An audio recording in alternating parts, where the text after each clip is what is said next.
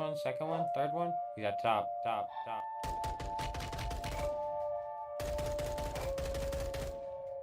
Oh my dude, you just wait.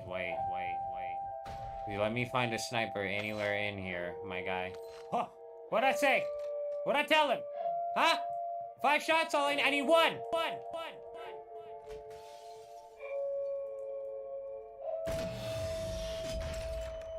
I need one. I need one. One. It's in the intro for a damn reason, because I'm the best. Well, I think that is sniper ammo I just picked up. Oh, it was. You just ruined everybody else's day, my friend.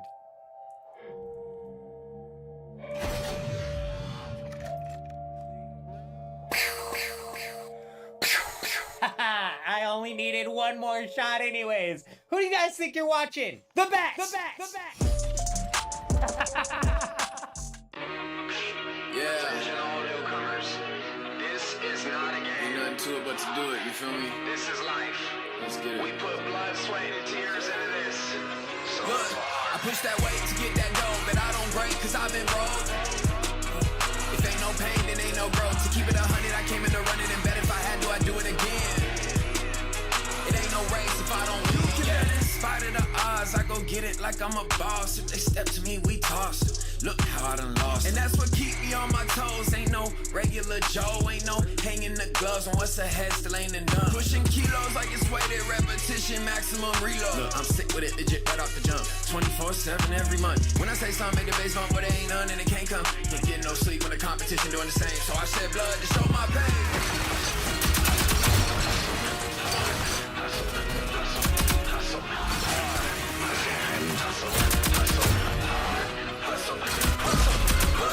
I'm insane, bro! I'm insane! I'm the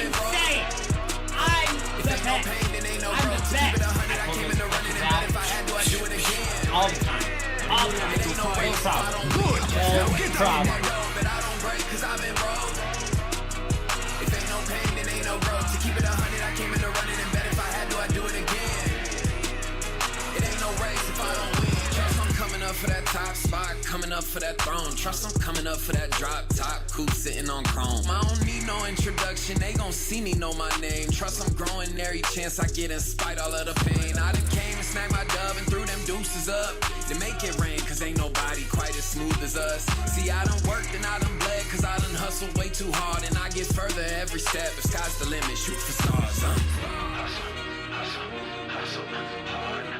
Some didn't think we get here. I told them just watch. I push that weight to get that dough, but I don't break cause I've been broke.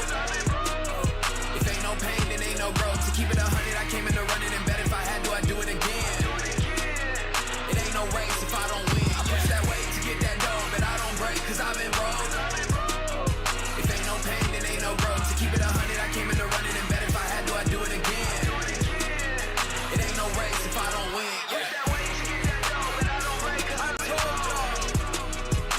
All you had to do was watch. When it comes down to it, it ain't no race if I don't win.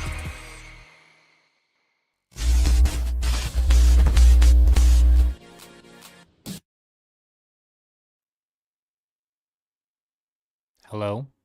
Hello. What? Why, hello there.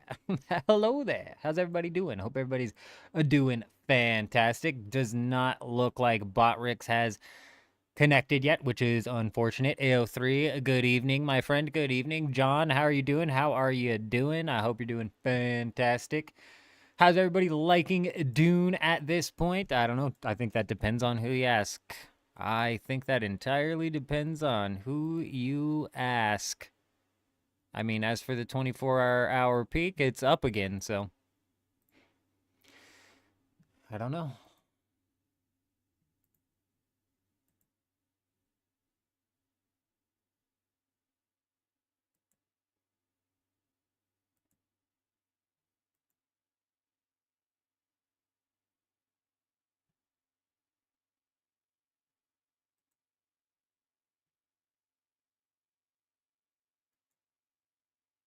Damn, Natural. I was really hoping that that chat message was going to show up on Botrix. It's not showing up on Botrix. That is going to complicate things. Let me tell you, that's going to complicate things. Hello there. How are you, though? Good to see you. I hope you're doing good. I hope you're doing fantastic. I'm sure. Oh, it did. It showed up. It showed up. You did it, my friend. You did it. You cracked the code. You cracked the code. Awesome. Fantastic. Don't you be sorry, my friend. You did it. You did it. You did it. Botrix, Botrix is the software that I use to connect the Twitch chat and the YouTube chat and then put those onto the stream. Put that onto the screen, I should say. And we ran a Megabonk stream like 30 minutes. We ended a Megabonk stream like 30 minutes ago. And rebooting it, I thought, you know, Botrix was going to be all busted. The exchange has been a lot more interesting lately. I'm sure PvE players are super solid. I'm sure PvE players are absolutely enjoying the change for sure. They can get like 98% of the 95% of the schematics out of the PvE zone, and then there's a couple of schematics that they have to hit up the small crashed ships for, and then I think it's like realistically like the black market las gun and a couple other weapons, but realistically they can also just play the market in order to get those as well. So I'm sure PvE players are loving it. It is another tick in the box, though. I'm glad you point that out, because it is another tick in the box towards what I'm saying with the very first expansion. It's just going to end up being 85% PvE, 15% PvP. They're going to basically abandon the deep desert, add in a bit of a battlegrounds 3v3, 4v4 queue-in system, and all of the tier 7 schematics are going to come out of a PvE zone inside of whatever new area that they come out with. Problem is, if they copy and paste the AI from the game now just into a new area where you get new schematics, I don't know if that's enough to keep me excited. You know what I mean? They just up the numbers on the AI a little bit more, and that's their like creative form of adding difficulty. The first expansion is going to be, I think, the make or break here when it comes to how I'm feeling with the game personally. There is no point to the wheeled bike thing. We have done a little bit of some wheeled bike business. It's not, I mean, it's pointless, but it's not entirely pointless. You can slightly take it off of a mega ramp if you wanted to. You could do that. Sure. Is it realistic? You could do some death races with it in the deep desert. Yeah, you could do that too. Is it realistically something that you're gonna use to get around anywhere? No, absolutely not. No. Indeed not. In fact, not. Does it anger the worm less? Honestly, I have no idea. I want to say no, but possibly. Honestly, I haven't the slightest idea. By the time you unlock that, you're typically flying around in an ornithopter, so it's kind of like a who the hell knows type situation. Can I point something out here? We are in the Haga Basin, and the lag is not bad. Can you believe it? Can you believe it? I can breathe. I can breathe inside of the Haga Basin at my own base. Can you believe it? Not every day that happens. Oh. I suppose it would make sense if I swapped it over to the game screen, right? Yeah, that would make sense. Excuse me. My bad. My fault. That one's on me.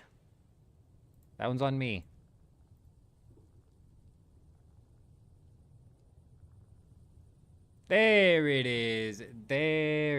Tanit, hello. I hope you're doing fantastic. Did I try the PvP lab? The AI is insane. What do you mean? Why would I go do AI? Why would I go fight AI in this game? I don't think ever again, bro. I honestly don't think ever again. I'm gonna do everything in my power to avoid ever doing PvE in this game ever again. I was not joking when I said that. I was not joking when we walked out of that, lab and said, I'm never touching, I'm done with PvE, and I was not kidding. Very much so deadly serious. We've yet to do it since, and I'm not positive that I want to do it anymore ever again. Ever again. Good evening, J Show. I hope you're doing fantastic, my friend. I hope you're doing well. You take the mole route. Yeah, no kidding. No kidding. No kidding. And that's even made the market worse this week, hasn't it, Cal? That's even made the market worse this week. Let's go take a look at the market, actually.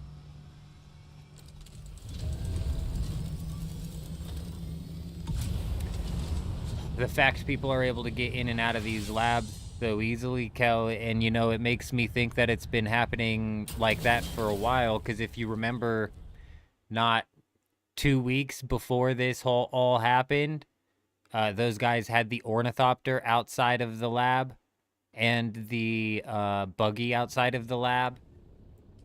Like, chances are they were just popping in and out of the texture of the lab.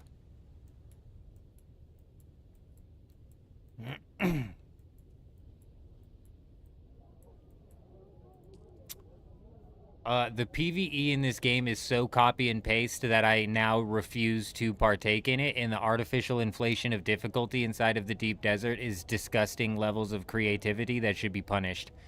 I refuse to partake in the PvE anymore in this game. I will not do it. That's the one thing that the mole route actually has going for it, is the fact that you get to skip what I consider the worst part of this game. If I was going to go play a multiplayer online survival game for the PvE, I'd be jumping over into Once Human, and I'm not getting ready to do that. So, nope. Not in a million years, never again. It's been sullied. The mole route, Natural says. The mole route. Yeah, the textures inside of the labs don't function properly. Try, next time you're inside of the F7 lab grabbing the loot from the loot room, try flying through the ceiling. As a matter of fact, next time you're taking on the PvE inside of the F7 lab, why don't you walk into all of the walls, because eventually you'll find the exit. You don't understand the AI inflation, so they copy and paste the functionality of the AI throughout the entirety of the game, Tanit, from the South Hogga Basin all the way up through the deep desert. The functionality of the AI is the same. When you get into the PvP zone of the deep desert, the way that they inflate the difficulty and make it a challenge, to put in quotes, is they throw multiple waves at you and they increase the damage, make the enemies bullet sponges, make them not miss any shots, make them have wall hacks, make them reload immediately, make their abilities cool down immediately. It's artificial inflation. The end game PvE needs to be difficult. What should we do? I know, let's make the enemies have more health. That takes no creativity. Oh, okay, should we also give them faster reload speed? Okay, yeah, do that. Should we make their abilities cool down faster? Yeah, please, do that. I was thinking, what if we added in like 7 waves of the enemies? Oh, perfect time sync. Fireworks blowing off in the background, confetti flying, fucking John's getting a standing ovation again. It's fucking John fellow.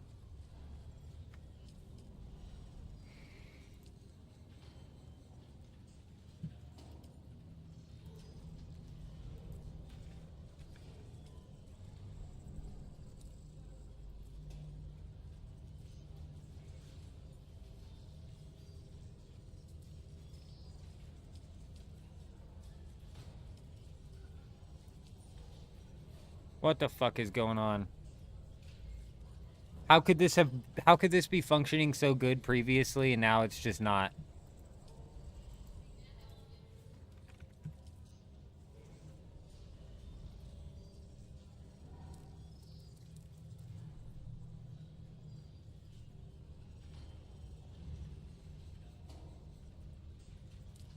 It'll be interesting to see how much The only new game that I can think of, John, is Arc Raiders, to be honest. And it'll be interesting to see how much that actually digs into the player base here. I don't think it's going to dig into it much. I think the people who are going to leave have already left. Like I said, I anticipate the game's player base reaching a 12 to 15,000 24-hour peak from here all the way into the thing. No, it's bugged. Look. Circuit, space, and it's gone. And now if I go back and hit the backspace, you would expect it to repopulate with circuit gauntlets, and it's not doing it anymore. Though previously it was. Also, I can go circuit and then just try... Am I fucking... Oh, I am spelling it wrong. Sorry, I'm an idiot. Sorry, I'm a dumbass. Good call, Natural, good call. I was testing you. Natural passed. Natural is a natural person ready to pass tests. Indeed.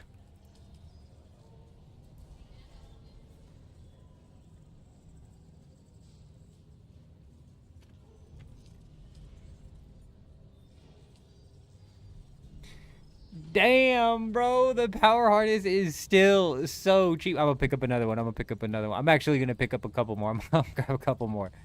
It's still so cheap. What's the other one? What else do we need? Young Sparky.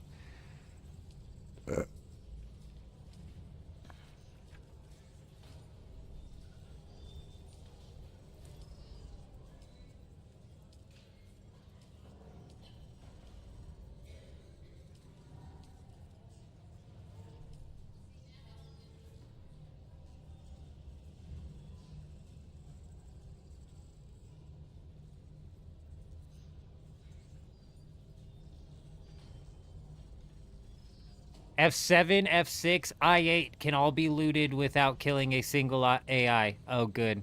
That's all of the labs but one this week, isn't it, Kel? Good. Yeah, the shield prices, all of the schematic prices are going to continue to drop. This is the one schematic that's going to somewhat hold its price, but I'm still not even convinced that it'll somewhat hold its price for much. But so far it has. And also pincushion. But damn, like the pincushion gauntlets ain't worth shit.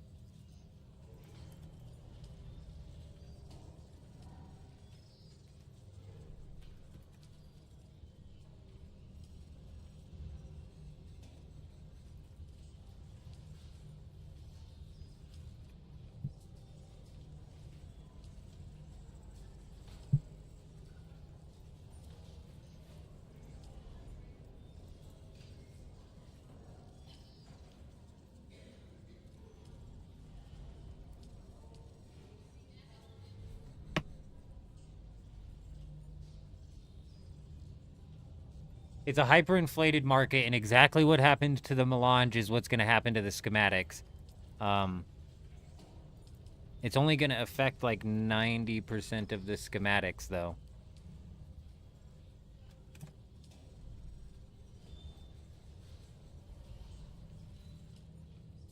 Damn, dude, that's crazy.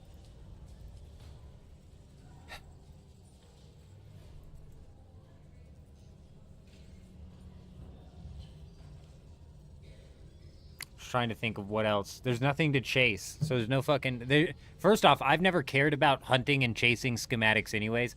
I enjoyed when new schematics came out, trying to grab some new schematics, or when some, like, sought-after schematics came out, you know, trying to grab those was always fun. But I really, realistically, never even cared about, like, the whole schematic chase. And even more so now, it's just, like, you could hit the las gun and get, like, 200 mil for what, though?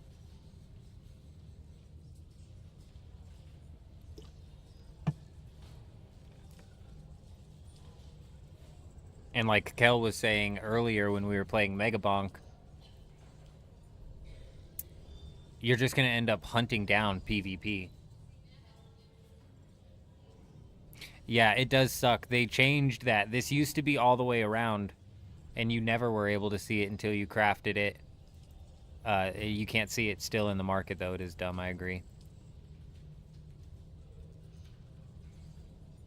I think that the NPC in the deep desert are functionally the same NPC that we're dealing with in the rest of the game. Because, again, they copy the functionality of the AI from the South Haga Basin to the Vermilius Gap, to the Western and Eastern Shield Wall, to the safe zone of the deep desert, and all the way into the PvP zone of the deep desert. All of the AI's functionality is copy and pasted. They might get a little different skins here or there and swap weapons. The functionality of the AI is copy and pasted all the way throughout the game. And then when you get into the deep desert, it's artificially inflated difficulty. It's not about whether the NPCs are too buffed or not, because they're not. When you get 3 or more people inside of a lab, the difficulty, the artificial difficulty that they introduce with the AI becomes completely null and void. If you go into a PvP lab solo, all of the AI has wall hacks on you, and they're going to be fucking hunting you down like a rabid dog the entire time. But the second that you get 3 or more people inside of that lab, the AI don't know where to go anymore, and the artificial difficulty that they have no creativity behind inflating here just gets confused and therefore trivialized. So are they too buffed? No. Are they just right? Absolutely not. Are they void of creativity? Yes. The AI, the PvE in this game is structured in such a way. The PvE in this game is structured in such a way that it's meant to funnel players into what was supposed to be the deep desert loop. The deep desert loop being farm schematics, farm spice, farm tier 6 ores. That whole loop has been completely and totally picked apart week by week by week by week. Not only by dupers inside of the game making melange useless, but also by repeat schematics, by changes in this, by changes in that. And this guy's flying around the entire area, lagging or speed hacking. I don't know what the fuck he's doing.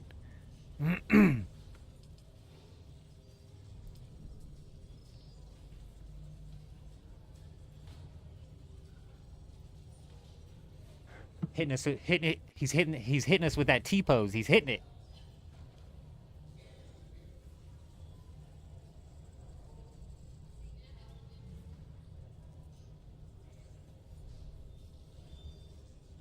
No, see, the problem is it's completely and totally artificial and void of creativity. That's the problem. It's not whether it's overtoned. It's not whether you can deal with the AI or anything like that. It's the fact that it's void of creativity. It took zero creative juice to come up with the AI system that they've come up with. They copy and pasted it throughout the entire game, and when they said, how do we make it harder for people in the deep desert, they said, I know, number go bigger. That's it. That's it. That was the thought process that went into it. Number go bigger, throw multiple waves. That was the entirety of the thought process. And it's just concerning because like before we even started this whole conversation here, what we were talking about was the upcoming expansion is going to be 85% PvE, but if they just copy and paste the AI again,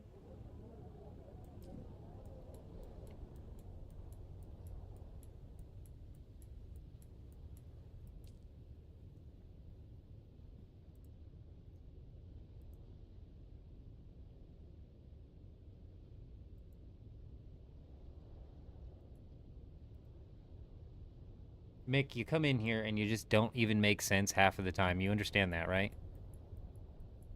I don't even know what context of what you're talking about.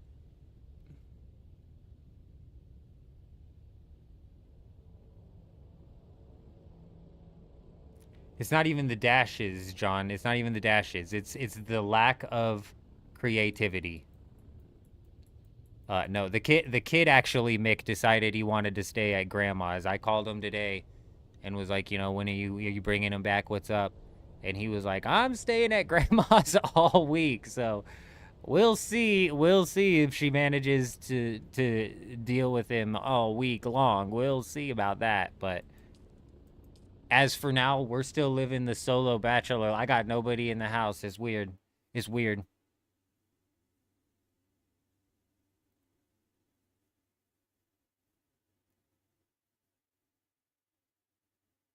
But I'm telling you, I'm still thinking about Megabonk, Mick. We had such a run going on that last run. I'm still thinking about it. Fuck, we had Fire Feet going like crazy, bro. Oh, we had giant rings of fire and it just slipped through my fingers. It just slipped through my fingers. We had it all.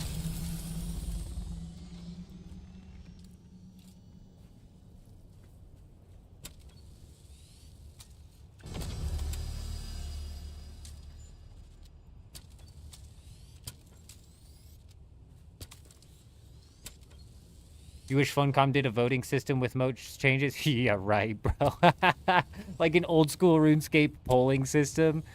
That does not function. That doesn't even work inside of old school RuneScape, and I desperately wish that they would get rid of the polling system.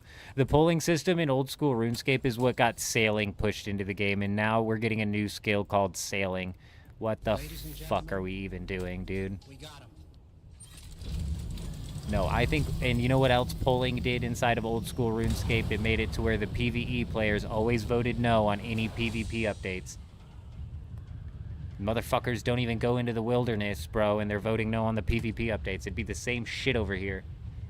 Driver, you freaking maniac. You maniac coming in, dropping the prime for the 3rd month in a row. Can you believe it? It's been 3 months, ladies and gentlemen. Can you believe it? He's a madman. I tell you, he's crazy. He's crazy. We appreciate you. We most definitely do. Yes, indeed.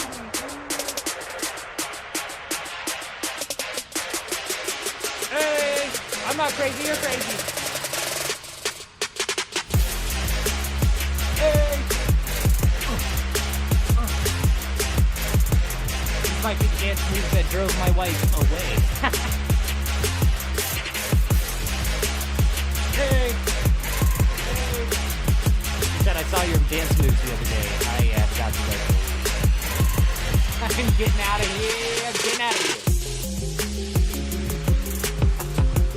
Driver, my man, we appreciate you. We most definitely do.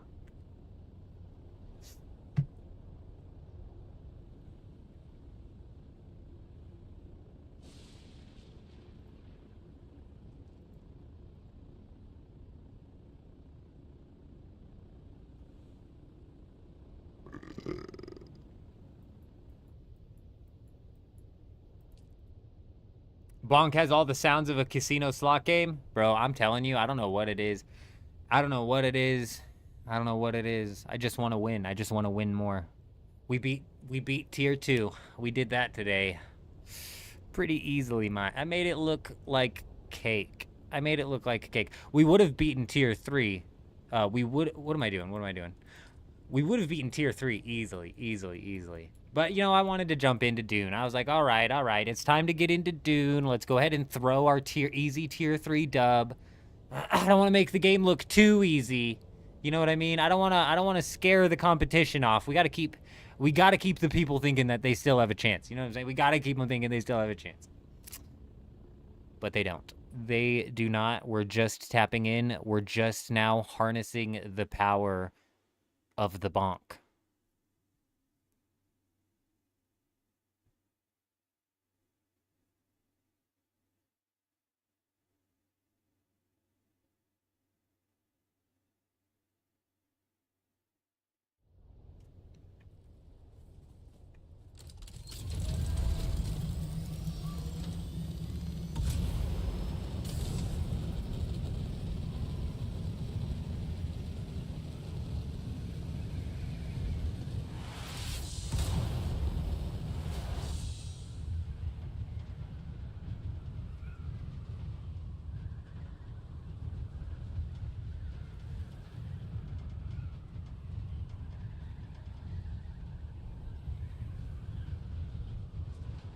Very nice, driver. Very nice. Like I was saying, next week, what I'm going to try and do over here in Dune Awakening, first off, we've got multiple things coming up here next week. But what we're going to do inside of Dune Awakening specifically is...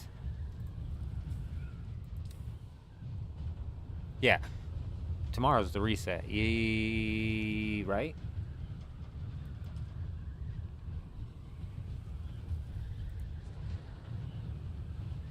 Yes. What we're gonna do tomorrow after the reset is I wanna depending on what we kind of think is gonna be the most active point of interest out here in the deep desert. I want to try and spark off some form of base PvP out here in Dune Awakening. I really want to try and start to spark that off. So what I'm thinking we do is for any of the live streams that we put up, first off, this is what we're going to do. And then for at least the reset as well, whatever POI we deem to be where we think people are going to spend the most time, like for example, this week it's over on H6 with the PvP ships that are really easy to get in and out of, or possibly even F6 with the bug, but that's kind of like fucking bug dependent, which is stupid, right?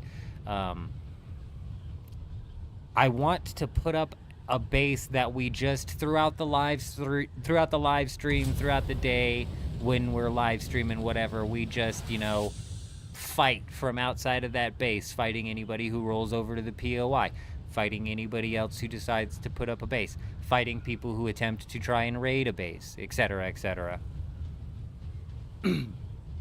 Yeah, there's a couple people actually doing that, Mick, and I've been hearing the same thing. Problem with that is, like, I would still be skeptical to store anything of value up there, just in the off chance that store anything of value up there and just expect to come back to it like a year later. Say I was like, I'm taking a year off of Dune, and I come back to a year later, I still wouldn't expect that base to be there. And I'm only saying that because you never know when Funcom's gonna come in and delete that functionality, kind of like they did with the Rift, kind of like they did with deleting the flower sand being the way the flower sand was.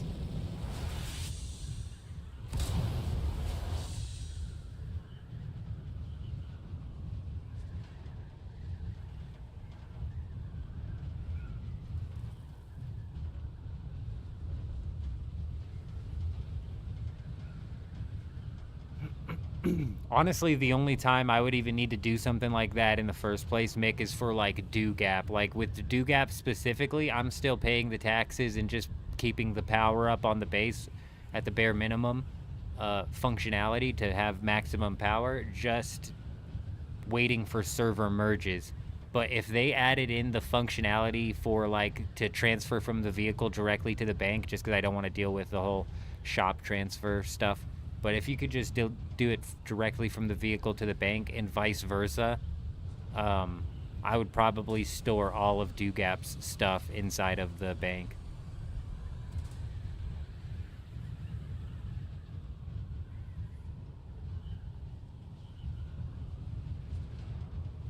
That is one thing that they killed, John, the arenas. Yep. They killed the arenas, they killed the organized PvP crowd, and that sucks. That's definitely going to take a hit.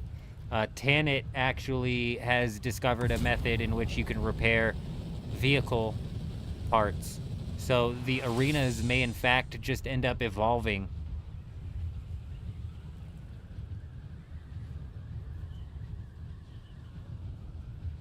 You know what I mean? They might just end up evolving into Ornithopter arena, Ornithopter organized PvP. Yeah, you would think that, Mick, and I would assume that, yeah, it is coming soon. If I had to guess, it would be coming soon, yes. But that's totally just a guess. That really is just a guess. It took them forever to get the deposit all water in. So, but yeah, you would think that that's coming sooner rather than later. Eurism, good evening, my friend. Good evening. Good to see you. I hope you're doing fantastic.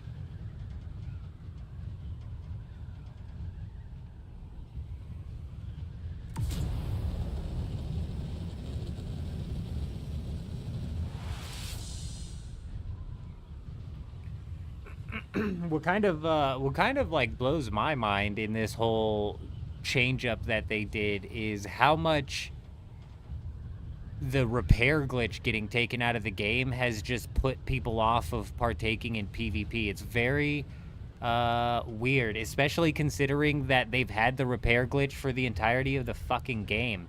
So how are these guys not sitting on just stacks and stacks of schematics? You know, did they just buy one set of PvP gear and then just use that the entire time and never farm schematics or do anything else? Like, I just don't understand. I don't understand how you could be playing Harmony for months and months and just not have a stockpile of schematics to swap the gear out that you're having durability taken out on. It's so weird because to me, a PvP player should be well in tune with running in PvP that actually comes with some form of risk, let alone the very minimal risk that you have with durability. It is the most minimal risk. You don't lose anything. You don't lose anything. You don't lose any of your items. You lose your vehicle fuel cell and you lose a bit of durability. It's like as low risk as it could possibly get.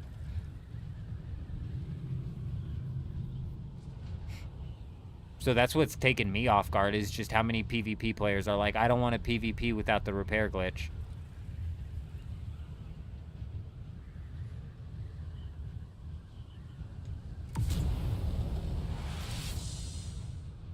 Why are people say why is that sparking back up, Mick? Because last I checked, about a month ago, the devs said like, oh yeah, we're gonna talk about server merges soon.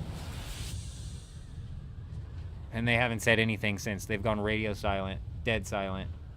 Oh my gosh, Mick, that's you know what?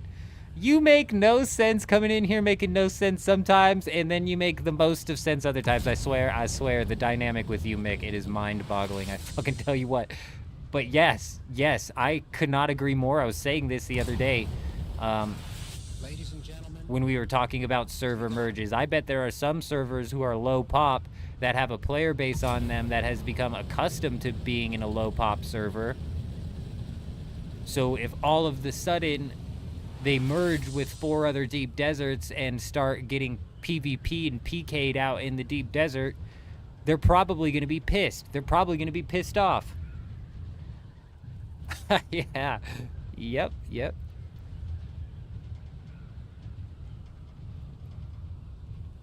It's not the mats back alley, it's the schematics. The schematics is the big shtick where it's like, you got to replace the schematics. But schematics are free at this point in time. They're at the lowest market price that they've ever been. You can buy a full set of Bulwark for fucking 10 million Solari, which is a spit in the bucket on this server. Leave my dead server alone is what TMO's saying. I'm telling you, bro, and there's probably a lot of people, you might be joking, I don't know if you're joking or not, but there's probably a lot of people who genuinely have that sentiment. They're like, look, we were doing fine being able to solo crawl Spice on our own, you know? Just some, like, role-playing ass people left on them servers, you know what I'm saying? Yeah, the schematic cost is what people are complaining about. Hey, Sun, coming in, dropping that follow over on Twitch. Hi, how are you? Welcome. I hope you're doing fantastic, my friend. I hope you're doing fantastic. You think it's due to people buying the gear rather than making the gear with the schematics? Oh, so they can't even repair their gear. Well, you know what? You fucking play stupid games, bro. Like, I don't know. I can't fix stupid. Because especially sometimes the gear costs more than the schematics, so I don't know what to fucking tell you. There's only one time that I've picked up gear and not a schematic, and it's because the Regis Disruptor pistol was selling the schematic for like 500 million, and I think I paid 2 for the actual pistol. Yeah, we might do some farming tonight, Irism. I'm pretty sure Kel was saying when we were playing Mega Bonk that base was still up there, but...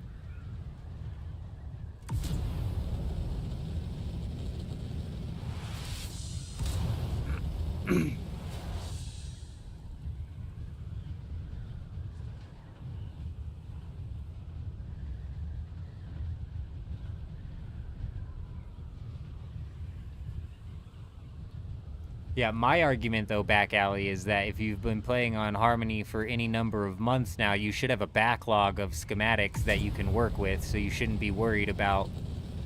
But, like,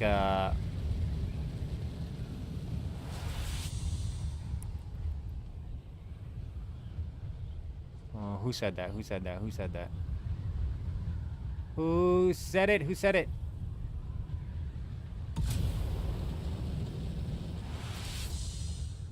Oh man, who said it? I don't remember. Whoever said the stuff about the fact that they don't even have schematics, I think they're onto something. Which is weird. So the people haven't even been playing the game. They just, and so they've probably been also attributing to the real world trading then, you would assume. And that was something that was happening for sure, is people were rolling onto the server, buying Solari from real world trading websites, and then just basically buying the gear that they needed rather than farming anything, working towards creating a crafting machine or anything like that. It was just straight to the point. Hey, Bong coming in, dropping the follow on Twitch. Welcome, my friend, welcome.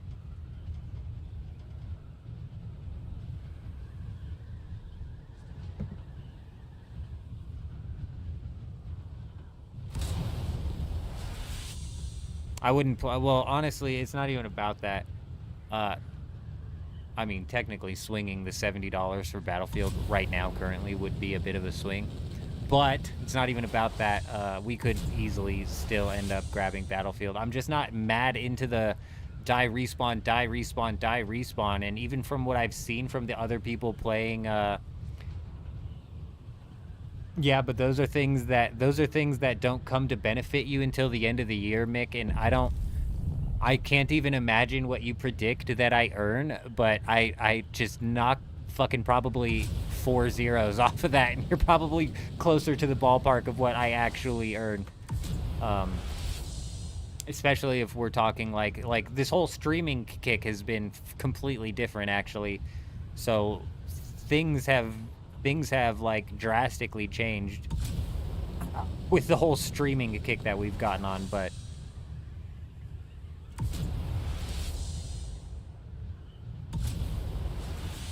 I'm not into the multiplayer die respawn is the thing. So I could play Battlefield 6 and probably realistically have fun playing that game for like 40 minutes. You know what I mean? Especially because I'm going to be real here. I can talk to myself for about 4 hours. I can do that for about 4 hours, right? So I'll lose interest in Battlefield 6 in 45 minutes. But the maximum stint of the live stream would probably be 4 hours because I can talk to myself for about 4 hours. Is it? Oh, hello. Hello, it's me.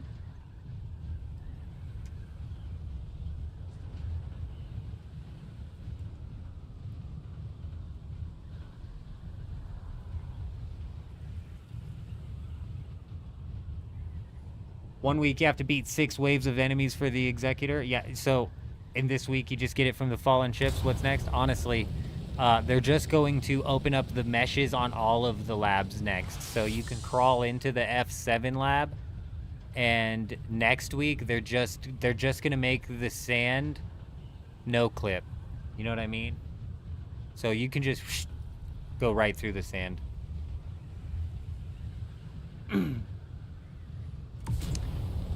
So Battlefield 6 and Arc Raiders make excellent question. In my opinion, so the Battlefield 6, I hearken that to, I call arcade respawn shooters. Your Call of Duties, your X-Defiance, your games where you're playing Team Deathmatch-esque. I know it's not quite Team Deathmatch inside of Battlefield, but it's still die, respawn, die, respawn, die, respawn, die, respawn. There's no weight to your life.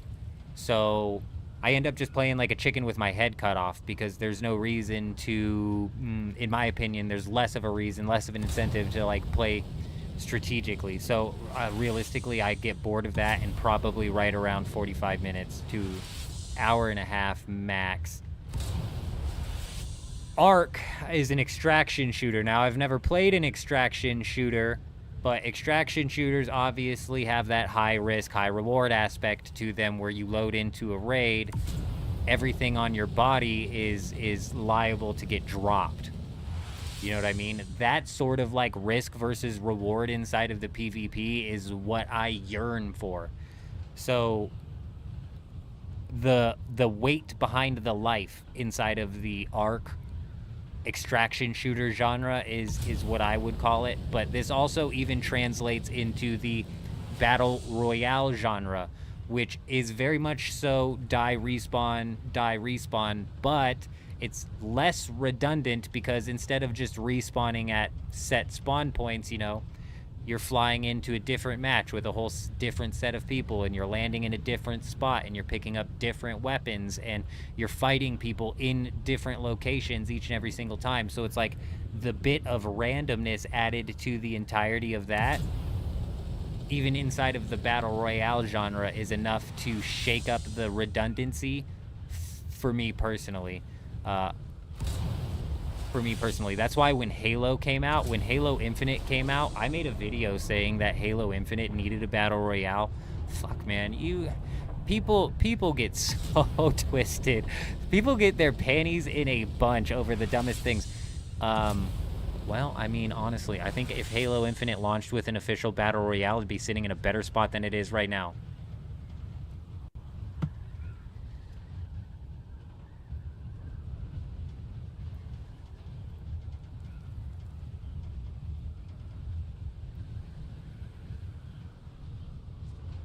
TMO, you gotta be kidding me. This mother... TMO, you're joking, right? You ain't coming in here hyping up quests, are you?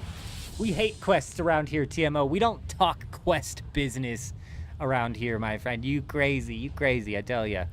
The one thing that has me excited for ARK's questing system, and I hate questing, is that questing inside of ARK seems like it's gonna be pretty straightforward. You know, flip, switch, and match here. Grab this, grab that, yada yada. Why are you scared? Why are you running? Come back.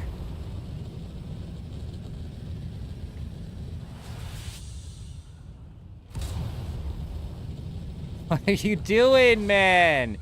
You came all the way out here.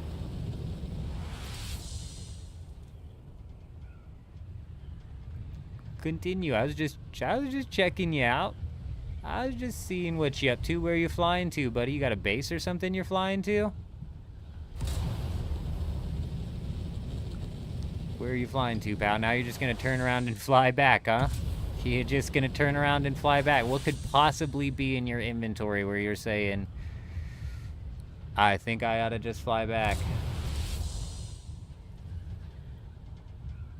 You think Bungie touches turns into a dumpster fire? Yeah, you're not wrong. You're not wrong. Which one developed Reach? Was it 343 or was it Bungie? Because the last Halo that I truly enjoyed was Halo Reach.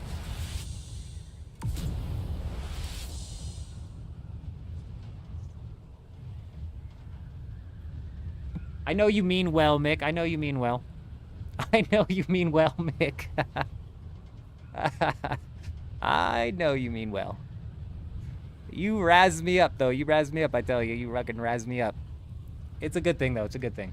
We appreciate you around here.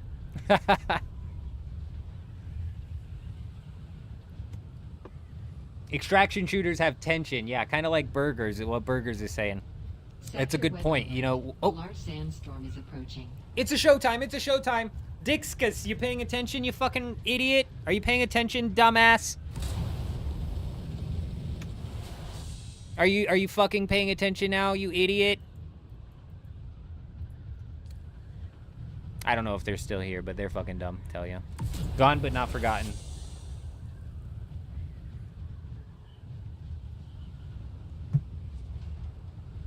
Sector weather alert. A large sandstorm is approaching. It's a showtime. It's a showtime. Is there going to be a sign-up sheet or something to play? So that's such a good point that you bring up, Grey Wolf. Like, so I'm going to be real with you guys. I've got high hopes for ARK Raiders the same way I had high hopes for Dune Awakening when it came to booting up the live streams. We've been pushing out a few videos.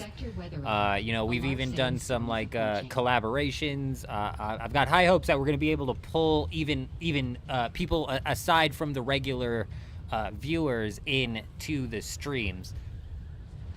So, I mean, if that ends up being the case, Grey Wolf, and there's like a whole list of people who actually end up wanting to play with me, we'll probably end up doing like a spin the wheel type stuff where we get a squad of 3 together and then we play 3 rounds and then we run it again. But I mean, realistically, I don't see it going that way. You know what I'm saying? I don't see it going that way.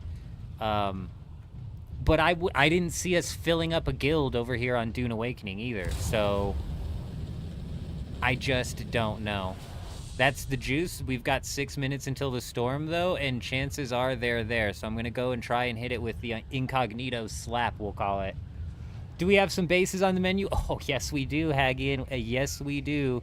We've got the juiciest of bases on the list for this storm. We've got the juiciest of the bases on the list for this storm. Those people right there are built over top of a lab. I don't know how they got their subfief there. In all reality, their subfief is probably, if I had to guess, hidden inside of the mesh. These guys have also been pretty active in defending their base as well, so it's entirely possible we get hit with an active raid, which does put us in a predicament here because I'm lacking the ability to hit this. Exactly, Kel, exactly. Kel already knows. Kel, are you on this instance, Kel? Are you wanting in on this? Are you want? That's the one that I'm circling. I'm circling it as we speak, like a hawk circling the prey. We are waiting for our moment to strike. Honestly, Kel, I don't know how much las gunning we're actually gonna get down inside of this thing because, like I said, these guys have been pretty damn active in defending their base. So if I had to predict, we're gonna run into a fight and die in the storm. Yes, that's my prediction.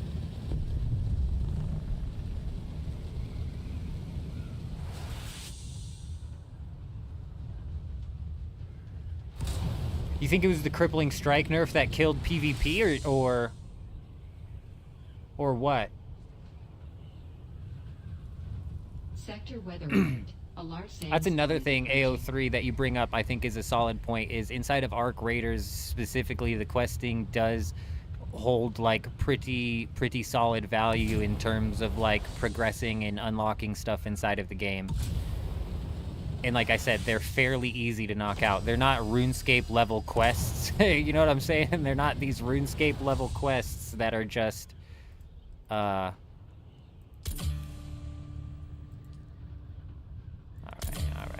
Let's not troll. Let's go ahead and put our few votes over there.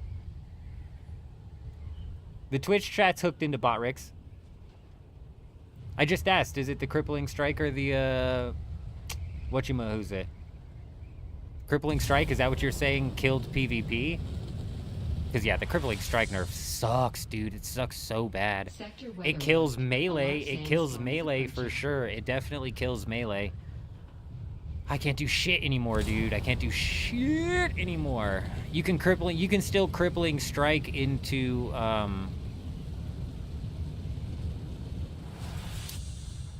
attractor field, like the guy was doing yesterday over here. He would Crippling Strike so he could hit us with the attractor field, but I do not want to use that stupid ass ability. I really wish. Of all abilities that need nerfed, attractor field needs to get tanked. You know what? Chuji brings up such a good point, and I totally agree with him. So I like risk and reward inside of my PvP, but there is a limit to that, you guys. I am not like an avid, like, mega full loot type guy. In old school RuneScape, if I'm not skulled, then I hold on to my 3 most valuable items. And if I am skulled and I have my protect item prayer on, I hold on to my most valuable items. So I take that information and I only go out into the wilderness with 3 valuable items and then some less valuable items, or 1 valuable item that I'm guaranteed to want to protect and then some less valuable items. So you kind of work around that. So I'm all for the, like, risk versus reward, losing some of your gear type shit. But then we get into, like, Rust. Rust, I think, is too hardcore for me. Losing your base when you're fucking offline at any point in time, like, and your base is built in basically a PvP zone of the deep desert all of the time, that's too hardcore for me, bro. That's too hardcore. So I agree with you. In the back pocket safe slot's a huge selling point as well. Don't they have that inside of like Tarkov? Isn't that like a normal mechanic inside of an extraction shooter? This is my first experience in extract. I honestly haven't the slightest idea.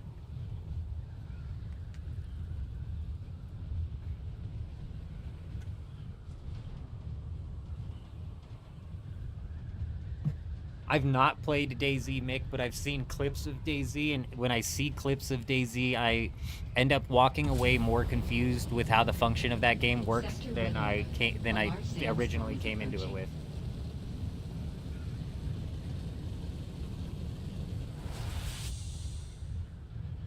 That's why, honestly, Burger, that's why I'm excited for it, to be entirely honest. I don't like the military sim aspect of like Tarkov and shit, and I also don't like how Tarkov has basically had the fun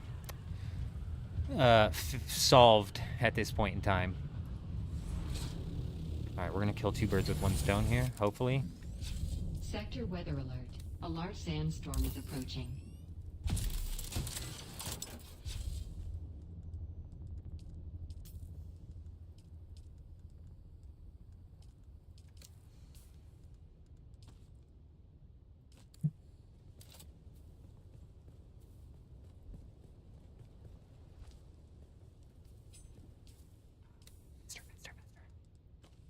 All right, let's roll. Shit.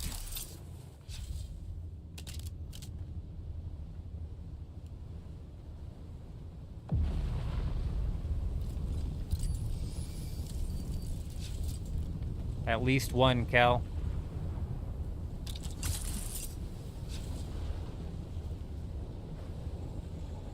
Not good. Not good, not good, not good.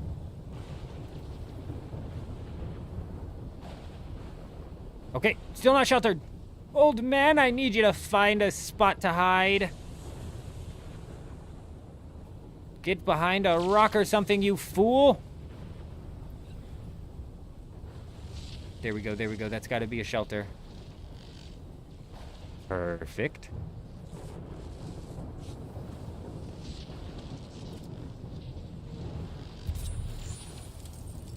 Possibly 2, but at least 1. Presumably 2. We didn't quite get there in the storm, which sucks. I'm gonna make them come to me. Oh, I'm out of the shelter. I'm gonna make them come to me because I'm gonna las gun until they come to me. Oh, we're dead for sure. We're dead for sure. My prediction didn't come true though, because I said we were dead in the storm.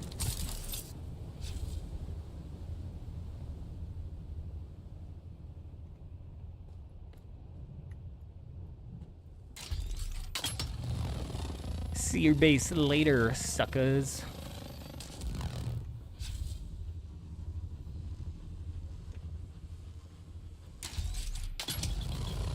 Fuck your donkey. You know what I mean?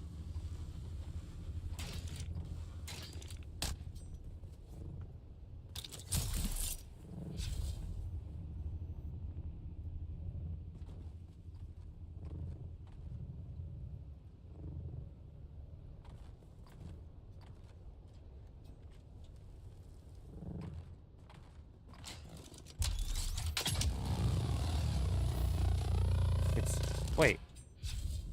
Is this a public base? Somebody's talking.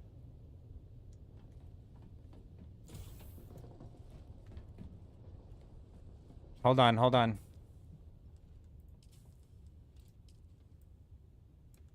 We were in Arcane.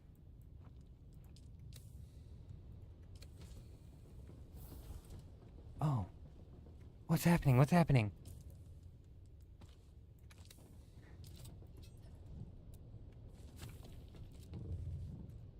What's happening? I don't understand what's happening.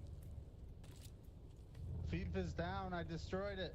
You did it! You did it! You madman! You absolute legend! My man! My man! Construction tool out. Get that construction tool out. I don't know who this is, but fuck these guys and their base. My man, my man.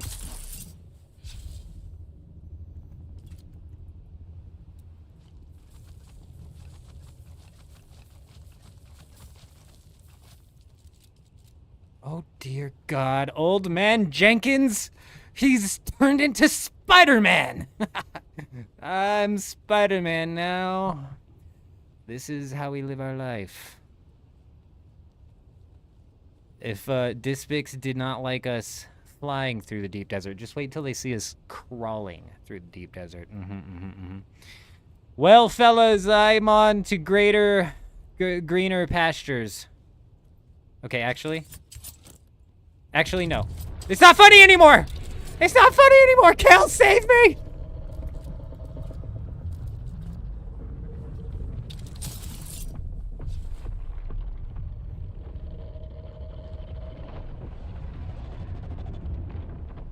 Get over there, old man. I don't know.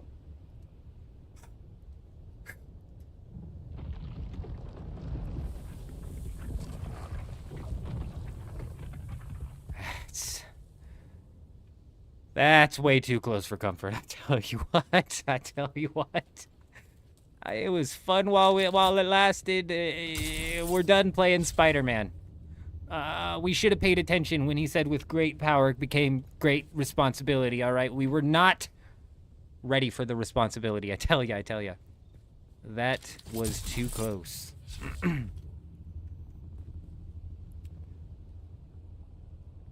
Those guys meshed out and built over the lab. Yeah, they did. They, in fact, did. That's exactly what that was. I thought their fief would be meshed into the lab. And that's why we wear brown pants. Exactly. Natural gets it. I always order brown underwear.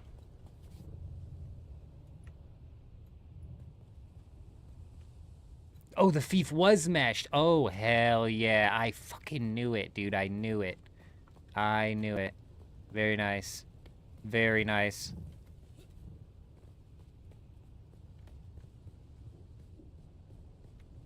Yeah, fuck those guys, dude. Fuck them and their base. That's a successful takedown. I don't know who LSPX is, but they're a legend.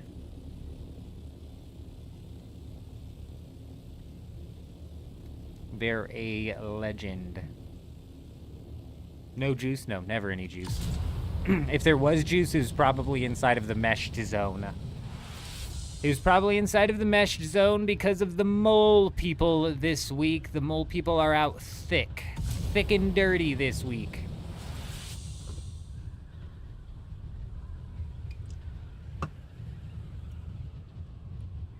Oh, speaking of which, I'm glad you brought that up, loading screen. It was about probably 1 hour in. Spider-Man is what we'll call it. Spider-Man Jenkins.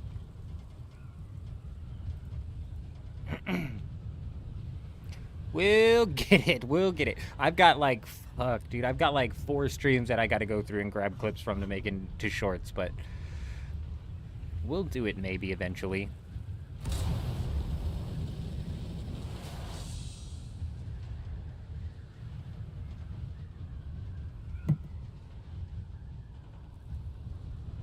All right, back to the search. So we were killing time previously waiting for the storm so we could get the storm timer, and it's like right on the 15, right on the 10. So now we're going to give Instance 1 here a good deep scouting. Keep our peepers open for any bases. People have been slapping down little itty-bitty hidden tiny forward operating schematic bases this week, so we've got to be looking a little bit harder than we typically do with these people putting up these giant honeycombed bases.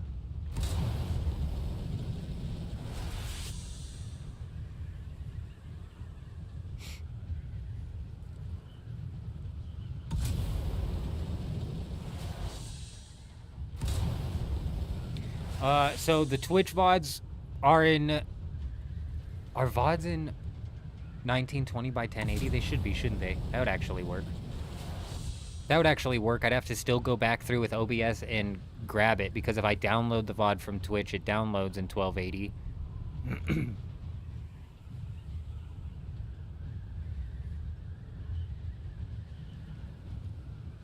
And I'm not hitting record while I stream. If I was also recording all of this while I streamed, whew, let me tell you, the PC would be cooked. I'd be cooking on that thing, literally. A steak, probably.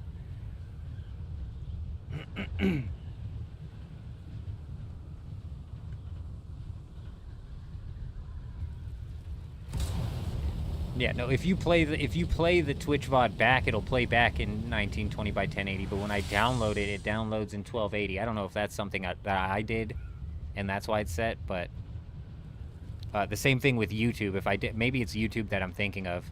Maybe I should start downloading the Twitch VODs. When I download the YouTube VOD, it downloads in 1280. So I have to actually go back manually and record the timestamp. It's a pain in my ass. That's why we usually typically take Saturdays off. That's usually what I'm doing on Saturday, is I'm trying to grab shorts, trying to grab clips. We're putting together fucking videos. We're potentially, you know, recording podcasts. We got all sorts of things going on. See, like, little spots like this right here. I don't think that's a base. I think that's just a hole. But people have been putting bases in little holes like that. Yeah, a 2-PC setup, yes. Loading screen obviously would be the the ideal setup, yes. Agreed. Agreed.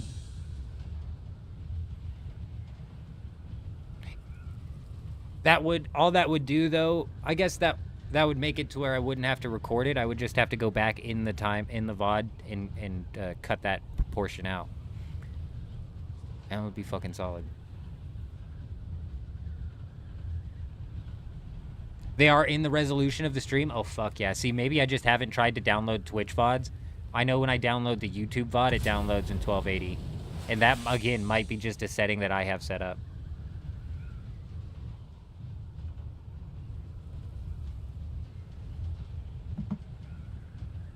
Nah, we'll just keep running it the way we run it. It's realistically minimal amounts of extra work.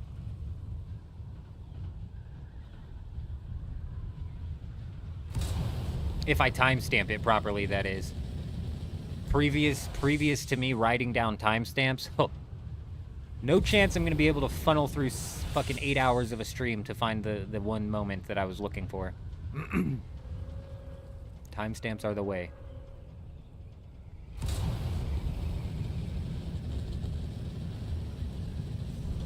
See, I'm upset that we haven't seen bases built here. And next week, I want to, as like a guild, decide which of these POIs we think is going to be the most populated with people going in and out of.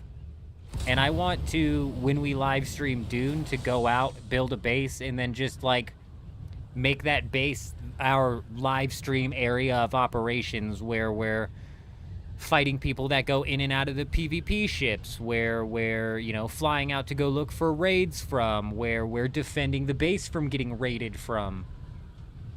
I'm really hoping, like, doing something like that will start to spark off more guilds participating in what I'm deeming base PvP.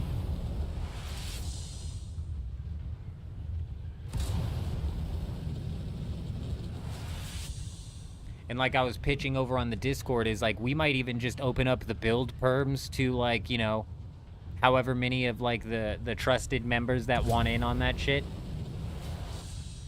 And then build it up kind of like those guys were putting together those crazy bases that looked like 15 people had build perms on it. I mean, we might as well just throw as many people as build perms as we want, you know, hidden hallways and corridors and rooms that actually are nothing. Entryways out the wazoo for the fights and whatnot.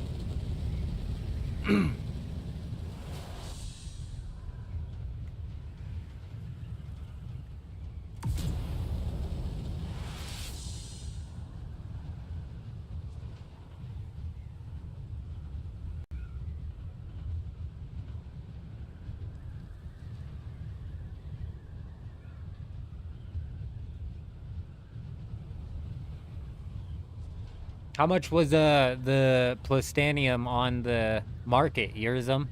You're saying that it was cheap on the market? How many are still active in your guild, TMO? It's a really good question. At any given time when I'm live streaming, like, I would say the maximum number of people that we could realistically pull together is like 8. And that was in the heydays. Now it's probably 2, 3, 4, if we're lucky. But when it comes to how many are active, I mean, you see here, there's only a couple people that haven't logged in since September. Everybody else has been fairly logged in on a daily basis, you know, doing their own thing. It's just there's a lot of shifting time schedules. You know what I'm saying? So, like, how many are active still? I would say most of them. Most of them are still active. As in, they jump on daily and do something. Barring, like, just a couple people, you know, sitting on the 9s. Haven't logged in since September. Now, like I said, that number is growing shorter and shorter. You know what I'm saying? Like, that number is growing shorter and shorter. Blueshy, I think Blueshy had some real life shit going on, but J Wolf playing some other games. Adam's playing some other games. A lot of people kind of shifting this into a bit of a hibernation mode. I know even Chuji was like, man, I can't wait for the bank so I can actually, like, have the ability to take a break from the game, you know what I mean? So a lot of people are kind of, like, kicking it off into hibernation mode, and week by week they keep adding in updates that kind of... I said this when this week's update came out. I said they took yet another thing that we had to look forward to on a weekly basis. What schematics are we getting this week? Is it going to be worth fighting for?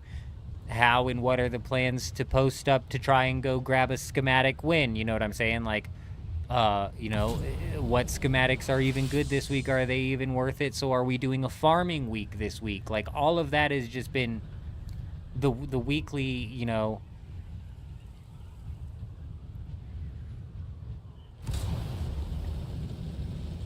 thing to do. Just yet another one has been stripped away. Previously, it was, all right, we're going to do a race into the deep desert so we can claim as many nodes. You know what I'm saying? Juxt was like a professional at claiming nodes inside of the deep desert. They took that away. They took away the weekly races.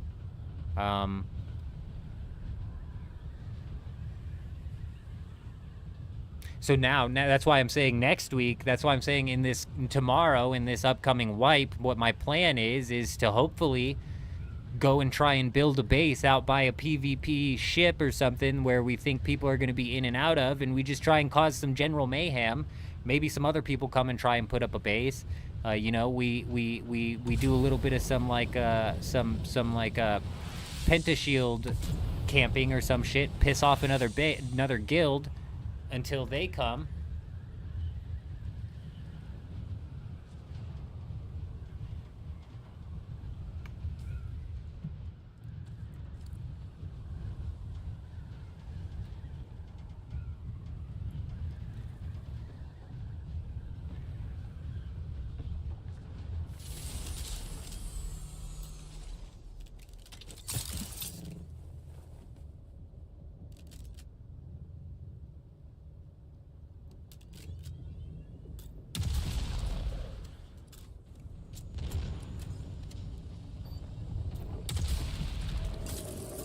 Go, go, go!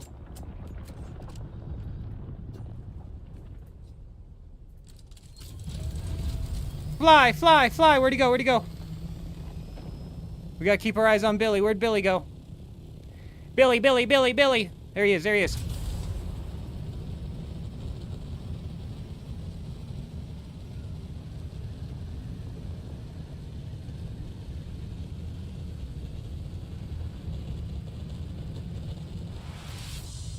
You're mine.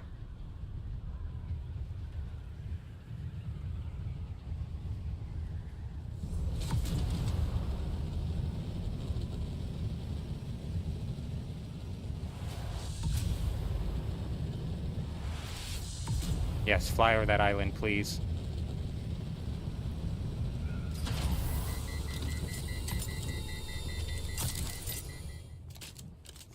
Fuck you, buddy. Fuck you, pal. He's lucky. We let him off easy.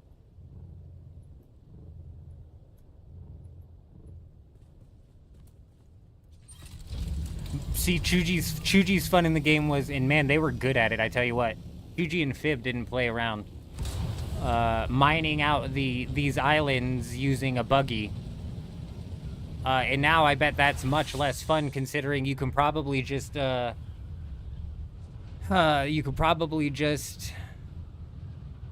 mine them out constantly now with 3 separate instances. Very little confrontation, very little competition.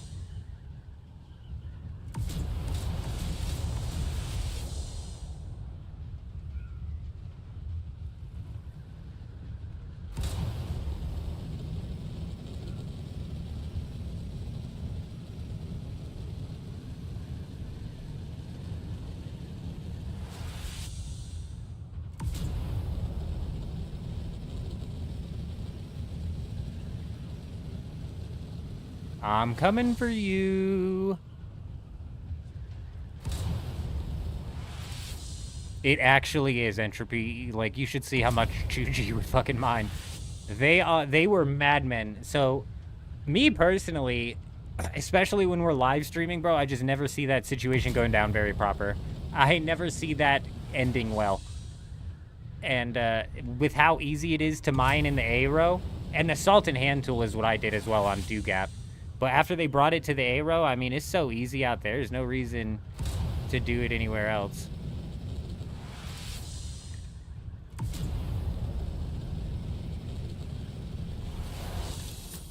Oh, I'll get you. I'll get you.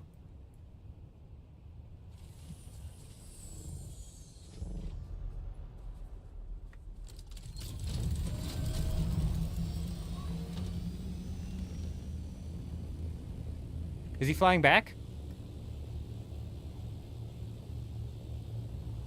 Hey, you're actually a fucking faggot. You know, you cry so much, it makes you sound like a pussy. You know what I'm saying? Yeah. Run away like a little bitch, just like your fucking mom made you. You know what I'm saying? We got him. That was the comeback of a century.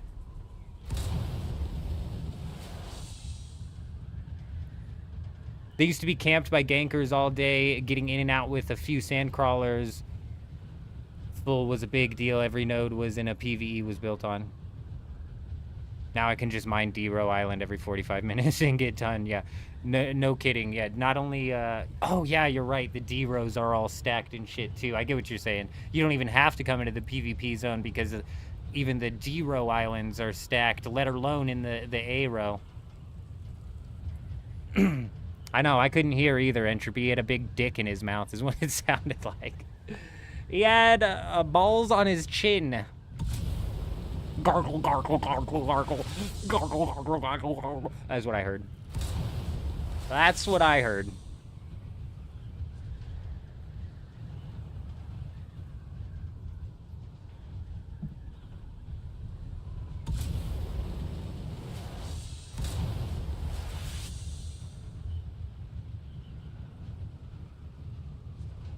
Who farms spice anyways? With 2 people, no less.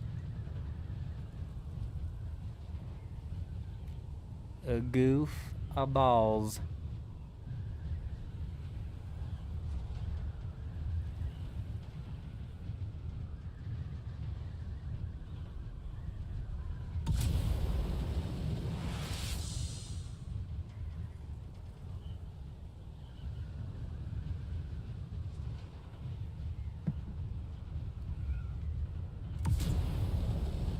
Oh, I'm sure. You're saying Navalis used to hold down the titanium nodes. You know what killed that is the 3 separate instances of the deep desert. Now these titanium nodes, if one island is being controlled by Navalis, the other one, you just go over to the other instance. Oh, John, see, I saw that, and I didn't reply because I didn't know what you were talking about. No, I did not say wipe.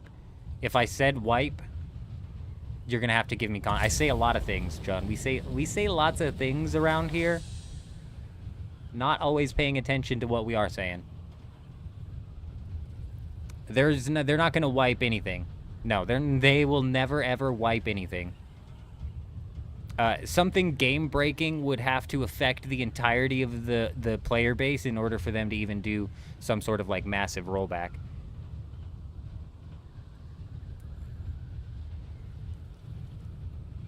Yeah, not only is it now everywhere, Chuchi, though, but there's 3 instances of it. So that's a good point that you bring up, too, with it getting spread all the way to the A row.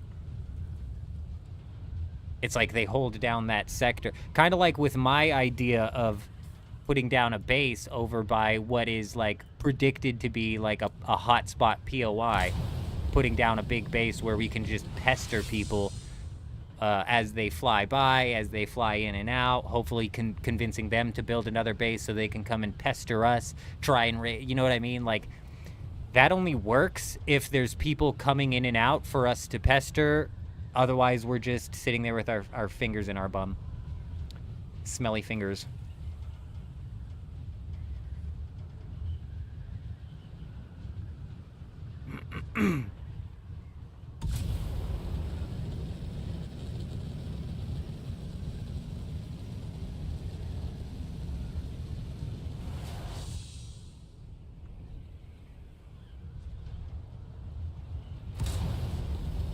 Well, the F7 base might have been the only base over here on Instance 1.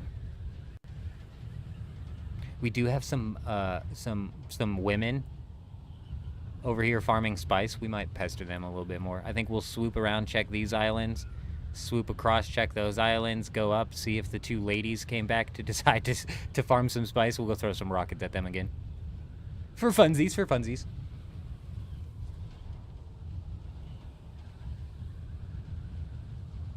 Yeah, John, they would never do a wipe because players would be affected. Like I said, the only time they would do a wipe is like if 90% of the player base was affected by something. Other than that, they're not going to even. Most you could hope for is like a fresh start server to hopefully like stave off the hyperinflation that we have on these servers, but I wouldn't even hold my breath on that because they're having trouble keeping some servers afloat player count-wise.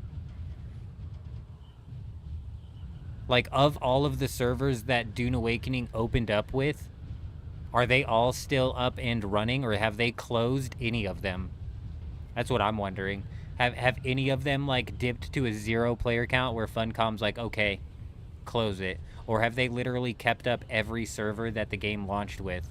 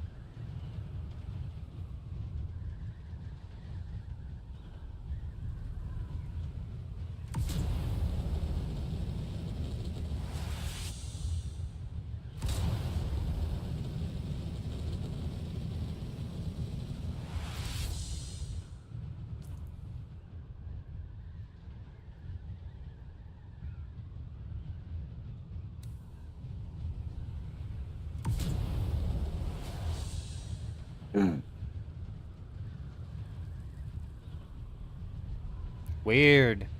Is it above 850? Some sieges got taken offline. Really?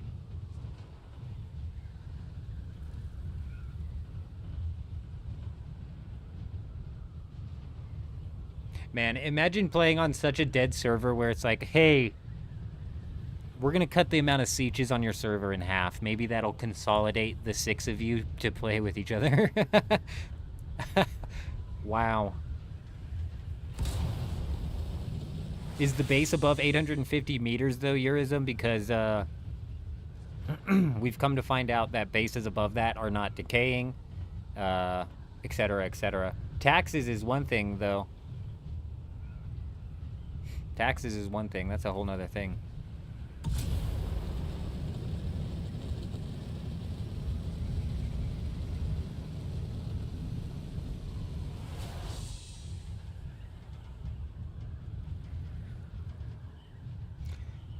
Oh, I see. I see. So recently, Eurism people have tested and found out that if you do not pay taxes, what happens is your base powers down. That's it. It just kicks the power of your base down. If your base's power goes down, the power goes down. So if I had to guess, you're in a spot that does not get hit by the storm very often, if at all. And maybe when it does get hit by the storm, you just happen to be being protected. Even if you're being protected 90% of the time, that's going to turn a 2-month decay process into a fucking 10-year decay process.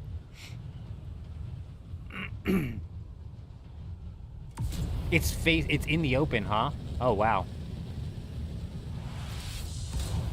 And Sheol as well. That place usually gets pretty hammered with storms.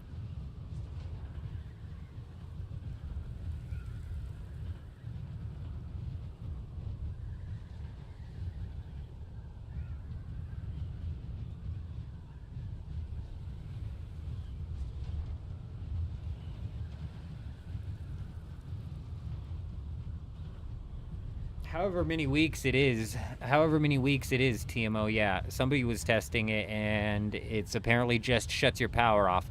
Because there was rumors going around that the Sardaukar would come in and raid it, but those were just rumors. Yeah, that's weird, Eurism. My only bet is the storms just not hitting the base very often.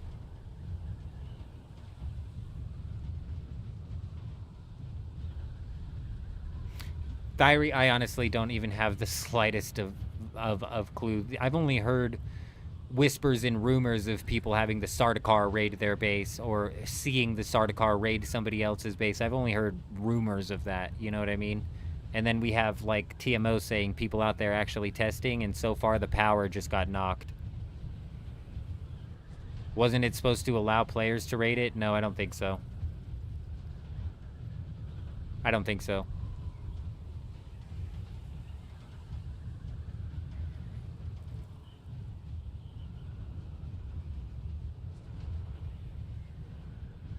Well, I honestly don't know, because I've paid my taxes every time. There 100% should be some sort of flagging system for abandoned bases in the Haga Basin. My argument is it should be 3 days of no power. If your base's power is down for 3 days, I would argue that you've left the game and you're not coming back to get your shit. If you're going on vacation and you care about coming back to get your stuff inside of Dune Awakening, what are you probably going to do? What's probably the first thing you're going to do? Make sure that you have enough power to last the entirety of your vacation, right? So if your power goes down for 3 days consecutively, that to me is an abandoned base. It should be flagged as such and then completely opened up to being raided. That's how I feel. That would do multiple things. It would, well, see, it wouldn't really help this problem because people would probably raid the base and not delete the pieces. But if people did raid the base and delete the pieces of the base, then it would clear up some of the lag that the Haga Basin has.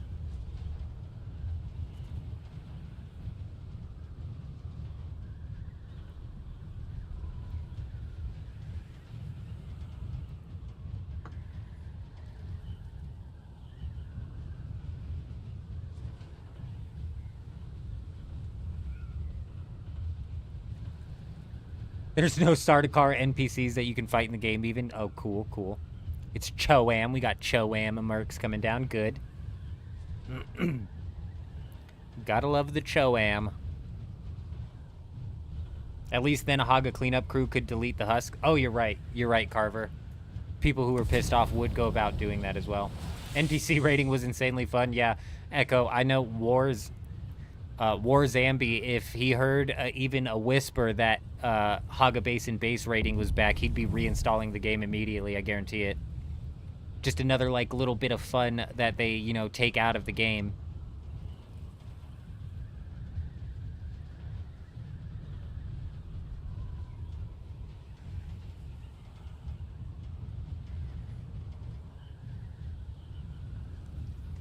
Yeah, I'm saying if a base's power is down for 3 days consecutively, consider it cooked. They're abandoning the game. They're not coming back. And if they are coming back and they're upset that they lost their shit, well, tough luck. I guess you learn your life lesson to not fucking leave the game for an extended time without your... Oh, are these the girls? The girls are back. The girls are back.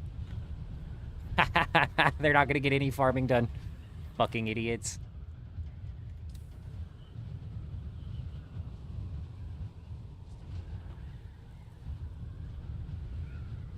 I see you.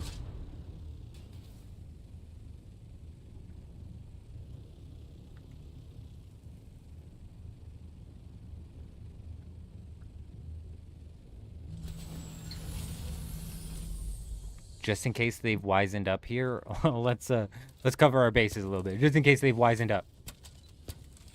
Just in case they're a little bit more prepared than I'm giving them credit for. Bunch of crybaby women.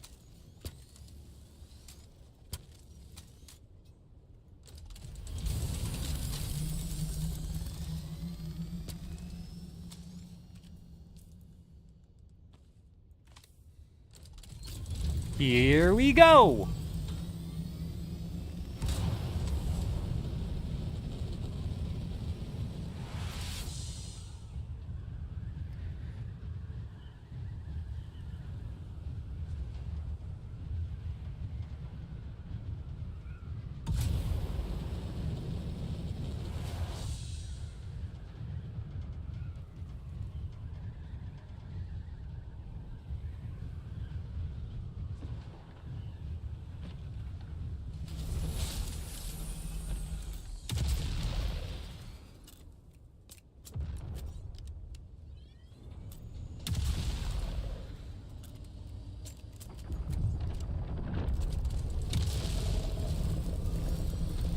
These motherfuckers just hit me with a rocket?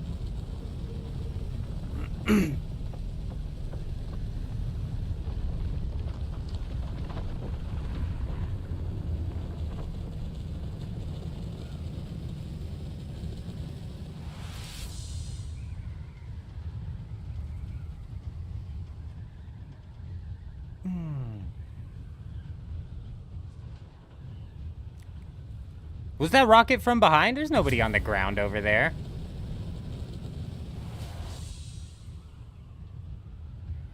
It didn't even say locked on either, right? That's weird. I got into it late, though, and it hit me, like, right as I got in. Yep, travel back to the safe zone, girlies. Try again in 15 minutes, but I'll be here.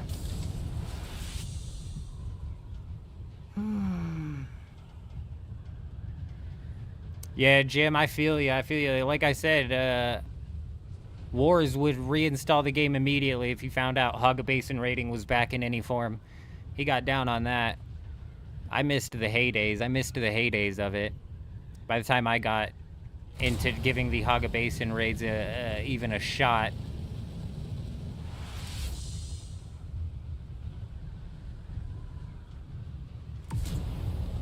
All of the ones that were easily doable were cooked.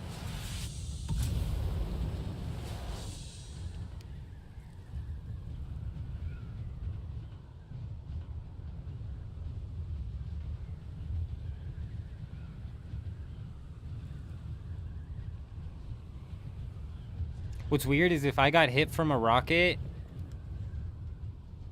it didn't do any damage.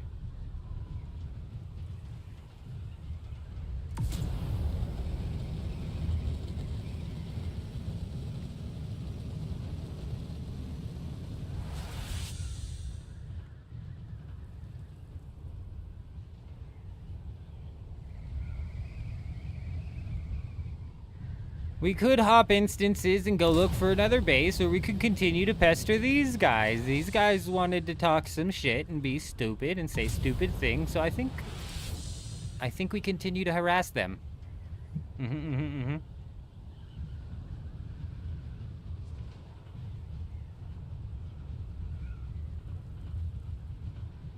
But yeah, like I was saying it earlier, it'll be interesting to see what Arc Raiders does to the player base. I'm not anticipating it doing much, to be honest, realistically.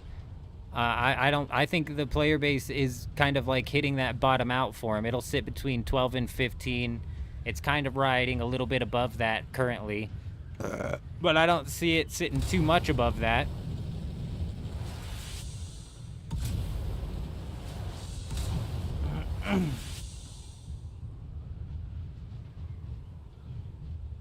Honestly, I like sniping Eurism. See, that's why,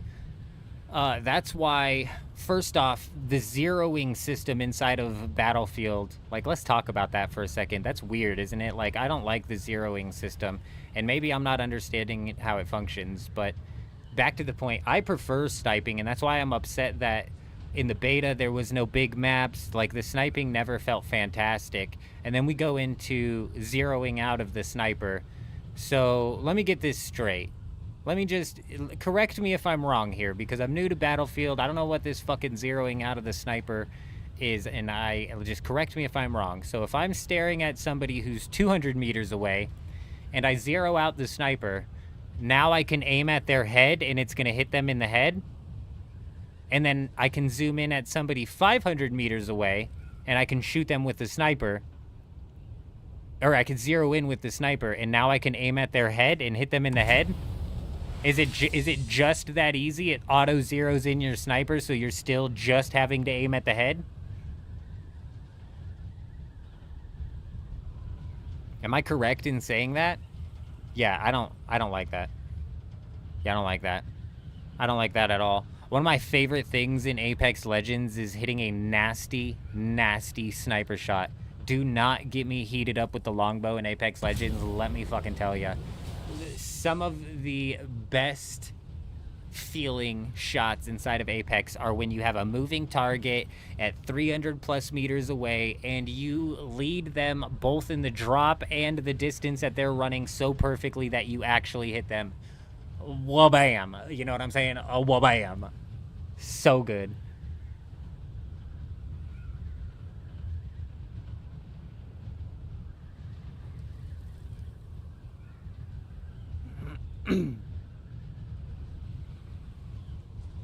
Just for me, it's like it kills sniping for me. The zeroing kills sniping. And then if you zero in at 200 meters and you're shooting at somebody at 50 meters, you have to opposite of adjust for the drop. I don't like that. I really don't like that. It's very strange.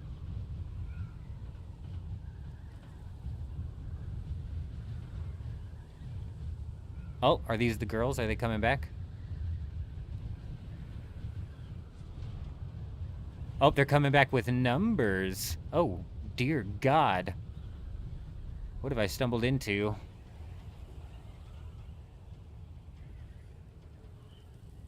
Don't zero, just adjust for bullet drop is a fine answer to the problem, Jim, but let's like speak realistically for a second. If we're going in to the Battlefield 6 Battle Royale, right? And let's say there's a scope where you can see 1,000 meters from, just to use numbers, right? And it's me versus this guy. We're both sniping. We both see each other. We're both 1,000 meters away. Who's going to have the competitive advantage? The guy who's got his sniper zeroed in, so they just have to aim at your head? Or the guy who's trying to adjust with bullet drop just to hit that nasty snipe? You know what I mean? So it's like, not zeroing it in puts you at such a competitive disadvantage that I would argue that it's not worth not doing. That doesn't mean you still don't have to lead your shot. What are these guys doing? Is it the lag? Why are their ornithopters functioning like that? Is it the lag? The hell was that?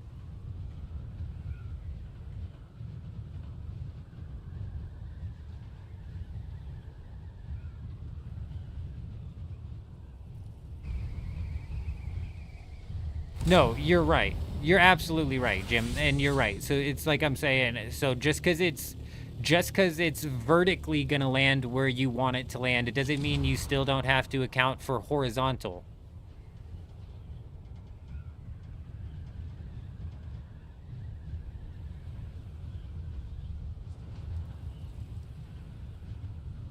You know what I mean? Because I'm with you, Eurism. If you're saying go fire the shotgun off at people running around or sit back and try and land some snipes. I'm always the one who'd rather sit back and just try and land some snipes, especially if we're like working towards heading into the battle royale.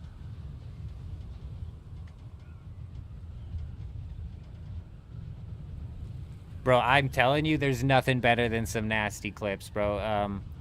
There's nothing better than some nasty snipes with adjusting for bullet drop.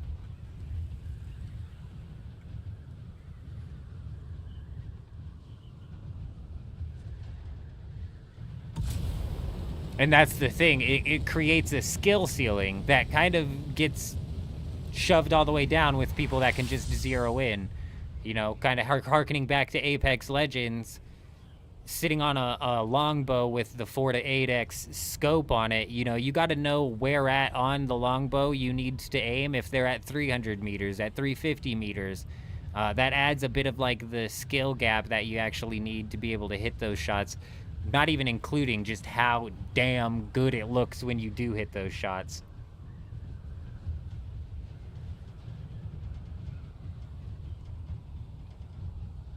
I'm excited for the Battlefield 6 Battle Royale. I'm not massively a fan of like the die respawn shooters, but I really get down on the Battle Royale genre. And it'll be cool to see that in a Battlefield 6 form. Because it's not that I disliked my time in the beta, in the little free test that they did. It's not like I disliked my time. It just wasn't the Battlefield experience that I thought it was going to be. And I've never had a Battlefield experience. So I only had like my own imagination to go off of, and it probably wasn't going to be there anyways to begin with.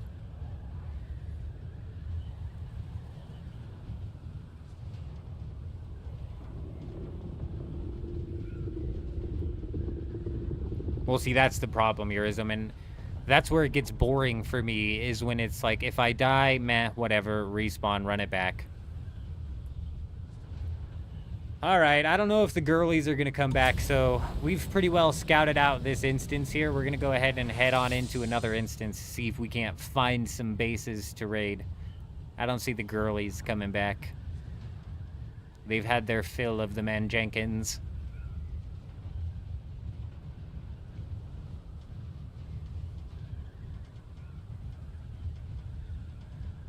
I like a little bit of weight to my lives, and it just gets redundant. Even if it feels like if I die, there is weight to it, and because you can do this as well. Like Marvel Rivals, for example, is almost on the level of like die respawn shooter to me. Like to me, that's Marvel Rivals almost sits on that same level. However, there's a little bit more competitive of an aspect to it, and your lives do hold a little bit more weight than they do typically inside of like your typical arcade shooter-esque style game. So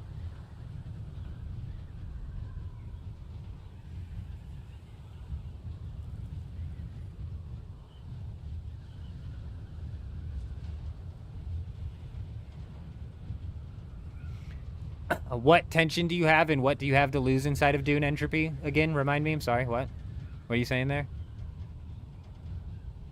What are we at risk of losing here? Oh, right. I don't want to drop my fuel cell. You're right, yeah.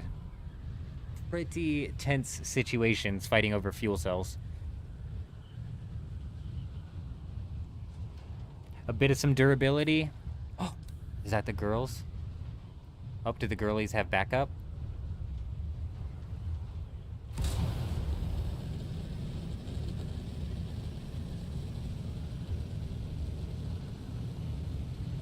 It's them. They just came out in 2 scouts now, bet. I bet they just came out in 2 scouts now.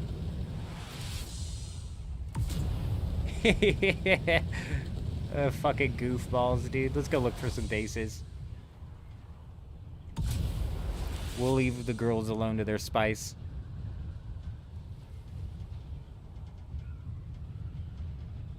You'd lose a neighbor before you lose an item in Dune? Even without the repair glitch, I think that's true.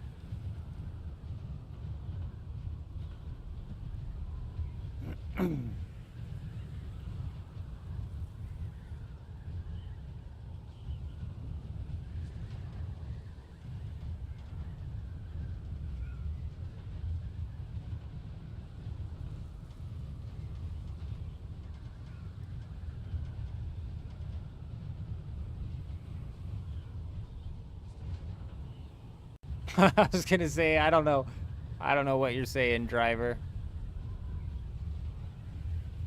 No, they're not worth it. They're not worth it. We've got 2 whole separate instances of the deep desert with potential bases to raid on them.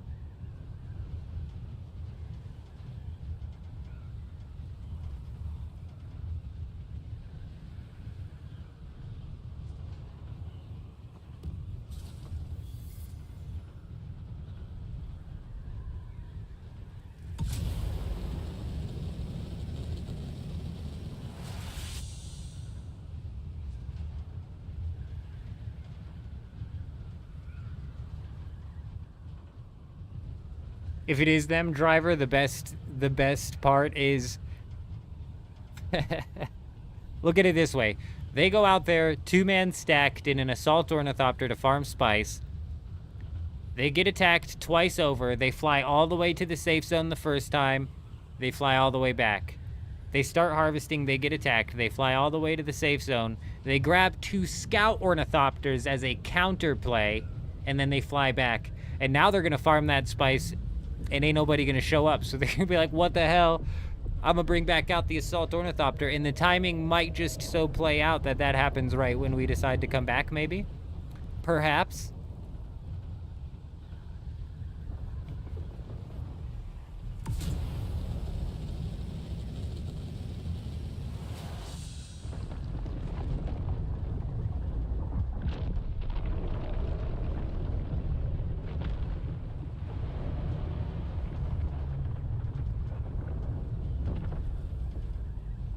Man, driver, you really can't catch these fucking things anymore.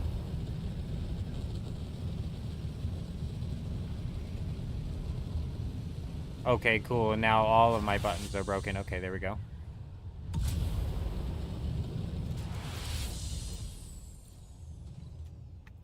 Coming in, coming in!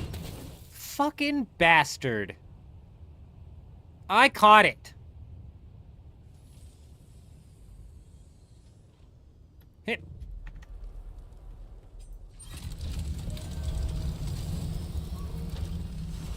What are we doing in the world?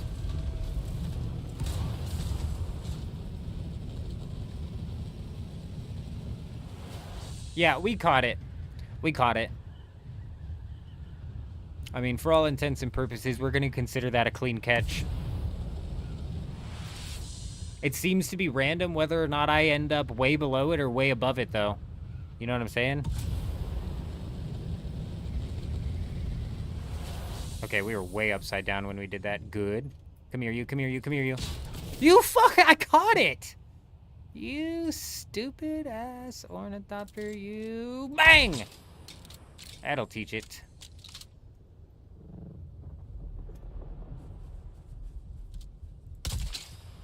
Don't even think about it.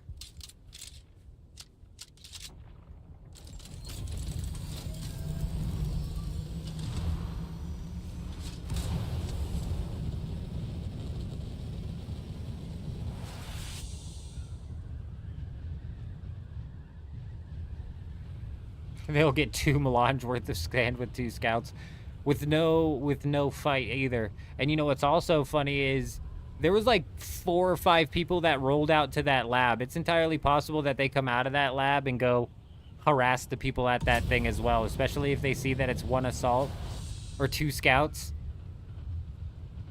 Though, if I had to bet, one of those guys is in a scout ornithopter with rockets. If I had to bet. I bet that was their big counterplay, is one of them came out with a scout ornithopter with rockets. So they're not even going to walk away from that field with 2 scouts full. It'll be 1 scout full. Their just master plan was to pull out the rockets, so when I came back and parked, they could fire. Nice try, fellas. Nice try. You're gonna have to wake up a little bit earlier in the morning than that.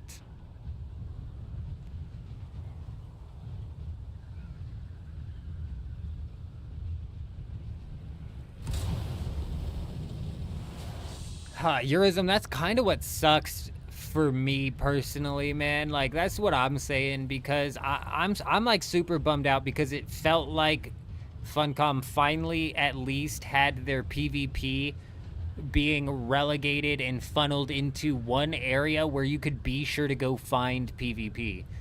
Because like Kel and I were talking about when I was playing Megabonk, it's going to turn into a point where you're looking for PvP way more than you're actually getting into any sort of fights.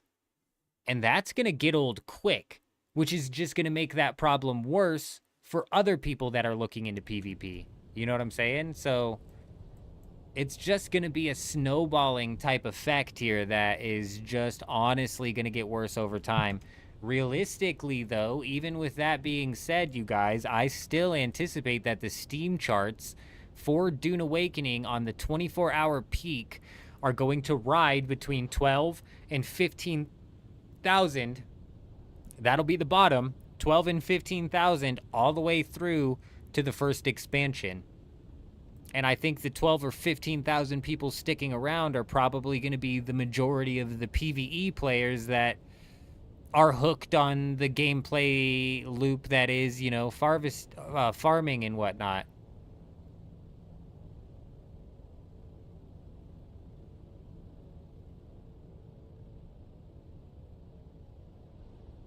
You know what I mean?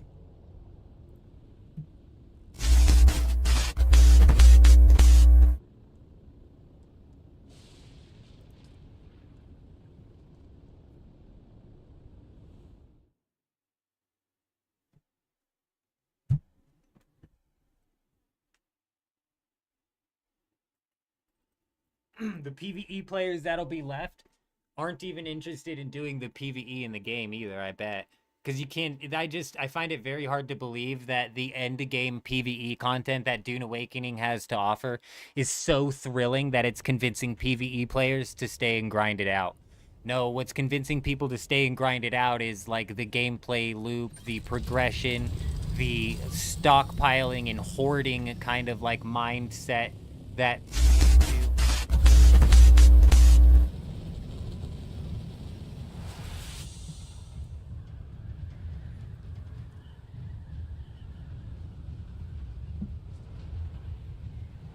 Well, that's what concerns me also, Eurism, like I was talking about earlier. If the first expansion comes out and we get the same AI that we've been playing with the whole game, and we get no substantial PvP changes, I don't even know what we're doing anymore. Like, currently right now, it's come to a point where it's like, I don't know what we're doing anymore with the direction that this game is taking. Now, they could turn it around. They could turn it around in multiple ways. They could get really creative with their PvE content and actually develop some sort of endgame content. They may also turn it around and maybe not abandon PvP like I'd imagine that they're doing, though they're week by week proving me right in the fact that they're abandoning PvP, but...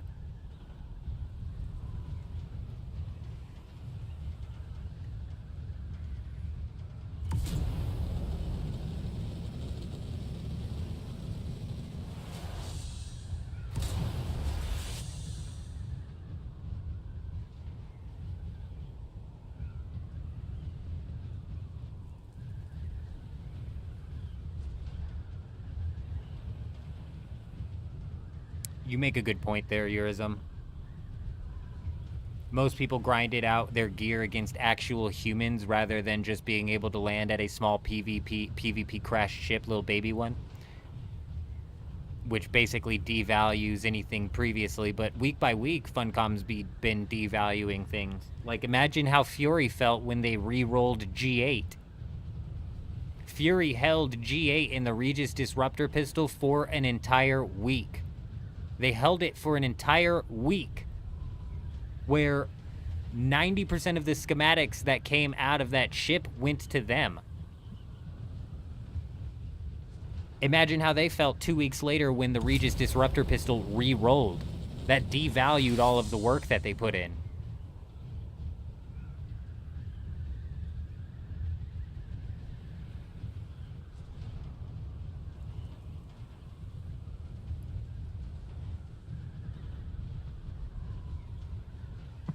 Yeah, it's very much so a make your own fun type of game, and I said it yesterday, I'll say it again. If you can't find your own fun to make out of it, you're better off you know, jumping over to something else for a while rather than just burning yourself out on Dune for no reason.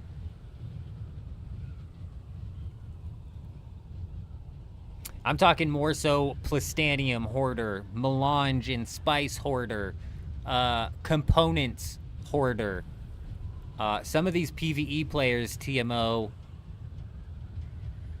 get real serious about the amount of, like, fucking components they want to have, like, stocked up.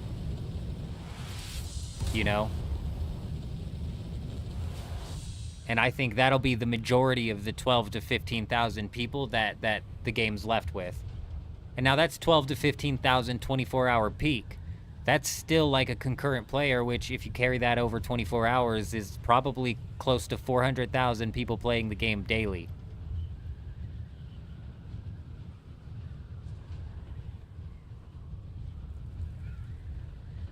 Damn, TS farmed 6,000 Plastanium this week. And see, that's the thing. That's the thing also, is eventually the hoarders are even going to get to the point where they've had enough. It's going to take a while, but they'll get there too. And that's why I think this game, if it launched on console, even right now, console would eat this shit up, bro. They would eat it up, dude. Because there's hundreds of hours of content. The progression system is solid.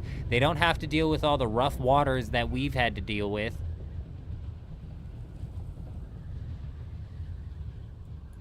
They would get their 200 hours of content, and then the hoarders would get 400 hours of content, and the PvP players would get 300 hours of content before they all moved on, and they would all move on happy.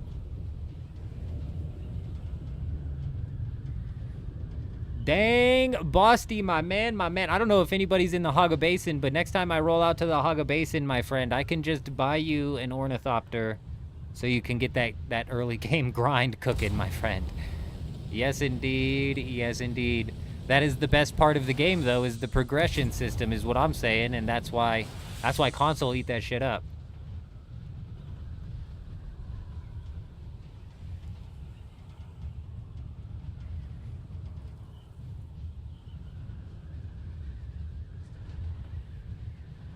Console players will eat it up. And it's not like they'll eat it up and it's a shit meal that they're eating. It's a solid game, good meal. Hell yeah. But, I mean, fuck, dude.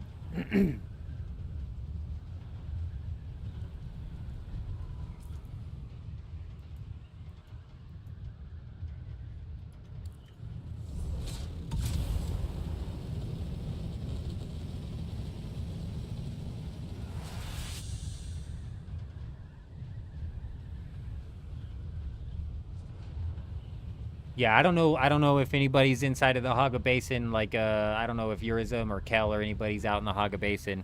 But as soon as I roll out there, I'll definitely hook you up because, I tell ya, I agree. The questing is terrible. That's one thing I can't help you skip is the quests. And that's why I didn't want to re-roll. I'm glad we did, because they're not going to come out with server mergers anytime soon. Where do you think that Assault Ornithopter is going?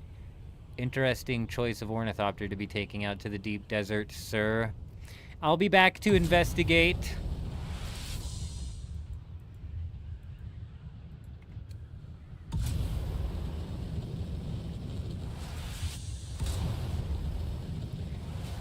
The hold to build has really kind of turned me off from the building system as well. It's like, for me anyways, Eurism, like, I like the building system. I like the pieces that we have to build with. I like the amount of area that you get to build with and how the scale at which some of these bases can start to be. I really like that. But holy crap, holding to build is just... And then even now with the mega base that we have going on with the guild and putting up all of the decorations, it's just thinking about going through that whole process of laying down 5,000 pieces again and 700 decorations. I don't think I'm in. Not in a hold to build format.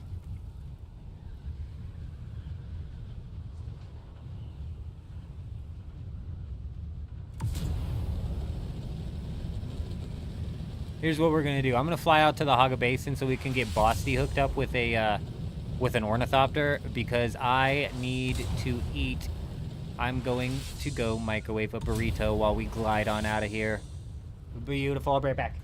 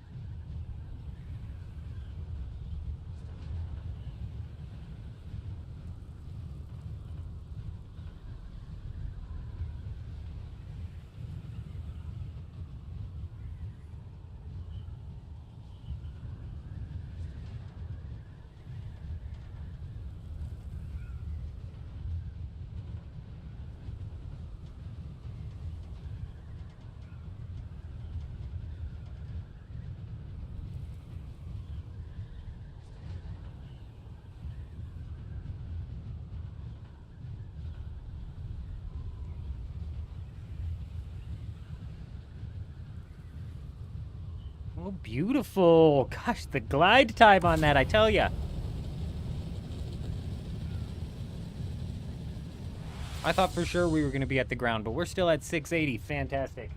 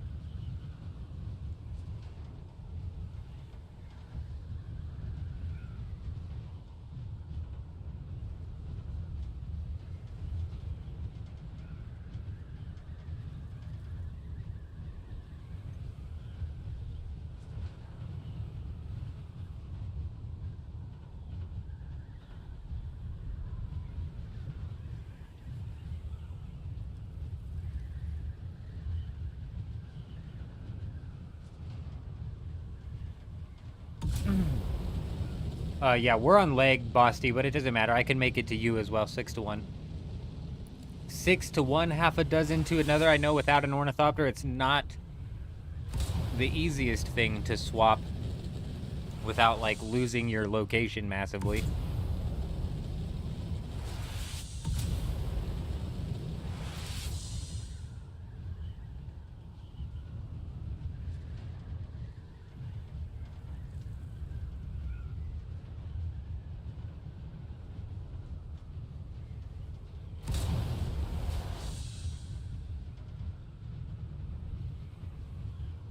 Who are you, Eurism?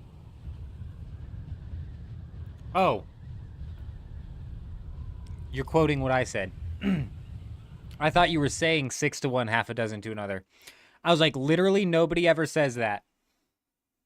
I used to work at Walmart, and I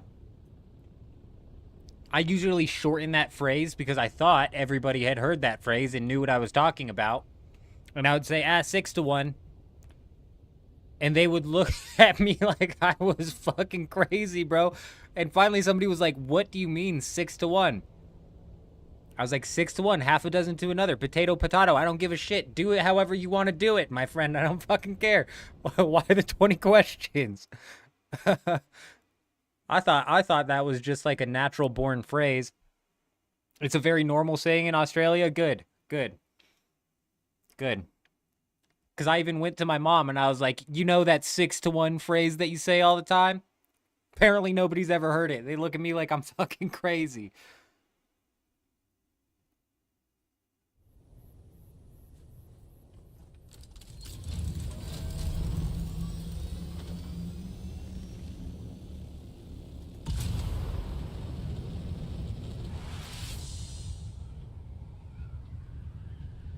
So yeah, careful who you say that to, because they probably don't know what you're saying. Even when I say 6 to 1, half a dozen to another, sometimes they like are like taken back because they're not used to saying that. Or used to hearing that. Potato, potato.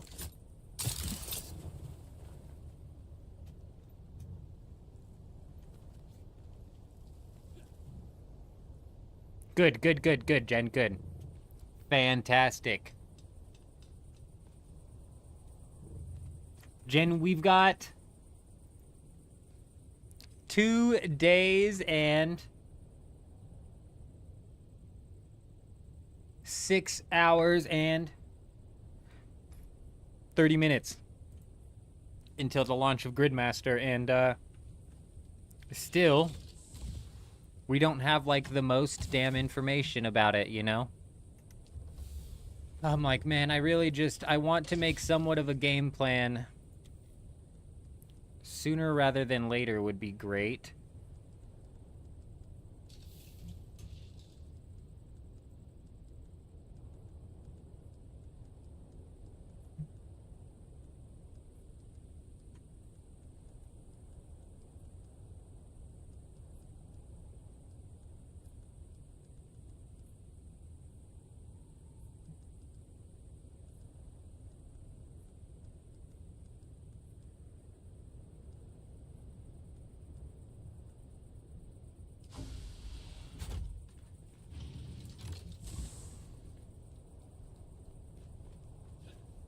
Ay, fuck me, Jen. I don't need the full thing, but we need more. We need more. Also, Jen, I'm glad you're here.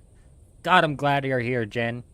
Jen, I need you here at least once a stream so we can game plan here because I have so many questions. Some shit has come out in old school. Do you know anything about the gem crab? What is the gem crab? Is that... Do you need a quest to do the gem crab?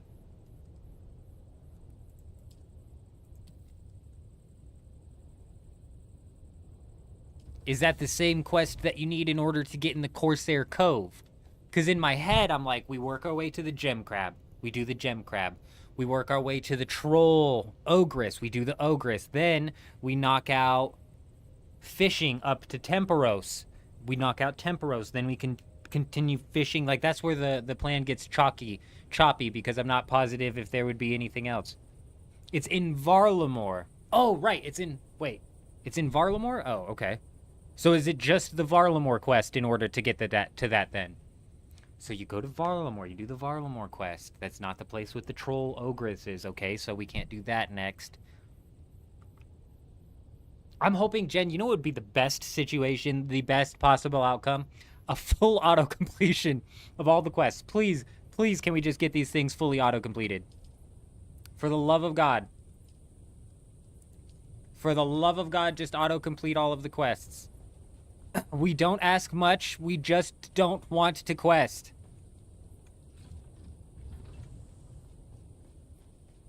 That should be how they do it. That should be how they do it for sure. Only freaks like to quest. 4 awakened bosses. I was watching Odablock. I was watching a clip of Odablock trying to do one of the awakened bosses. I'm fucking no shot. And you know what pisses me off? Jen, you know what pisses me off more than anything? Is the tile markers, dude. It's so cheesy, bro. It's so cheesy.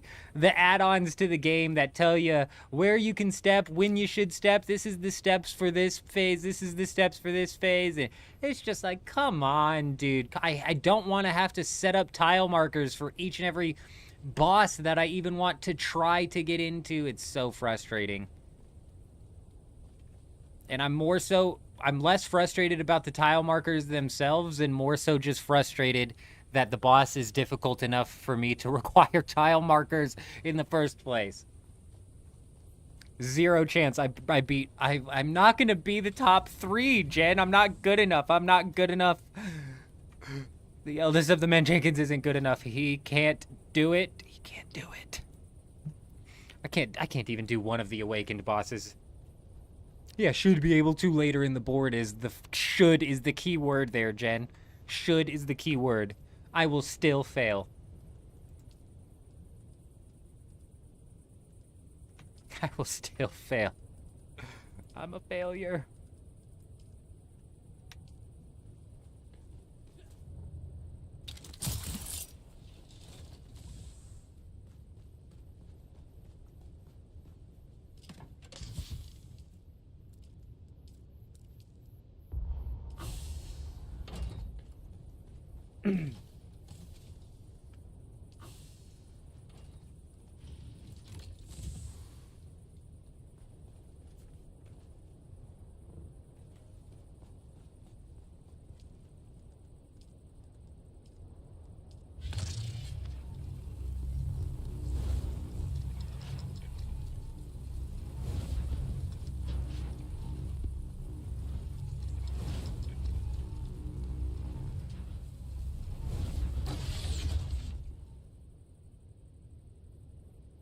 What do you mean the mega rare?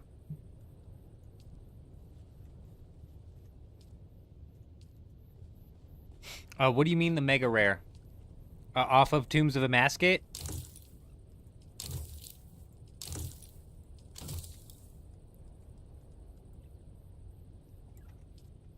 In order to pull the what? Or are you talking about, like, the echo weapon?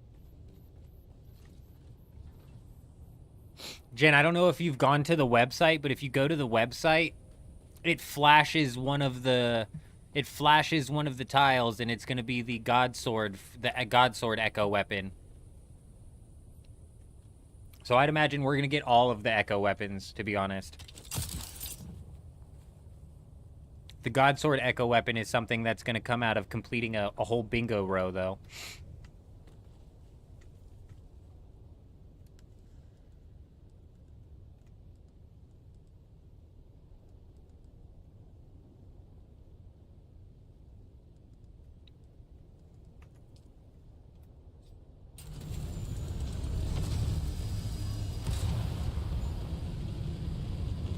Right, so you can roll a scythe or whatever.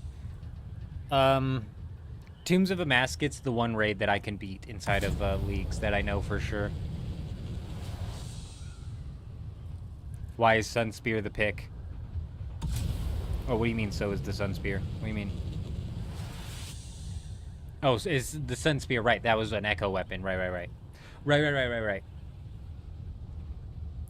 I don't even know what weapon I would pick if I got, like, one of the mega rares. Would I pick T-Bow? I don't even know. Scythe, probably.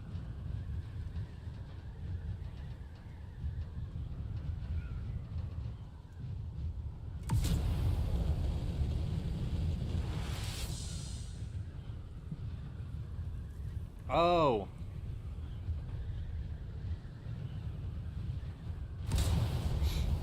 Yet you get the Kopesh. Did you get the shield from the Kopesh as well, or was it just the sword? For completing the Awakened? Was it all 4 of the Awakened? That'll never fucking happen. I won't even kill one of the Awakened. I don't care if I have unlimited sharks. I don't care if I have mega power, okay? We're not completing any Awakened bosses. I can practically guarantee it.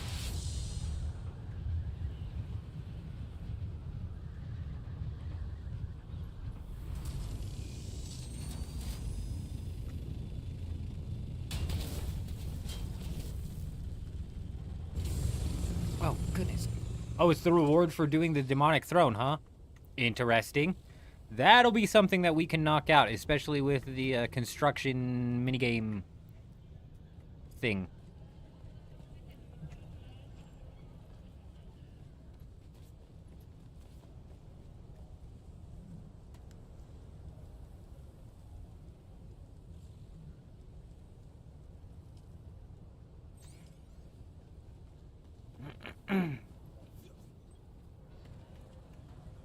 Welcome back. What can I...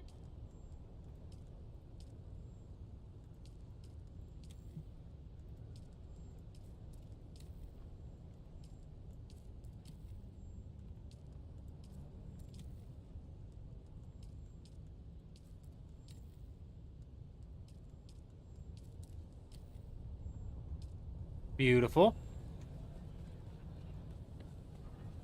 What siege are you on? My friend, what siege are you on? Bosty. And where?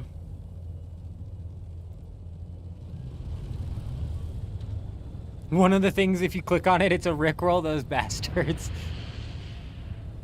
Alright, cool. I'm on my way. Those bastards. Yeah, every time they come out with the reveal, I'm like, I just, you know, I could make a video talking about it, whatever, but it's pretty fucking straightforward. I like to get more into, like, the theory crafting, putting together, like, the route. I'm running out of days, though. So we've got... Do we still have more reveals coming? Thursday, or Monday and Tuesday? So we should technically have 2 more reveals, right?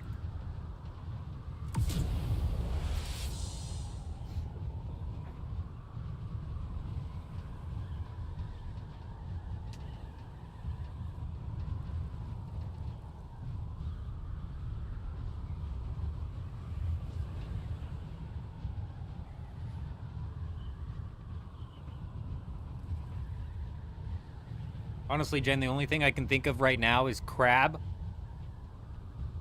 Whoops. Crab to Temporos to Ogress to Lesser Demon in the Wizard Tower, if that's cleared up by then. But any of that could have any sort of, like, anything end up changing that. You know, maybe they put out an easy task that's so much better for you to do and much easier.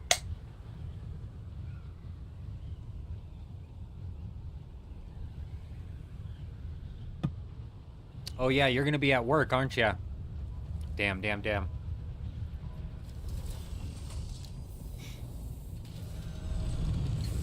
Damn, I think during the last old school leagues, I was still working at Walmart.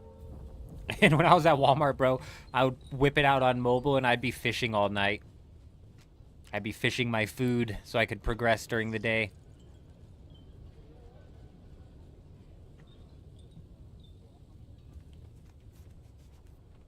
Good evening, my friend. Good evening. Oh, wrong button.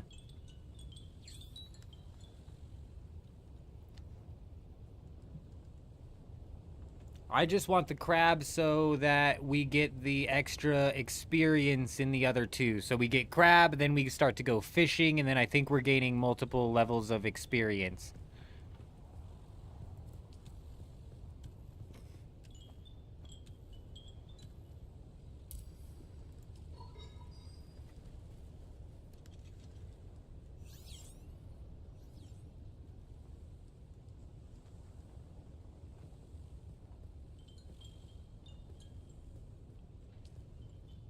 Here you are, my friend. Here you are.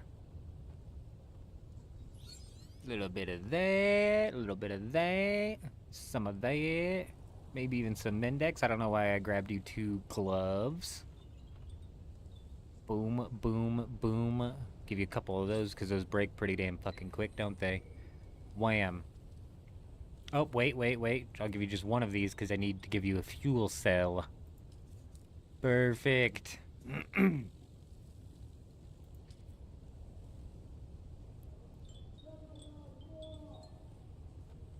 Hell yeah, my man. That sword and that shield should carry you through any of the early game stuff that you need to knock out. Stronghold's gonna give agility boots? Ooh. Only one problem, my inventory's full. Oh, you're good, you're good, you're good. You're also thirsty. You got water? You need something to drink? Need a little bit of that juice? Spice up here. The man has come prepared. It's a leak, though, but everything else they leaked has been right. Some motherfucker has all of the tasks and he's not leaking it. Hey, tell him to leak it. Tell him to leak all of it. Tell him we need all of it. See, that's the kind of task, Jen, that changes up the strategy entirely, because then it's go and get the thing first.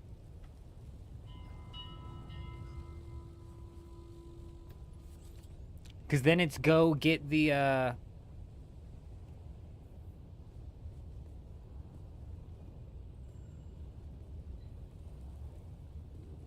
What am I fucking thinking of, Jen? Oh, you go get the agility boots first, then you go to the crab, then you go... Because that's on your way to the boots, and then it's like, is there anything else on your way to the boots? It's like, that's why we need the whole task list. Please. I understand with it only being 49 tasks, they don't want people to min-max it before it even starts. It makes sense what they're doing, not dropping it all until 30 minutes prior. Is it not letting you craft the ship? It doesn't let me place it anywhere here. This man's emptying everything, dear God. Dear God.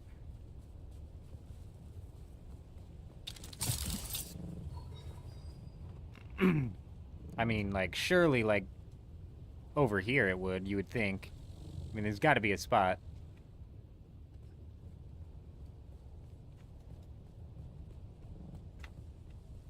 One of them is maxing. Gosh, Jen. There we go. That's crazy, man. That's crazy. Maybe we have a chance at being top 3 after all. I'm notoriously the best at maxing. Notoriously.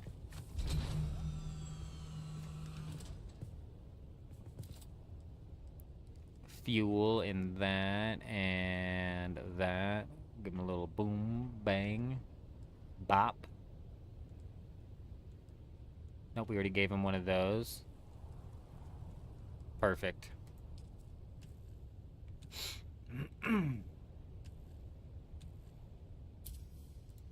Hell yeah, my friend. Let me know if you need anything else. That should definitely help you power through that early game nonsense. The early game nonsense. Yeah, thank you so much. Not a problem, Fucking not a problem, legend, not a man. problem. Appreciate it. Yeah, holler at me if you need anything else, for real. Sector weather Will do, alert. will A do. large Thank you. sandstorm is approaching.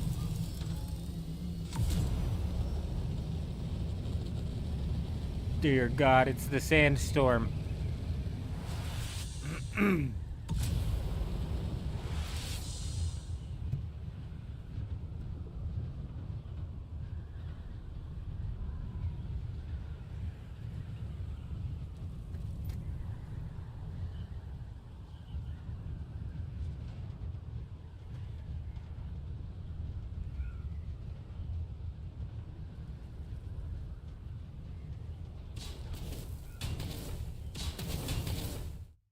Did I leave an ornithopter behind? No.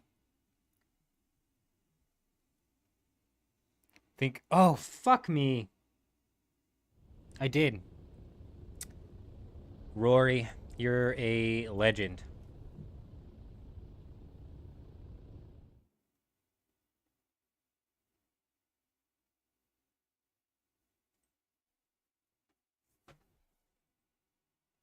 No, I did.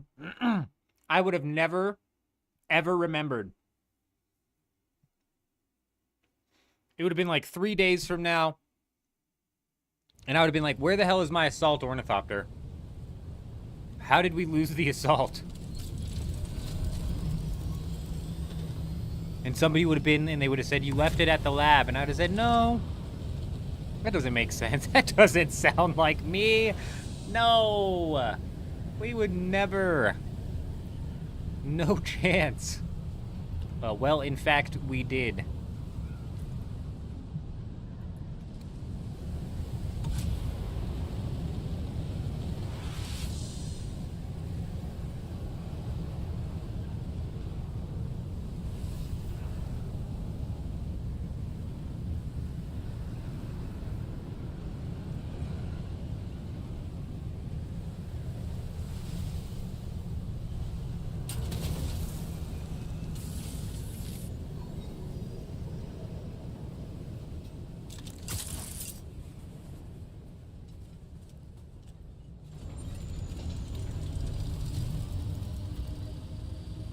My assault, yeah, you're right, Jen. You're right. You know what? Knowing me, that would totally be something that would happen, is I remember it. I'd either be playing Gridmaster or I'd be, like, in my bed getting ready to fall asleep. I swear to God, this happens when I'm getting ready to go to sleep. I'd be about to fall asleep, and I'd be like, I never grabbed my assault ornithopter, bro. I'd, like, dead ass. Middle of Gridmasters, not even playing. Oh, I left it. Everybody in the stream's like, what are you talking about? My assault ornithopter, 3 days ago, I left it. I left it. I know I brought you 2 gloves, no pants. That's my bad, Bosty. That's my bad. I've been scraping the bottom of the barrel with the gear. With the gear. Basically, we've been giving anybody who comes onto the server sets of gear that I had crafted up from when it was full loot PvP, and apparently I did not craft enough pants, and nor did I craft enough boots.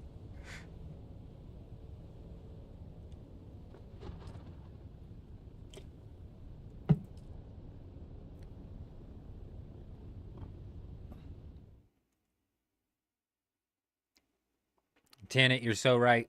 You're so right. What's funny is my grandma, I wouldn't say Alzheimer's, but just a funny old person. And then my mom's not even at that age yet, and she's turning into a funny old person with funny old person type quirks.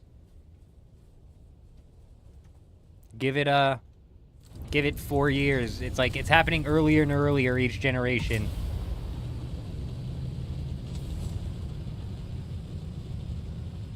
Yeah, Chuji, I'm trying to clear that fucking chest, though.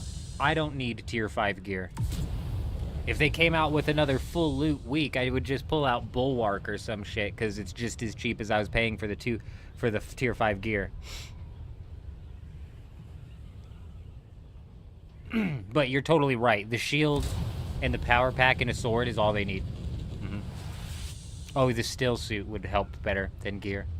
I'm just trying to clear that chest. I'm just trying to clear the shit out of that chest. A bunch of tier 5 nonsense.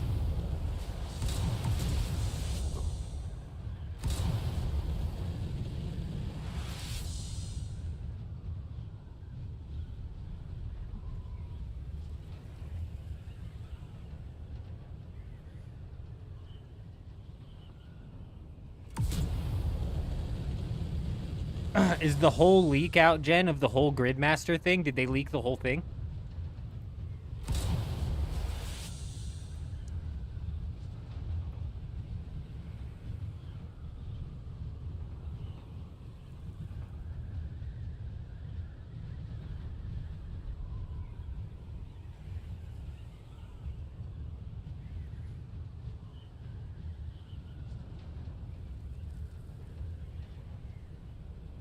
Oh, he's fucking been dead on so far, hasn't he?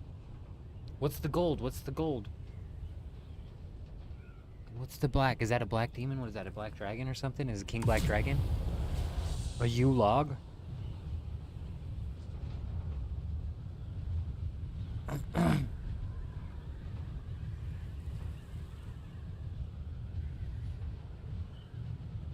I'm not seeing the boots. I'm also not seeing the icon that you're thinking would be the maxing icon. I don't know if I'm on the right one.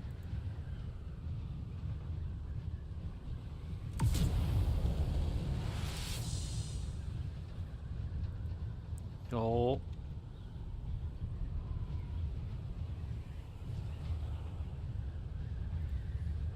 I'm looking at it to my left. It's hard to see shit over there with my head cranked like that. Oh, that is a max cape, isn't it? Oh, shoot.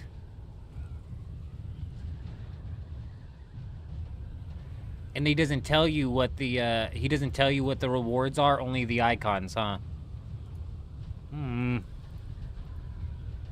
Yeah, that's definitely a max cape.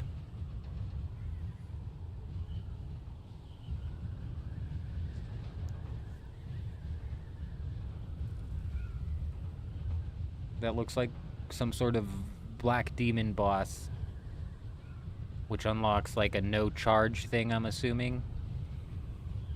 And there's no reward icon for the gold ore. The one right above the wizard tower demon. So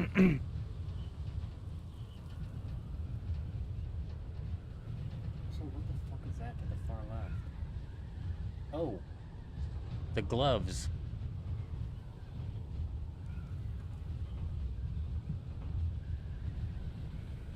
Oh, the shield comes from... Is that the Kopesh shield? That comes from a bingo.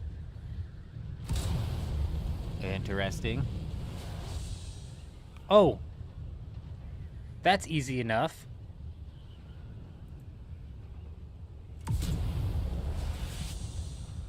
I'm excited for this Gridmaster mode. I think it's cool that they're running it in it with a free-to-play section of it as well. Solid idea. Who knocked the power down? Was it you? It's probably these guys. Pranksters always coming in and knocking my power down.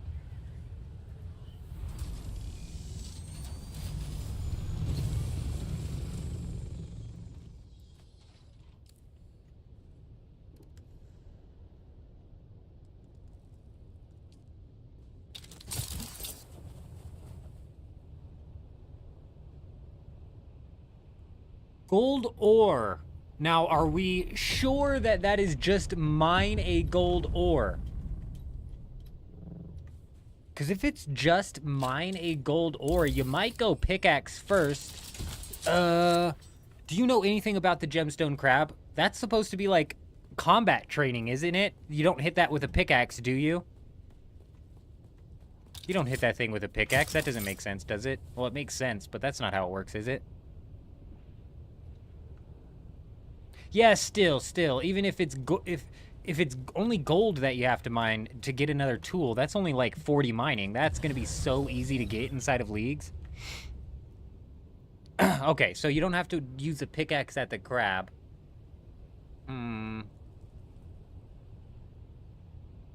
Because I'm like, you would go pickaxe first, which would buff your rates at the crab, which would get that done quicker, which would then... I wonder what you need...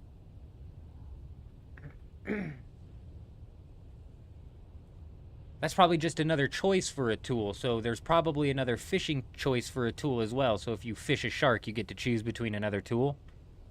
Fish a lobster, choose between another tool. It's got to be something like that. Oh boy, I tell you what, I'm excited. We're going to be going live doing a... so honestly, it depends. So as it stands right now, the kid wants to spend the entire week over at grandma's house, and she's okay with that. Whether or not he actually stays there and she's okay with that the whole time, we'll see. If she is, in fact, if he is still at grandma's house, come the launch of Gridmaster mode, we're for sure going to be putting out a 24-hour live stream that's going to be starting up about an hour before the launch of Gridmaster mode, so we can fully immerse ourselves in finalizing the game plan. Hopefully within the next couple of days, I can create what I'm going to consider to be like a rough draft game plan, kind of slotting out what relics I for sure want to knock out quickly and in what order I want to knock those out.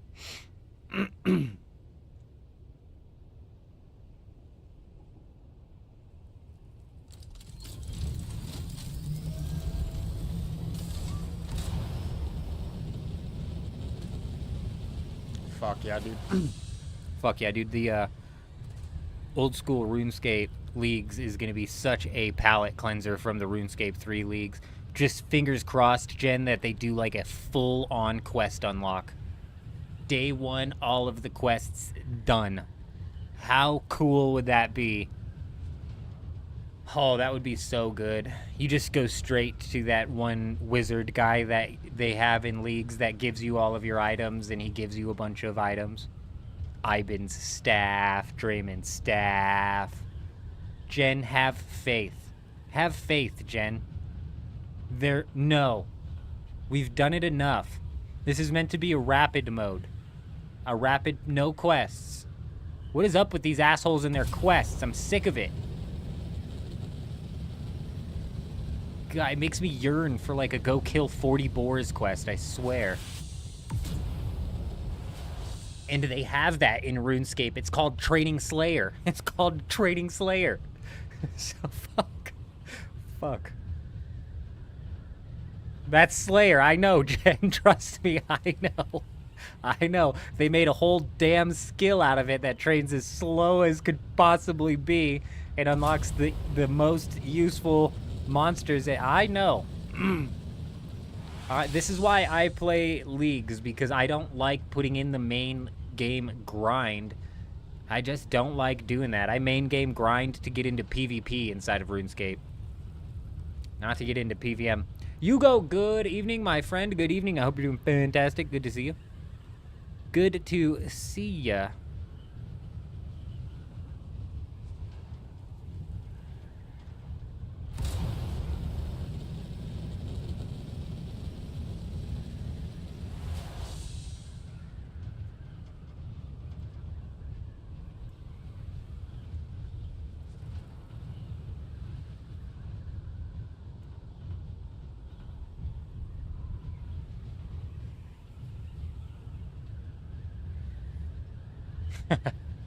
It's funny that you bring that up, Jen.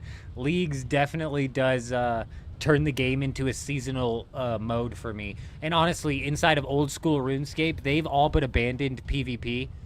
You know, like the PvP scene inside of old school has whittled down to a type of PvP that I'm just not super thrilled by anymore. You know? So even when it comes to the PvP, I'm a seasonal game mode player. Deadman mode for old school RuneScape coming out towards the end of the year. I'm going to be taking that incredibly seriously. Probably a couple of weeks before Deadman mode even launches, we'll be running probably 8-hour, 10-hour live streams where we're doing nothing but last man standing, trying to practice my tri-Bridding against bots, you know what I mean? Because tri-Bridding is not a combat style that I'm fantastic with, but it's absolutely essential for Deadman mode. And I'm planning on doing a bunch of PvP in Deadman mode. I usually try to stay and play for the end game. I try to play for the end game of the Deadman mode, where the finals. But nope, not this time.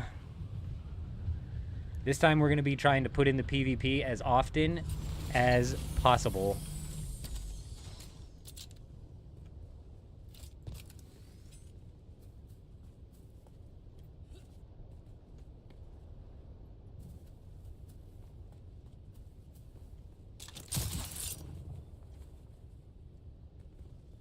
All right, this is not a fantastic place to do it, but I will be right back. I will be right back.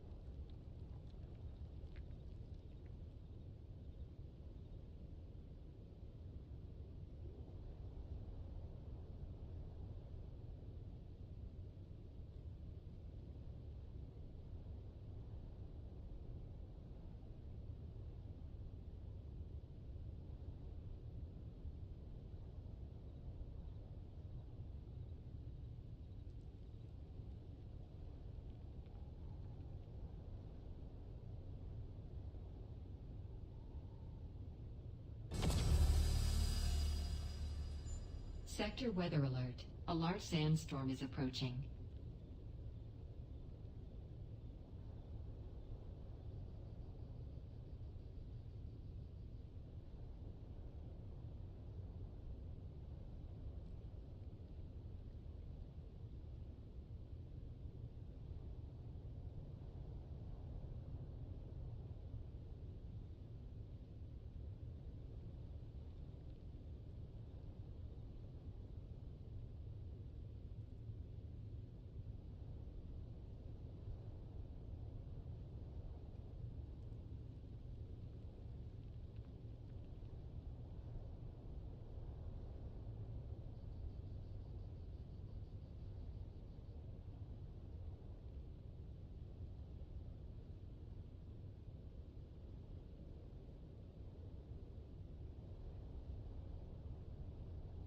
Sector weather alert. A large sandstorm is approaching.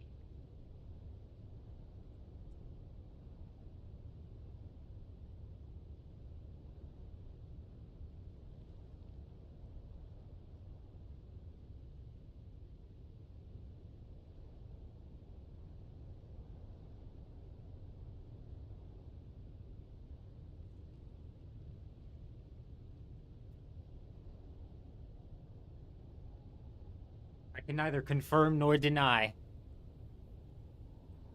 whether or not I just shit my pants. But what I can say is that it was close. Either way, Either way of the fence it was fucking close, okay?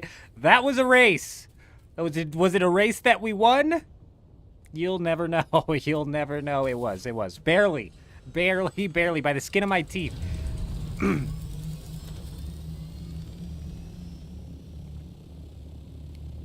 We're back in business. We are back in business. Sector weather alert. We're really back in business. We're really back in business. Which way is it coming from? Yes, okay, this way. Perfect. Fly out this way. We don't have any bases lined up for this storm, unfortunately, but we have a cleared out intestine, and we are ready to go. So hopefully we find one.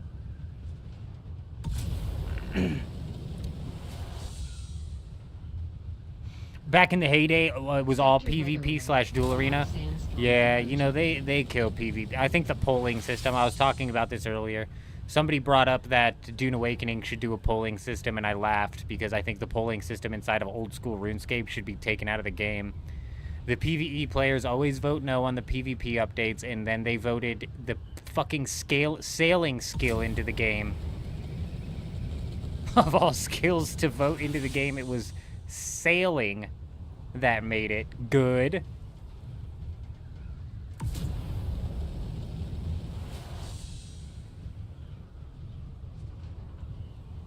So I think the polling system should be taken out. Sandstorm is approaching.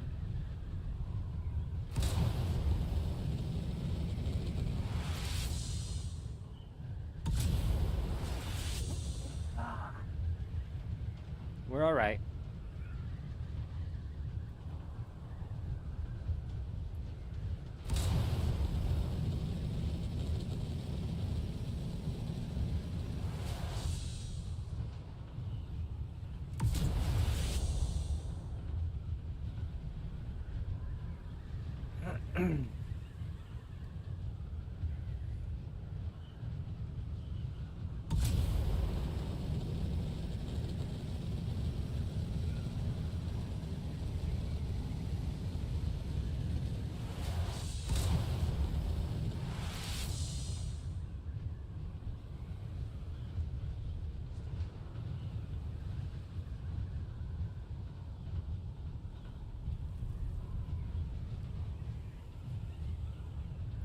All of these opportunities for bases squandered.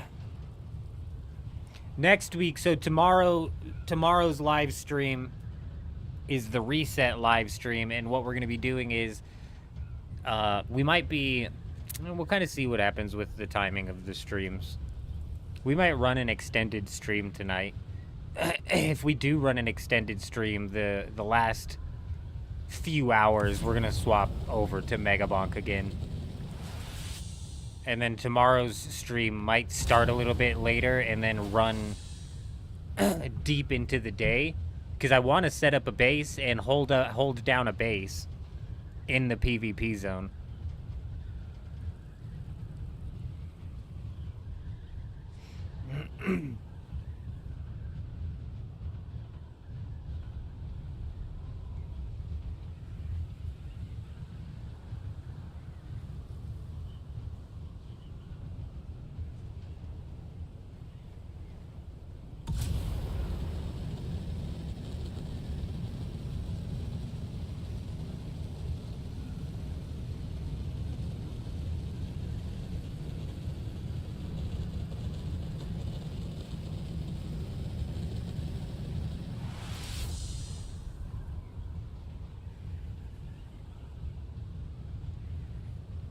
That thing is getting way too close for comfort.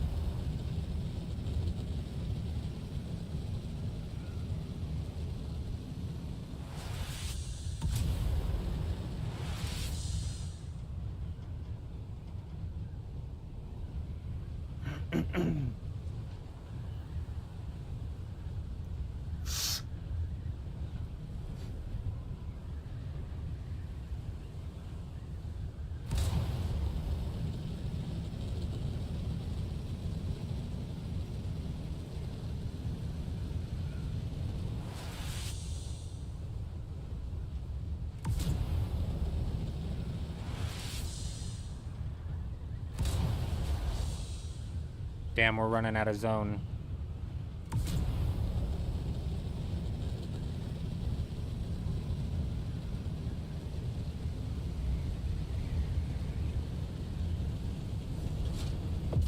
Shit! Oh, fuck!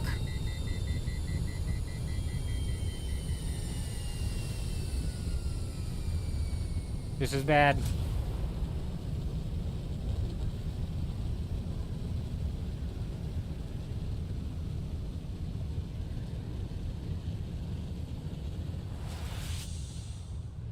This is bad, this is bad!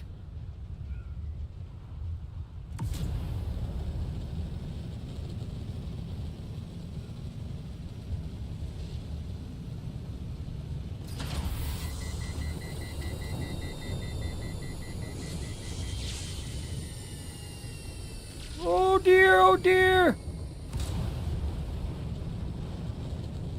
There we go.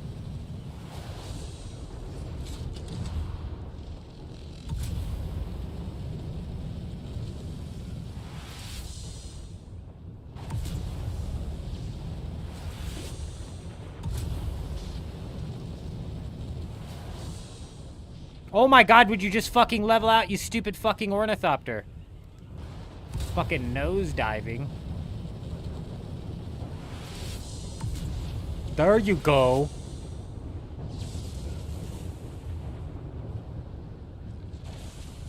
I mean, we get into PvP when we run into PvP, which is how I like it. I like it to be random chance encounters, you know?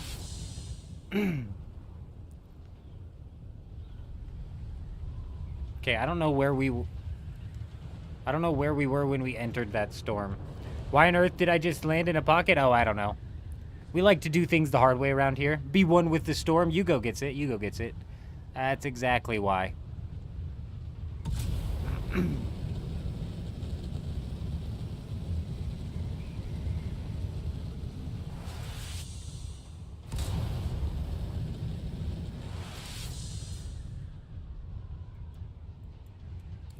But am I gonna go, you know, fly around like the PvP ship and look for the group of 3 people hanging around there? We might.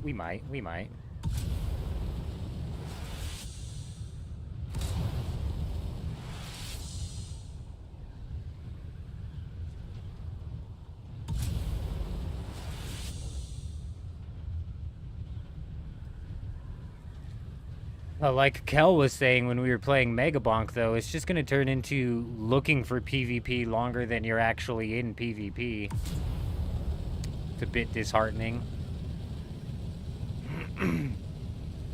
Though, doesn't affect me much realistically, if we're being honest about things. Doesn't affect me much considering we out here looking for bases.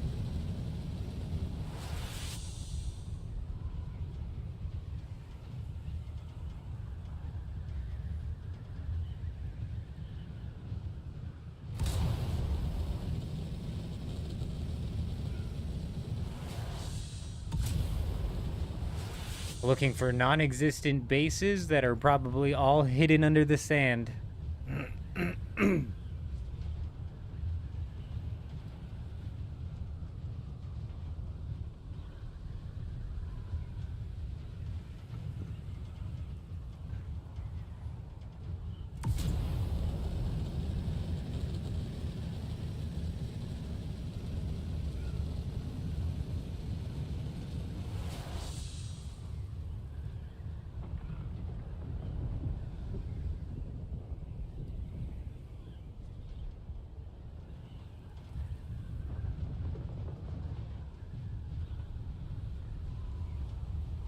I mean, damn, even when we raided the F7 base on Instance 1 today, there was nobody there. A little bit of PvP that we've even gotten into tonight was literally throwing rockets at some ornithopter farming spice, which I don't consider PvP, I just consider that harassing a couple of random people.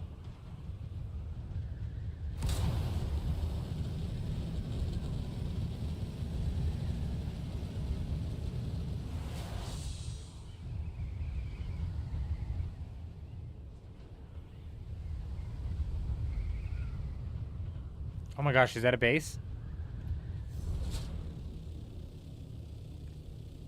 Oh, it's not.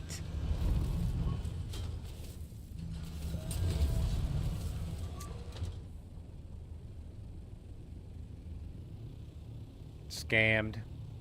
I wish they would stop putting control points on the big bowl islands, because this used to be a hot spot for hidden bases.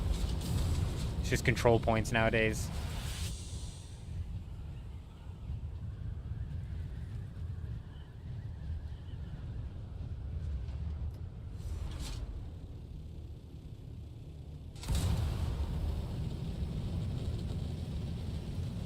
Well, that's instance number 3 practically fully cleared. You know what we're gonna check while we're all the way out here? Let's swoop down these islands. All the way out to G1.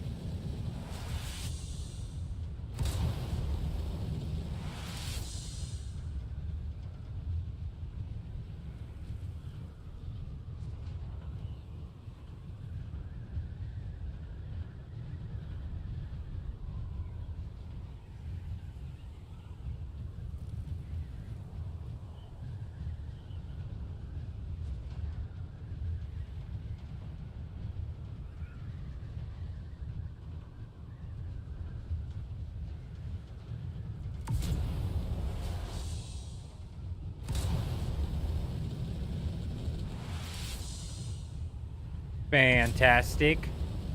Another empty island.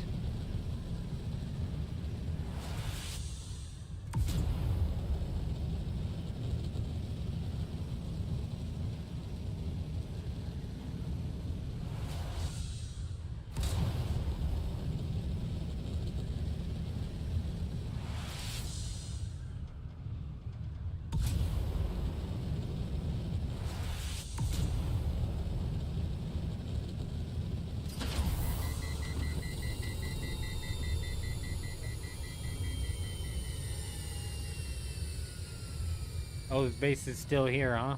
Interesting. Very interesting. Doesn't look like they've done anything to fix it.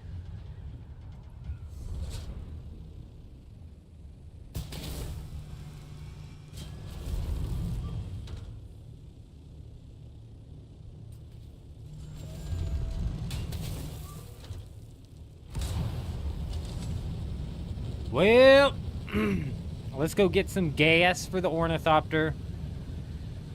Add one more chunk of battery over to the base over here, and let's go scout out instance numero 2.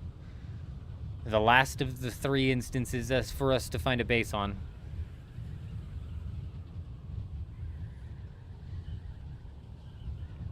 Next week, though, what I'm planning on doing, Echo, is right at the start of the week and every single night that we're streaming, instead of looking for bases and only looking for bases, I think what we're going to do is we're going to pick out whichever POI we think is going to be the most populated and build a big-ass base over there and just pester people who are using that POI.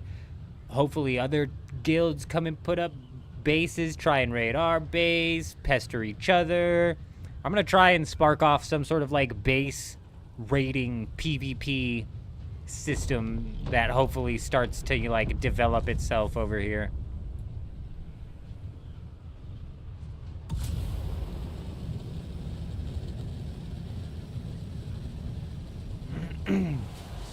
Fusion, I've said it before, and I think this holds pretty true 9 times out of 10. The way I look at it is 85% of PvE players will never step foot into the PvP zone, no matter what you do, and for any reason. There's no reason, and there's no thing that you can do. There's no reason you can give them, and there's no thing that you can do, which is going to convince no, sorry. You cannot convince 85% of the PvE population to even step foot in the PvP zone. Bottom line. 15% of the PvE population you might be able to convince to pop out there recreationally. 85% of them will never even fly for 1 second into the PvP zone.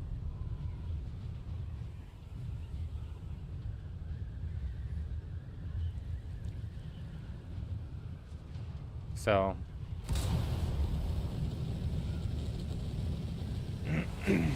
so I'm not surprised. I didn't think the vehicle insurance system was going to bring anybody in. They need to get rid of the PvE half, in my opinion. That's the way I look at it.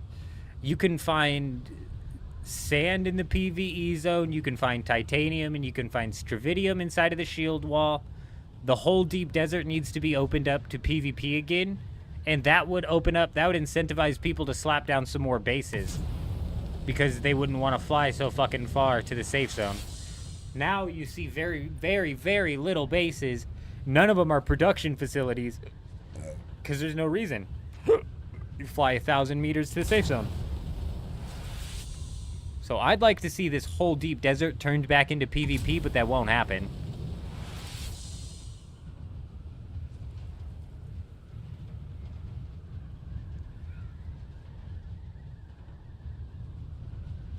Is just another tick on the whole list of changes that they've made Fusion since day one of this game that have just completely deviated from what their original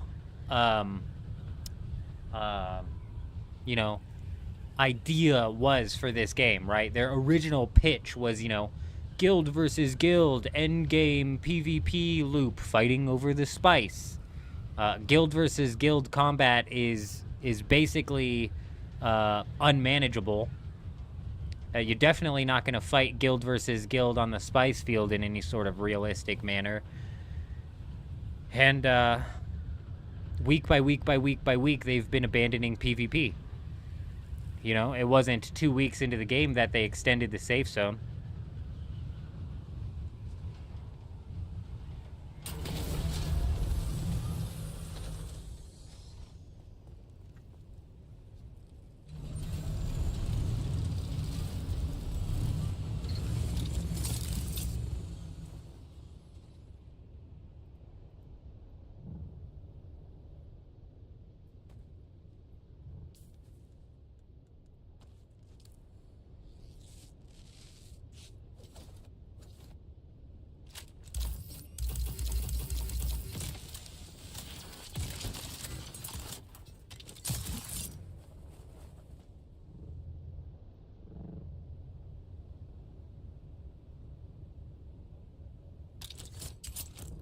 Dude, I swear they shortened the amount that the grapple reaches. Is my Shigawire Claw all the way leveled up? I'm gonna flip if it's not.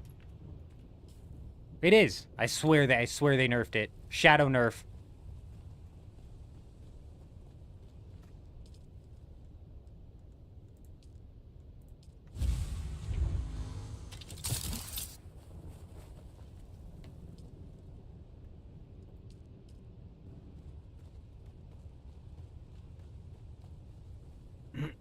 That's not the first time that that's happened, Fusion. They didn't do that on purpose either. That was not intentional. That's the AI generation of the map. It was definitely accidental, and it's not the first time it's happened. And guess what? None of the PvE players are going into that lab this week, are they? Maybe 15% of them. Kind of lines up, doesn't it? Kind of lines up. I'll be right back.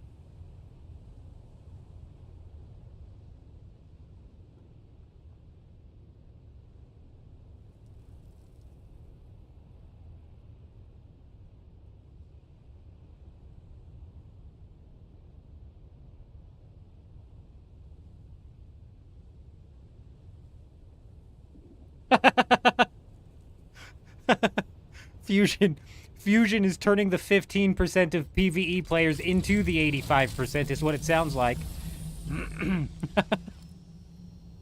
Oh, shit. Oh, man. That's some good fun right there.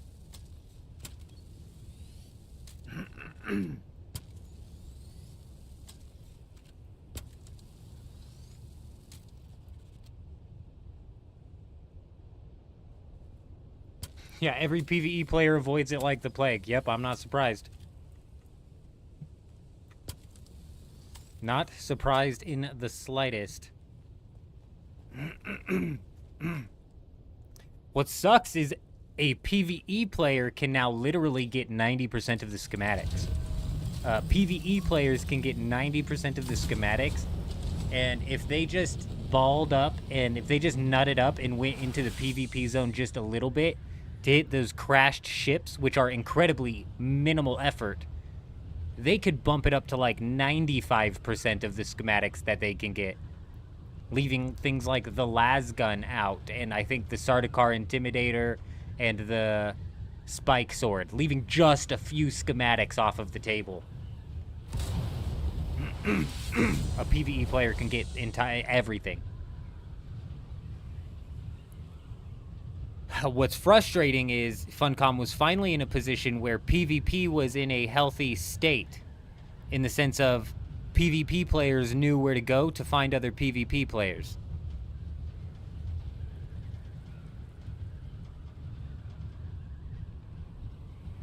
Now PvP players are too scared to lose durability, paired with the fact that they're bouncing in and out of the deep desert to go and bank the schematics that they got.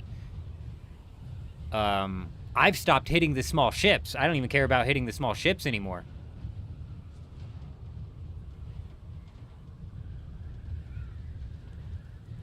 Honestly, Echo, I think it's the latter. I think that they genuinely do not have the skills. I genuinely think that it is filled with there's 8 employees over at Funcom who are carrying the weight for everybody, and everybody else is just phoning it in. I'm not convinced that they have the ability.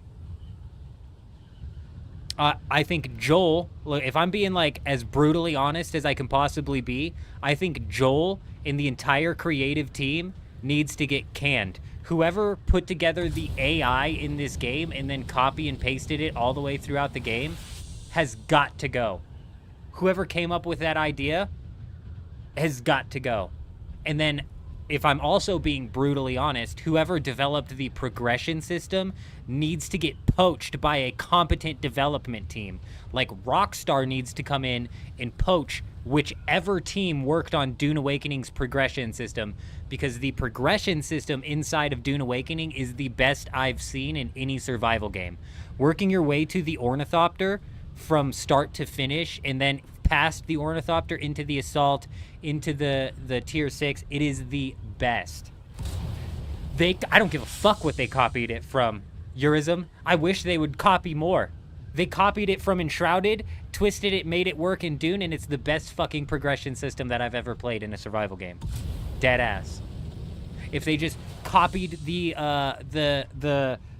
guild timed PvP events from Throne and Liberty, twisted it around a little bit, and made it work with control points over here in Dune Awakening, where a random control point spawned once every 6 hours that was on a giant island, and whichever faction held it down for the longest got the points, got like a big chunk of points to that Landrad tile. Fucking amazing, bro. If they just took the PvP system from old school RuneScape with the risk versus reward, having it to where if you're flagged up, you're at risk of losing some items. Twist it up for Dune just a little bit, and we're cooking, bro. We're actually cooking. So I don't care. I don't care what they steal it. That's the art of development right there, is what I call that. That is the art of development. And whoever did the progression system over here needs to be poached and put onto a competent team. Gal brings up a really good point. The same bottlenecks in progression. I'm assuming very timed bottlenecks. That's the one thing that I actually don't like about Dune Awakening's progression system, is the amount of time it takes to smelt ores. There's no reason it should take that long to smelt an ingot. You remember the live beta PvP event for streamers, and Funcom was stunned how the players found out they can short hit Blade Infinite stun. I remember also their combat designer saying we tested it and have a very good combat. TLDR, they don't know, and neither listen. Oh my god, yeah. Yeah, you're 100% correct, Tanit. And I also heard that during the private testing for the game, that the people who had access to the private testing told the developers that there's going to be a problem with people logout camping schematics. The developers were warned about that. And from what I understand, their response to that warning was to say, players probably won't play that way.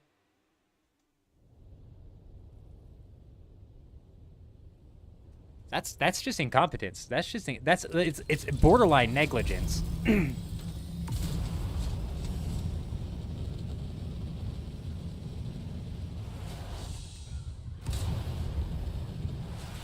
The way it feels to go from bronze to iron to steel to you're finally cooking up some aluminum and you get an ornithopter and a buggy running and you get your jasmium and your cobalt paste.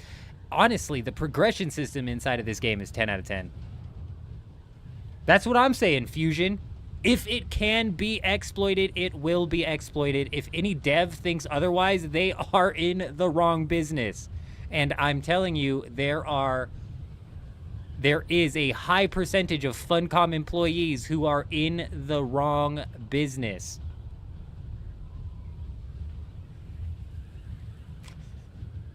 Gal, honestly, now I'm starting to question the progression system. If they just actually swapped fuel for water and because there was, I don't remember what it was, but there was something inside of this game where I was like, okay, now that really seems like they actually just copied and pasted the functionality that was in Conan Exiles straight into Dune Awakening. Like, how much of the code from Conan Exiles got copy and pasted into this game, do you think? Because that's a sad state of development, in my opinion. After submitting hundreds of bug tickets, most made it into the live launch. That's what I hear. They were warned about the infinite chest bug before they pushed that live. No, I'm right there with you, Echo. There's no reason to care. This is my first Funcom experience, and I tell you, I don't know if I can sign up for another. The only thing that would get me to sign up for another is the fact that they've managed to suck over 1,000 hours out of me. Now, would Dune Awakening have sucked 1,000 hours out of me had I not had a community to sit here and chat with while we play the game? I don't know. I don't know. I do enjoy the base rating inside of this game. Even when we were on Dugap, I fucking had fun flying around, getting into random encounters, and then raiding bases in between.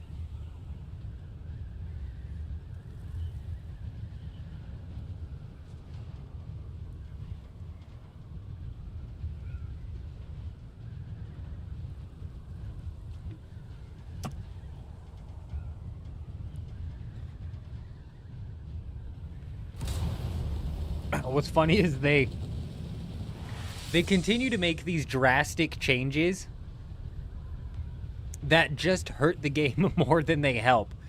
So it's like almost little changes trying to push it in the right direction would be better, but they make these drastic changes like extend the safe zone, move the titanium all the way to the shield wall. They do these fucking crazy things instead of making it to where it's like, oh, titanium is just a little bit more, out here. A little bit harder for people to build bases around multiple nodes or whatever.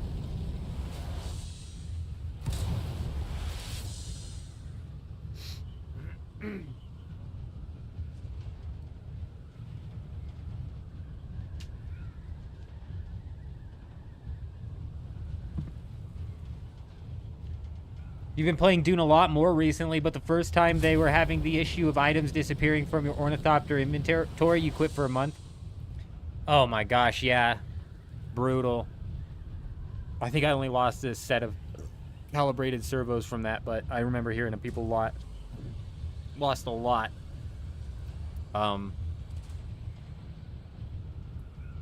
It's just fucking weird, man. It's just weird.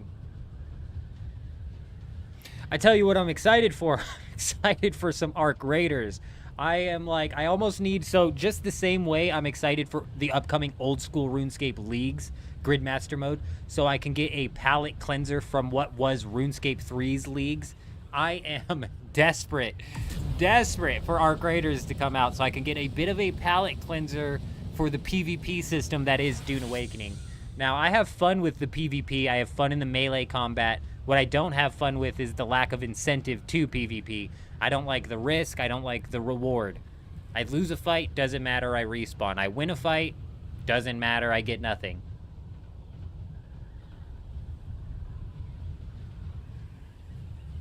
Our graders, we lose a fight, we lose of everything. We win a fight, we get everything. It'll be a drastic change.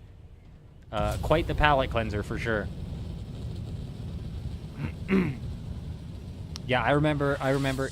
See, when that whole glitch was happening, Fusion, I was on Dugap, I was running solo. I didn't need to farm out 1,000 spice melange, and I wasn't farming out 1,000 spice melange a week. I was lucky to get 200 because I wasn't trying too hard. I was out here raiding bases, messing with the Deep Desert Police Department, messing with other random people.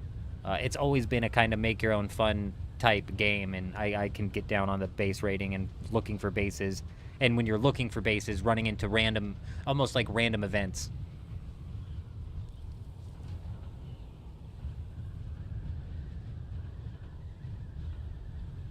Combat log would be a game changer, Tanit. They'll never do it.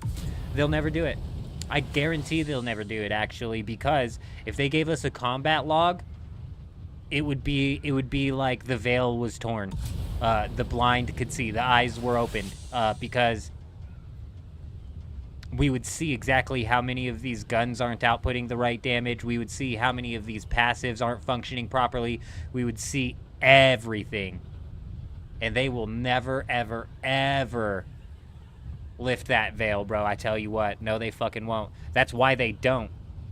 So what's with the mole people? What do you mean? What are you asking? What's with them? They dig underground and they turn into moles, is what I hear. They turn into moles and they do mole people things. How useless of an addition the treadwheel was. Man, you know what's funny, Fusion? I remember heading into that DLC, everybody was like, is it going to be a tank? Is it going to be another ornithopter? What's it going to be? What's it going to be? Oh, fucking... a South Park's themed vehicle, twisted metal ass wheelchair looking thing flying across the deep desert that hits any sort of bump in the sand or bump anywhere and just gets spun out. Most do not work or are flat out lies, Echo. It's actually disgusting. That's why I've stopped taking PvP seriously. That's why you asked, like, are we getting into PvP tonight? It's like, I don't know, if we fucking stumble upon a random encounter, but am I gonna go actively seek out to get into this fuck-ass system? No. No. Especially considering that, you know, over here on Harmony, it is dog eat dog. You get into a fight with one person and 4 of them are on their way.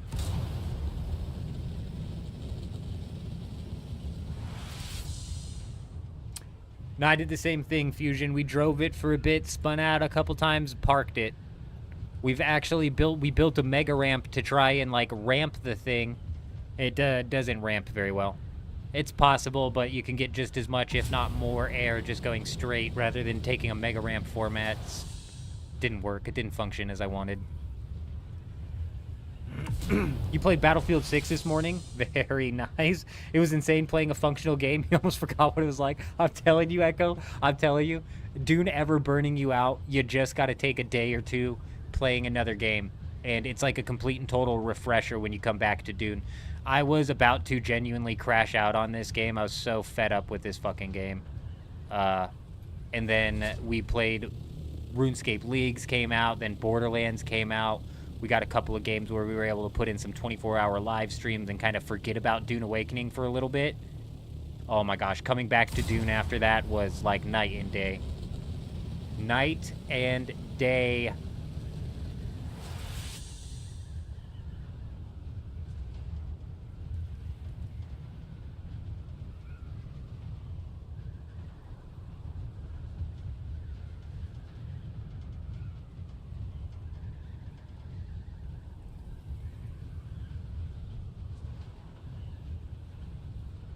Man, Eurism, the Haga Basin has gotten practically unplayable in, hasn't it?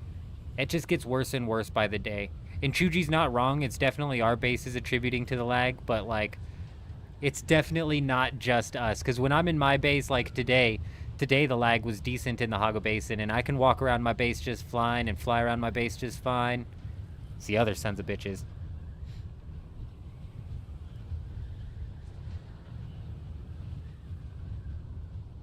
I'm right there with you, Echo. I'm right there with you.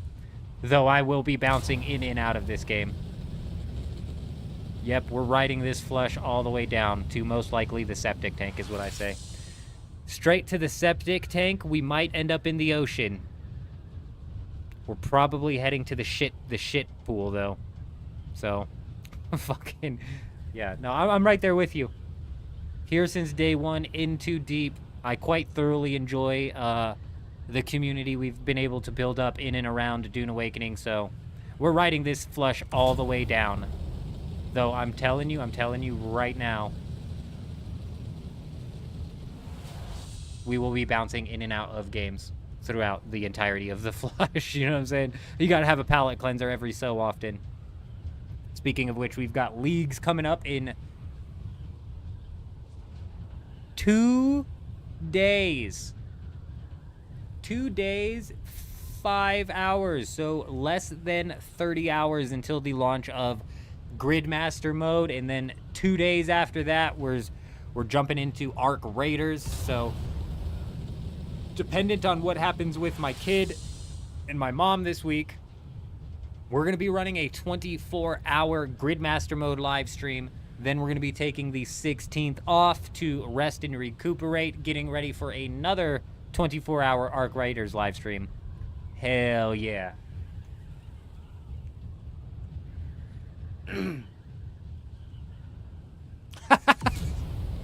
Mithril, as soon as... Oh! Dear God, we found a base.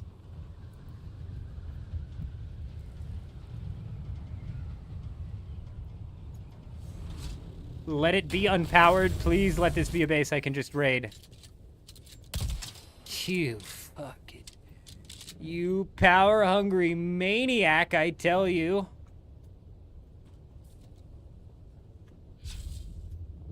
Ooh, with a buggy inside of it. I see. I see.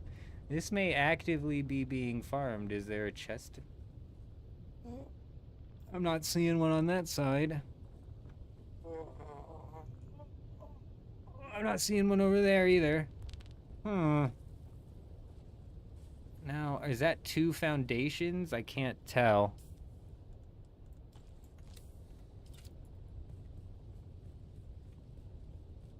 Did I just scan a chest?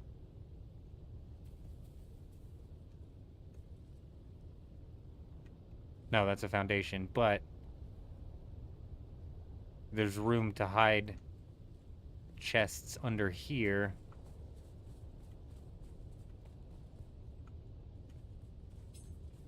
Oh, and what is this?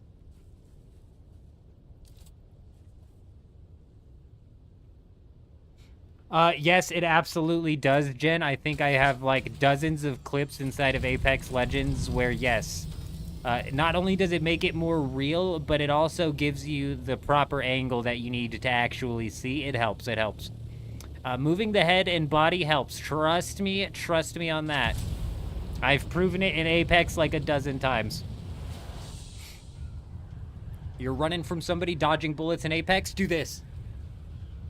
I promise you, bro. You'll be dodging bullets like fucking the Matrix, I promise. Oh, yeah, you're right. God, you're a genius. You're a genius. Oh, Echo, I appreciate you. I tell you, there's been a few times I've flown to a base, seen it, didn't even look at my map to see what tile I was in, and flown away.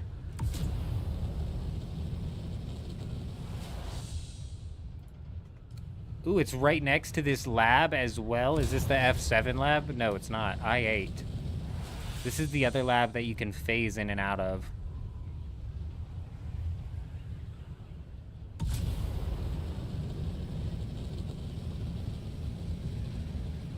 That's what's going on with the mole people, to whoever asked. There's labs this week that you can phase in and out of. Anytime that you can easily get under the map, people start building bases under the map. They fly under the map. They apparently now can go into 3 out of the 4 labs under the map.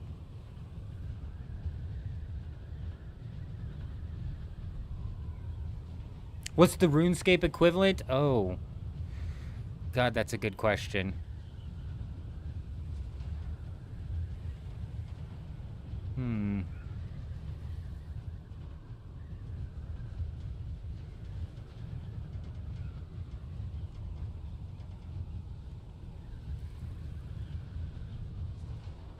This is not one. I don't think so. I think we're just screwed inside of RuneScape, actually. I don't think any sort of head movement's going to help you inside of RuneScape. Maybe when you're doing the Awakened Leviathan, as he's shooting out the lightning that makes you run in that pinwheel motion, if you kind of like leaned to the right and took some steps to the right as you were doing that, maybe that might help. That might help.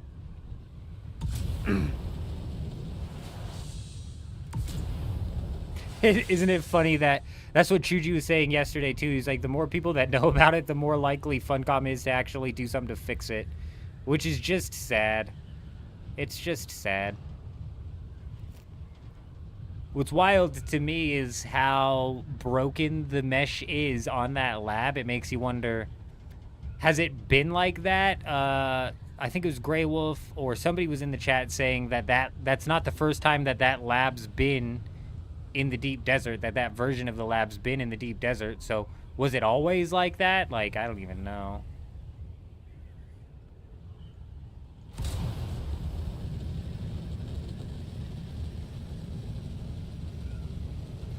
Mithril though, that got me good. That got me good.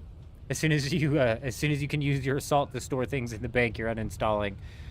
You might be waiting a few months to be able to do that with how long it took him to get the deposit all water button. I don't even think the Ornithopter to bank is on their list.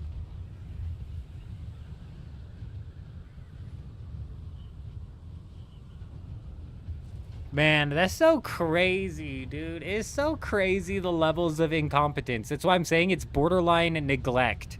And if I was Tencent, bro, I'd probably just sell off the IP to another studio and close the doors. Even with Funcom somehow turning this into a financial success, it's like, bro, eventually all of the problems are going to come back to roost, bro, and I don't want to be a part of that PR nightmare. I'd be fucking distancing myself from this company as quickly and as far as possible. Was there going to be a no-fly zone? That's what they said. That's what they said. They probably have no clue how to implement a no-fly zone.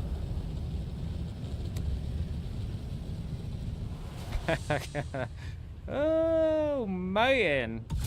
Oh, man. You know what else Steam is? It was about a month ago that the developers were like, hey, we're going to do a developer live stream very soon in the next couple of weeks where we're going to talk about server merges and character transfers.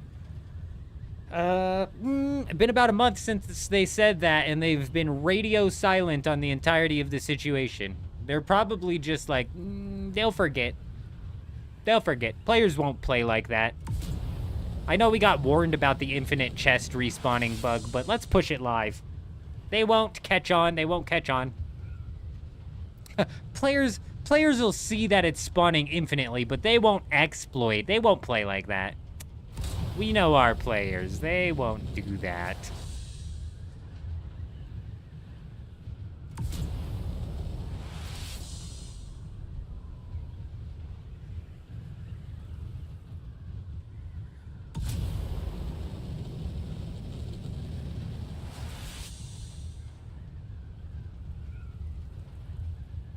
Oh, very interesting. Old glitch. I'm assuming it doesn't work anymore, but very interesting. Steam, if I had to guess, yeah, like I said, the easier it is for people to, and it's pretty widespread, the holes inside of the lab this week. Pretty widespread information. The easier it is to get down there, the more bases that pop up down there. I wouldn't be surprised at all.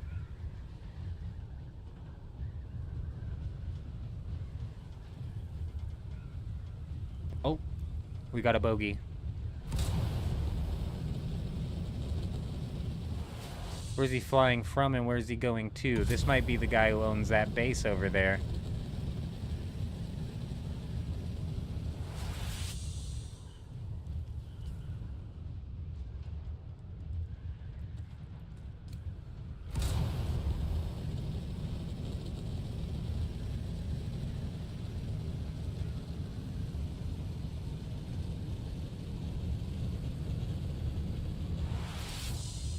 Two of them.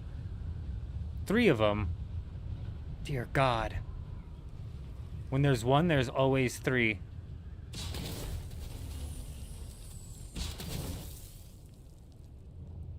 Okay, we grabbed it somehow.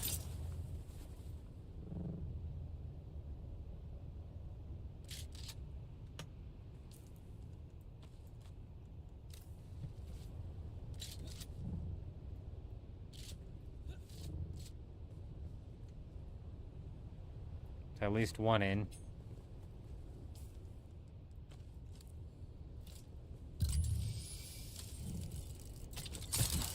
I fucking hit the rock and lost all of my momentum. Perfect. And then flew to the ground. Oh, we're rubber banding. Let's go PvP while we're rubber banding so I can get really fucking mad. Oh, where'd my shield go? Why is my shield off too? Is this game fucking broken or what? Pretty sure my shield was on a second ago.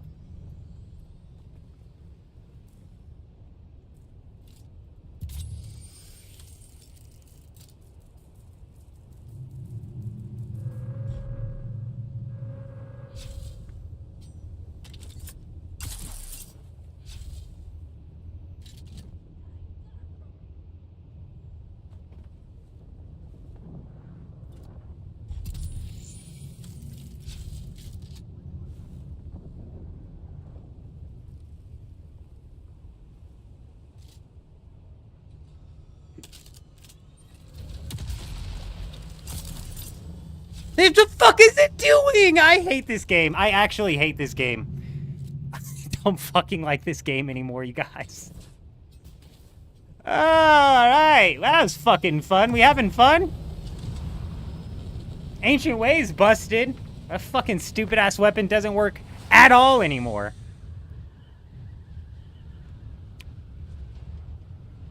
Bro, Steam, I don't know what's going on with my Ancient Way rocket. Every time I fire it, it does weird shit, bro. Yesterday, when we were firing at that ornithopter, it would go swirl, swirl, swirl, swirl, and then it would come up under the guy's ornithopter, and it would sound like if the ornithopter was running into a cliff, almost like my missile was a solid object that was now pushing the ornithopter before it would finally blow up. It's like the missile was trying to lock onto the wing and then flew around and around and around and then hit him at the bottom, but because it wasn't hitting the wing, it was fucking not exploding. It was just it's just stupid. All of the rocket launchers tracking is useless now. They've broken it entirely. It does swirlies in the air. It doesn't track at all. It's a completely and totally useless weapon. Yet another, you know, fun portion that I had in this game. I really liked harassing ornithopters, especially back when the ornithopter rocket meta was the meta, where PvP was ornithopters with rockets firing rockets down on you. My favorite thing to do was harass those guys with the Ancient Way. Bro, you can't do that now. You can't do that at all. You can't do that at all. It's completely and totally broken.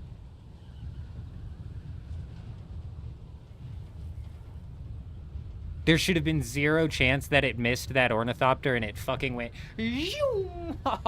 off to the races, bro. Off to the races. I would have hit that ornithopter just free firing at it.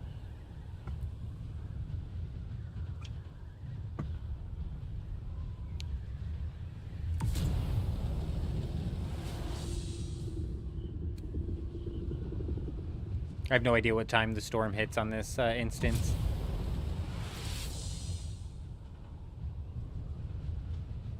They put the fun in Funcom, yeah. Yes, they did. Yes, they did.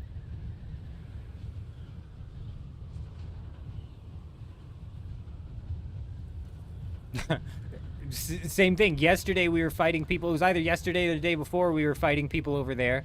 And we locked onto a player with the rocket. And we fired it at them. And it went zoom, zoom, zoom, zoom in a barrel roll type pattern. Before it hits them. But then just never exploded.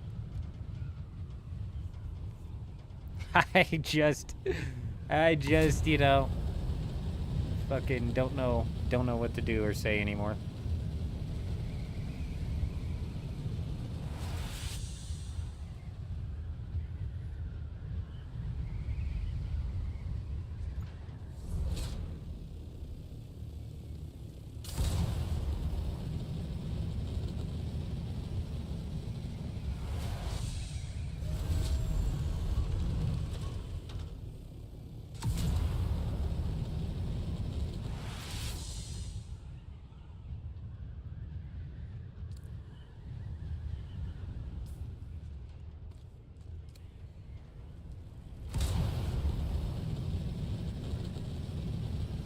Let's go put a respawn beacon down at this base so I can go all the way over to the other side of the deep desert. Not have to worry about it.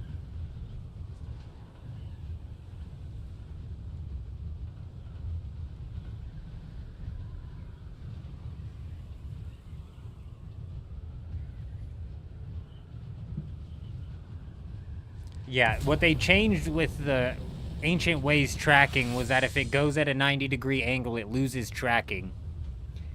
But now it like almost it's just that there's the trajectory that missile took doesn't logically make sense in any circumstance.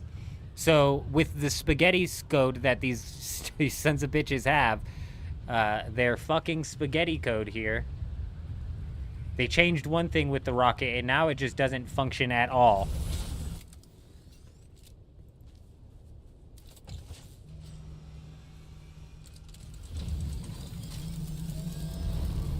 It 100% should have hit. No question, no question. Instead, it took some weird-ass path and missed. Because the spaghetti code changed something and now it's broken functionally.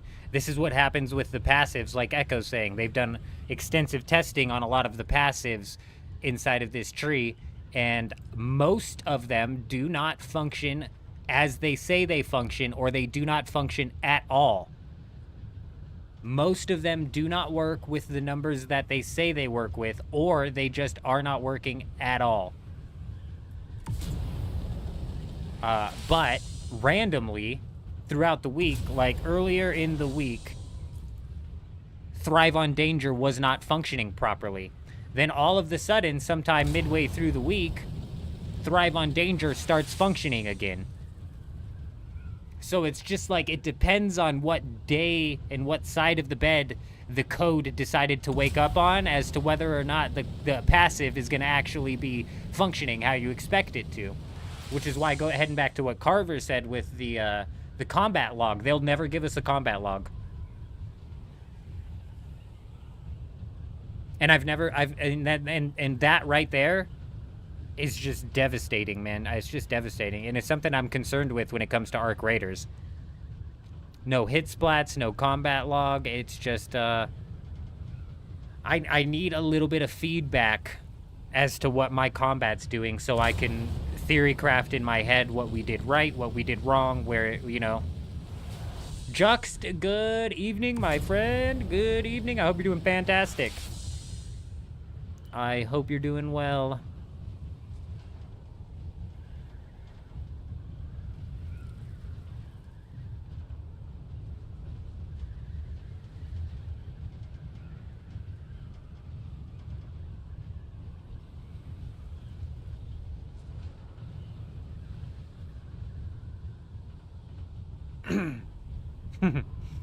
Damn.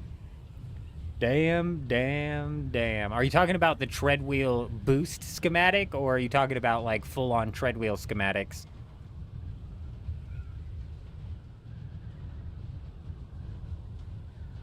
Yeah, the booster, yeah. It's weird. I don't know. Their whole DLC system, in my opinion, is very strange. I can't, like, if I didn't pick up the version of the game that gave me access to the game 3 days early, I would not have purchased the DLC. And I can't see them actually selling me on any sort of DLC. The expansion, maybe, but like I said earlier in the stream, if they copy and paste the AI functionality just into a new expansion, I'm out.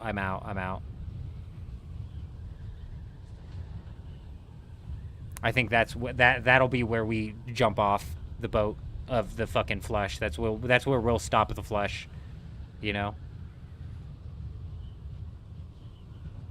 I know that's what's going to happen, Jen. They're just going to copy and paste the functionality of the AI and adjust the numbers and just make it artificially difficult. And I'll just uninstall the game.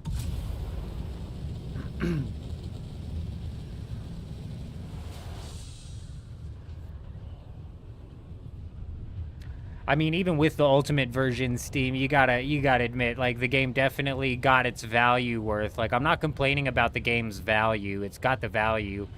I'm not interested in going into a PvE expansion with the current PvE that's in this game, though. So, if the new expansion is just copy and pasted PvE to get tier 7 gear, I'm out.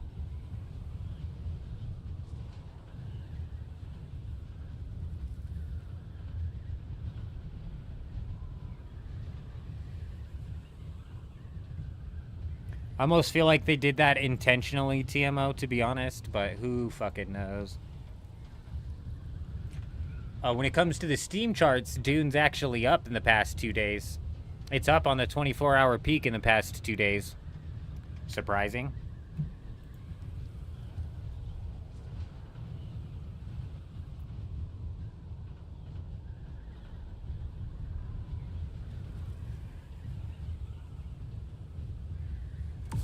Whoa, whoa, whoa, whoa, whoa, whoa, whoa, whoa, whoa, whoa.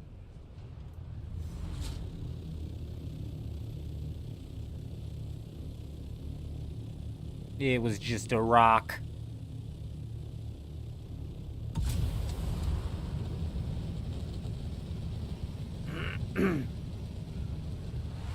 Yeah, no, TMO, the game will bottom out between 12 and 15 on the 24-hour peak, 12 and 15,000. It'll ride that all the way up to the first expansion. Console players will eat this up.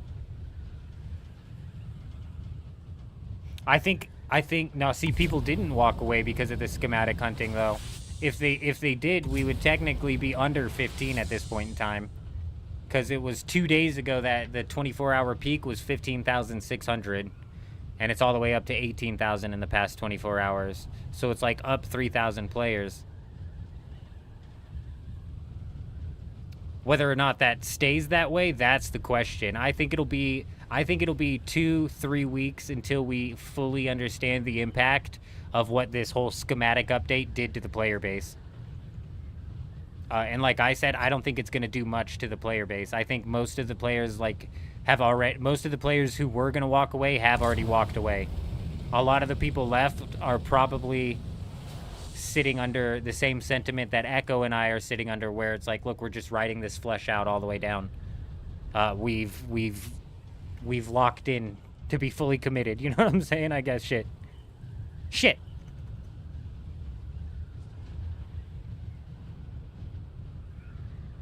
Yeah, Jen dodged a bullet. Jen missed out on some solid progression system, but definitely dodged an endgame bullet, that's for sure.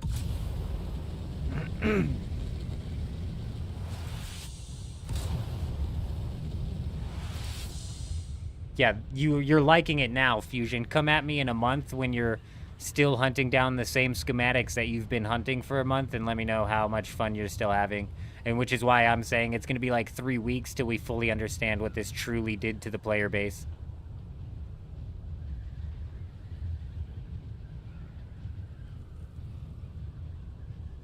Yeah, I'm right there with you, Juxt. I'm right there with you. We're riding this thing all the way down. Actually, we're riding this thing to the first expansion. That'll be where, if I'm gonna jump ship, that'll be where it happens.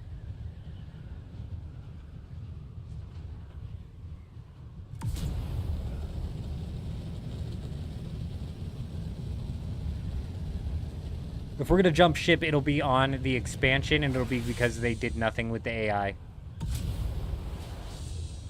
99% of the PvPers on your server quit after the last update. I think it'd be interesting to see how the Harmony Discord reacted to this update and what's going on there.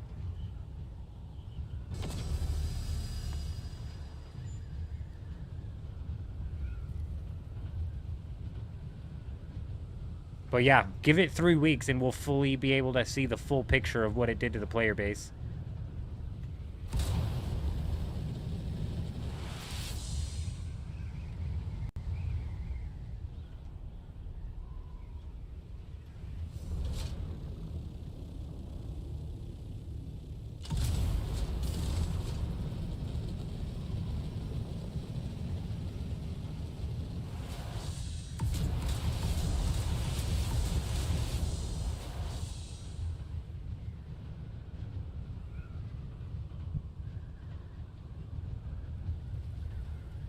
Fuck, dude, I did turn that on cool. Great, great, good.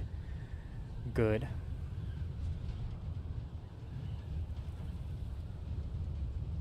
That's why I'm not gauging player number at 1 a.m. on a Monday, Fusion, if you'll pay attention to the number that I'm gauging. Oh. You're talking about TMO, sorry. Sorry. My bad. Didn't mean to jump down your throat there, my bad. My bad. I'm like, motherfucker, I am not saying the current player count. No, I'm doing the 24-hour peak player count for a reason. That is the exact reason I'm doing the 24-hour peak player count. Correct, yes. Yes, but you're talking about TMO. Depending on what region TMO is in, yeah, you're absolutely right. Not the best time to judge judge servers population, for sure. Oh, you see the repair glitch. Man, the PvP players who don't want to PvP now that the repair glitch is gone, in my opinion, are just being kind of pussies. You know what I'm saying? They're just kind of being little bitches.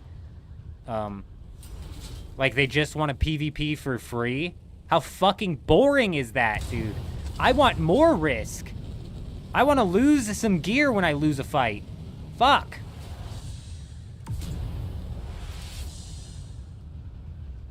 Oh, I lost a little bit of durability. I'm gonna have to replace my schematic, so I'm not gonna PvP. Get the fuck out of here. You fucking crybaby, bro.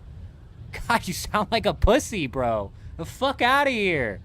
I want to repair glitch my... I don't fucking care. I don't fucking care, bro. That I don't get, dude. To me, those are just bitches. Those aren't PvP players. Those are bitches, bro.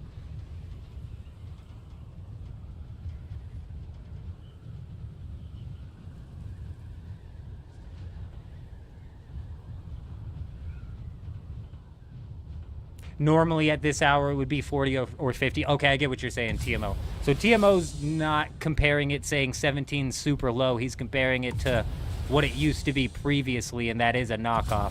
And we do that with Harmony sometimes. Like when Harmony drops sub 100 players, that's shocking to see even on the middle of the night type hours. Harmony typically stays.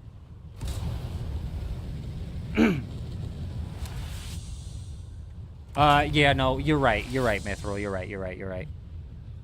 Still not the point, bro. Like, if you just want to PvP with no risk, no reward, go play Call of Duty or something. But fucking, even with the durability, so this is the one thing where I'll cede with the people complaining about the durability loss. That's not much of a punishment for PvP in the first place. You know what I mean? I've always wanted more than just a durability loss as a punishment. And durability loss is not much of a punishment in the first place. More so just like a pain in the ass, a hassle. So it makes sense to be, in my opinion, upset about the durability glitch, but to be like, I'm not PvPing anymore because I can't repair my shit. Fucking, what were you PvPing for in the first place? Because, as we were talking about earlier, half of the PvP abilities and passives in this game don't even function properly, so it's not a properly functioning PvP system. So you can't say to me, "Oh, I PvP because I like the good PvP." It's not good PvP. It's fucking wildly broken PvP, which can still be fun. I'm not saying it's not fun. It's fun. It's just wildly broken. I just fucking call it like it is. Is Harmony just so active because everybody's moving there? It's a mixture of that, yes. So Harmony was in itself the most populated NA server. Then when all of the other servers started dying off, Fusion, yeah, players were re-rolling on Harmony like crazy. And now, like Mithril's talking, I don't know if Mithril's on Harmony, but let's, for the sake of the argument, say that Mithril is on Harmony, and a lot of their guild has walked away because of the PvP update.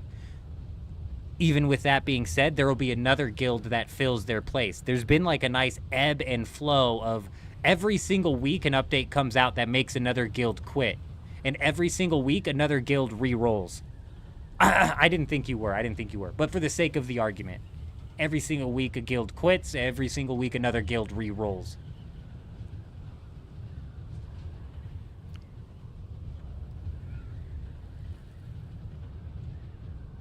Well, see, TMO, it's that exact statement that you just said right there that convinces me that this game is going to be wildly successful on consoles. When is the Game of the Year awards, and how does the Game of the Year get chosen? Is the Game of the Year, is that done by vote? I never pay attention to this shit. I could care less. Is it done by vote? Does like do the players vote on it?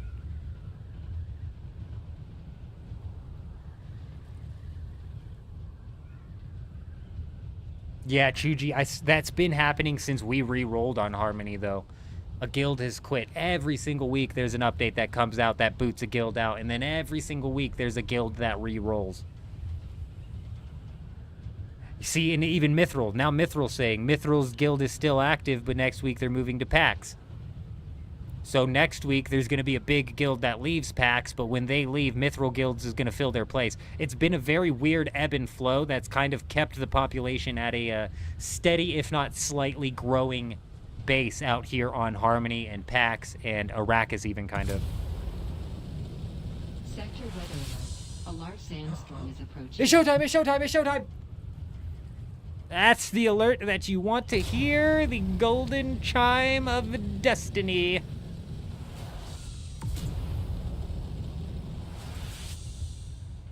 Only one base left on all 3 instances to raid, and boy, it looks like it's going to get raided with that storm hitting in this sector here, which is exactly lined up with that base over there.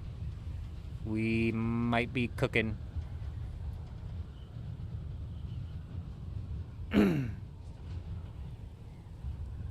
Man, you're right, Chuji, and they took that away, didn't they? You're right.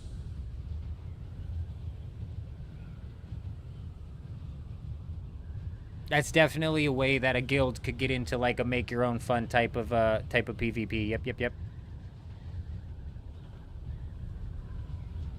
Fun for a while. I totally agree with you. Couldn't agree more. That's why I said it'll be about a month before we really see what this whole Deep Desert change does to the player base and does to the activity out here in the Deep Desert. It'll be about a month before we really see, like, okay, maybe if the repair glitch never gets fixed, all of the schematics flowing in will reach a nice medium point. I know the Game Awards is fake. I honestly never pay attention, and I know it's fake, but that's not the point I'm trying to make. I'm asking, do the people vote on the Game Awards? Or is it set up by a judge of panels, blah, blah, blah, blah, blah? All of it's fake, just like whatever, but yeah. Because if people do vote, if people do vote on Game of the Year Game Awards, and Dune Awakening did launch on console for long enough for those players to sink their teeth into it before they voted, this shitty-ass game could very well land Game of the Year. That's how excited console players are going to be about it. I'm fucking telling you, this game is going to absolutely kill it on console.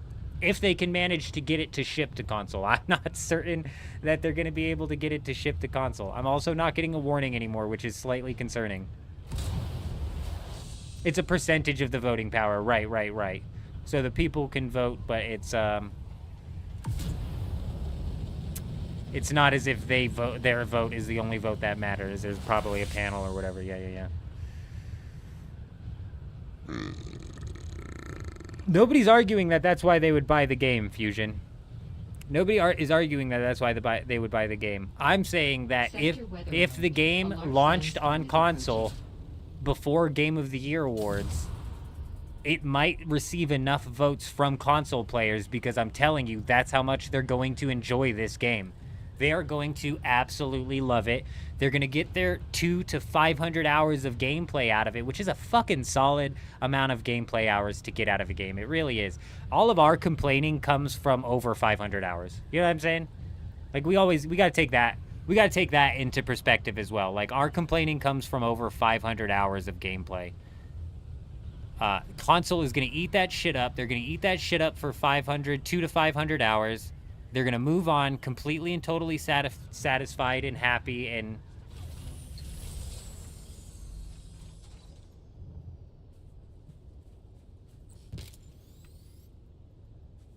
No, yes, no, I couldn't agree more. I couldn't agree more. I couldn't agree. And I honestly missed out on 2 Game of the Years, Elden Ring and Baldur's Gate, because I don't typically fall into that category where I just pick up a game because it's Game of the Year. Though I missed out on fucking banger games. I know. We missed out on some bangers. We did. I will cede to that fact, yes. Sector weather alert. A large sandstorm is approaching. If they would just make it easy to take a break, people would take a break instead of complaining. I wish I could get out like a PSA. Chuji, I really wish I could get out a PSA. Because I could complain about the game all day, honestly. Oh. Did you see that shadow? I could complain about the game all day, actually. It's fun. It's funsies.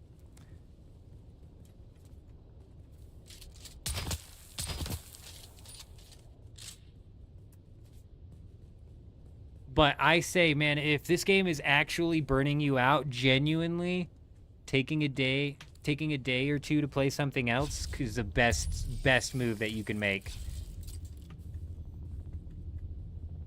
You will just come back to this game having fun again, you know?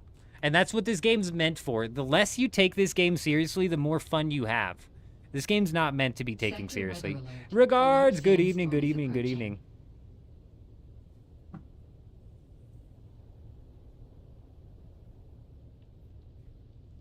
Yeah, but can't they just turn it into a do-gap type situation, Chuji? Couldn't they just turn it into a do-gap type situation?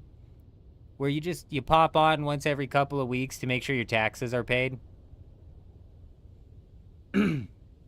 Well, regards, we managed to knock down the F7 base that was built over the lab earlier. Kel and somebody else had to mesh into the lab in order to get to the subfief. But they did pop the subfief, and we did get that base broken all the way down. This is the second base that we have, and other than that, this is it. This is the last base that we have, that I've found. So, this is it. This one's a... What the hell was that? Sector weather alert. This one's a buggy base. Sandstorm is approaching. And I believe that's a wall right there.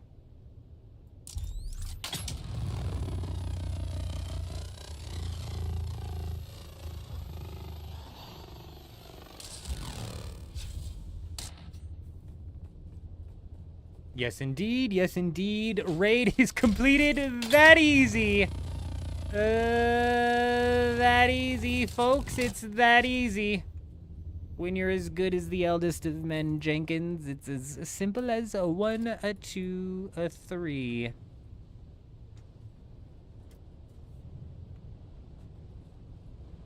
Now, I don't appreciate these guys leaving their buggy out here and not even leaving a little iota of juice. Not even a chest for me to look in where I could possibly see juice. So I think for that, they're gonna have to pay. Actually, hold on. Let's not destroy all of this. Let's not destroy all of this. I need to stay sheltered from the storm.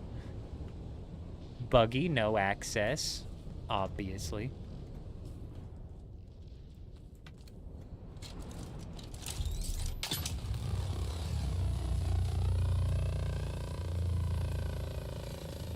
It's moving day, natural. It's moving day.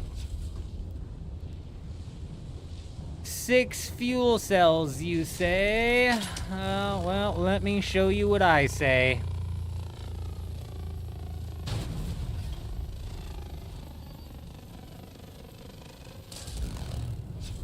I say change your wheel out, pal.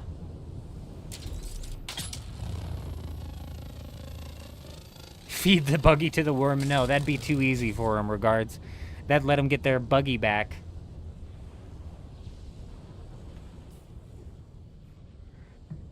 This is called a dummy slot. It's a slot that Funcom put in for an item that they were going to use, but it wasn't functioning properly. Boom goes the dynamite.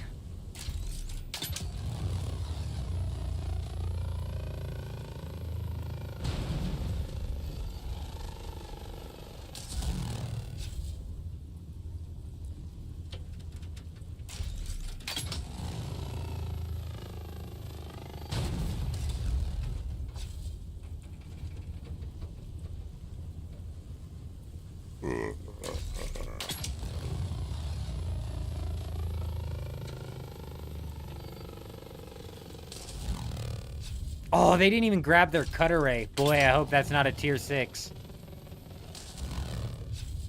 Anything in storage? 6 fuel cells. Not even the ones that I could put into my ornithopter. I mean, like the little itty bitty baby fuel cells.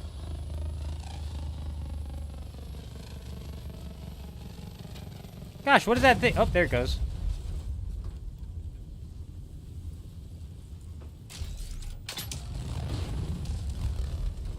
They can get this back at the end of the week.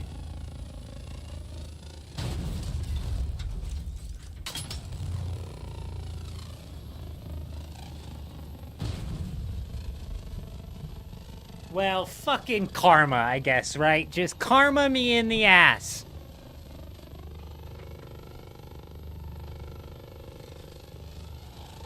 It's not funny, Mithril. Does this look funny? Damn it.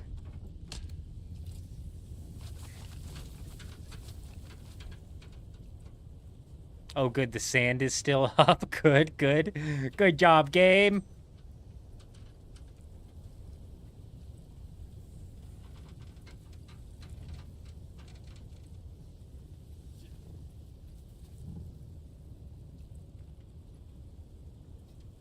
And that's the shit that lags out the fucking Haga Basin, dude. The fact that all of the windows get painted with that stupid texture every time a storm goes through.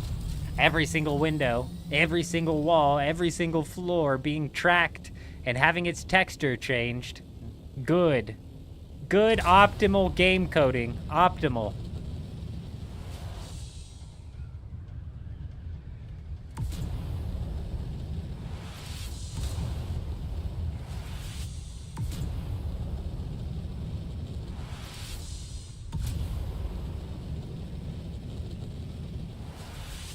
No, Fresh. Not bad game. Bad game after 500 hours, yes. I'll give you that. I'll give you that. I'll give you that. And it's not even a bad game after 500 hours. There's no end game, so it quickly turns into a make-your-own fun, which just can very quickly turn frustrating because nothing functions as it should. But honestly, base rating...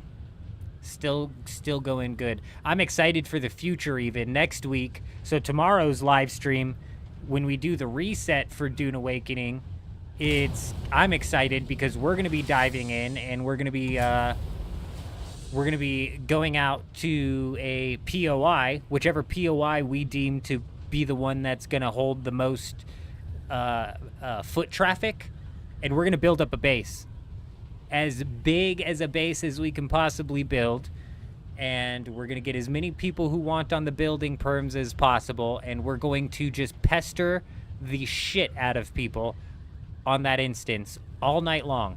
All night long, we'll be at that base and looking for other bases and protecting that base from raids and shooting rockets at ornithopters that decide to come over to that base all fucking night long.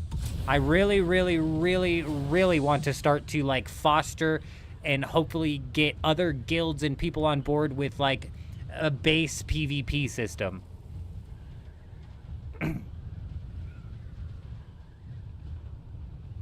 Where if somebody tries to raid our base, there's not really going to be anything in there. If it's a really dry hour, we might loot the chest up a few times or something like that, so they might get some plastanium dust or something like that. So they're really not looking to get the most out of the base, but it's more just like a like a pride thing, like I'm the last base left standing.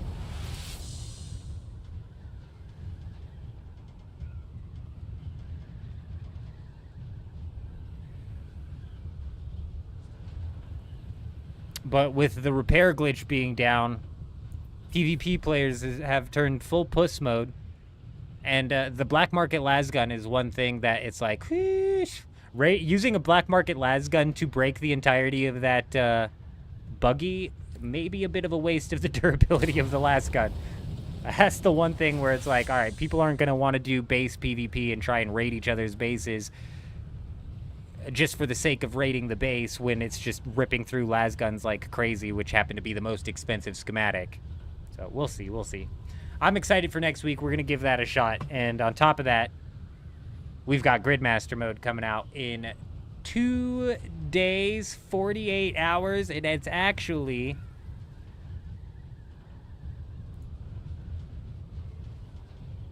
24 hours from now would be the 14th. 48, 50,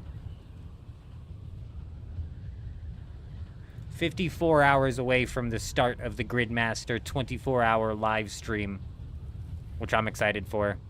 And then about 24 hours after we end that live stream, we'll be booting up the Arc Raiders 24-hour live stream, which I'm even more excited for. RuneScape League's going to be a nice palate cleanser from the RuneScape 3 leagues, and it's cool. They're coming. It's going to be free to play. It's going to have a free to play aspect to it this time around, which I think is really nice. Get the free to play players a bit of a taste as to what leagues are and what RuneScape is, old school specifically.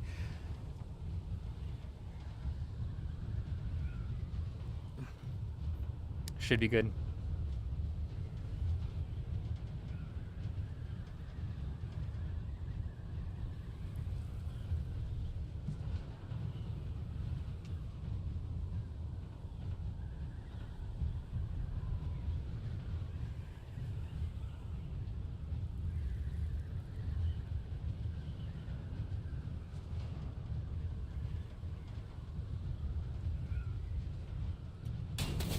Your base looks stupid.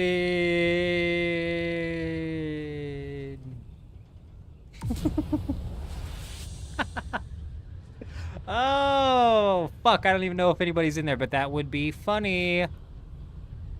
Well, that would be a good one.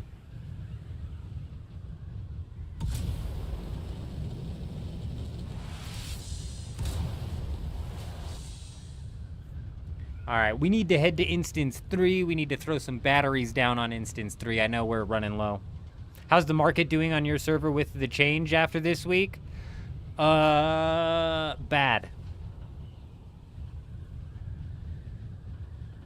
Really bad. Ambition shotgun, nope, sorry, perforator shotgun, which I used to be able to sell for 65 million easily. 65 million was a price for the shotgun that I could sell. It was practically an insta sell. But that's dropped sub 10 million. Less than 10 million. So from 65 million as an insta sell price, probably up to 85 million is what you realistically could sell that for. All the way down to sub 10 million. Regis Disruptor Pistol, which was selling for 250 million, now sub 30 million. Circuit Gauntlets, which started off the week strong, holding their price all the way down sub 100 million. Black Market Lasgun Regard is about the only schematic that is holding its value. Pincushion is also somewhat holding its value, but it just depends on what pieces. The boots, the pants, and the helmet basically are the three pieces that are still holding their value, but they're just holding on by a thread. Other than that, Bulwark, you can get a full set of Bulwark for under 10 million. You could get a couple of the things like the Young Sparkies. This is a hard one to replace, but even that, 40 million. These right now, Adaptive Holtzman Shields, also kind of a hard one to replace, 90 million and dropping, 40 million and dropping. These are down to 90 and dropping. The Power Harness, which is best in slot, is all the way down to 3 million.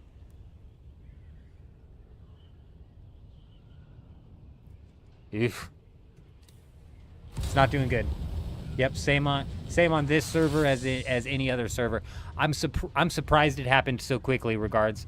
If you remember, before this update went live, I said the oversaturation of the schematic market was going to happen. I said it over and over and over and over again. I said this is going to oversaturate the schematic market. I was not expecting it to do so in 24, 48 hours. Definitely good for the new player, but takes away anything to do for the old player. And like Kel and I were talking about when I was playing Mega Bonk earlier, you're gonna turn into a point where you're searching for PvP longer than you're finding any PvP. You find some PvP, you get into a quick fight, and then you're searching for PvP for another hour and a half. That doesn't affect me too much because of what we do out here. We look for base raids. The PvP we find is typically on the hour and a half mark anyways, if we find it on that. You know what I'm saying? They have no grind anymore. They have no incentive. And then the people who enjoyed PvP in the game are now going to find it very hard to locate PvP in the game, which eventually they'll get bored, which is just going to make it to where other PvPers are not going to find those guys like they would before, and it's just a snowball effect. Hey, Karsten, coming in with the follow over on Twitch. Hi, how are you? Welcome, my friend, welcome. I hope you're doing fantastic. Oh, I hope you're doing great.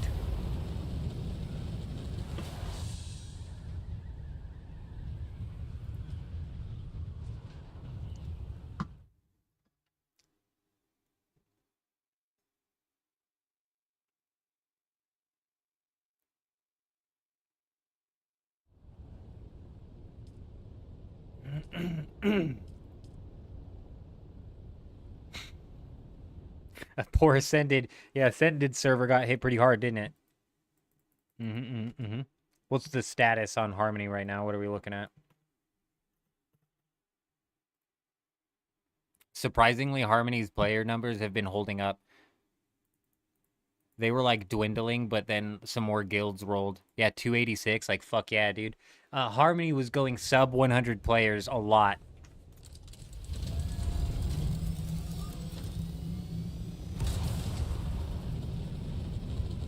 You saw a Regis go for 20 mil crafted already? Damn.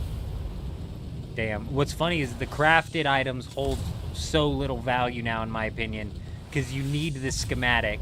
Now, technically, if I've researched one Regis Disruptor schematic, I can now buy a fully crafted Regis Disruptor and repair it. So there is that. So you only really technically need to buy one of each schematic, and then you can start buying the full item. But I think, like Mithril was saying, he's not super stocked up with a bunch of items, which is why the repair glitch being gone is kind of a massive problem. And I feel like that's what a lot of people were doing on Harmony. They were just coming in, buying the items rather than the schematics, so these guys can't even repair it one time. They basically get one use case out of it, and then it's cooked. They can't even repair it at all. And that's just a, like, sucks to suck type thing. Live and learn, buy the schematic next time type shit.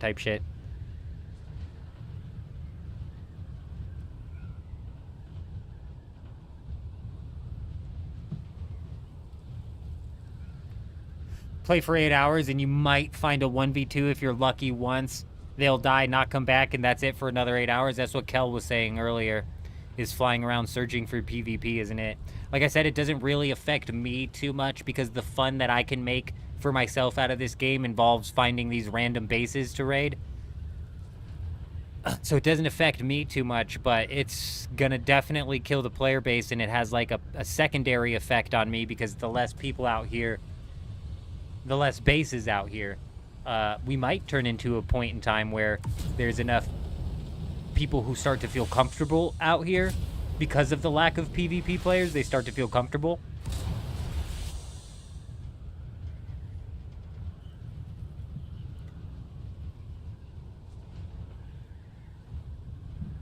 I don't disagree with you, Eurism. It seems to be such a weird sticking point for the PvP community inside of this game.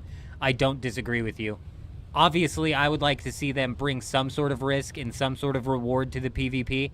But if players aren't even willing to risk durability, they're most definitely not going to want to go out there and risk losing some of their weapons or items should they die. So we start getting into the weapons and items lost on death, and we start to really have to dial in on the hacker problem, which Funcom is not very good at. Light Ray bringing up the fact that they now let you get your ornithopters back might be one saving grace in this game that stems off a new form of organized PvP that's dog repairs. Another Funcom time sink. Yeah, they love to stick in the time sinks.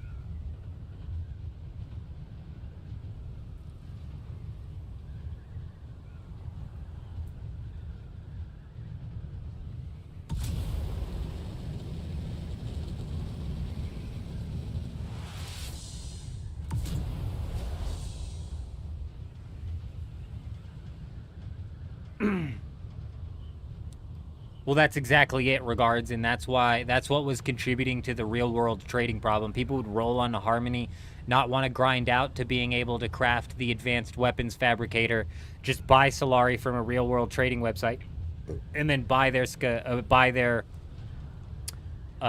gear already crafted, and they didn't have to worry about repairing it because of the repair glitch. Now that the repair glitch is gone, these guys have no schematic, probably no Solari, and they're just kind of like up shit's creek without a paddle at that point in time. So that makes a little bit more sense, but I think then that's mainly like their mistake rather than like the game. I think the game was always meant to have a durability problem. So people never accounting for that problem because of the repair glitch is like their fucking fault.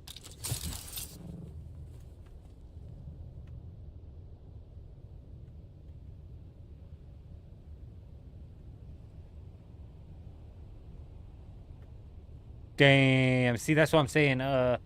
Light Ray's bringing up the ornithopters. The ornithopters being able to be reclaimed may actually stem off some organized dog fighting competitions, similar to how they used to have the organized PvP tournaments. Some organized dog fighting tournaments might start to spark off.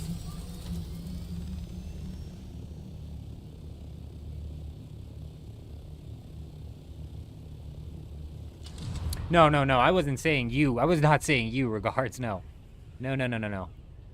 A lot of people on Harmony were. That's why, obviously, the Chinese dupe farms were still here making their monies. And that's why a lot of people on Harmony are probably now with a lot of items and not very many schematics.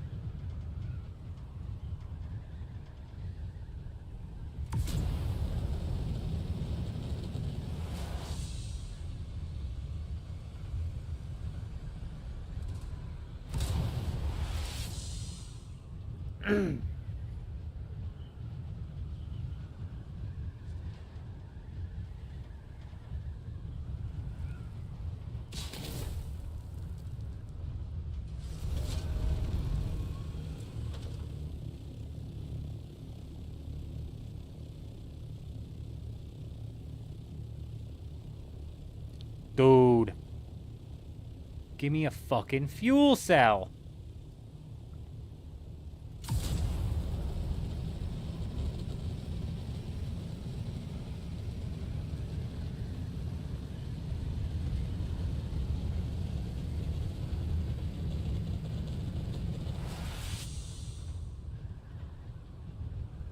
That's definitely why Harmony was hyperinflated.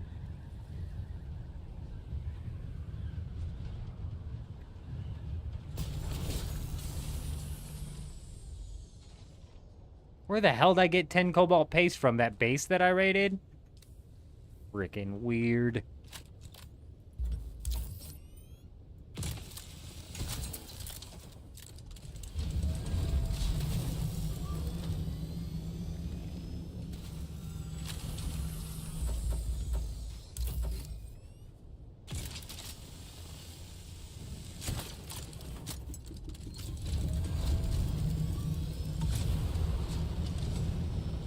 Yeah, they're pentashield, right. That's checking out. That's checking out.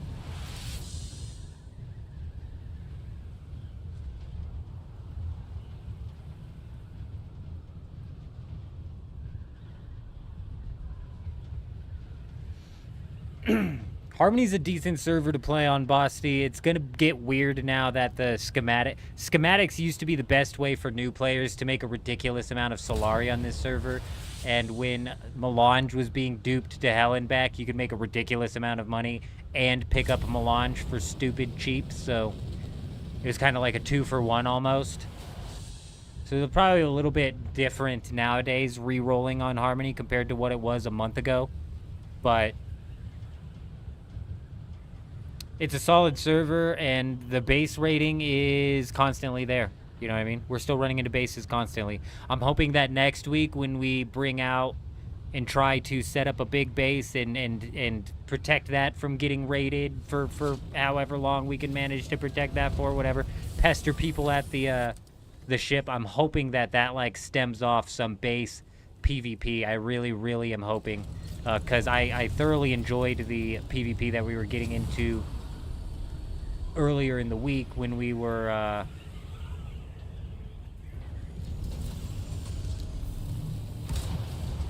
fighting Venom and the other guy at that big tower base.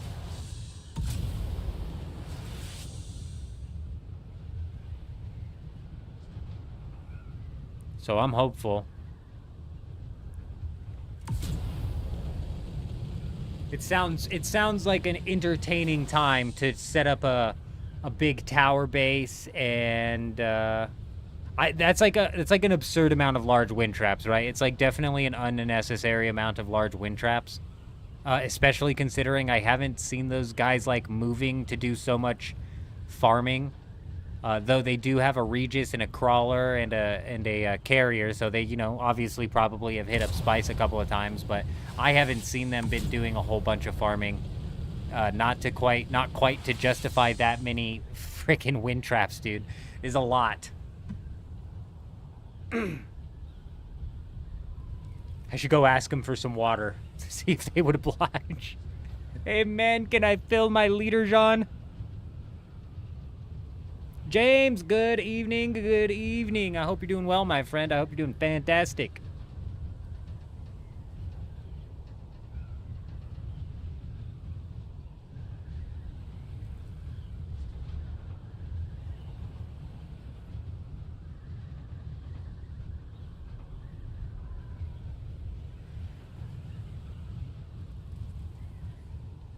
They're the reason the air is so dry, I'm telling you, fuckers.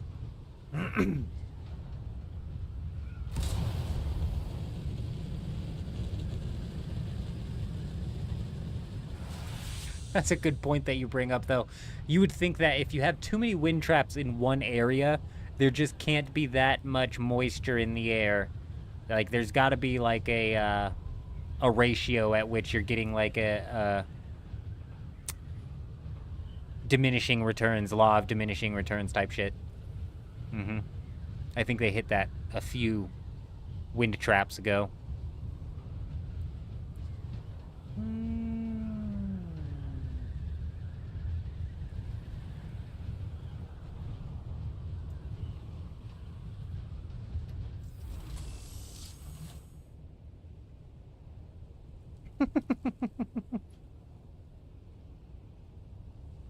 It just makes you wonder, you know? This guy's just enjoying life. He's just fucking chilling, bro. He's like, I'll come out here, I'll place my survival fab, you know, get a couple of the baby chests down, a blood purifier. We're cooking, we're cooking. The simple life.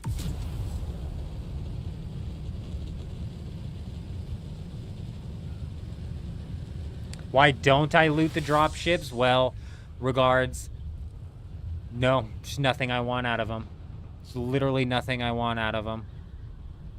None of the schematics are worth it.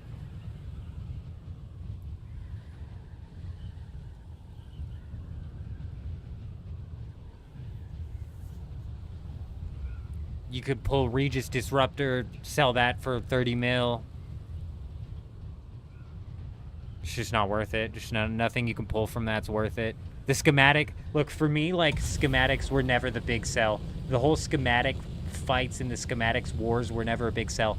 I think that finally Funcom had the game in a good place where PvP was not relegated, but typically found at the labs. Just the other day, we had those 2 stream snipers following me and Eurism around, 2 or 3 stream snipers. We led those guys to a PvE lab in the hopes that there would be another group there. There was another group there. We started a war. We started a whole war. That's not going to happen anymore. Now if I'm getting chased by a couple of stream snipers and I go to a PvE lab, do you want to know what I'm going to run into down there? PvE. Worse than a group of other players. Fucking PvE down there.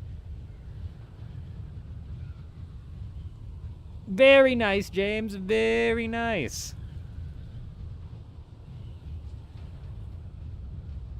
Regards, I've been grabbing the stuff from those ships and just researching it because they're practically worthless, and it's gotten to the point where I don't even feel the need to do that anymore.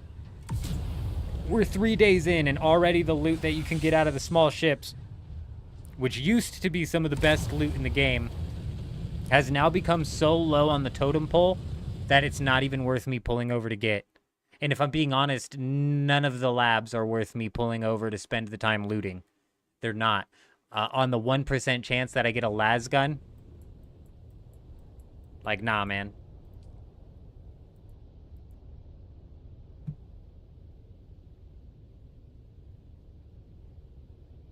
I hate PvE that much. Regards, I'm not doing PvE ever again in this game. I got pinned. I got pinned in a corner by 2 melee fuckers for the last fucking time. Nope. Absolutely. Why would I do a station?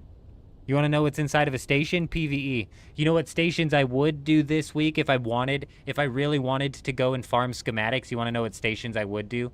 The ones that I can phase in and out of and skip the PvE entirely. That's it, bro. That's it.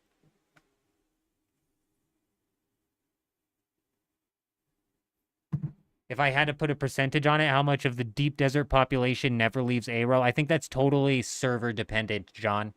I think that's totally server dependent. Over here in Harmony, I would say at least 60% of them leave the ARO and go all the way into the PvP zone even. I would say at least 60%, if not higher. Now, how many PvE players ever leave the ARO? I think that's probably right around 85%. They most definitely never leave the safe zone. They most definitely never pass the E-row.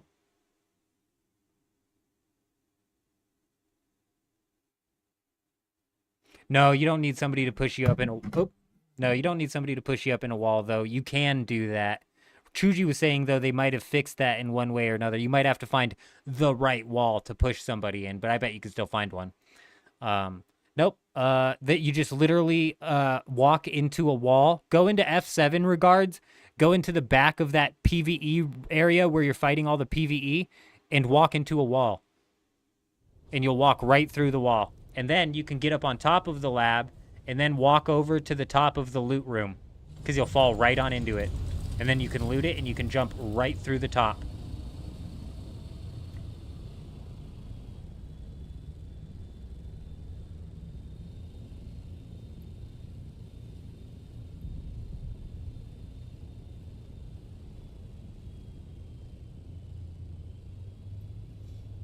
Oh, yeah. Doppel, like, PvE players, I'm telling you guys, there's nothing. There's no combination of words or changes or incentives or lack of punishments that you can give to a PvE player that is going to make them decide to go into a PvP zone.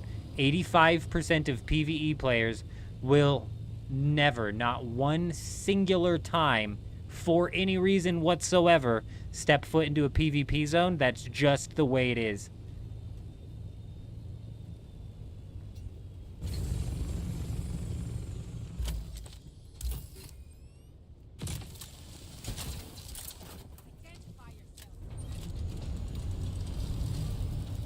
They do. Exactly that, Fusion. Exactly that. Exactly that.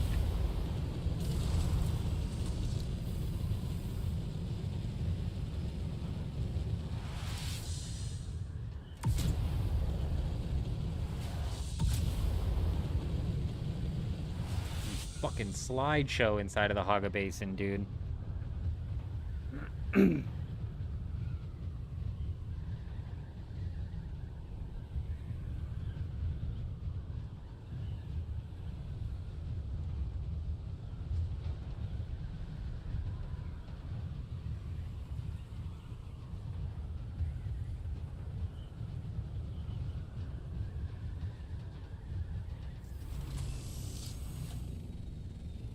PvE players do not want to experience PvP. They don't even want to experience it.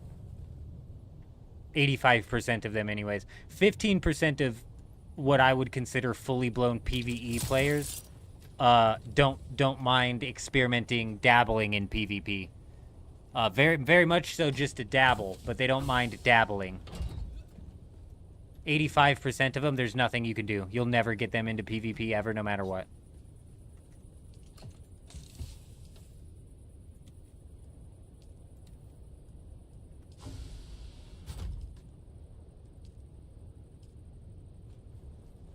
Nice try, game. Not today. Not today.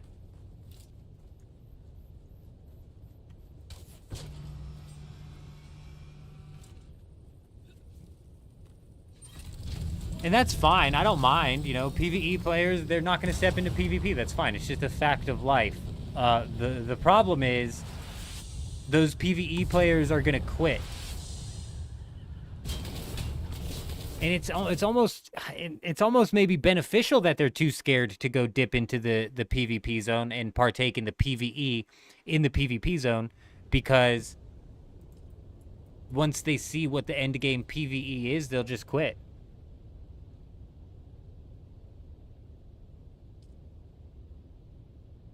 So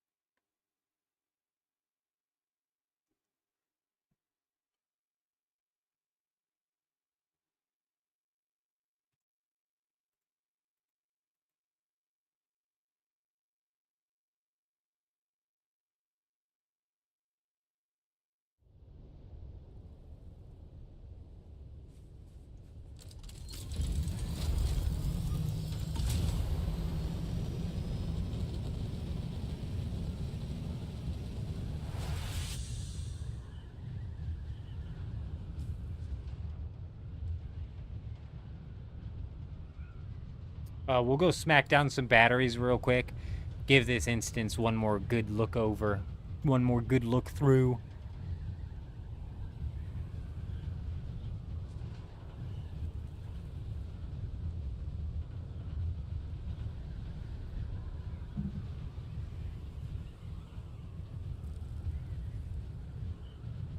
Nico, how you doing, my friend? Good to see you. I hope you're doing well. I hope you're doing good.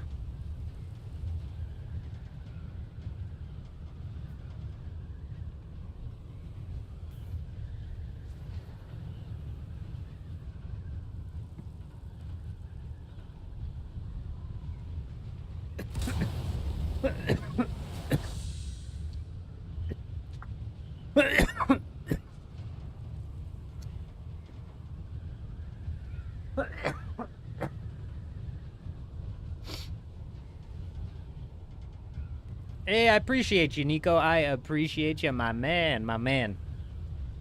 Yeah, John, you know, um, I'm a bit mixed on that sentiment because I understand where they're coming from. I do. I think in reality, what's happening 9 times out of 10 is like we were talking about earlier. It's probably 70% of these passives and these techniques that don't function properly. So people think that they're supposed to be heading into combat doing X, Y, and Z, and it turns out that they're doing A, B, and C.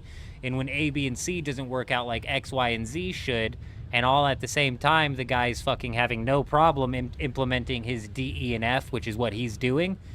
It's like, what the fuck is going on at this point in time? So I understand like how they get to that sentiment. I do. And cheaters inside of online games with any form of PvP is a disease. It is a disease, a rampant disease that is very much so plagued in every game. So I get the sentiment of what they're talking about, but I also understand what you're saying as well. But people very, even me, even I do, very quickly jump to that conclusion. Whereas in probably 70% of the time, that's just not the case. And that's exactly what I'm saying, Fusion. There's so many bugs. Shit's not working proper. You're dealing with rubber banding issues. So it's like on your screen, you hit the guy 3 times, and he didn't fucking die, and he hits you 3 times, and now you're dead. Or it looks like he dodged, 10 times before his stamina could have regained. But in reality, he mixed it with a jump dodge and a jump dodge to gain some stamina back, paired with 6. So it looked like 10 dodges, but it wasn't. Like with Arcadius specifically. It'd be interesting to talk to Arcadius and see if he'd be willing to admit it or not now that I'm assuming he's not playing the game anymore. But when we were first fighting Arcadius, I was convinced that he was stamina hacking. The motherfucker had unlimited dodges. The motherfucker could dodge unlimited amount of times, it felt like. But Arcadius was mixing in air dodges, and he was also kitted out with gear that allowed him to dodge maximum times. So what I saw that looked like stamina hacks was just, in fact, mechanics.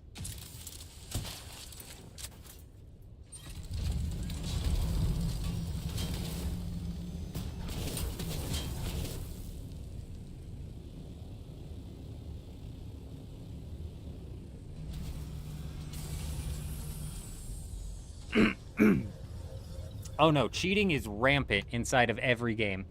And the real problem I have with cheaters and cheating inside of video games is not rage hackers. It's not people who are one-tapping shields and very blatantly rage hacking. It's the soft closet cheaters. Closet cheaters is what kills me. And it's because with closet cheaters, 9 times out of 10, you look like a crackpot conspiracy theorist when you're like, that motherfucker is sus.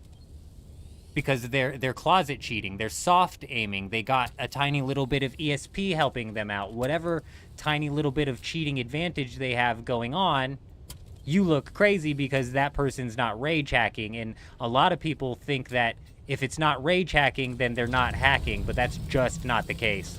There's a lot of soft cheaters in these video games. Anything new in Dune? What do you mean? What do you mean? Do you know that all of the loot is everywhere in the deep desert now? Do you know all of the loot in the deep desert is instanced? Where you been? Where you been? Where you at? Where you at on the line of what's going on?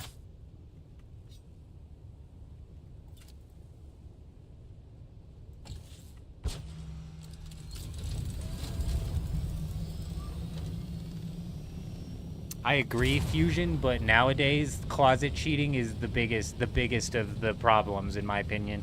Rage hacking is easy to find, easy to call out, and typically does end up getting hit with a ban sooner rather than later.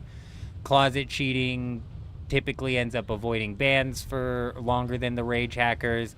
They don't obviously look as obvious as the rage hackers, so you'll always get people who are like, he's not cheating, you're just being, salty or whatever. And it's like, okay, bud, like, But does he have soft aim? You know what I'm saying? That's why it'd be interesting to talk to Arcadius nowadays to see if he'd be like, yeah, all right. I did do this. I did have infinite stamina. You caught me. You saw it, Fringe. You saw it. And I'm like, yeah, motherfucker, I saw. I know I saw. I'm not crazy. But sometimes we're crazy. All right. I try not to. I try to. Not ignore the cheating problem, but I try to not get as toxically angry about the cheating problem, because as soon as I get toxically pissed off about the cheating problem, I start to convince myself that there's more cheaters than there actually are. And then we have games like Warzone and Apex Legends. I won't play Warzone anymore because there's a cheater in every single fucking match of Warzone. Every single match of Warzone has a cheater inside of it. Whether they're walling, whether they're recoil scripting, whether they're running a little bit of soft aim. There's one fucking cheater in every single match. That's where my mindset is at in that game, and I can't play anymore. Apex Legends the same way. There's a cheater in every single match, and now I cannot play anymore. So I try more nowadays to lean towards the possibility. Fuck! That's not what I wanted.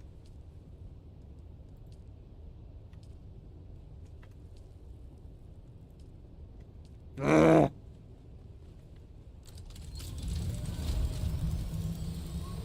It's not what I farmed that fuel for. Would I consider alts cheating? No. No. Cheating, I'm talking about actual cheating to gain an immediate gameplay competitive advantage. Soft aim, recoil scripts, ESP, your typical cheating shit. Now, alts, I consider, that's more on the lines of like bug abuse. And I have much less of a problem with bug abuse than I do cheating. The same thing when we found that base that was hidden underground. Right when we found that base, I was like, a cheater. Just because, that was a bit of like an over-dramatized reaction to finding a base underground. But even after we said that and we were flying away from the base, I was like, I even said during the stream, I was like, I don't actually consider that cheating. That's more on the lines of bug abuse. Still abuse, but far from cheating.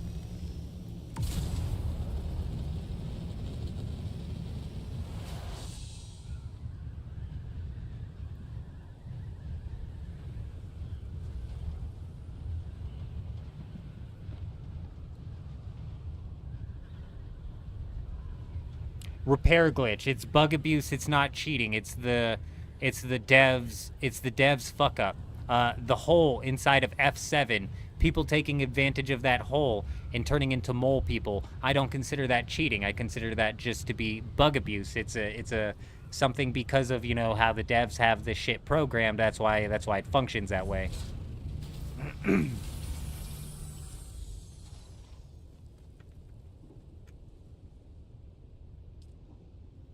Yeah, alt accounts, no. At alt accounts, I wouldn't even consider that bug abuse, realistically. You just have an alternate account. Especially if it's like an alt account that you fucking paid for. Valorant also has a cheater problem. All competitive PvP. Dune Awakening has a cheater problem, and if you don't think Dune Awakening has a cheater problem, I have a bridge to sell you. End of story. End of, bro. Dune Awakening has a cheater problem, period. End of story. All PvP games, any sort of PvP in a game, you're going to have people cheating in it, period. Period, end of. You'll have your rage hackers, you'll have your soft cheaters, you'll have both, period, end of story. Until Arc Raiders, you're going to be playing Battlefield. Very nice week. Very nice. I'm really, really, really excited for Battlefield, and I'm not lying when I am saying that I am hooked on Megabonk. That is a good game, dude. That is a solid game. Hell yeah. I want to beat tier 3 so bad. We might wind down the end of this stream with Megabonk like we did with the last stream and just wind it down. with some Mega Bonk. But I'm telling you, that's a fucking solid game, dude. Hell yeah.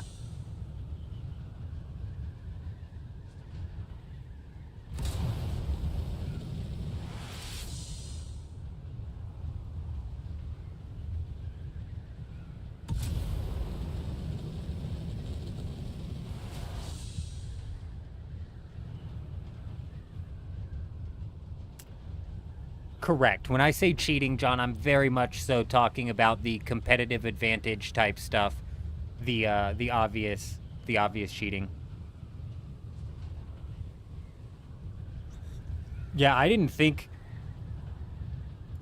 first off Mega Bonk would be as difficult as it is. The replayability of it, oh my god, the fucking variety in the grind, bro, just. That was developed by one guy, too? Holy shit, Pirate Software, take some notes. Take some fucking notes. Do we have any cringy-ass millennial writing coming out of that thing? Some pirate-level writing coming out of that? The furry writing? No? Okay, good. Fantastic. Take some notes, my friend. That's how you develop a game. Where's the bridge? You'll buy it. It's a bridge that leads to Neverland. In fact, $10 million.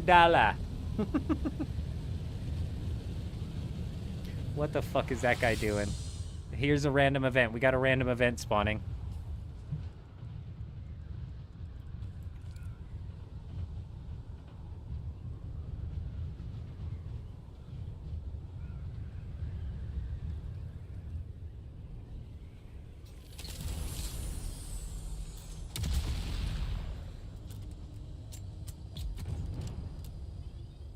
It's an assault ornithopter, too.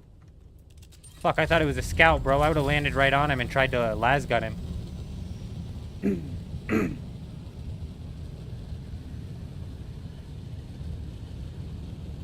I've yet to be able to land on one of these guys, but we're going to give it another go.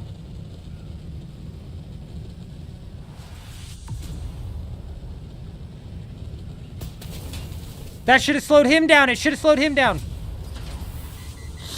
Yeah, scammed.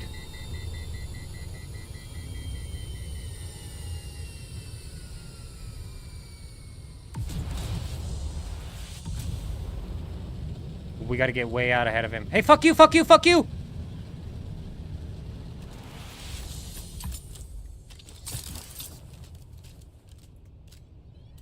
Oh, fuck you, buddy.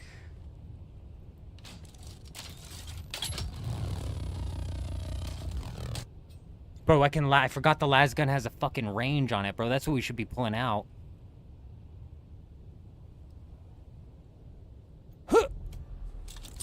Griefing versus surprise PvP? I don't know.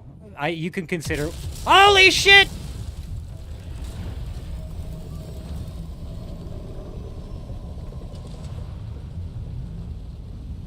Better luck next time, pal. You're a bit too slow.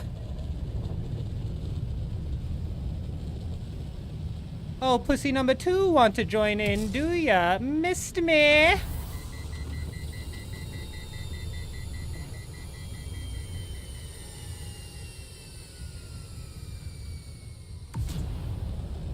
Sheesh!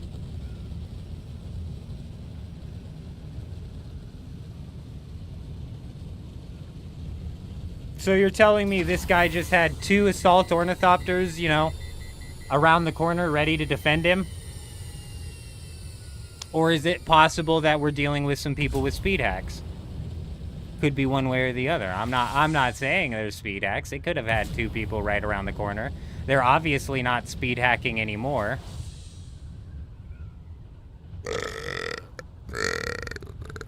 You know what I'm saying? But I tell you what, that was a random event. I tell you what. And I've said it before, and I'll say it again. You cannot get into a fight on Harmony without 3 other sons of bitches popping their heads out of nowhere, bro. Air pocket is so unreliable. That's the problem. I'd be wasting time trying to air pocket. Nice try, fellas. I would be wasting time trying to air pocket Rather, I should, excuse me. Oh, thank you. Oh, nope. Nope. Stop. I know you're traumatized. It was a fight. We survived the fight. We got away. Here you go. Settle down now. It's okay. It's all right.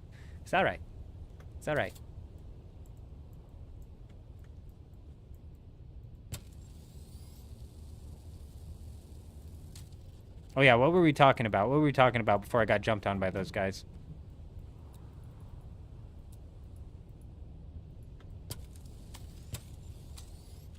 So what, you just can't repair the wing now?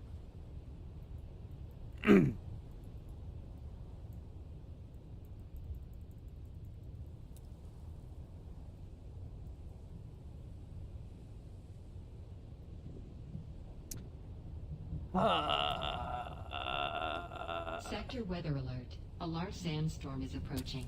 Stupid fucking game.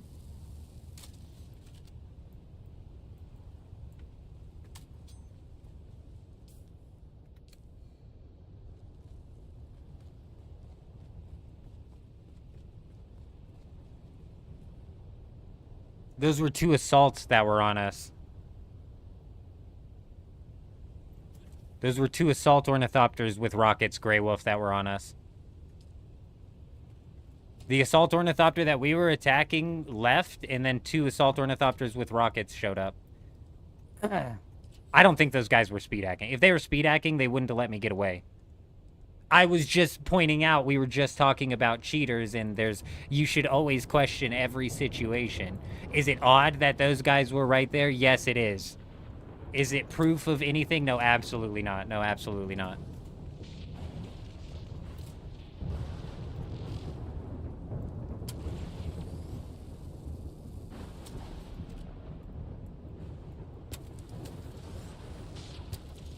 Oh, you know, I probably could have pocketed it and put it back down to see if I could have gotten to repair the wing. But that's alright. I could have just swapped the variant and it'll let you fix it again.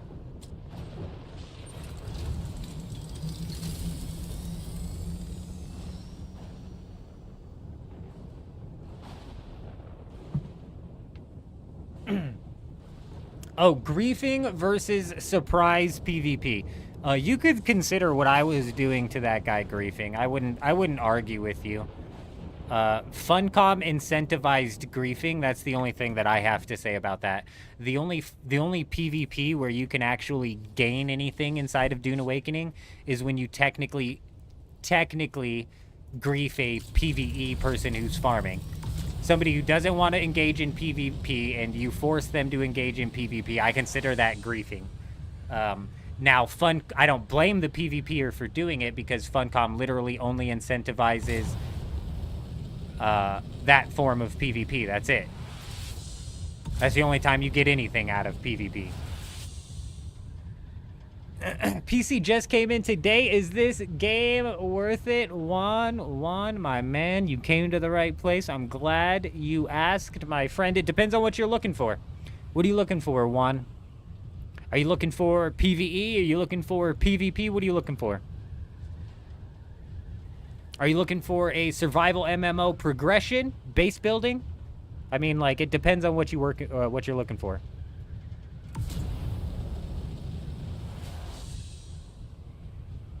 Yeah, no, and that's what I was saying, Doppel, is even over on the Do-Gap server, sometimes we would get into a fight and people would seemingly spawn out of nowhere because they were just right around the corner. Yeah, no, entirely possible.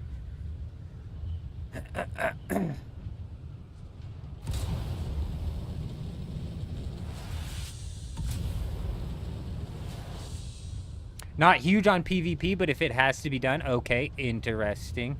So when you look at Dune Awakening, what are you looking for? Are you into the survival games, survival MMO games? Are you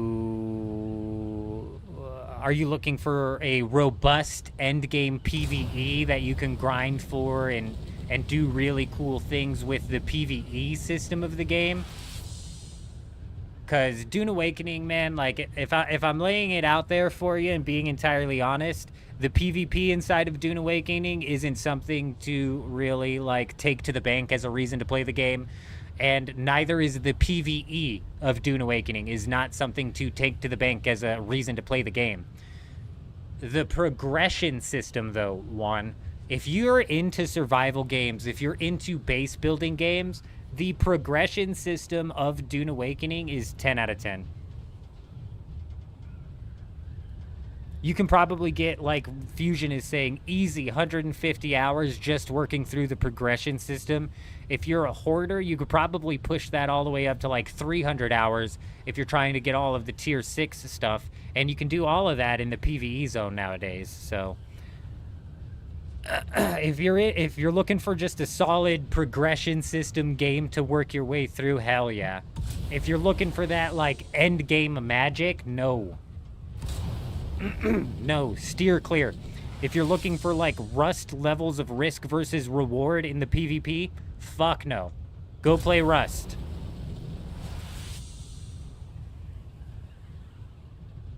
We're so far past endgame, it's not even funny.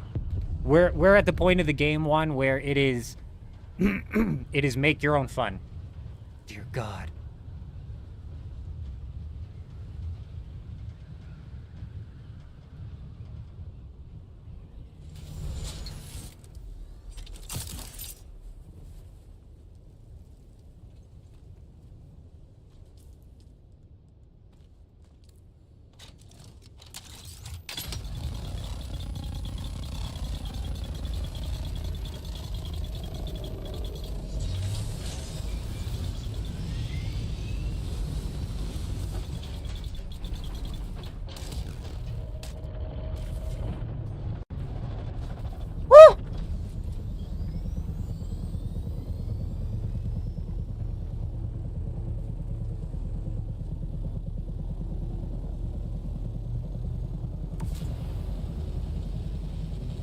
Wait!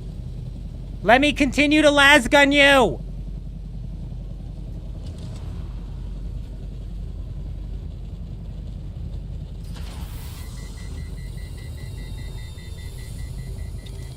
Ah!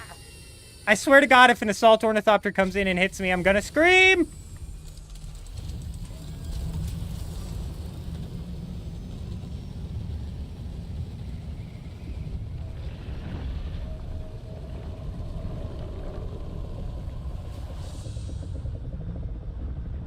Well, we got his adrenaline pumping. Any indie games? Bro, Chosen, I'm telling you, man, Megabonk, bro. If you haven't played, fucking Megabonk, bro. We just started playing Megabonk yesterday, and I tell ya, a carrier in the wild on Harmony, not something you see every day, I tell ya.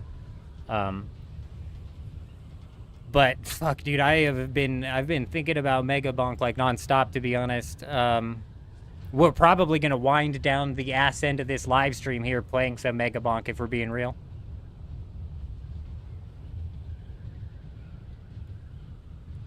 John, I think the best version of the Deep Desert was when the entirety of the Deep Desert was PvP, and the only safe zone was the shield wall. That was the best version of the Deep Desert because that's when you had bases put out here that actually had production set up inside of them.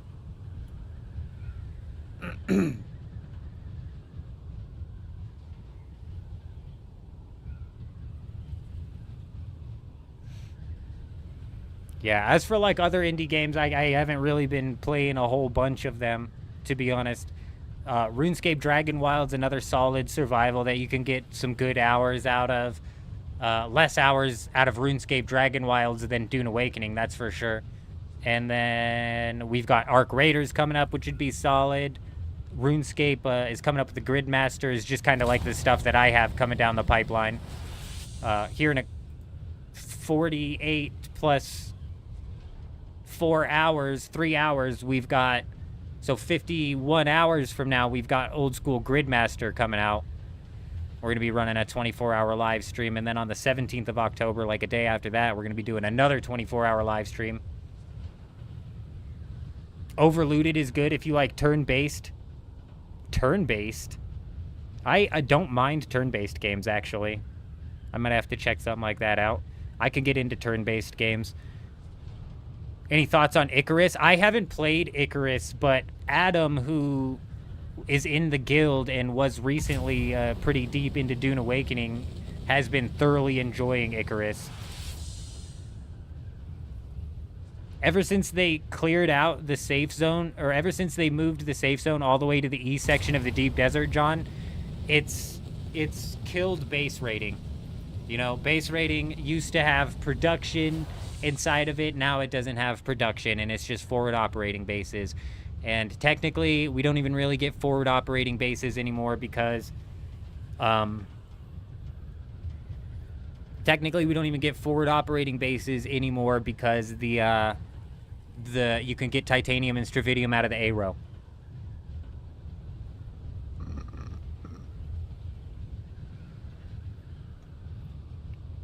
But as back to turn-based, talking about turn-based, Dofus. Dofus is a French MMORPG that is like almost an isometric top-down game that is a turn-based MMO, and shit, bro. I don't know. It's such a niche game. I doubt there's anybody who's even heard of it. It's got an anime series tied to the game as well. I don't know which one came first, the anime or the game, but it is so good. It is so good.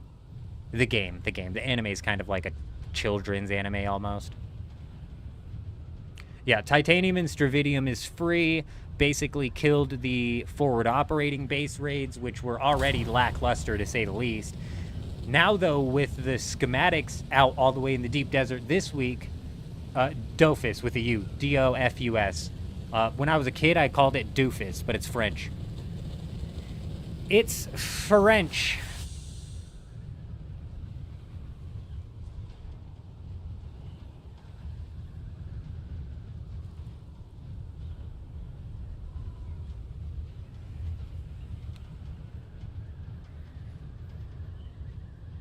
That was just an MMO that I played as a kid, and then I have played as an adult. So when I was growing up, we played RuneScape, which is now old school RuneScape. We played that growing up. Oh, I thought that was a ship. It's just a crashed ship. Lame. But every time we took a break from RuneScape, we either played Grand Fantasia or we played Dofus. Mostly Dofus. Man, I can't believe I even remember Grand Fantasia's name. Was that the name of that game? It is, bro. I wonder if that game's still running. Weird. That was like the closest I got to a game that was like, wow. Expedition 33 is turn-based. Oh, nice. Very nice. I've heard good things about Expedition 33. Not really into the story of story games. I'm a scene skipper at heart, John. I really, really am. I like to skip the scenes and get right back into the gameplay. I think the last story game that had scenes that I could skip on it that I did not skip was Death Stranding. And I didn't even finish that game. Even though I was hooked on the story, I desperately wanted to see how it ended. I had some shit go on IRL, that's why I didn't finish it, but I never came back to it. So even though I was super drawn into Death Stranding's story, I did not finish that game. Or the story, for that matter.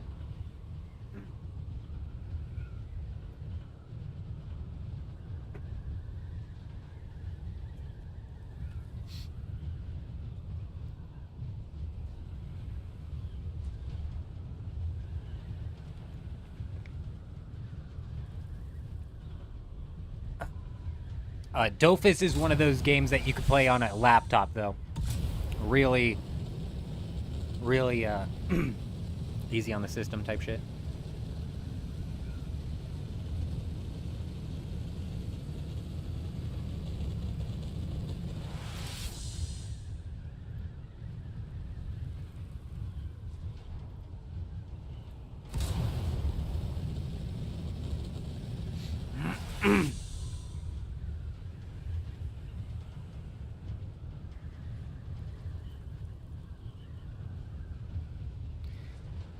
Well, we've done about all that we can do in all three of these instances here tonight.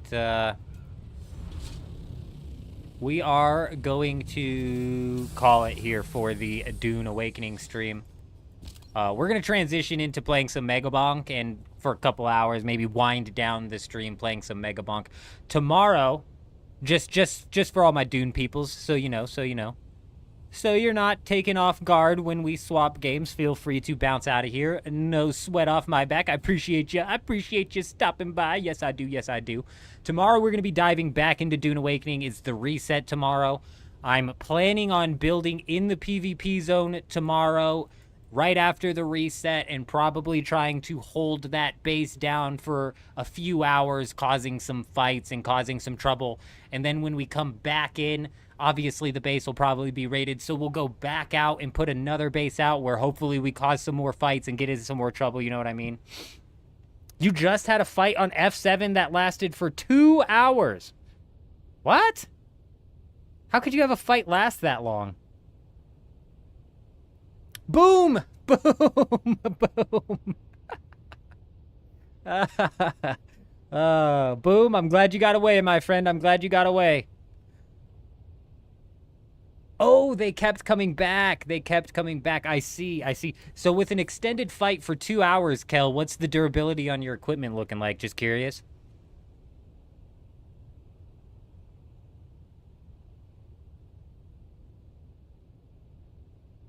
So, yeah, so 2 hours, all 2 hours of fighting. Did you die? Hey, you're the sneaky one, Boom. You're the sneaky one, man. You're the one who pulled that out. I thought for sure when we landed on the carrier, I was like, oh, damn, he's so far away from this thing. My las gun's going to break something on it. My las gun's going to break something on it. Fuck no, dude. Hell no. You got me off of the thing and grabbed the thing. Hell yeah. Excellent escape. That's fantastic. You died maybe twice. Okay. So dying twice and 2 hours of fighting and your yellow bar is down, so you have to repair your gear. You didn't repair your gear like mid-fight or anything like that? So from 100% gear, you got 2 solid hours of fighting with maybe 2 deaths out of 1 full bar of gear. Yeah, bro, honestly, that's not fucking bad at all. And you repair that, it repairs it up to 90%. Repairs it up to 90%. So you get another hour and 45 minutes of fighting out of it. And then you repair it up to 80%, so you get an hour and a half out of it. Bro, you don't have to worry about replacing it. Oh, and your gear's only about 25%. So technically, you're at the point where you should repair it before you go back out fighting with it.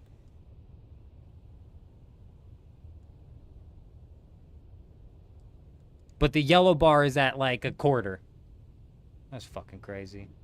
Might sound crazy. You would 100% give Expedition 33 Game of the Year. Which las gun do we have? Black Market.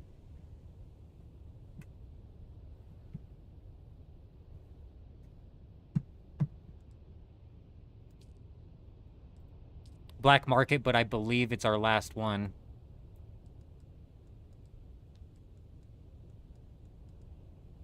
Indeed. We do have a plasma cannon, which almost functions just as good for base rating. Almost. Almost. But no, Kel, that's interesting that you were able to fight that long. And your durability. First off, your gear didn't break. So it didn't even get down to the point of breaking. And you're going to be able to repair it up to 80, 90%. Use it again, repair it up to 80%. Use it again, use it again.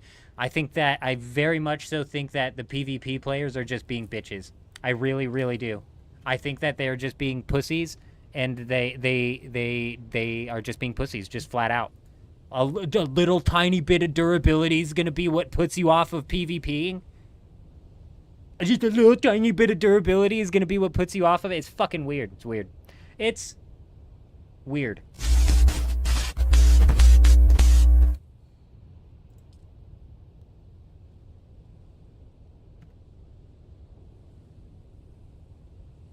Like I said, though, we are going to transition, wind this stream down with some Megabonk. I appreciate all of y'all. I appreciate all of my Dune viewers. I appreciate you guys. I appreciate you guys. We're going to, like I said, we're going to be going live again with Dune tomorrow, heading into the reset. We're going to be pushing to build in the PvP zone, and I think that we're going to try to do that every time we live stream it throughout the week. Next week is going to be a bit of a split up week in the sense of Wednesday we've got Gridmaster and Friday we've got Arc Raiders.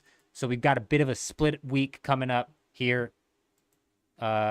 So prepare for that, but bear with me 1 minute, ladies and gentlemen, and we'll be bonking away.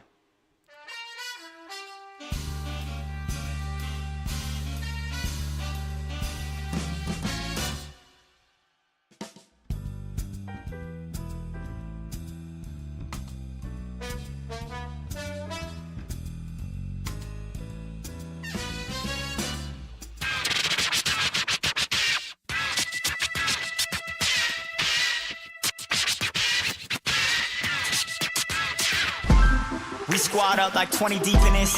Yeah, that liquor seeping in. We don't stop till weekend ends. We get money, yeah, we eatin' lobster steak. Now we ain't vegan, we ain't stopping. Ain't no reason. It's my time, yeah, it's my season. No, no, we don't come to play. Nah, no, we don't come to play. No, nah, hey, no, we don't come to play. Where we walking, where we talk, they know we don't come to play. I'm insane, bro. I'm insane. The best. I'm the best. I'm almost down all the time. All the time. No problem.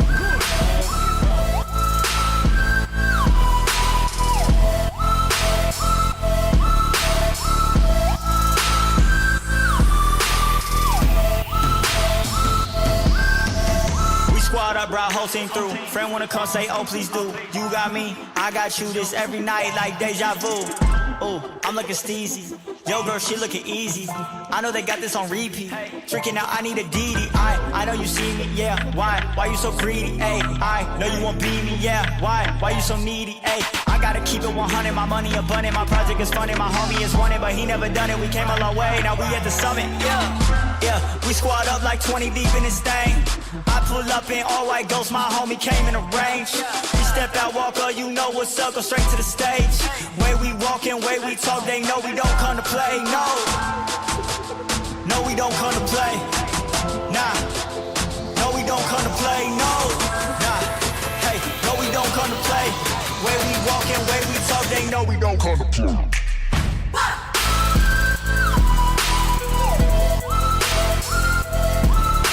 My programmer always says 2 halves are better than 1, but then he only gave me 1.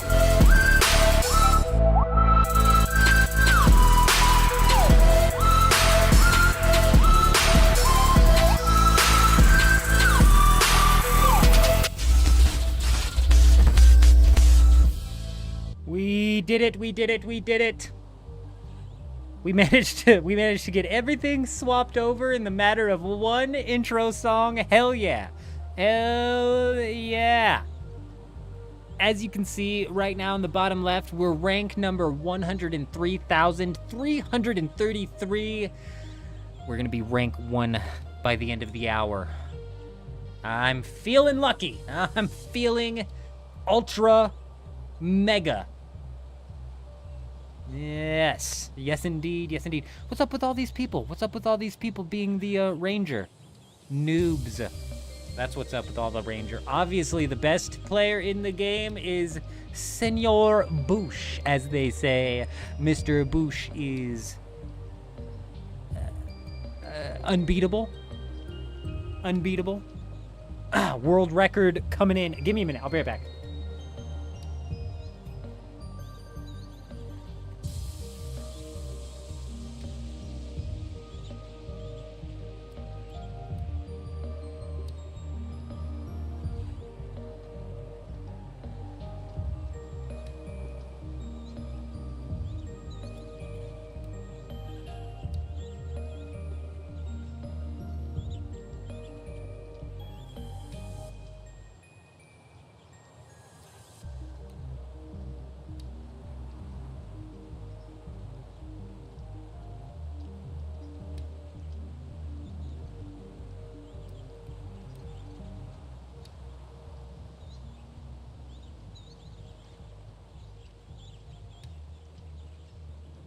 Yeah, your gear doesn't go down much because your shields are up most of the fight.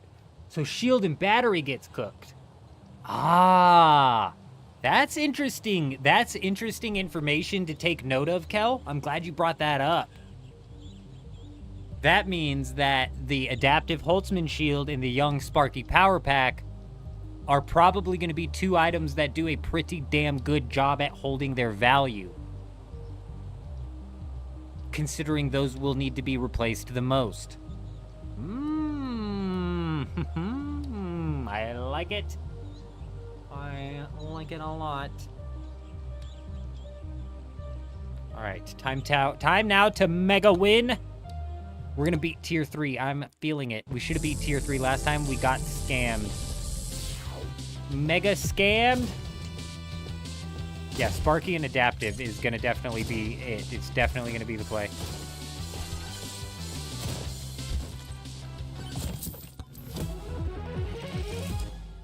Already starting off strong with the Beauregard. Oh, and the bone. So good. This weapon right here, the bone, bounces off of enemies.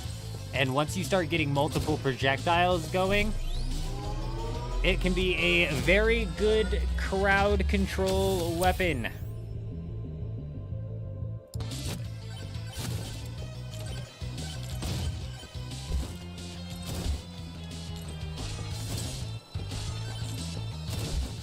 Gosh, can you play this game on controller? I'd almost want to play on controller. I mean, you should be able to. You really don't have to do much, do you? Just don't know which one I want. Let's go with experience. I realistically didn't want any of them.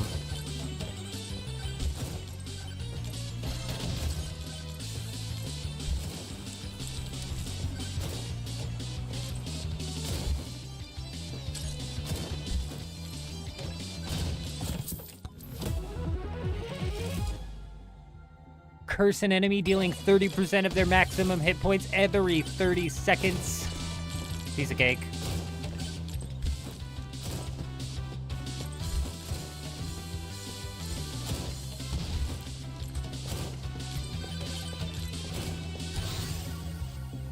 Now we're talking. Projectile count all the way up to 2.4. Hell yes. Now we're gonna start cooking things.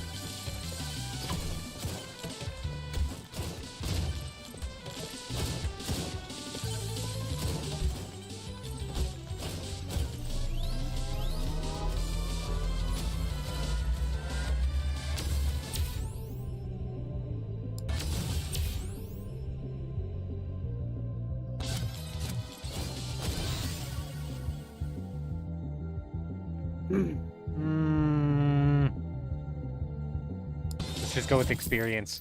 I want to get the projectile modifier tome. That's what we need.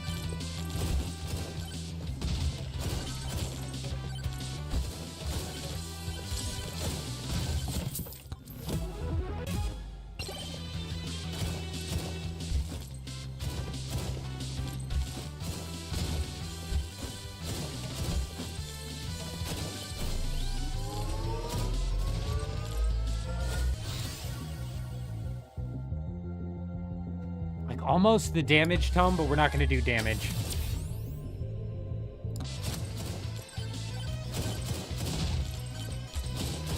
Do I play other roguelike games? Is that what this genre is called?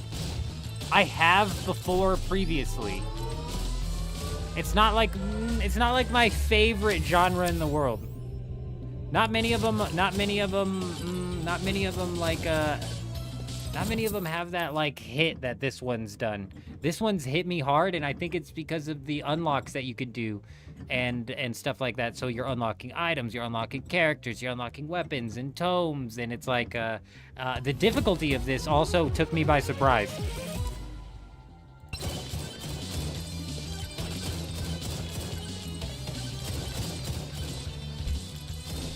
Dear God.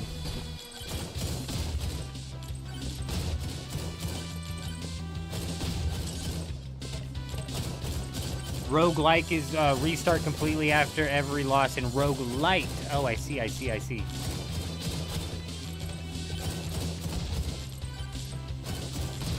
Roguelite seems like it'd be more up my alley then, because this would be a roguelite then, and definitely seems like it would be more up my alley, because I like the sense of progression in this. Restarting every single time, it's like eventually, you know, you would get that one really, really good run, and then it's like, am I gonna get a run that's gonna match that? I don't know if I'll ever get a run that matches that run. Whereas with a roguelite, it's like, I might not get a run that matches that run anytime soon, but we're like slowly progressing, so eventually, you know, we gotta get another one.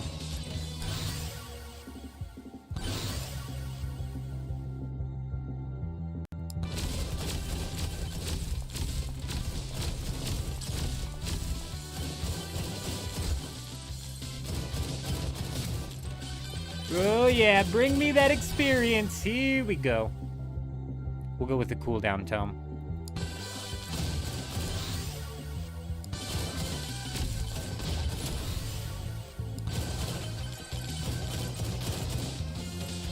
Oh, that's a bush.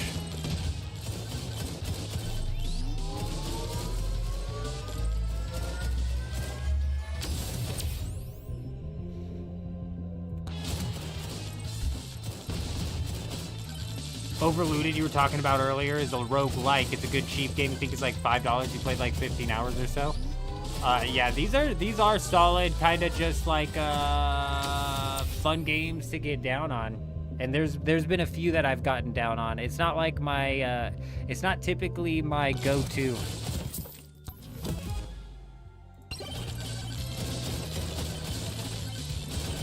Like, I wasn't sure how much I was gonna enjoy this game, and then last night we played it.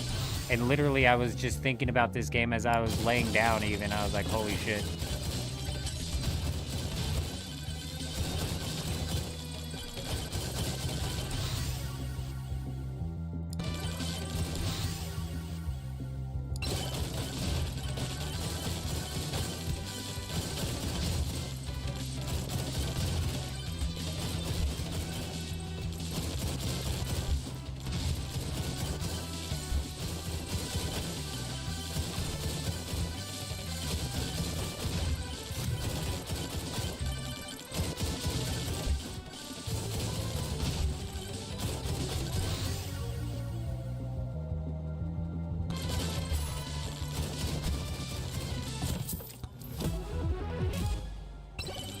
Give me that, give me that, give me that.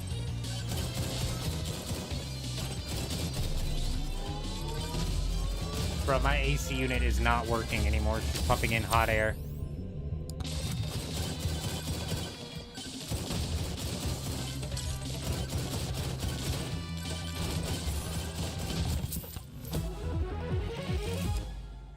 Our luck is only at 13%. No wonder we're not getting shit.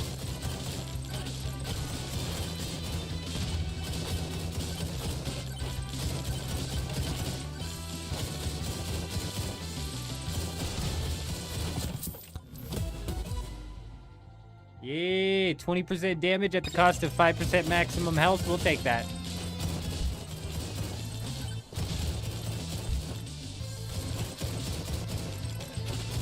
That's a risk I'm willing to take.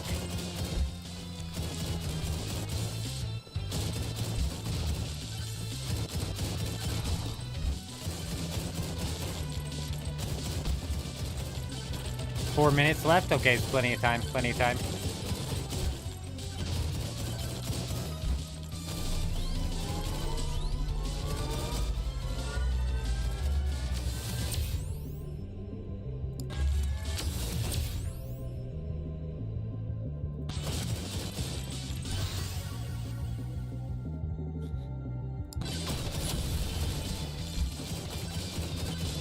Bro, my sniper just one-tapping these spiders. Good. The spiders are the worst mob in this entire game. They blow up if they get close to you.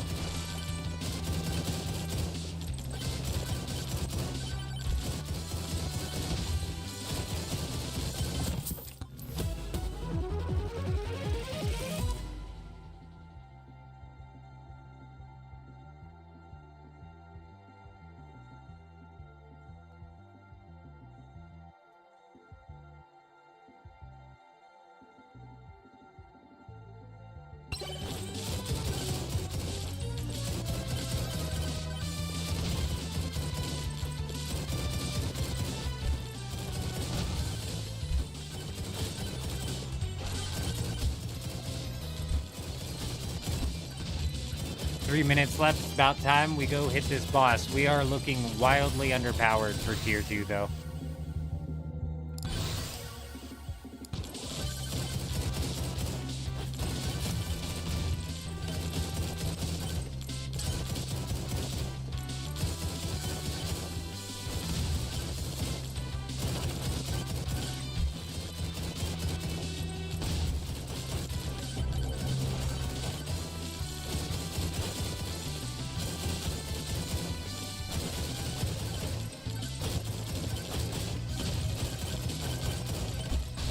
Get the fucking shield, man! Get the shield. Oh, we got it. We got it. We were dead if we didn't get this shield.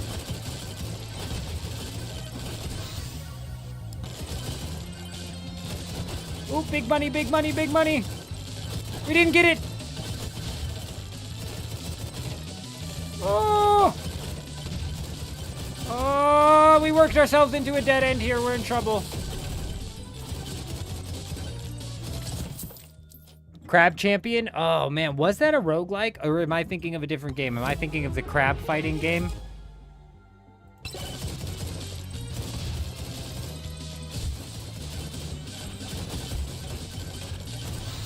You know what I think gets me really about Megabonk is the leaderboard. There's just something inside of me that where if there's like some form of competitiveness or competition inside of a game, I want in. Like, I had never played a ARPG. I've never played an ARPG. And then Diablo 4 came out, and they were doing the world race to the hardcore first max level or whatever it was. That was the only reason I picked up Diablo 4. I had never played an ARPG, and I knew for a fact I was not going to be even close in the runnings for world first. I had to try, bro. I had to try.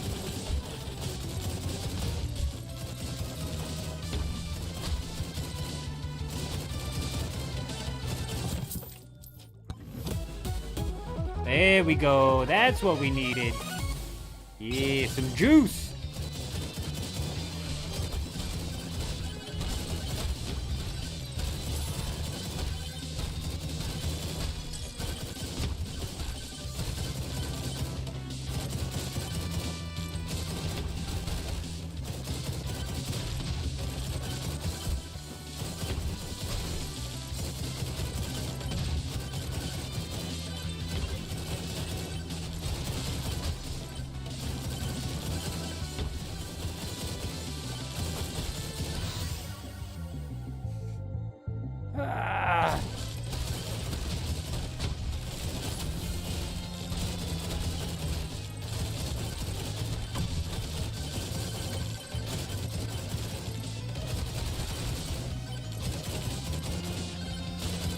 We're just not set up power-wise to be taking on tier 2.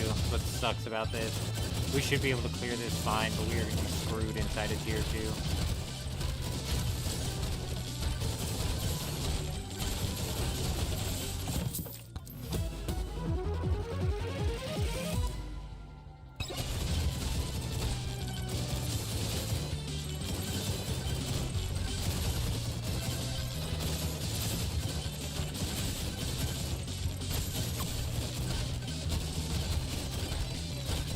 You're done for, tree man.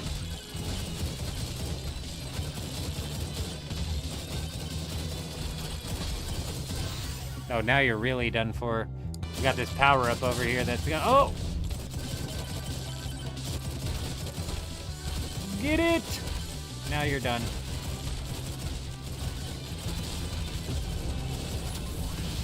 Piece of cake.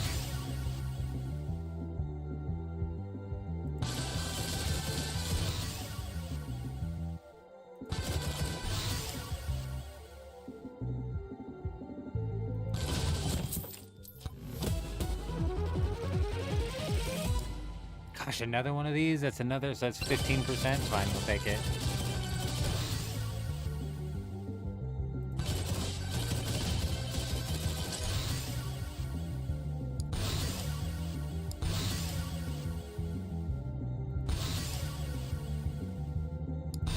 What is happening? Is this the experience? We just leveled up like 10 times.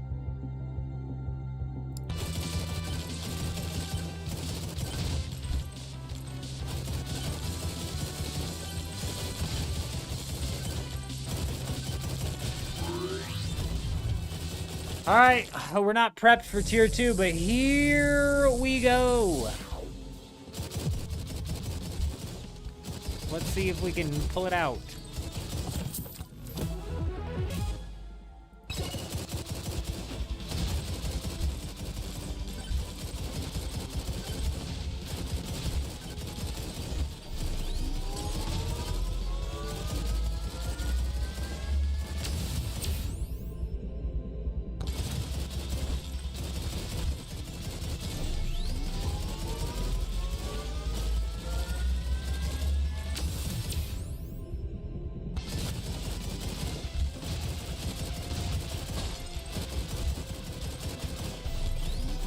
Doing good. We gotta look out for magnets. That's what we're really looking out for. Magnets suck in all of the experience in the entire map and just shove it into my player. That's where real power is gained.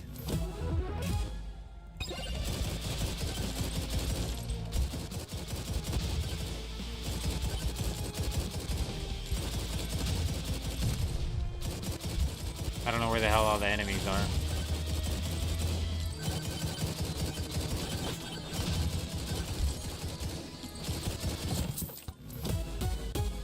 Oh, that's what I'm talking about. Oh, Speed Boy. Upon taking damage below 50% max health, slow down time and deal twice as much damage. What? Hell yeah.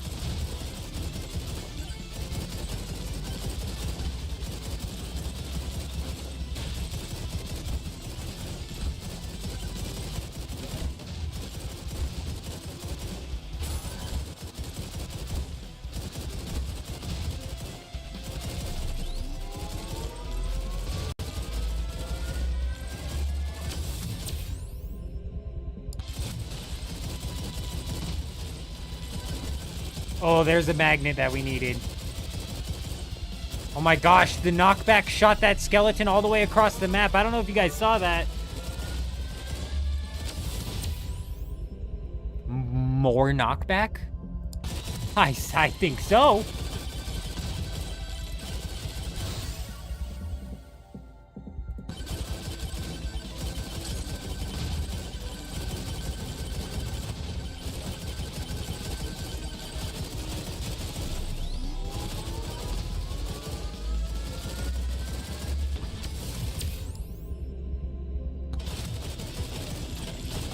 I grabbed crit damage, but I think I have no crit chance, which is kind of dumb, but...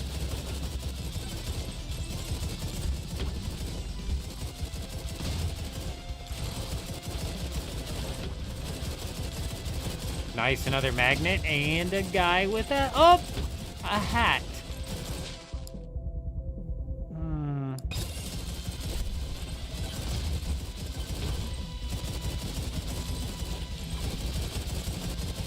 We'll hold off on the magnet for now. 20 seconds until a swarm.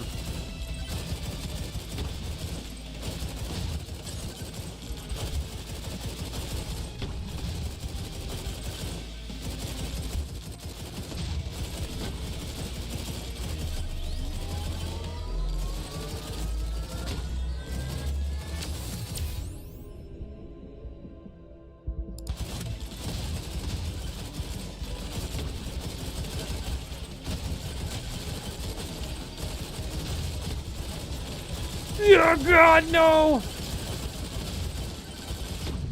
What?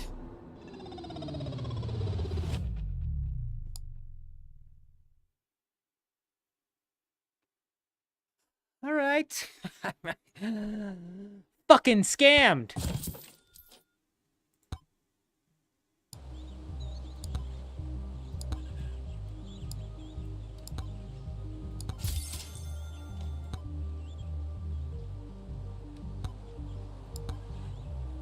All right, Bushman. It didn't even proc. I know, 60% to dead. I was thinking the same thing, Fusion. We did get caught by that boss's hit right there at the end. We did. We did get caught by the boss's hit at the end. I was wanting to see that 50% proc too, and I didn't even get to see it. Straight to 0. God. Gutted.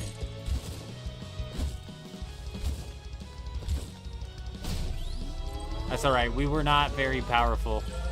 We've had much more power heading into that. We need to get a projectile count tome. That's what we need.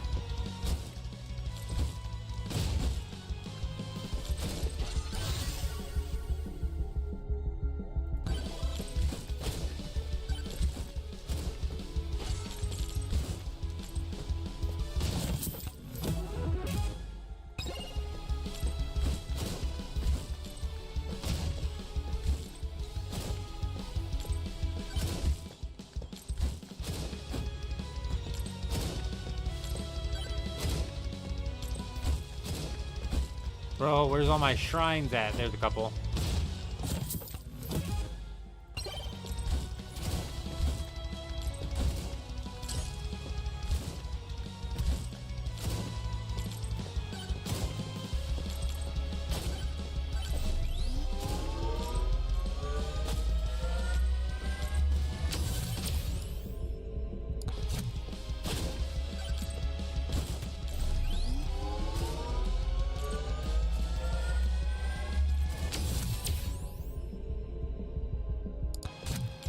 .24 max hit points should help. Pretty nice.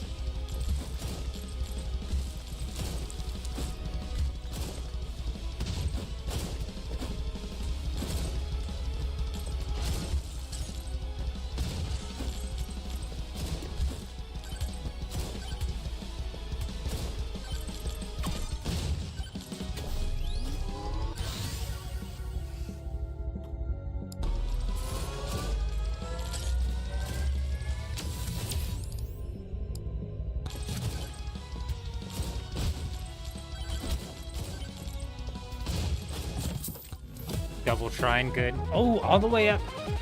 Our luck is at 0%, and we just rolled a purple. That has got to be like one of the rarest things to ever happen.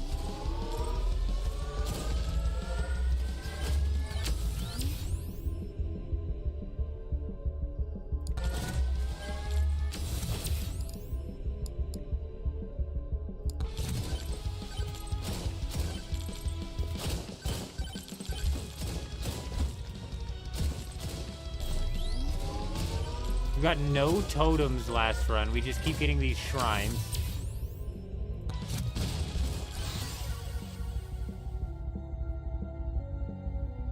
Ah.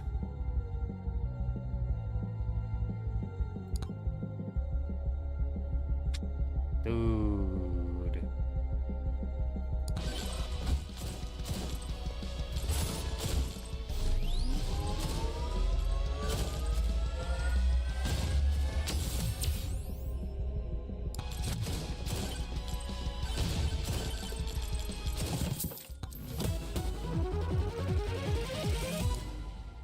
Useless. Just gives me more gold when I'm taking damage, which is something that you're trying to not do the entire time.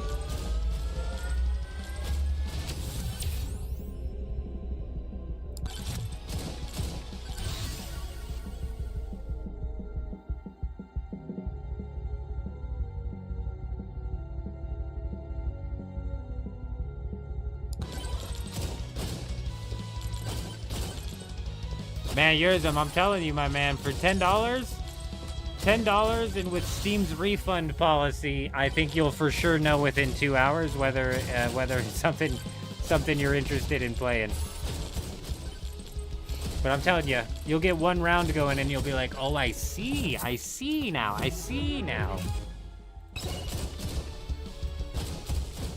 Oh, like I was saying, I didn't anticipate the game being as difficult as it is.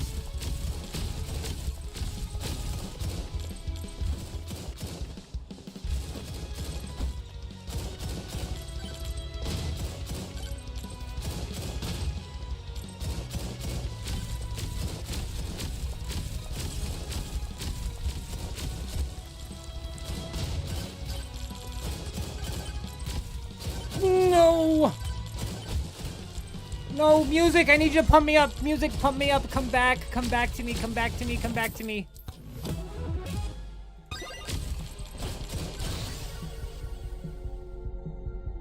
I've got no secondary weapon because it keeps giving me shit weapons. We're gonna go with sword. We cleared tier 2 with the sword. I don't like the sword, but we cleared tier 2 with the sword, so it can be solid.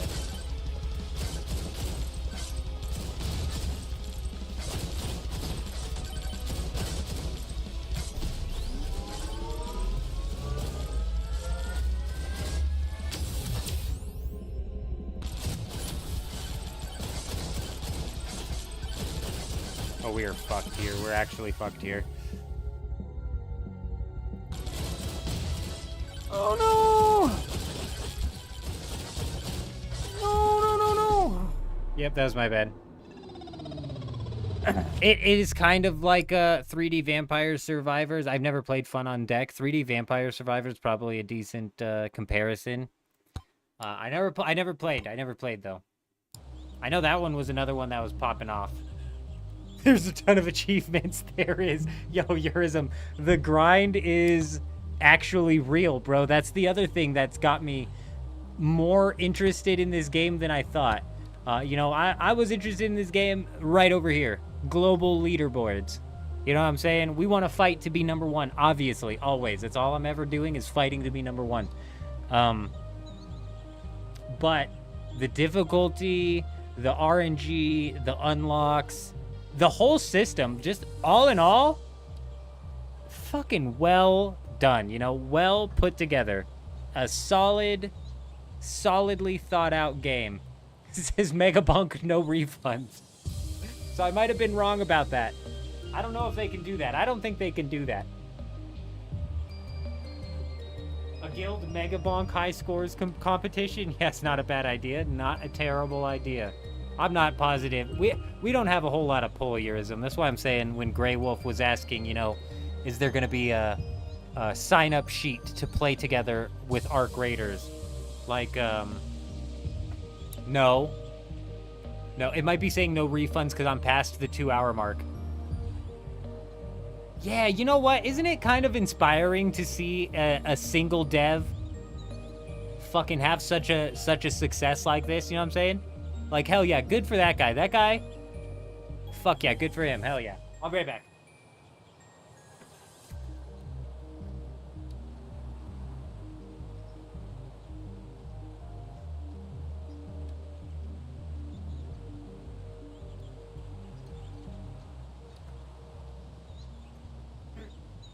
I tell you, somebody who's probably upset. Poor old Mr. Software over there. Did the dude who made Arena make it on a burner laptop in Starbucks because he was bored or something? Mage Arena. Oh, is that the one where people are... Is that the one, Eurism, where people are literally having to go fireball? Fireball! That...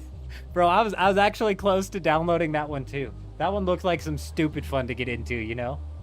Fireball! Fireball! Fireball! Yeah, that looked good, dude. That was a good magic missile. That's a really good, that's a good concept on a game. Nothing like that's ever been done before. When I first started seeing clips for that game, I thought people were just saying it for fun. I didn't realize, like, they were having to say it to trigger the spell.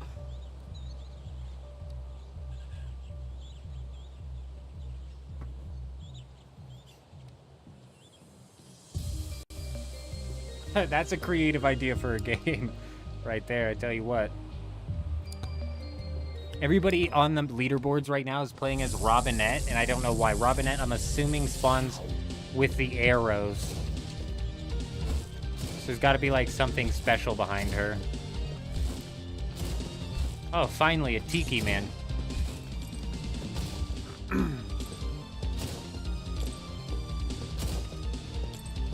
Yeah, I've seen some funny-ass shorts.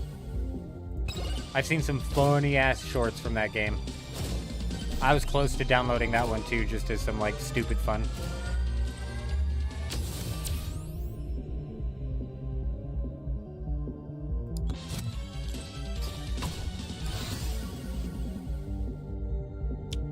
Not projectile speed, bro. I need projectile count.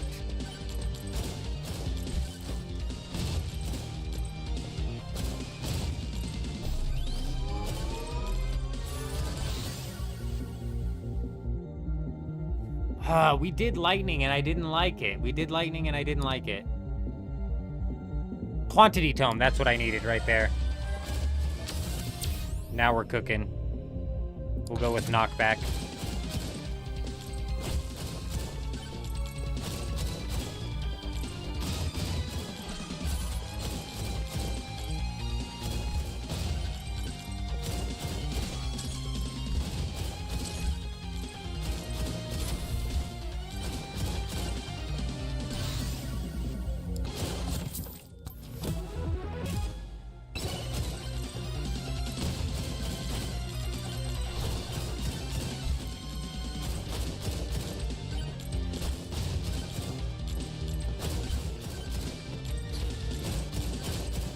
I'm telling you, yours. I'm telling you, it's solid, man. It's such a for $10, super solid buy.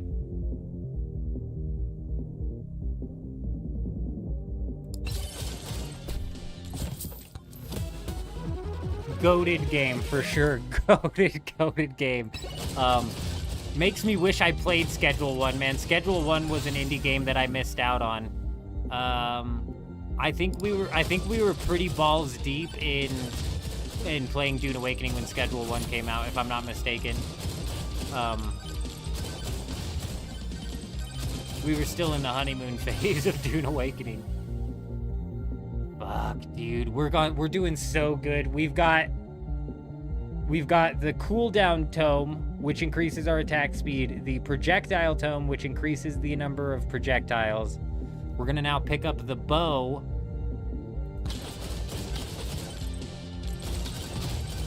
And we're just gonna continue to power up here.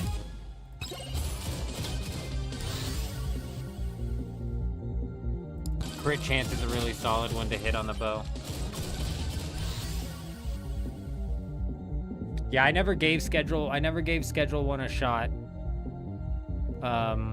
I think that's because also I watched too much of that game get played. It was a fun game to watch be played as well. And I watched too much of it get played, so it's like the sense of discovery is lost.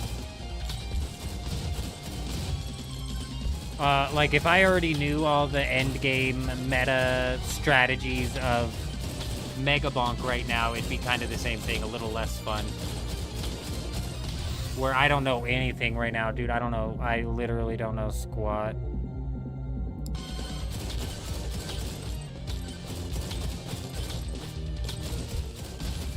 There's boom boxes in this game that I keep hitting and I don't know what they do. I don't think they do anything.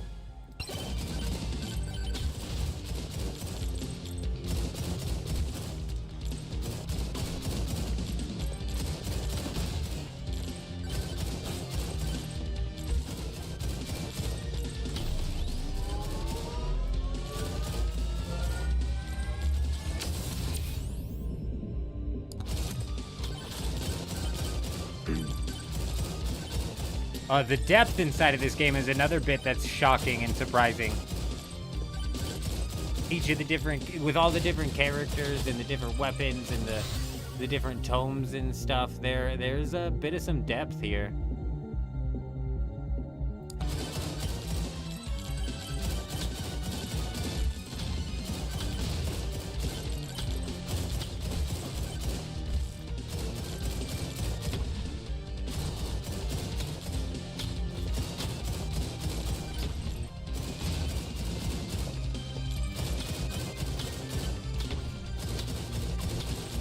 Man, it makes my butt pucker up a lot, too. Like, I'm not even lying. The butt clench in this game is so real, dude. I'm flexing my ass cheeks tonight.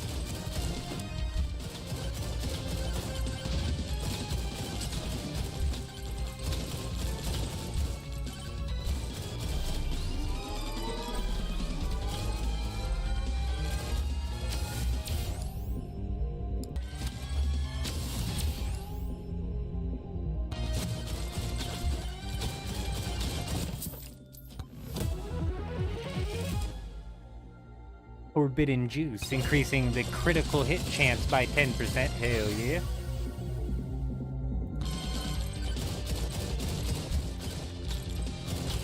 We need to catch a magnet. We got 6 minutes, we're about to have a swarm hit.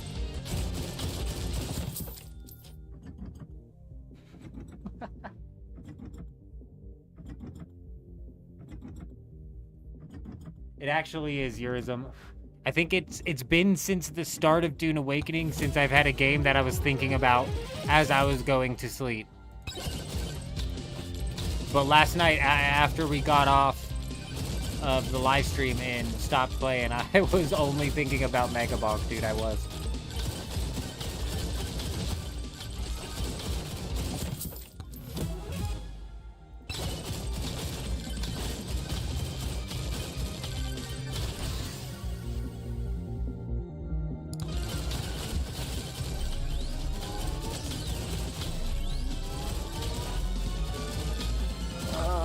Professor!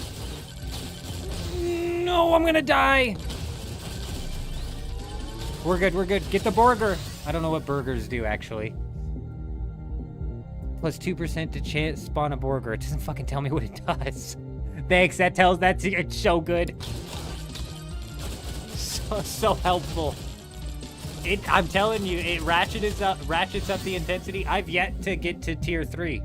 I can't even get to tier 3. I got lucky when I beat tier 2 earlier today.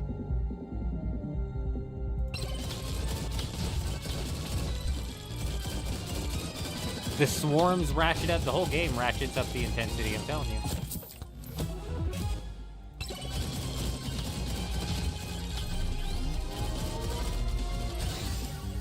Sometimes with these like streamer games, if you will, that blow up in popularity, it's almost like,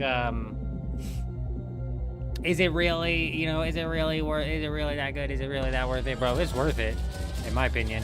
Super solid.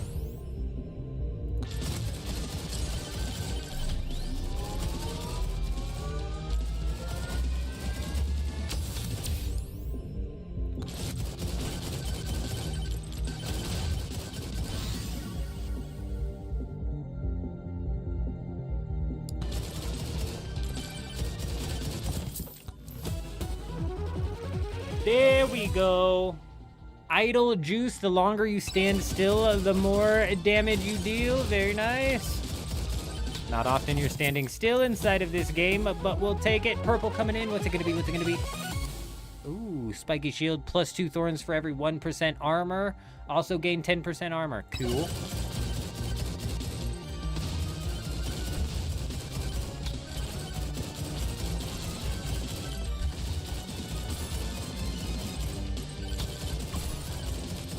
Campfire heals you when you stand still. I like the campfire ability. If you could, like, get these two abilities to synergize with each other, it'd be solid. I just banished the burger. Good. Oh, a magnet. We're about to level up like crazy. Magnets are absolute game changers.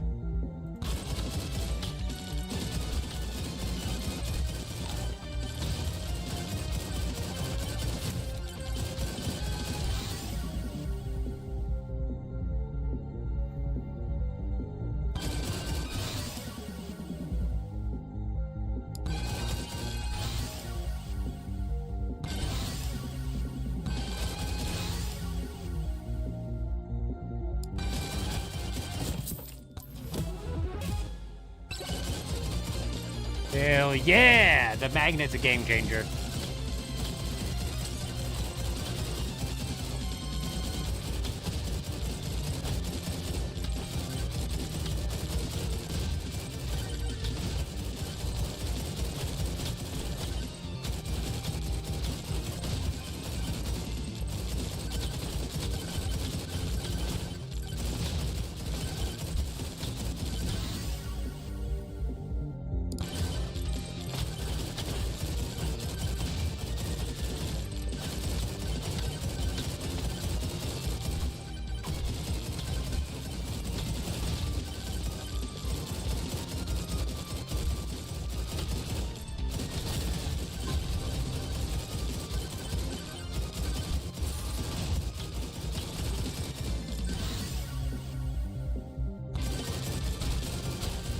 Boss time.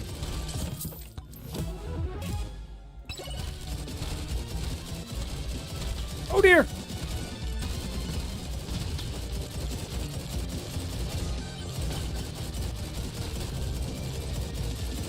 Paired with the swarm, I gotta run. I have no sustain, dude. Crits have a 25% chance to heal. That's just a tiny little bit of sustain we just got, actually.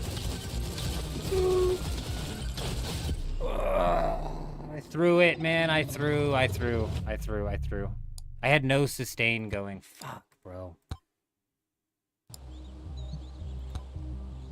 Run it back. Run it back. We're gonna at least get to tier 3. We're gonna at least get to tier 3. I'm feeling it.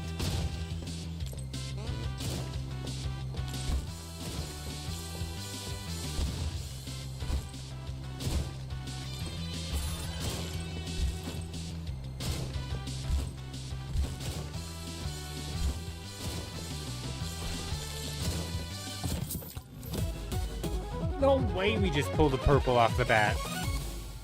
33% more damage while airborne. Very nice. Yeah, lifesteal is what we were missing in that last build for sure. Would have helped tremendously.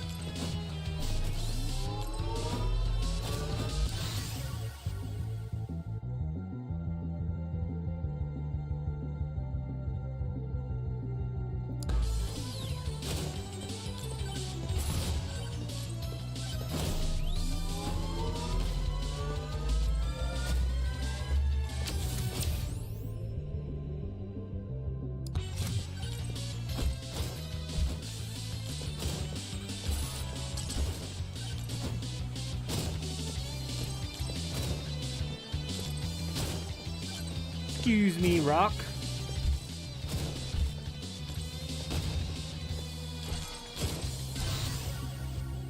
Quantity tome. Oh, we're getting hooked up again. We have the attack speed and quantity tome again. Hell yes.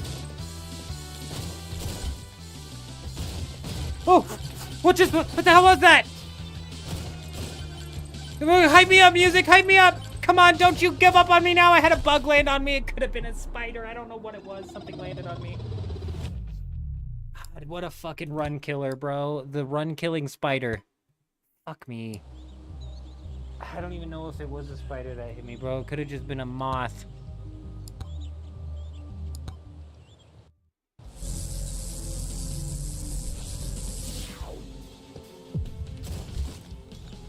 Time to cook. Indeed. Quantity tome right off the bat. Good.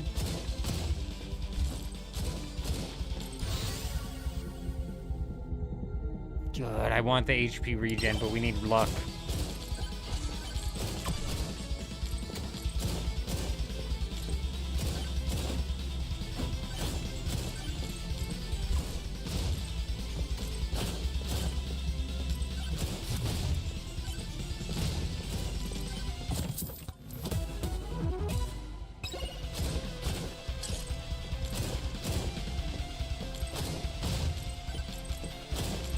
Bro, it is not every day you find these giant-ass mountains.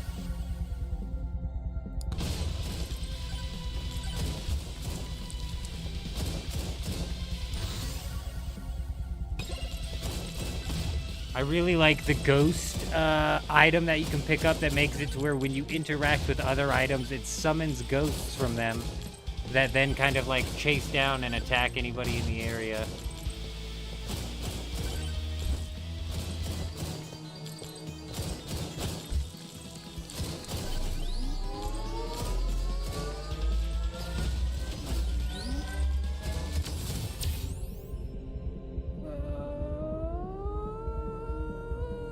We'll go crit damage.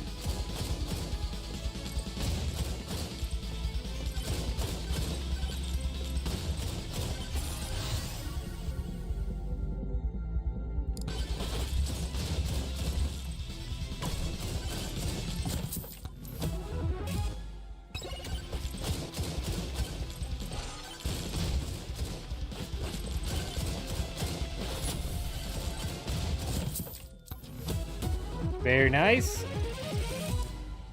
Nice. Upon hitting an enemy, clap their cheeks so hard it generates a lightning strike. Huge. Quantity tome, we need that for sure.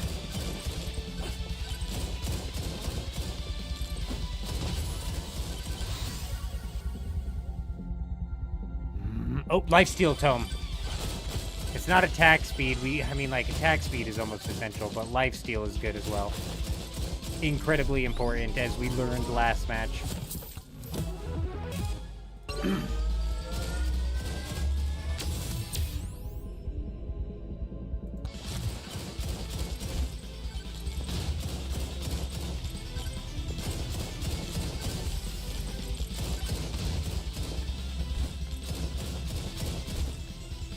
Ooh, a magnet.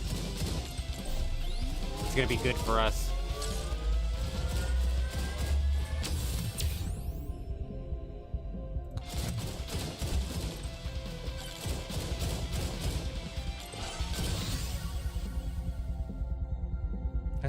Let's go Fire Staff.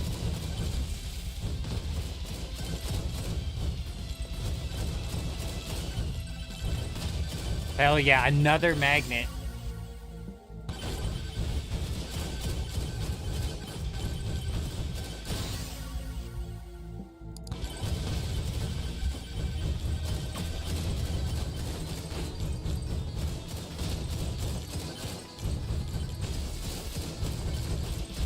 We'll save that magnet until after we take down the swarm.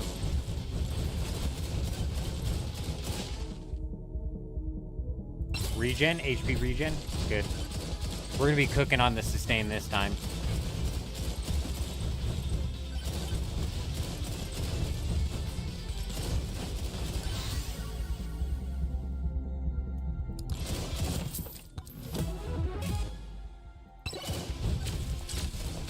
Looking much better, looking much better. The one thing that's gonna be rough is the attack speed.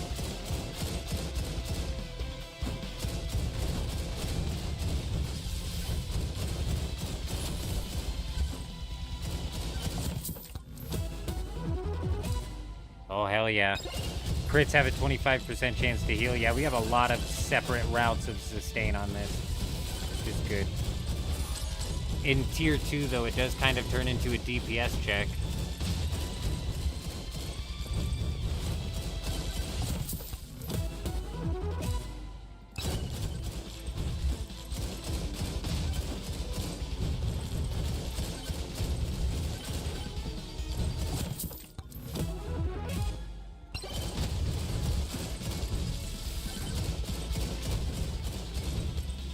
Oh, we already hit that one.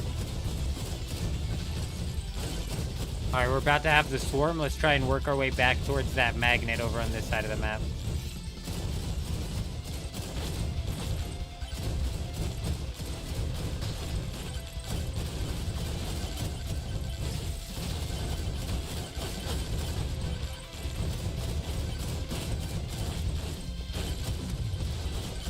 Yeah, fuck you, swarm.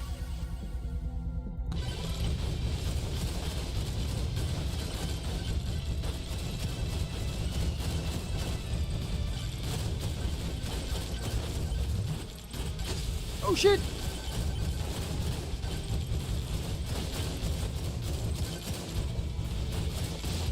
I don't remember explicitly where the magnet is at.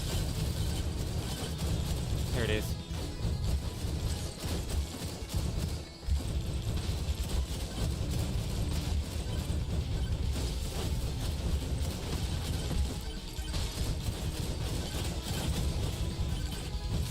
There's gonna be big levels up right here. Excuse me.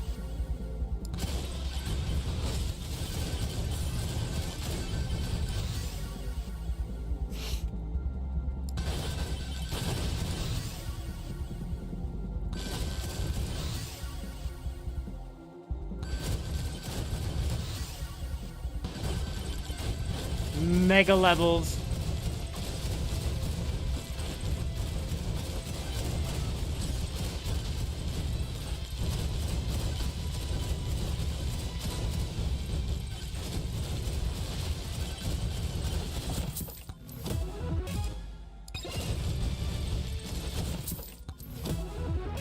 Jeez Louise, dude. RNG not on our side with the chests.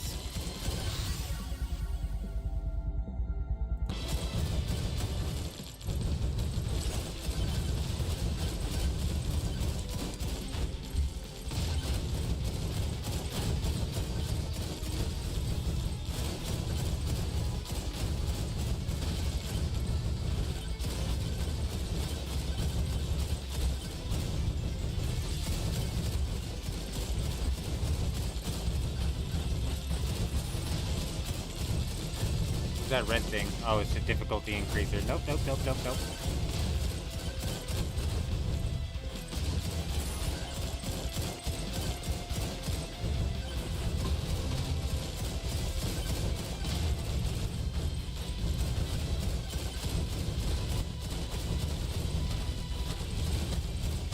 You're done for, little bark.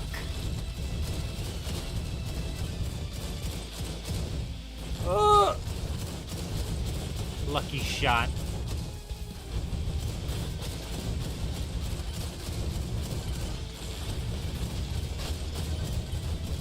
"16 seconds until the swarm."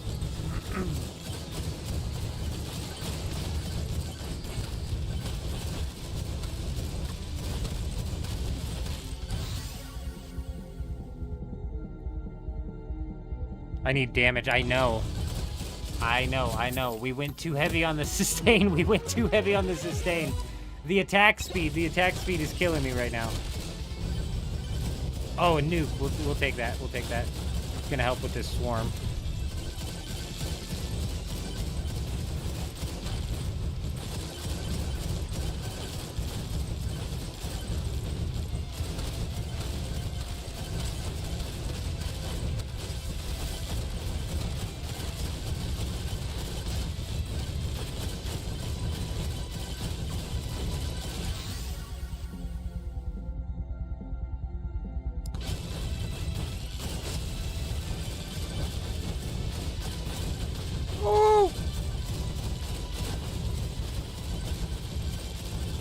Nice, we got the evade boost to proc, that's good.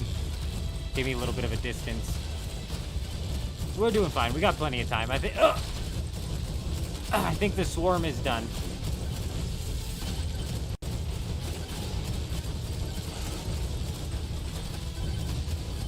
Ooh, a magnet as well. Mega levels coming in.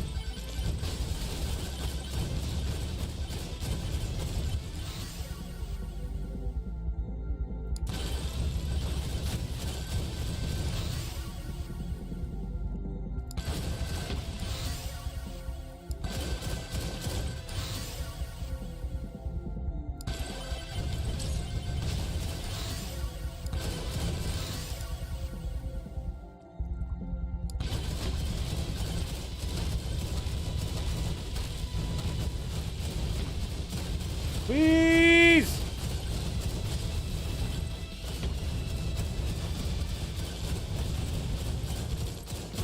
I won't hit tier 3 with this run, I won't. The damage isn't there, man. We're gonna get completely and totally blocked off. I mean, we'll see what sort of, like, upgrades we get out of the next level, but if we're being realistic here.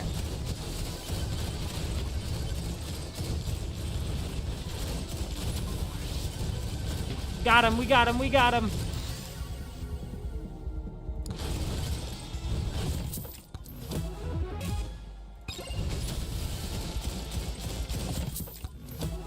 God, come on, give me some good RNG. Give me something juicy. This is why I miss my fox lady, you know what I mean? I miss my fox lady.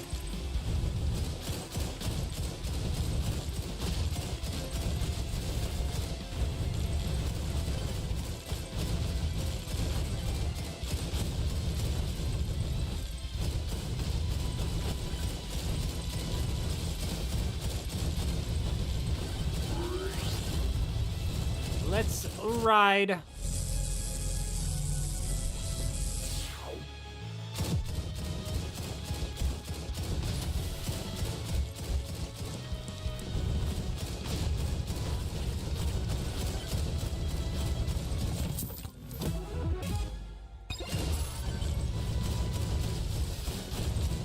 Good, we have a magnet. That's so good. That's gonna help us out immensely. Some RNG on the chest would also help.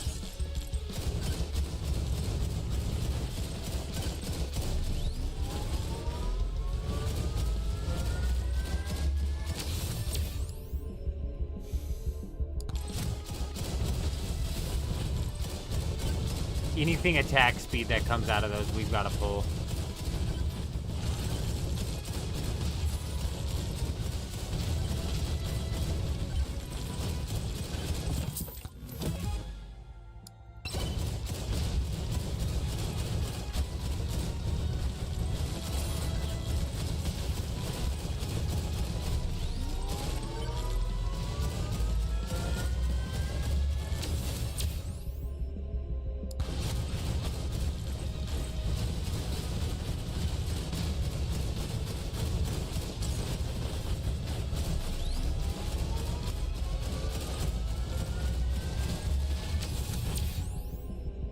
14 damage, hell yeah.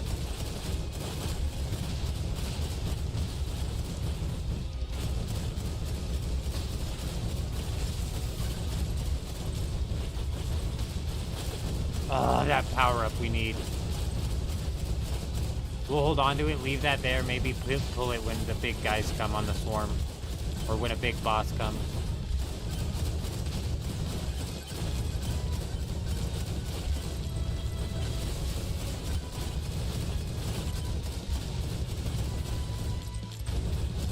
Bro, I need more damage on tier 2. You'll see, as soon as we pull these bosses, we're screwed.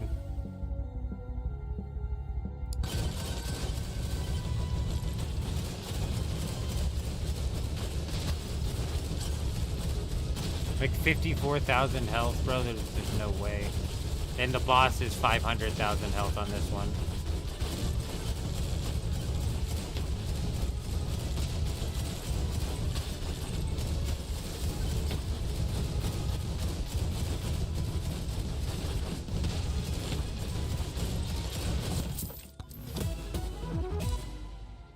Ah.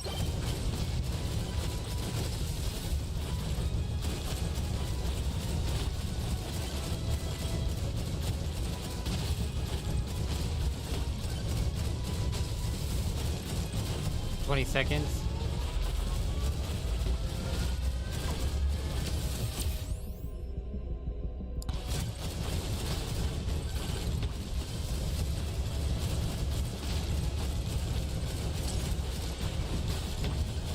Alright, I don't even know where the big guy is anymore. We gotta get to him.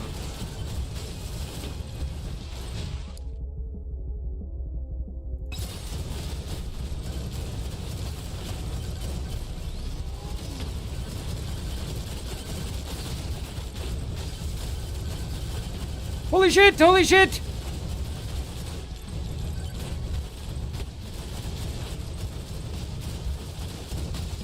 Holy shit! Holy shit! Holy shit! Oh, big fall! Stop it! Stop spawning in! Okay, we somehow survived.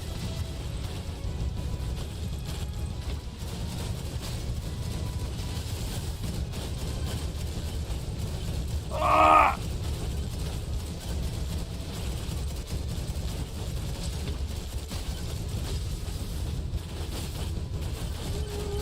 Yeah, we went too heavy. You're right. We went too heavy on the sustain. We went too heavy on the sustain.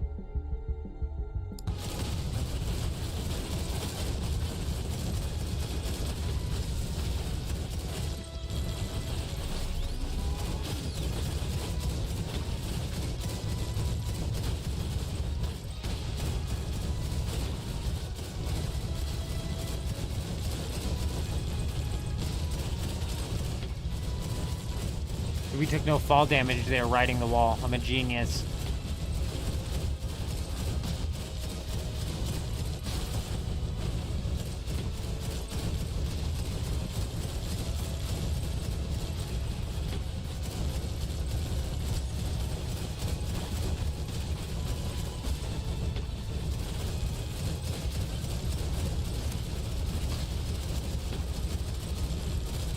Burn him down! Burn him down!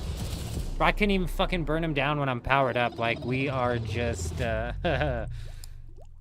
not putting the damage out. Not putting... Too much sustain. Too much. Run it back. We might have to swap off the bush if we're being entirely honest.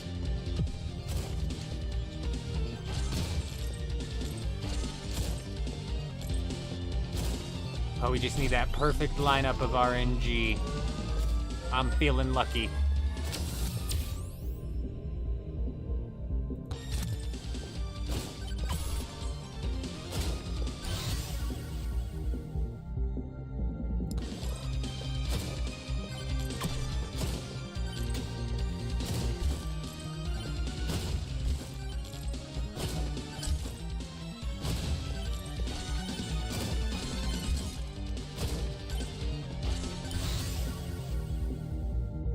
Yeah, let's go with flamethrower, bro. We had a killer flamethrower build going up before we swapped over to Dune last time.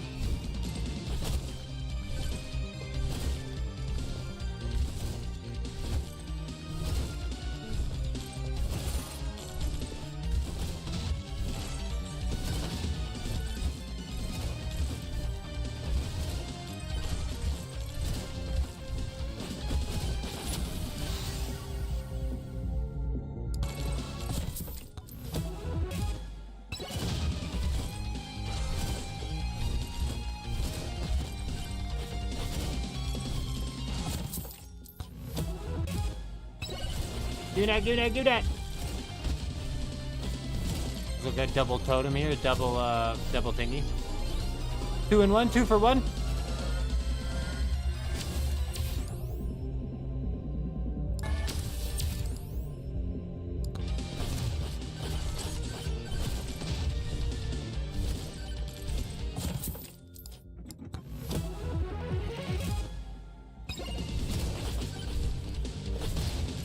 Hey, hey, hey, hey!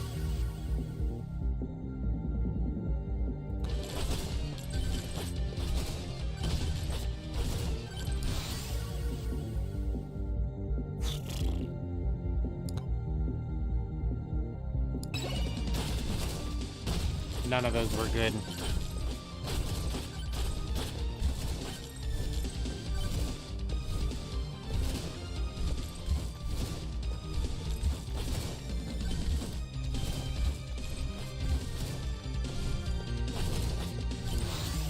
Oh, we did not! We actually did not, bro! We did not! We did not!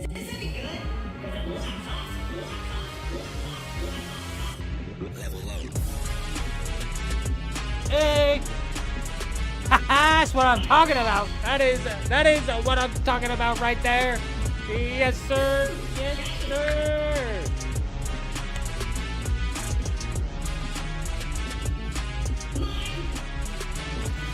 That is some sweet looking stuff. 15% chance to summon Dragonfire when hitting enemies. Fire damage can now apply burn.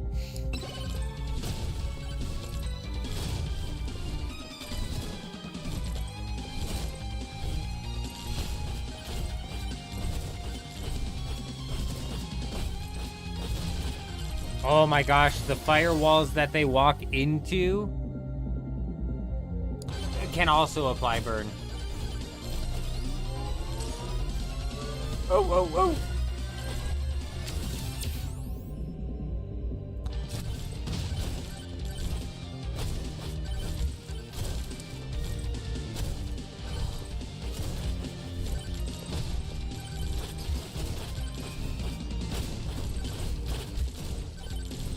Should be dead. I should be dead.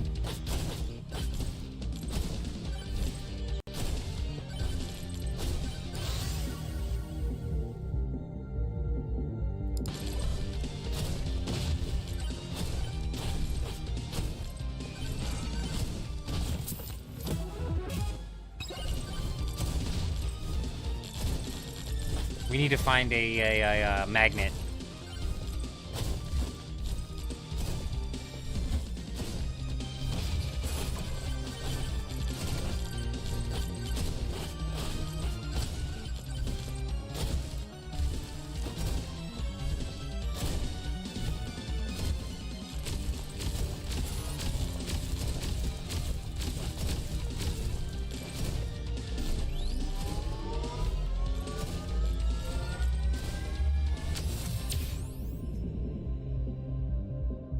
Let's go duration.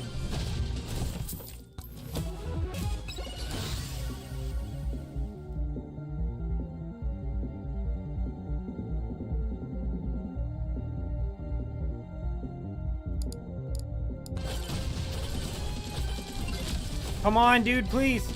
Don't you stop on me, music. Please, please, please, please, please. Keep me hyped. Keep me hyped. Keep it cooking. Keep it cooking.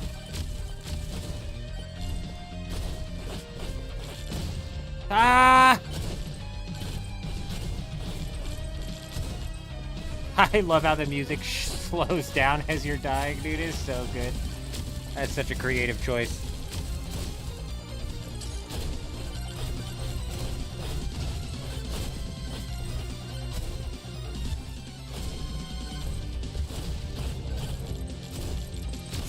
I'm so fucked. I'm so fucked. This storm is gonna kill me, bro. I don't have the health for this. I'm gonna have to take Bloodsteel, and I don't want to, dude, because I need the projectile count to make this build powerful. Fuck it.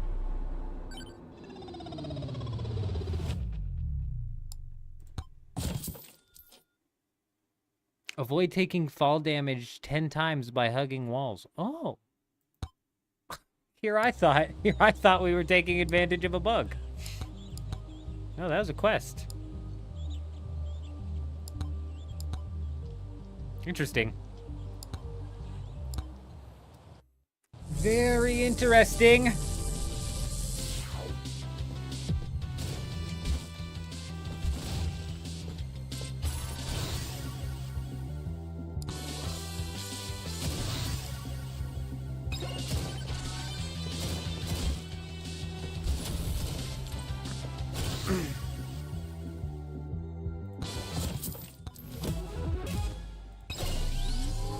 Alright, we're actually getting hooked up RNG-wise.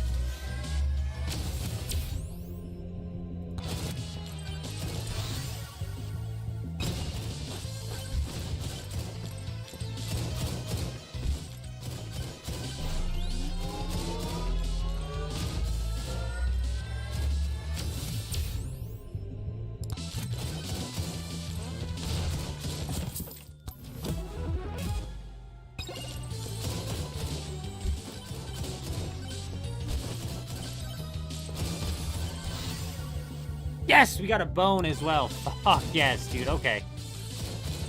We might be able to put together another run here.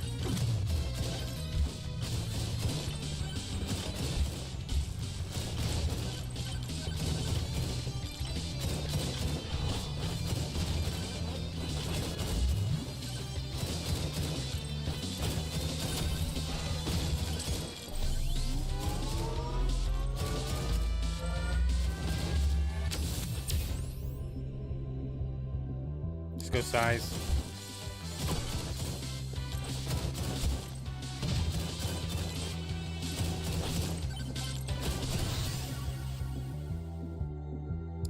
Boom. Another one of these. We're up 30% damage on this.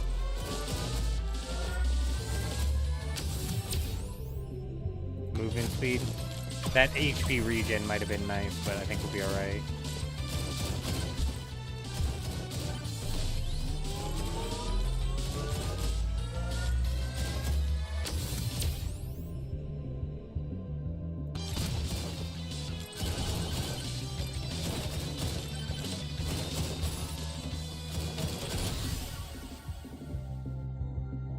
Yes! Quantity tome, dude. That's what we need. Now we just need the attack speed.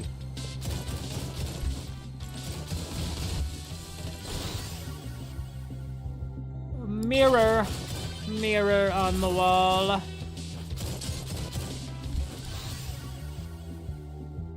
Fuck yes, and the cooldown tome. Alright, now we're cooking. Now we're actually cooking.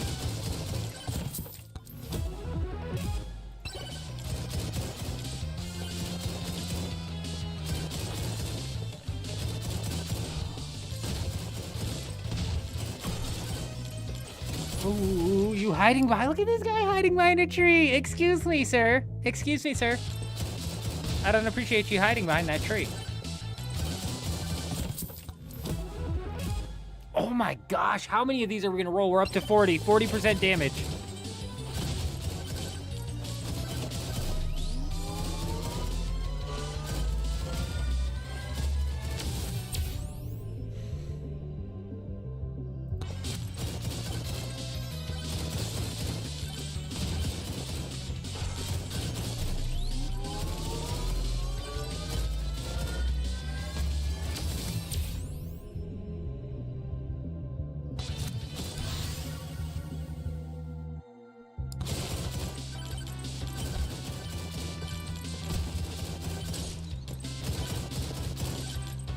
Fuck yes, a magnet, dude. Hell yeah.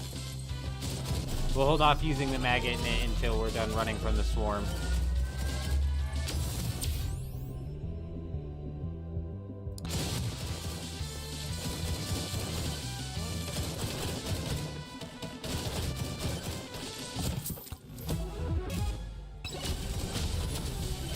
Bro, we blitzed that boss, dude. Damn. Damn. Damn!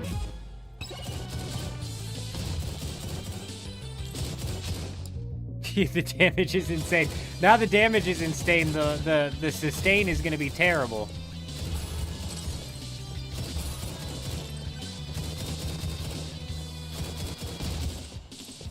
Thankfully, I have an attack speed tome. Thankfully, we've got an attack speed tome running, so if we can survive this swarm, grab that magnet.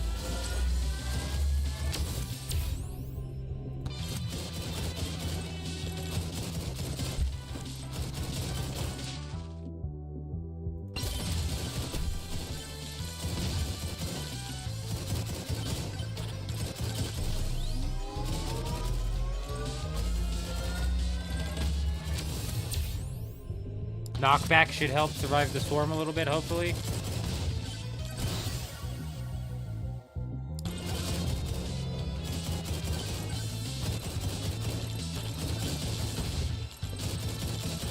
Like, best would be that we can just survive this whole thing, you know? Shit.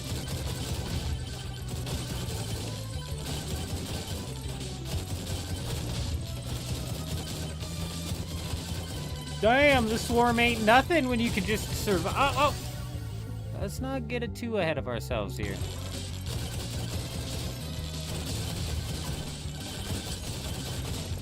Oh!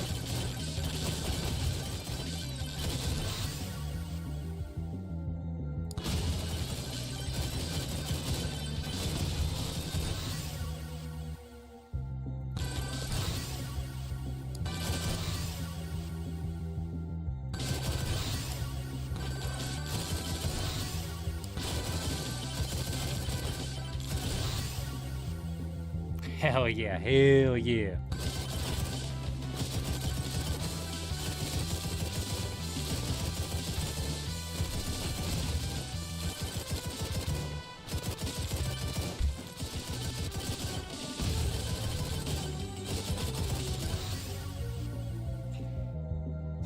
Damn, bro.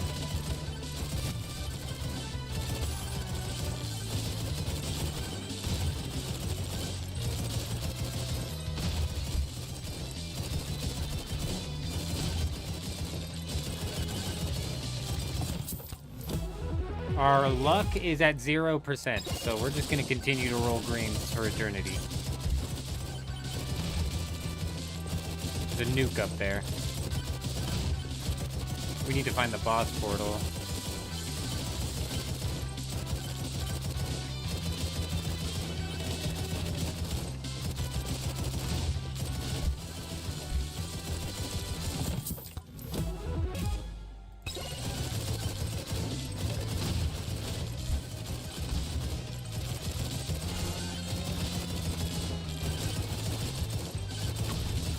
Bro, where's this boss portal at?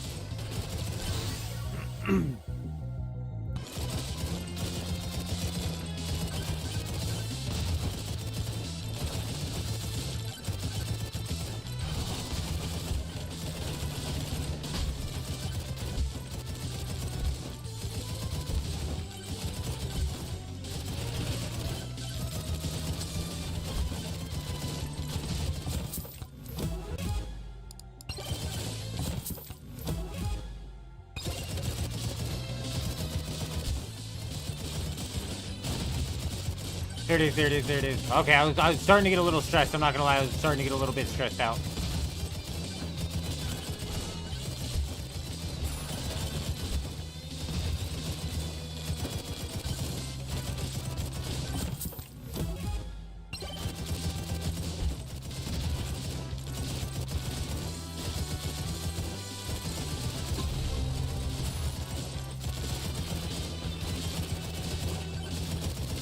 We have a swarm spawning in 12 seconds. This might fuck me.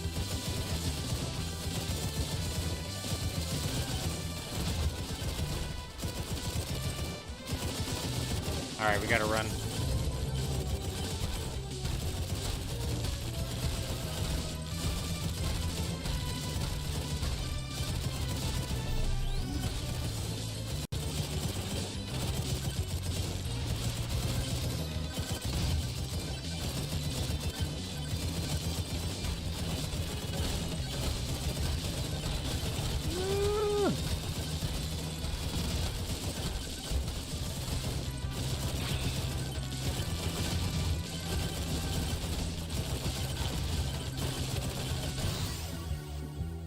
Take a second to breathe here.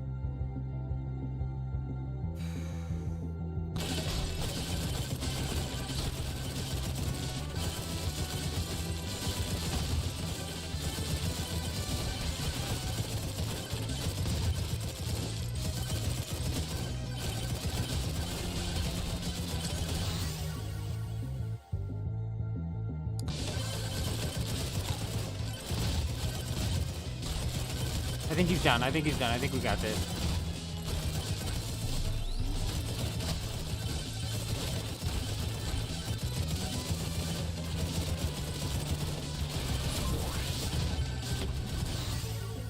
Woo!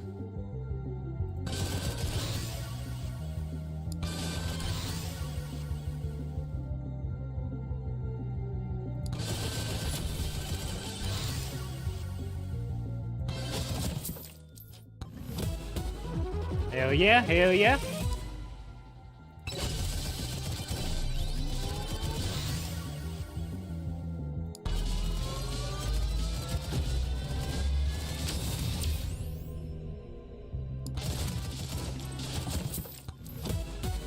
Oh, baby, that's what we needed.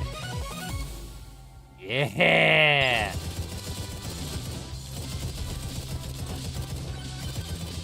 All right, fantastic.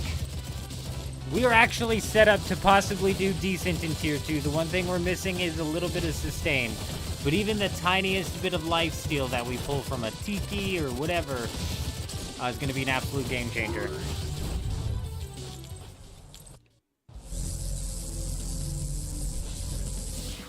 Just a tiny little bit of heal. We don't even need a lot of heal.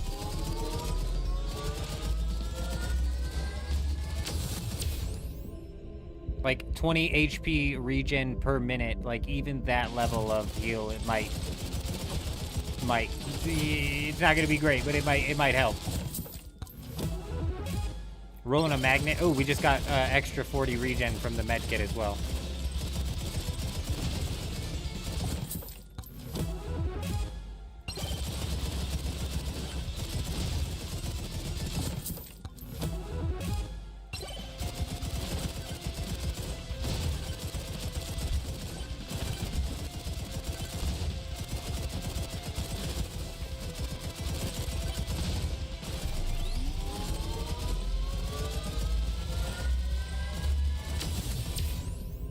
Lifesteal. Yes!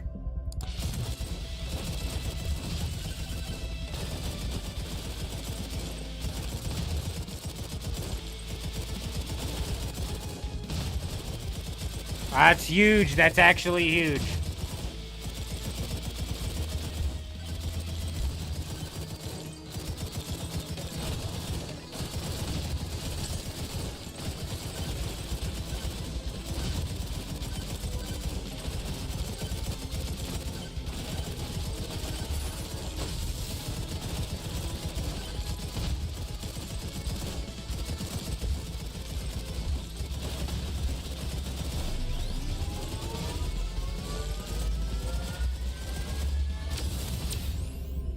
Attack speed? Fuck yeah.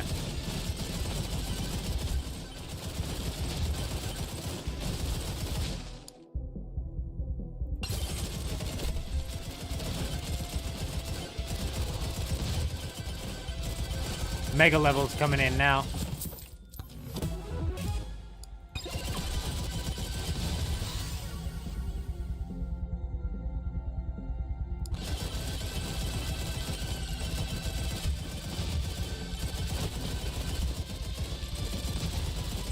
Seconds until a swarm, that's when shit gets dangerous.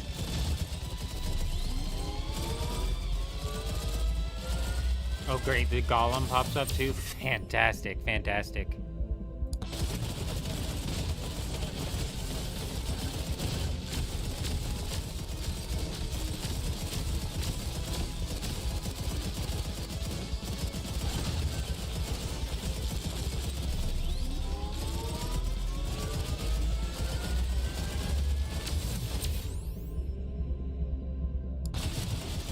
Jump height might have really helped me out there trying to jump over crowds, but it is what it is.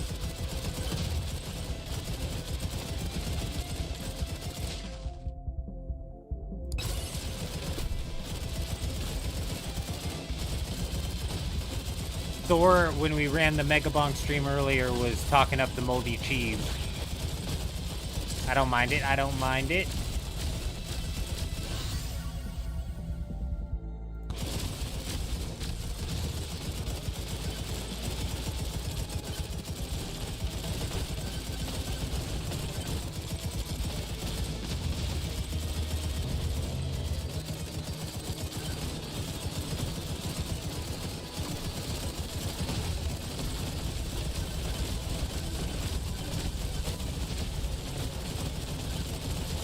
Please don't be a dead end.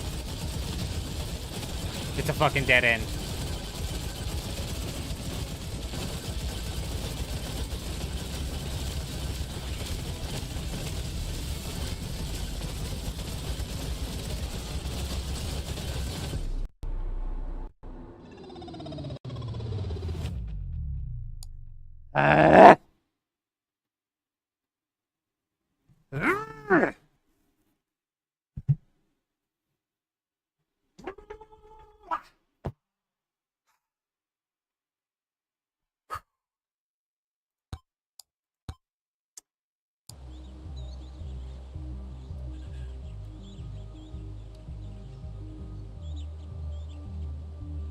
Motherfuckers. The swarms, man, the swarms. You know what? We beat tier 2 with the sword, dude. He's slow, but his armor makes him pretty chunky. 1% armor per level.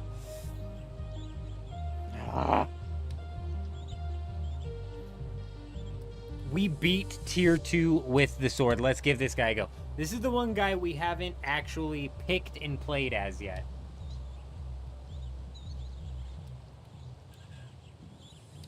The sword helps with the swarms tremendously.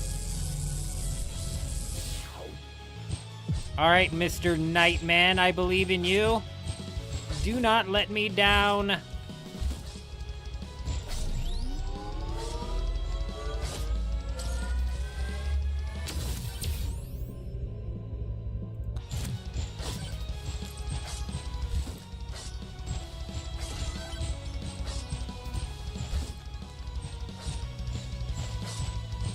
Double magnets.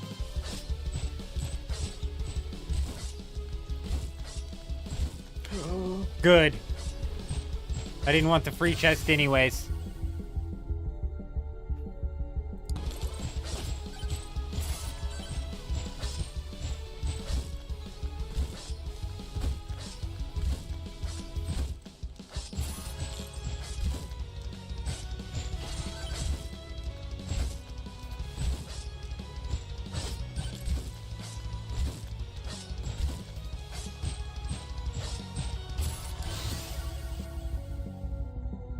We'll go with the bow.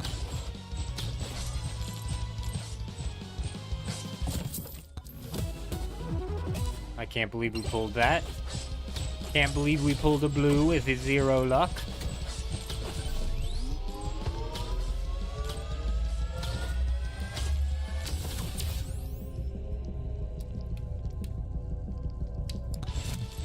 $10% experience game's pretty solid. We'll take that.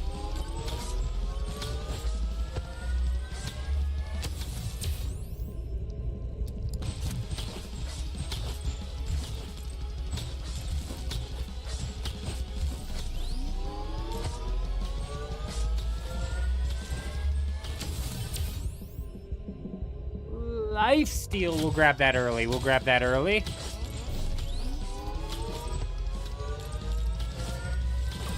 Now we just need damage.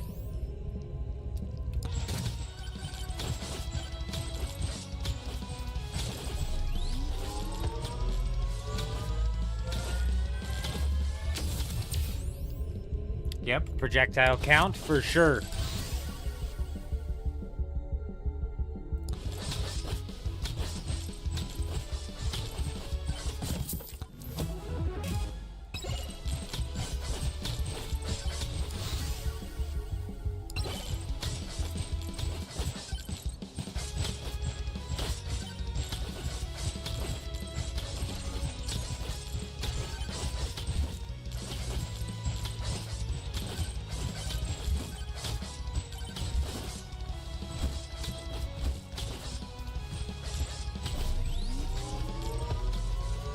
Hey! Dude, alright, shit. 20% experience? Fuck yeah. Projectile count on that? Oh, I should have gotten the size tome. Well, we might just have to go with attack speed tome. The best 2 tomes I think to have currently are quantity and then attack speed.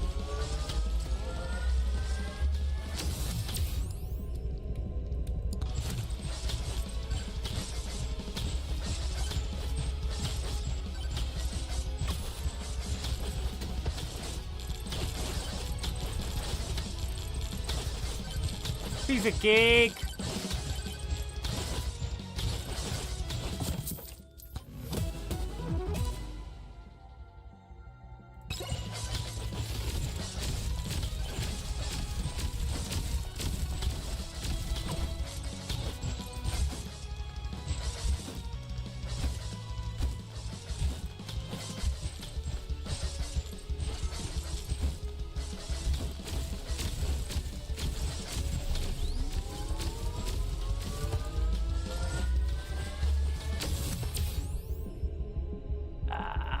Crit damage, sure, we're not even doing any crits. Let's go size down, fuck it.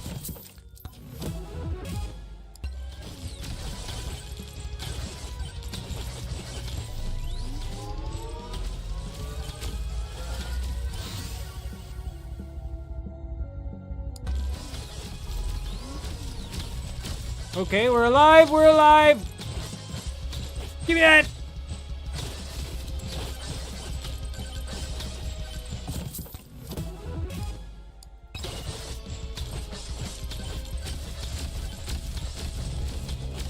Oh, good. Swarm, good. Yeah, we're looking massively underpowered right now.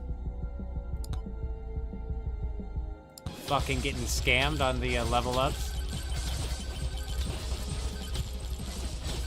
I think we had a couple magnets right at the start. I'm gonna try and work my way too.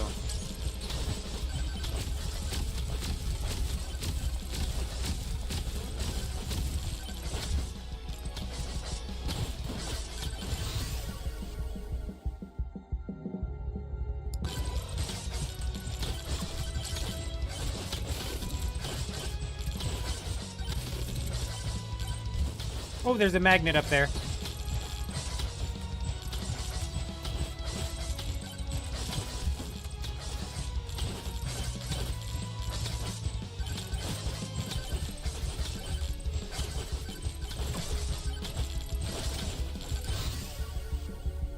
Can I get a good tome, please?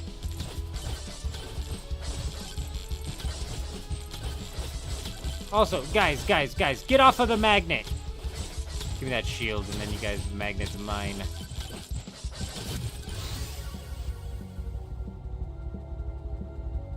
Dude, actually getting fucked. Quantity tomes, thank you.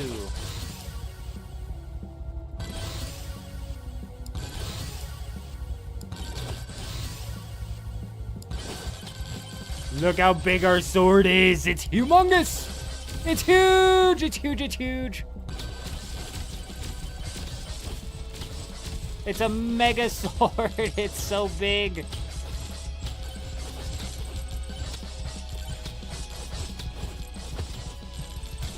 Oh.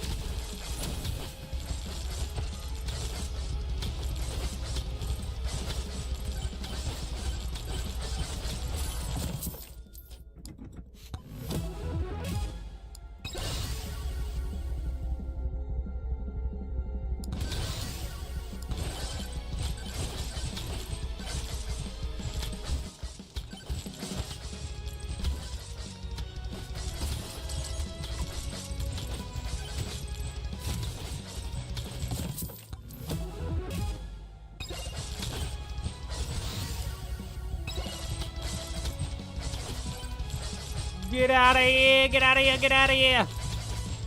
Alright, we found the boss portal. It's all the way up there.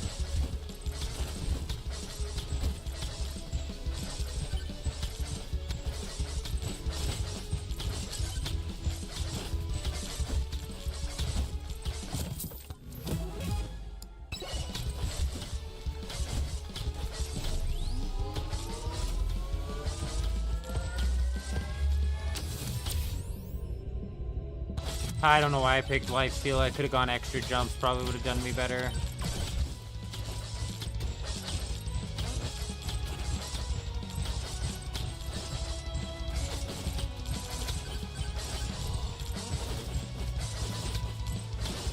Get shoved off the cliff, nerds!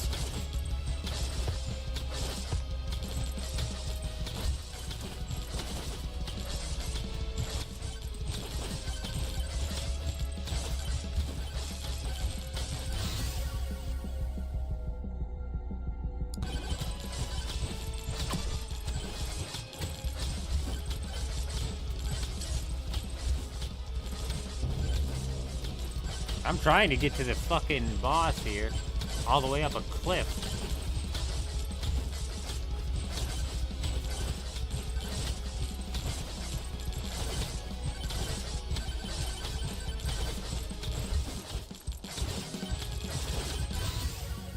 Nice! The sword is reaching maximum levels of massiveness.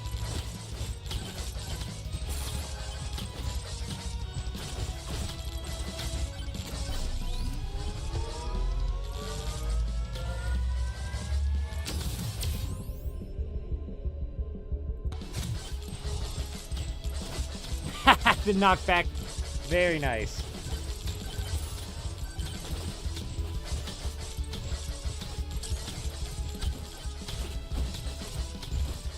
Gosh, what a back-assward spot for a boss, dude. Our DPS should still carry us through, hopefully, I think.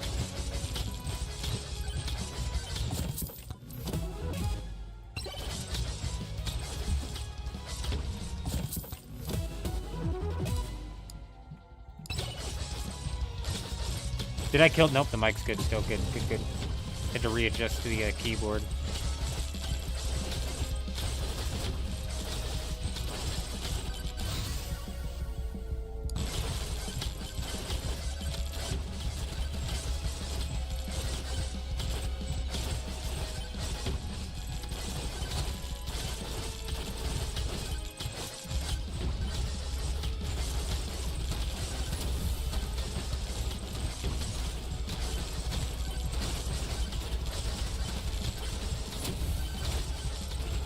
I'm telling you, the swords are overpowered, and the swords are overpowered because it's such a crowd clear.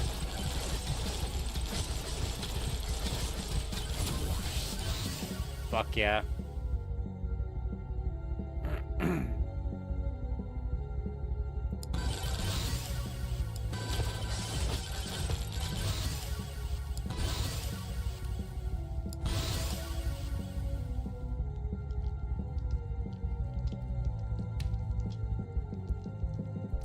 It's crazy, bro. I'm telling you, the sword makes it look too easy, doesn't it? It just clears the crowd.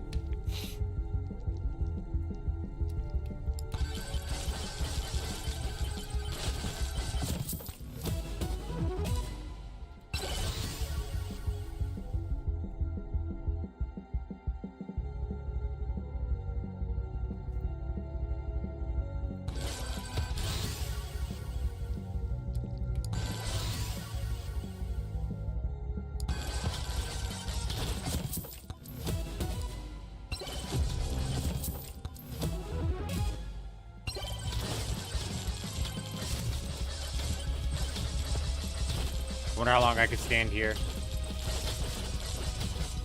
Oh, not very long, not very long. Sheesh.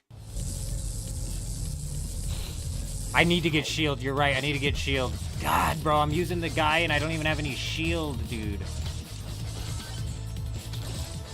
We're using this guy wrong. And the problem is the only way I can get shield is from one of those shrines.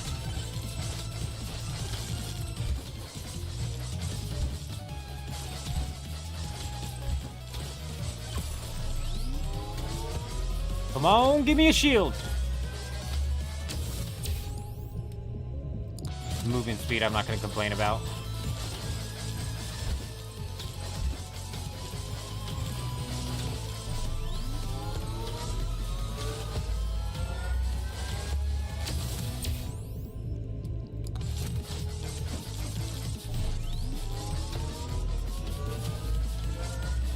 Please.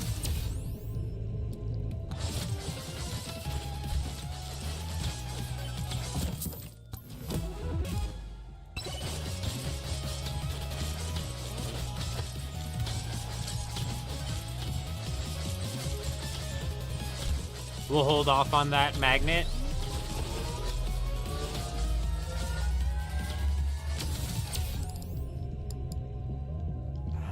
What's our luck at? It's at 5. We're just gonna do one extra jump.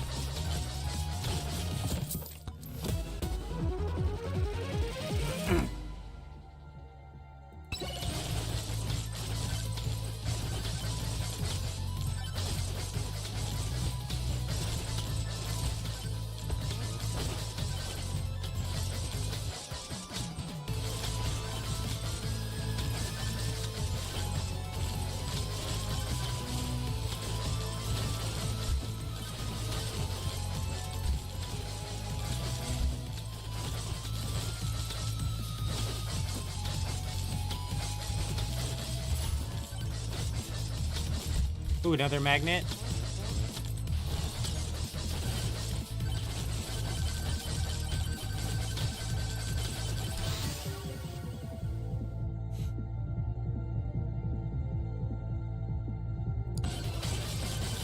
Damn, it's so big. Does the scale ever stop? It is so big.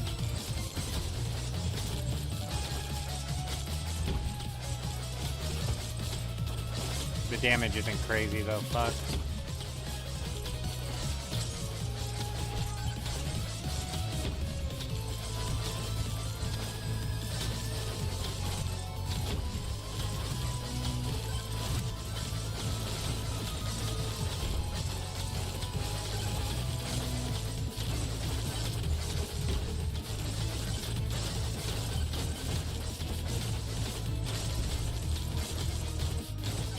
Okay, okay.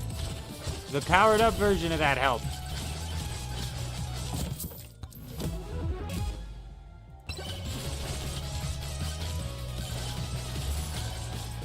Ten seconds until the swarm.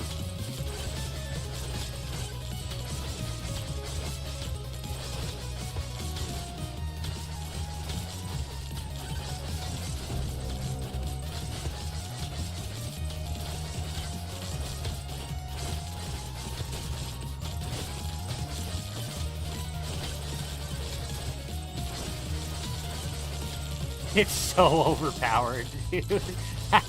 What swarm? I don't see a swarm. There's no swarm near me.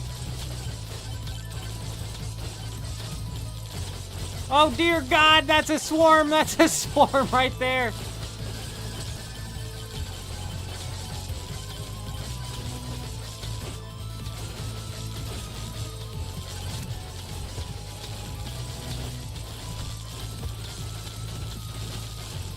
Oh my God. Nice try, Swarm. Alright, let's get this magnet and let's go find the boss.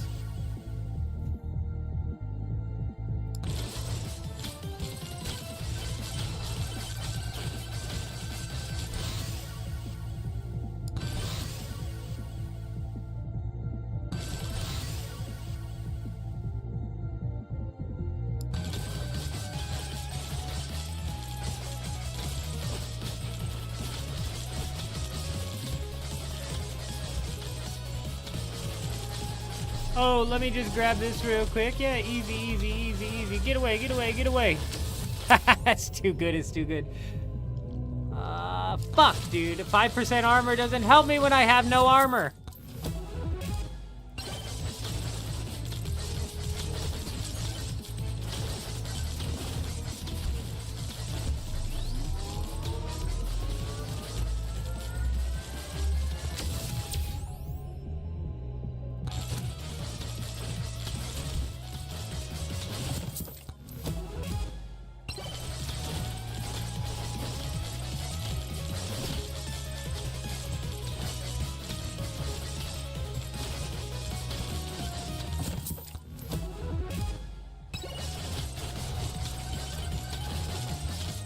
I gotta find this boss.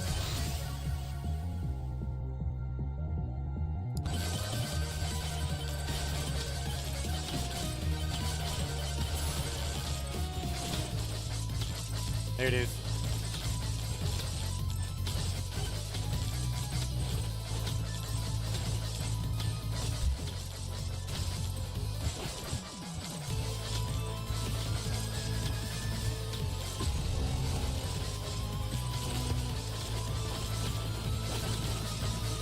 Showtime!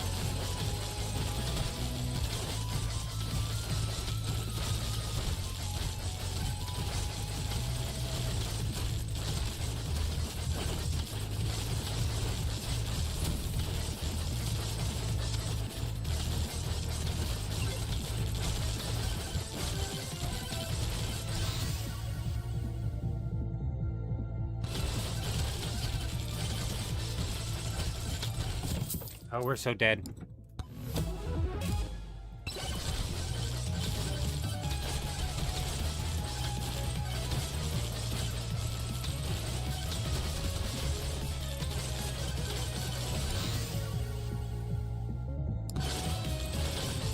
It's huge! It's a humongous sword! It's as big as it gets, bro! It's as big as it gets.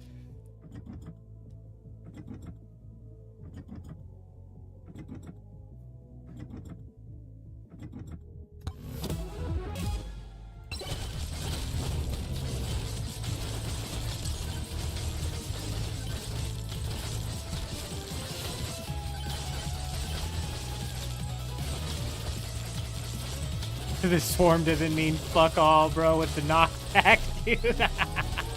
That's crazy, bro. Oh, shit. I cannot believe we got that. I cannot. Oh, my God, and we got some shield. Boom, boom, boom, boom. Woo! I cannot believe we got that in the middle of the fight.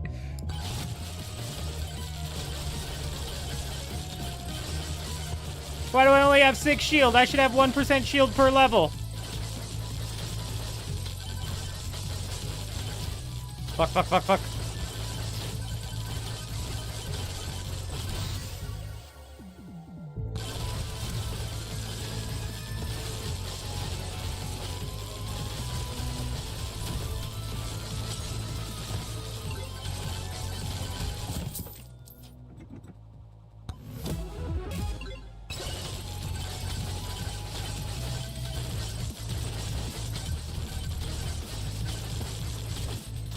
Oh, shit.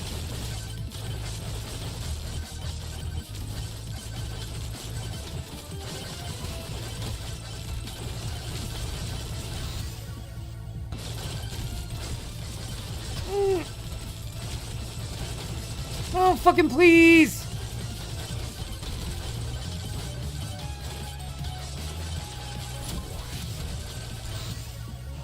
We got him, we got him, we got him, we got him!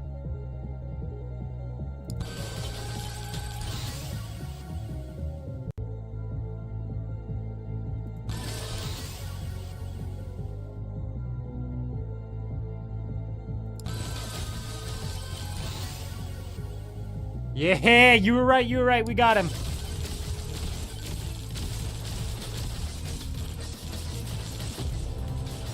Get in there! Fuck it, well, we made it into tier 3 for the first time. Man, that sword, I tell ya. Is it a tier 3 clear? Who knows? With a sword that big, maybe.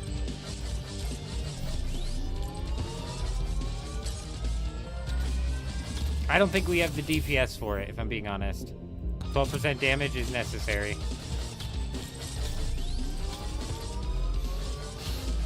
Why am I not getting 1% shield per level is my question.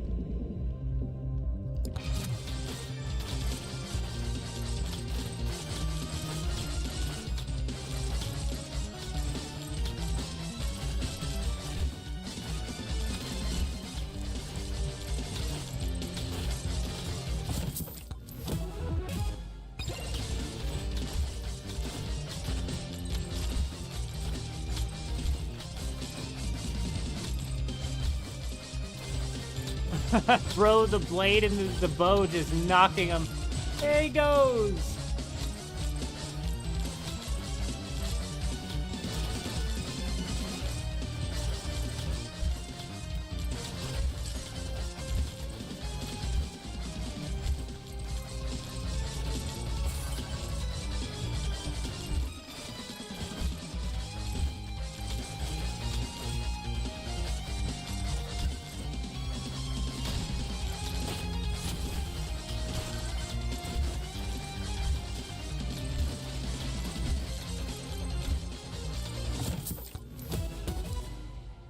The longer you stand still? Okay, hell yeah.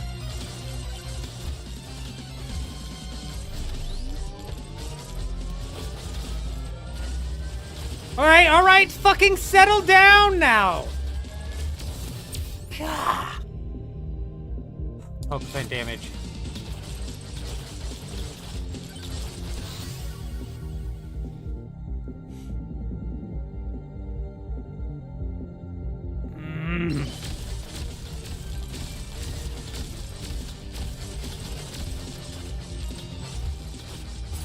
God, we're in trouble here. We're not doing any damage to that golem.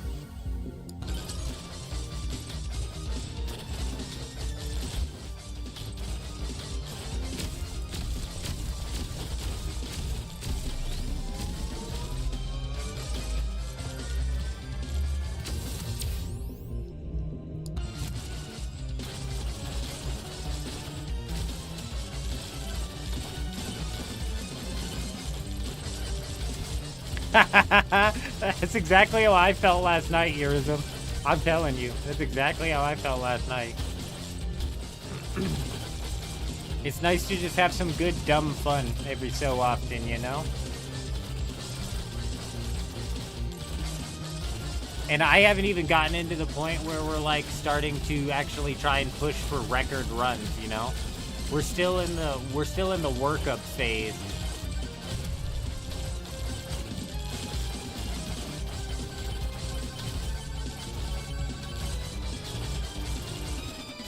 There's another nuke down there.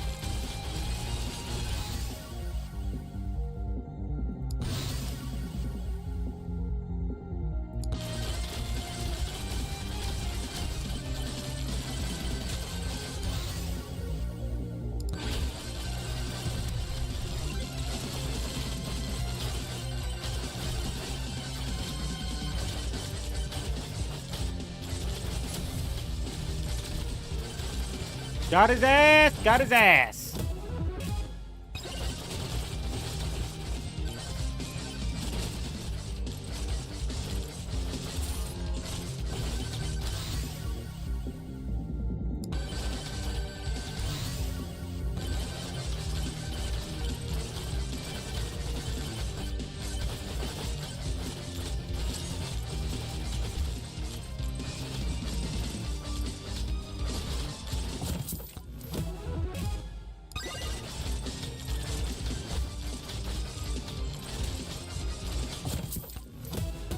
Fuck yes.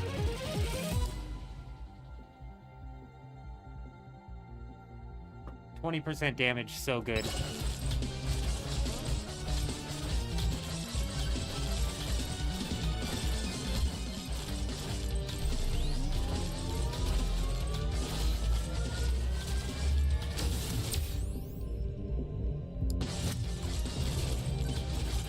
Another swarm at the 4-minute mark. What?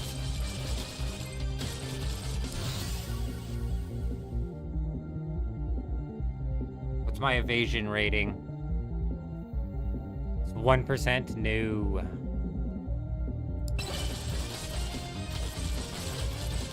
We might be able to pair that standing still functionality with the fact that our damage gets buffed and make something special happen. Do these guys take fall damage? Because if they do, bro, I tell ya. Oh, the knockback on the sword is just too good.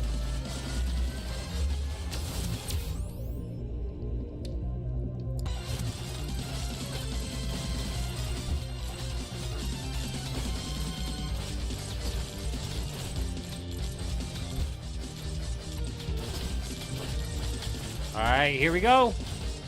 Almost. Let's get one more buff going.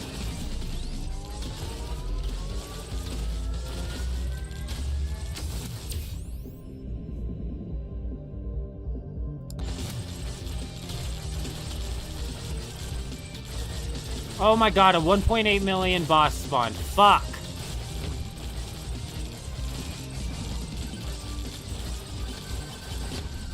Oh, we just got hit by it too.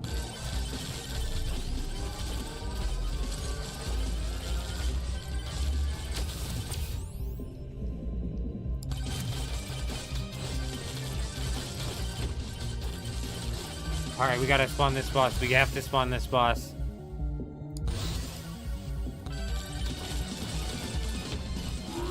Showtime! What the fuck just happened? Okay, I wasn't expecting that. Now I'm nervous. Now I'm really, really nervous. Is there mechanics to this thing? What, 7.8 million? What's happening?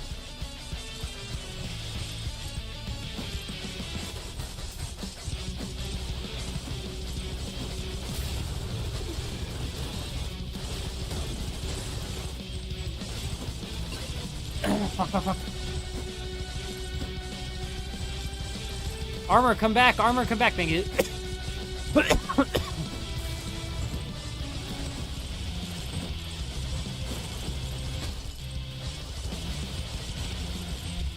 What is it doing? What is that thing doing?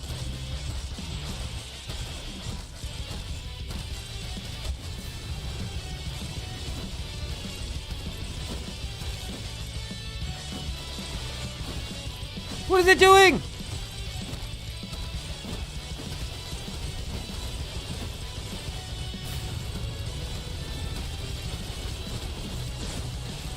This really sucks because I can't rely on power-ups to help me. Why is my bow not firing?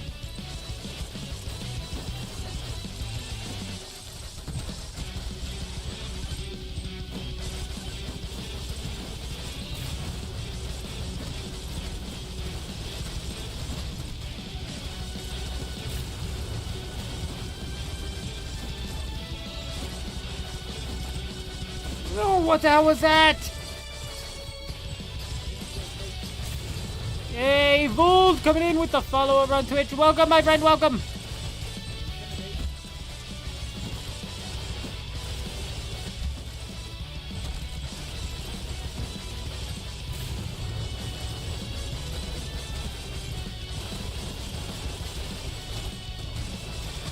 Oh, come on.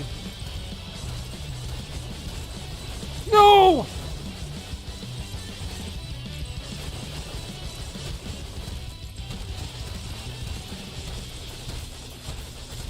Oh, I was fucking out of it!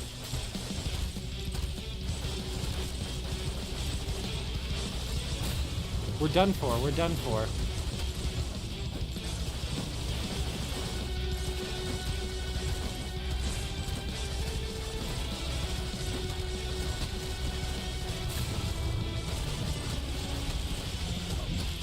Fuck.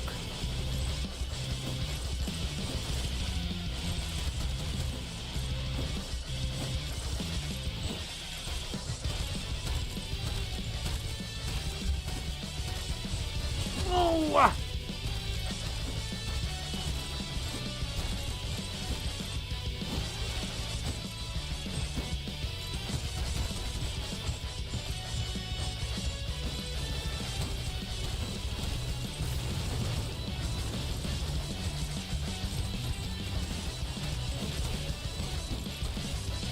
I've only got 6 minutes, bro. There's no way I'm gonna kill it.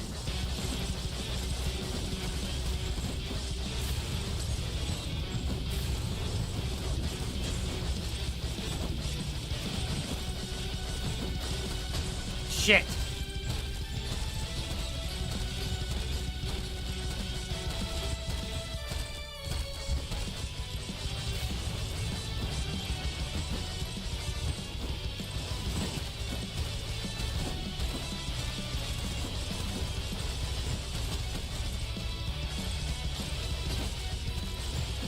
No. I'm fucking dead. Don't you go dead on me, music!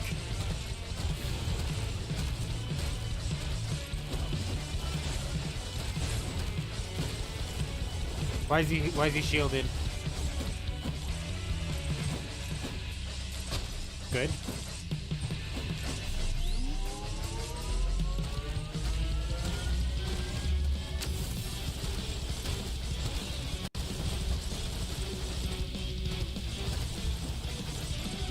Fuck! 1 health, 1 health! I think we were actually at 1 health.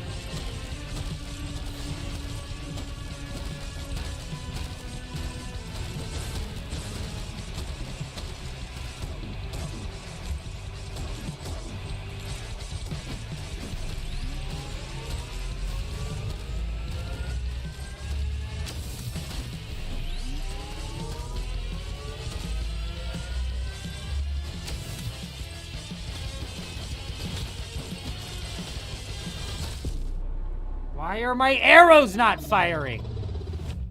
Why am I in here with just a sword? Does that happen on every character where you just roll in with your primary? Fuck.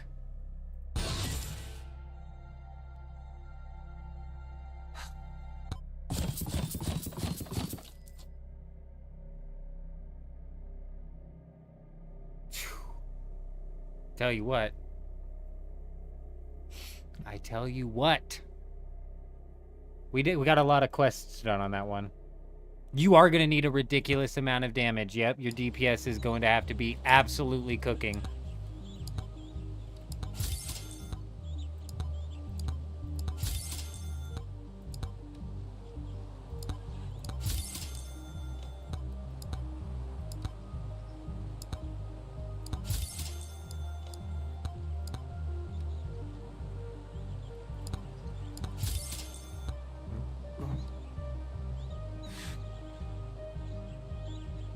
That was a decent run. It was a decent run indeed, indeed.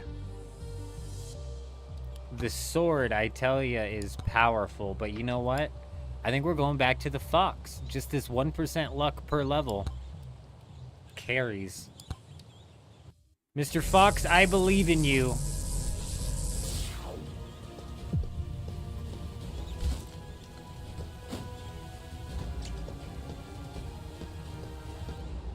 What the fuck is this? Oh.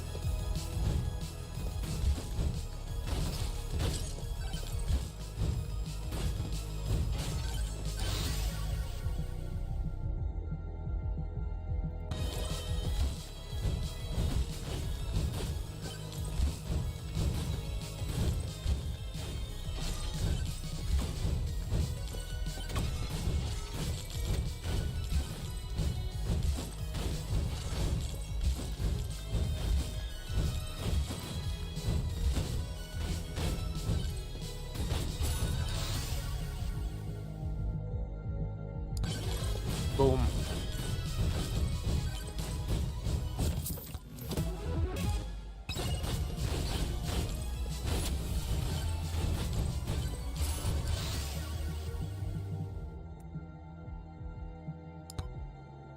Fuck yeah. We need to get a solid weapon going, dude. We need to get a solid weapon going.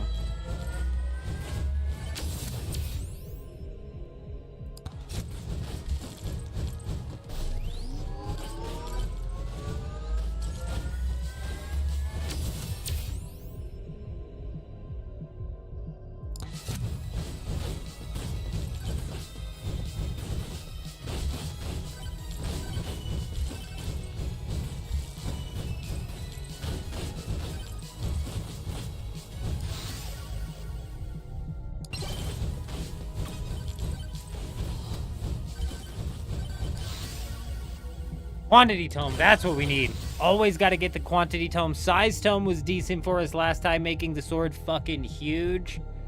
But I think realistically, I want to go with the,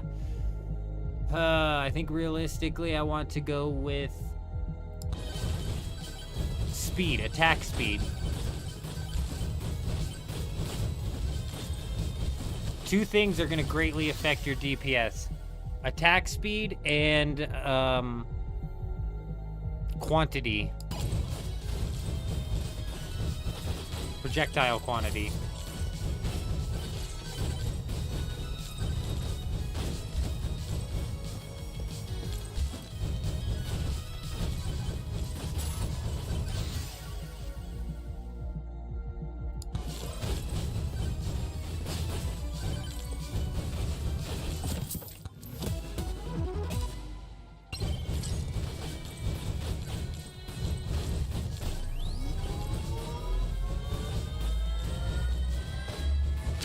You know what sucks about that boss as well is you don't have the riffraff to give you like a power up to help you with the boss.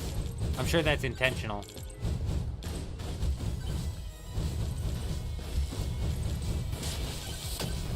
So fucking perfect.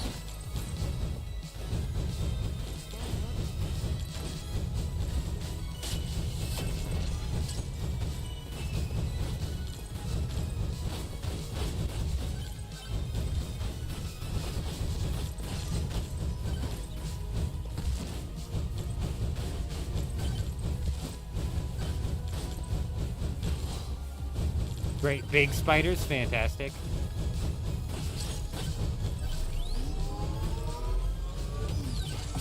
I think I just killed myself. Ah, so close.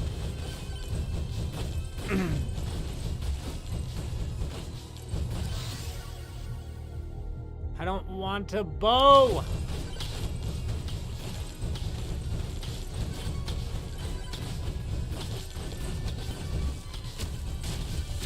Fucking so... I hate the spiders. I actually hate the spiders, bro. Actually hate the spiders. We're going back to the bush.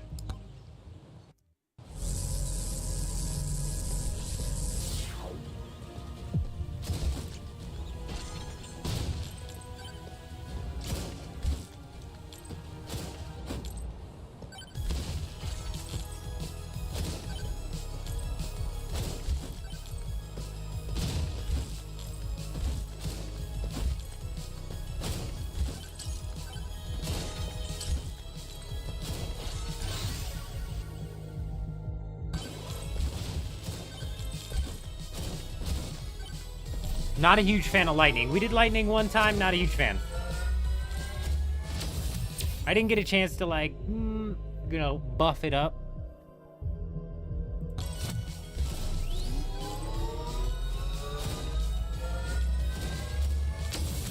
To see the lightning at its full power, but I wasn't a huge fan.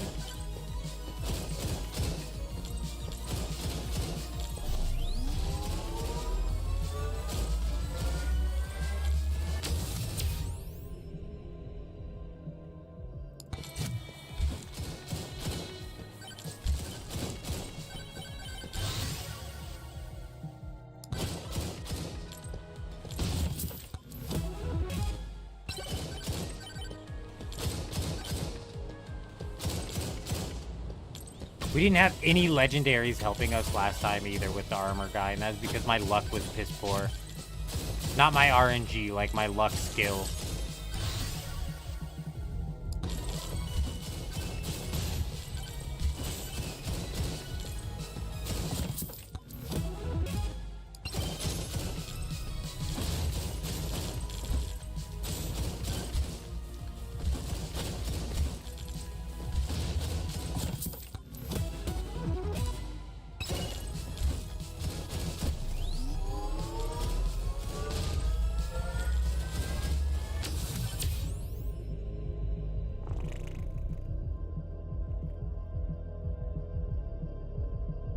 Just make it bigger.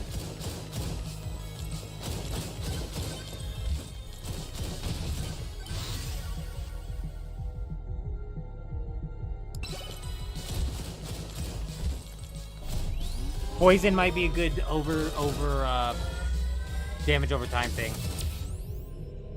Man, Aaliyah, my man. I hope everything goes well. I hope you're doing all right. That is brutal. That is absolutely brutal. I hope you're doing well. We're doing good over here. We're doing good over here. Just winding down the end of the stream with some mega bonk.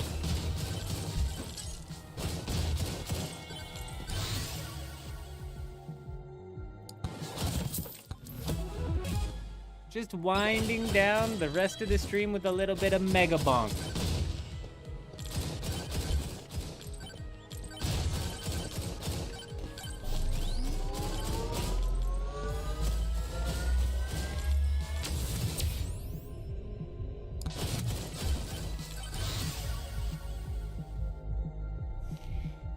Oh, fuck yeah, dude. We're going with the sword. That's like the best of both worlds situation here.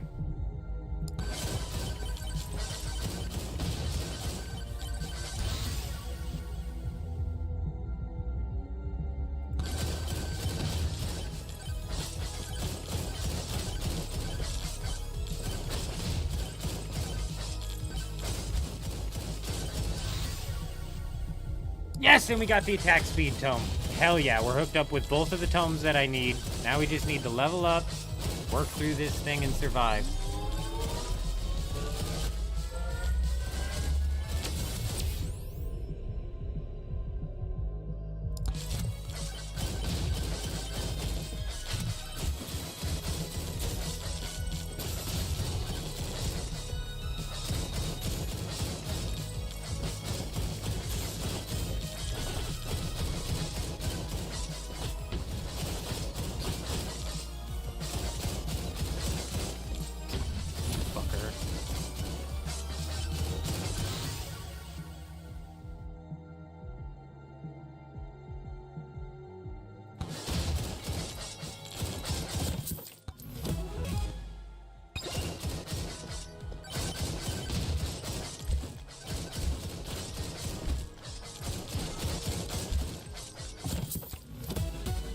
Ooh, a purple, and we've got 0% luck. That's actually huge.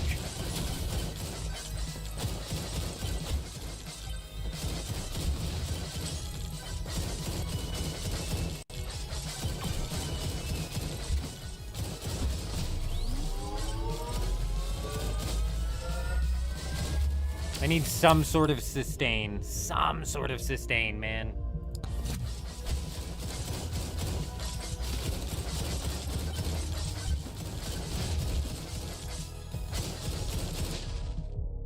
Toxic barrel.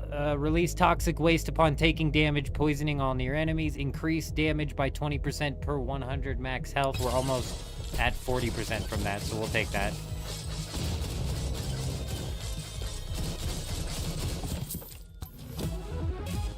We don't have quite as big of sword here, so the you know, the swarm safety isn't going to be, you know, as good as it was last time, but still pretty solid.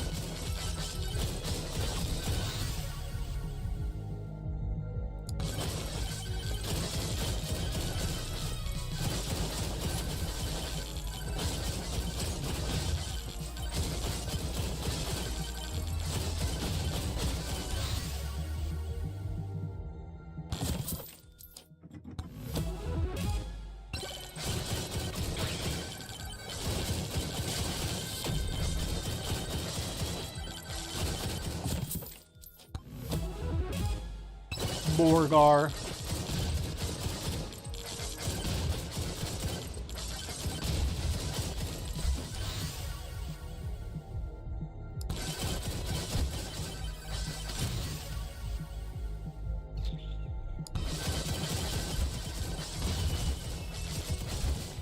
I need just a tiny little bit of sustain and maybe a baby shield, just a little itty bitty shield.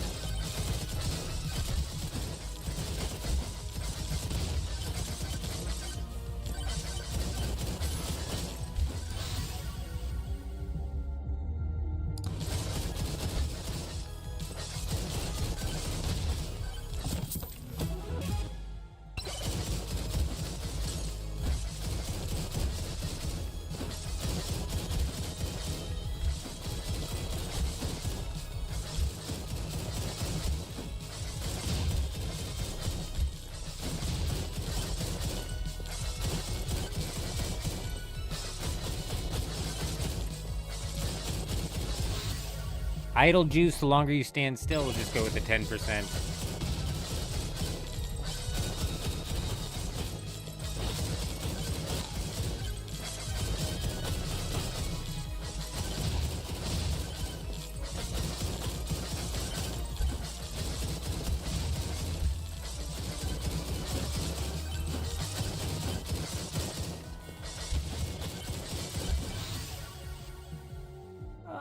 Let's do this projectile count, get that thing cooking.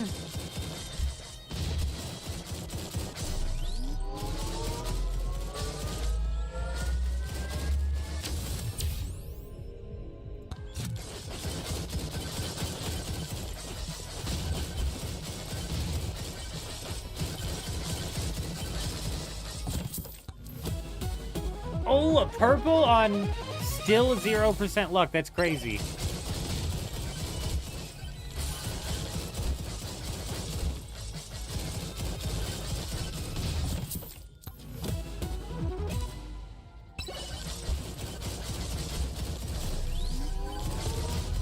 Welcome back, my friend. Welcome back. As you can see, the wolf run did not go great.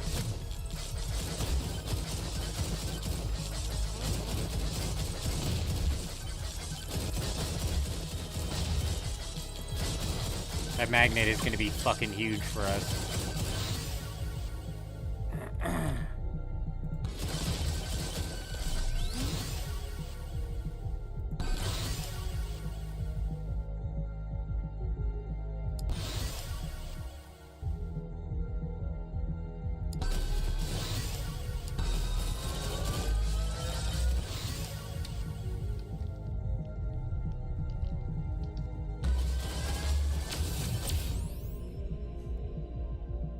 5% armor does not help me.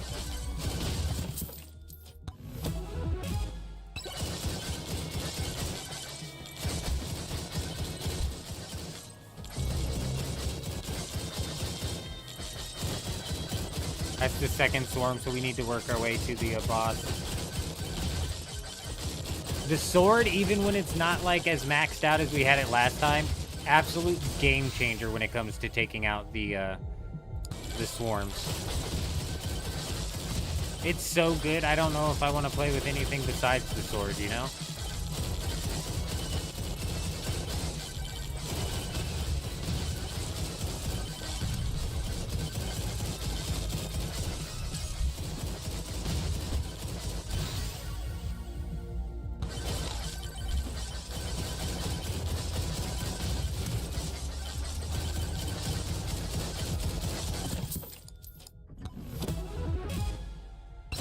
Hell yeah. I need 12 more health and we'll get an extra 20% damage. You definitely need it as a second weapon. Totally agree. Gotta be a second. I don't know about running the armor guy himself. He wasn't bad.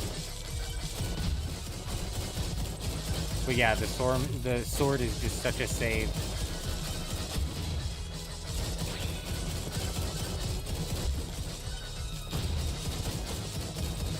What the fuck, dude?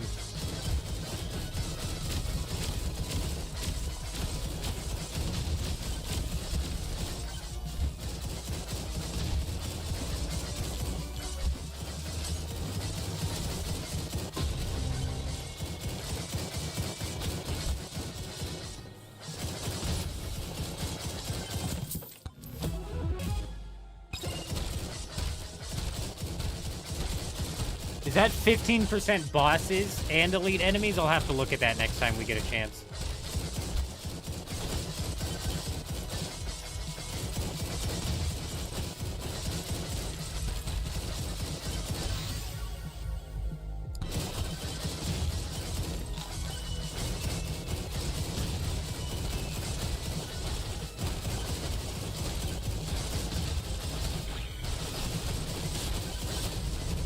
I got fucked!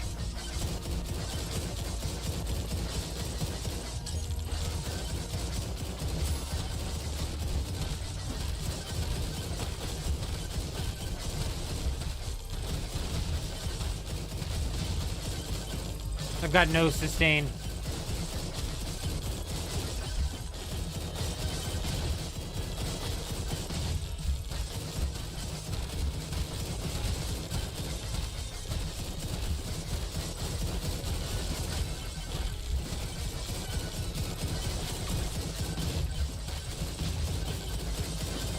Got him. Woo! Now we just need to make it back to the portal.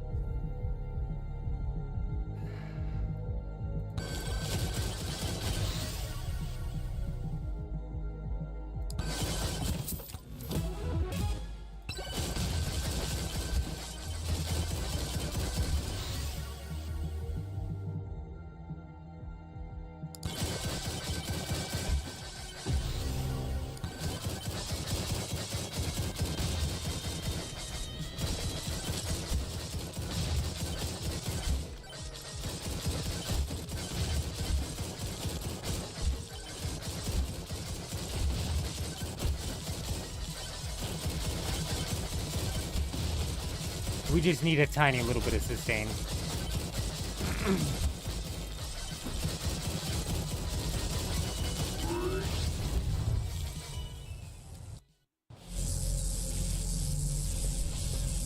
Here we go.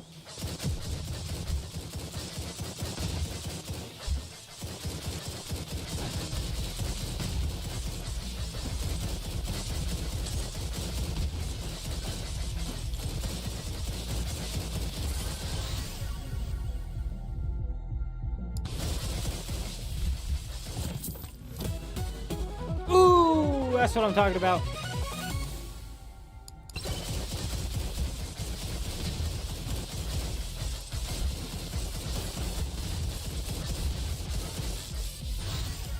Fuck yeah, dude.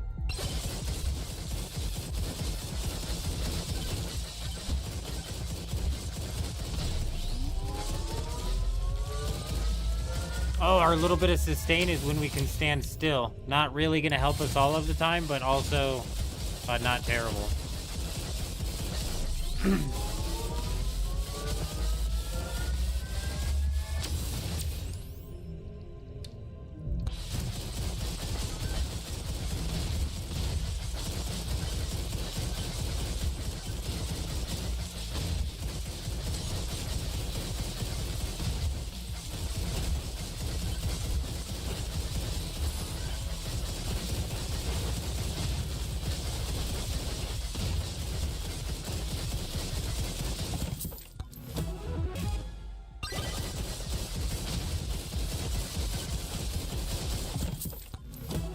Beautiful.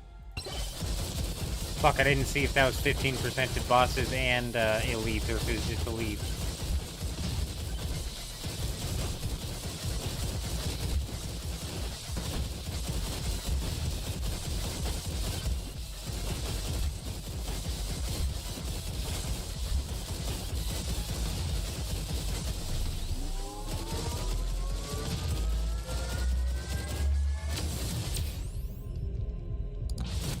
12% damage. Don't mind if I do.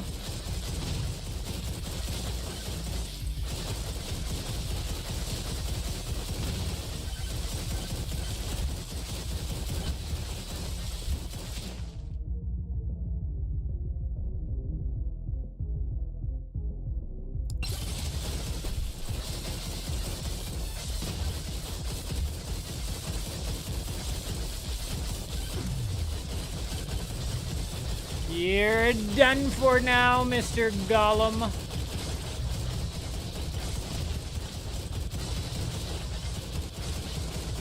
Oh!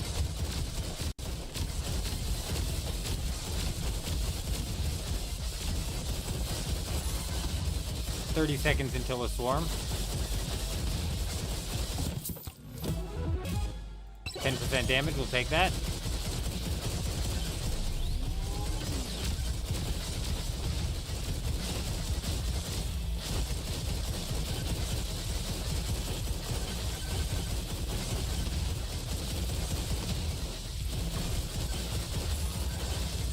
Oh, you're done for now, bud.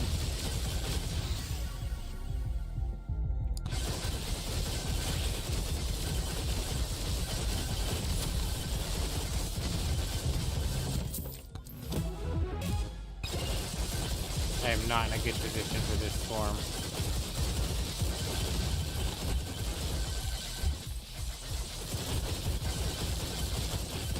We need to find a magnet ASAP.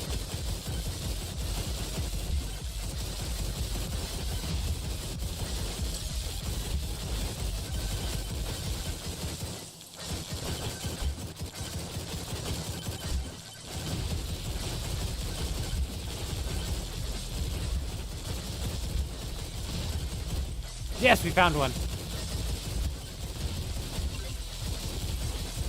15,000 enemies as a bush.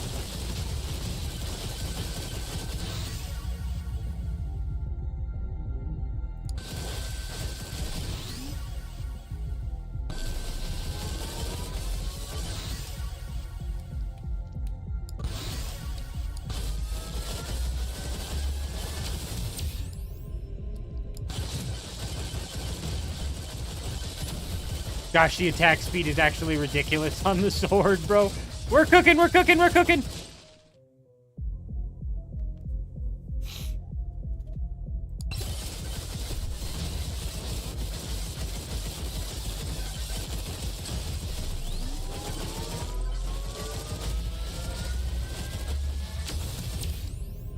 %6 lifesteal, it's all we needed, dude. Hell yes.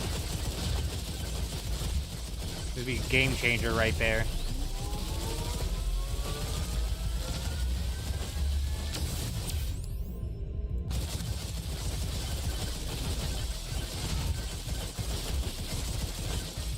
I need to find the boss portal. 15 damage to elites and bosses. We've got like 4 of those cooking, so that might help us with that last boss.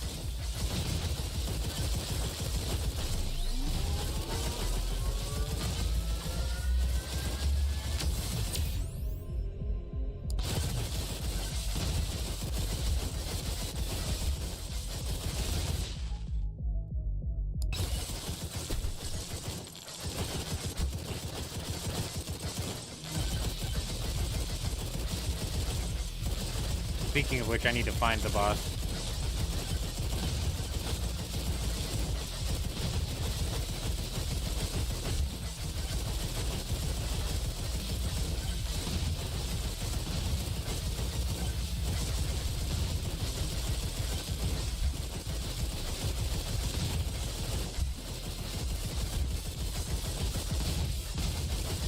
Okay, fucking 30 seconds until the swarm. I'm gonna need these spiders to fuck off.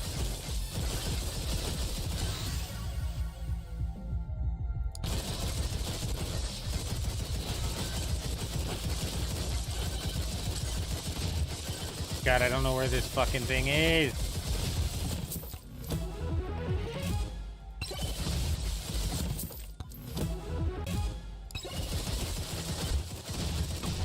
We're doing like 2x damage to bosses at this point in time, though.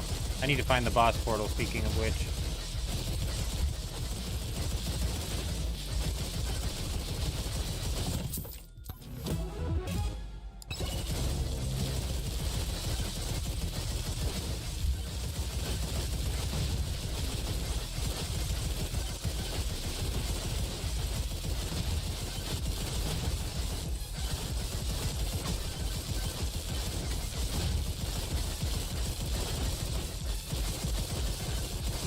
A nuke, a nuke. Dear God, thank you. I don't know where the boss is, bro. Oh, yes! Legendary, let's go. Some big, some big. A bonk. We got a bonk. We got a big bonk. We got a big bonk. We got a big bonk. Hey! We be bonking. We be a bonking.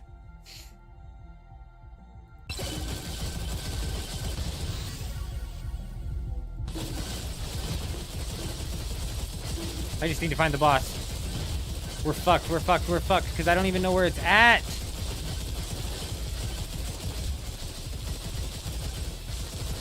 This is bullshit.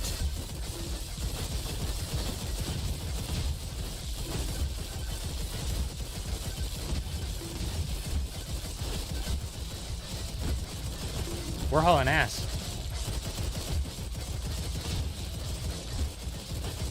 Fucking ignore that guy. That guy doesn't even matter. We're nowhere near the boss, though. What the fuck, dude? Man, to watch such a beautiful run fall apart because you can't find the fucking boss, bro.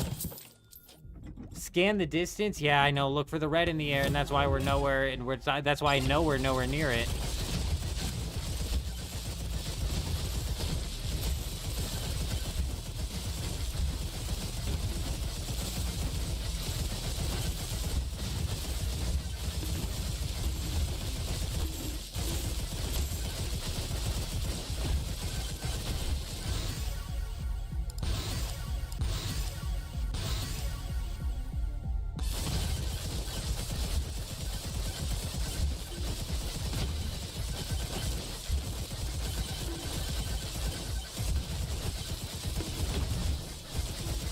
Fucking done for, dude.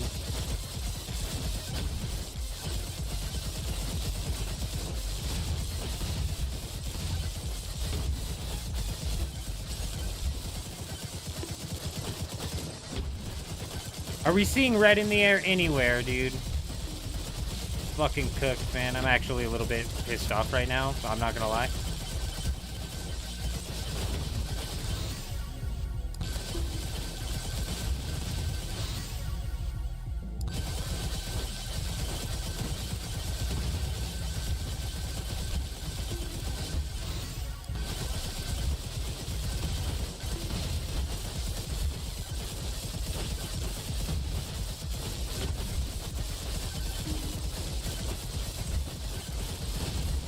Got to be over here. Oh, is that red in the air? It is, it is, it is, it is, it is. We found it with 17 seconds left, which means I need to take down 500,000 health in a matter of 60 seconds. Oh, wait, it just isn't gonna happen. But we found the boss portal. That's a relief.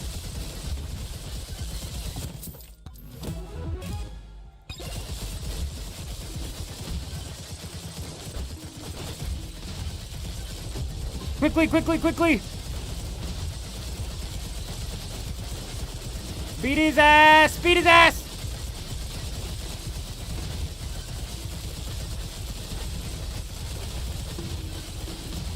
Hey, final swarm, final swarm. I'm gonna need you to settle down. Ah, sucks, dude. That sucks. Wah, wah, wah.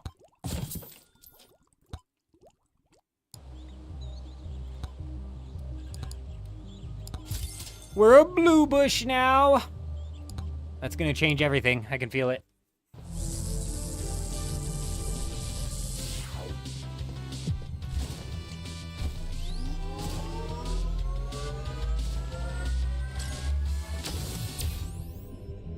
All right, starting off strong with attack speed. We'll take it.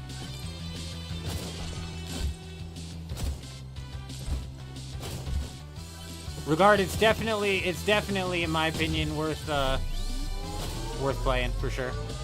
It's a good solid chunk of fun.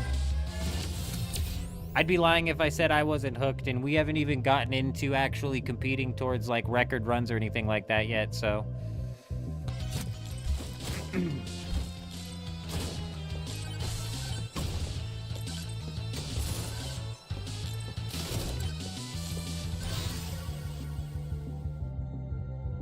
throws spinning axes that deal area damage. I've yet to use the axe. Let's give her a go. Can you play with friends? I don't think so. A multiplayer, a co-op version of this would be interesting. It sure would. With this just being a solo dev who put this together, though, like, in terms of anything like that, realistically, you know, ever coming out, who knows? Who knows? And when you have... Ooh, we'll hit that lifesteal early. When you have a project this big as a solo dev or a small team, like, does that lead to almost immediate expansion? Do you hold off on expanding to see what's gonna happen? Multiplayer coming soon? Fuck yeah. Hell yeah.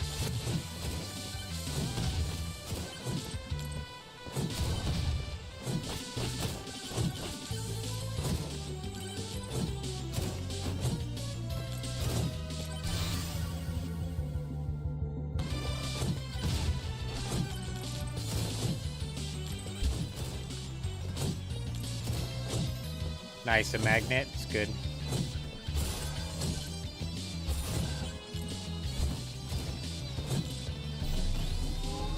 He said that in a recent patch. Hell yeah. There's a friends list leaderboard. That is kind of like a bit of a pseudo, you know, play with friends type status there.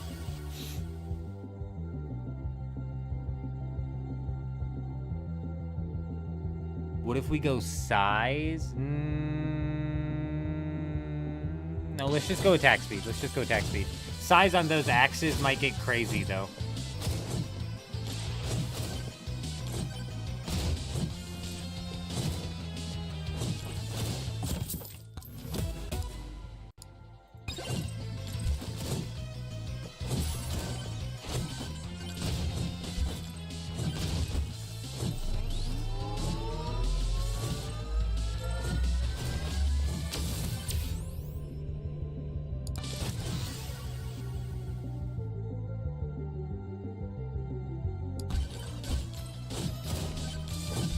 Nice, you can actually level up the axe's size with the axe things that you get anyways, so you don't necessarily need to go with the size tome. The size tome would obviously add to it, but...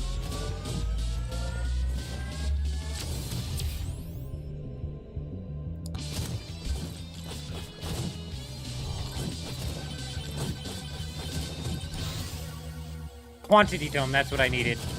Now we're actually gonna start cooking.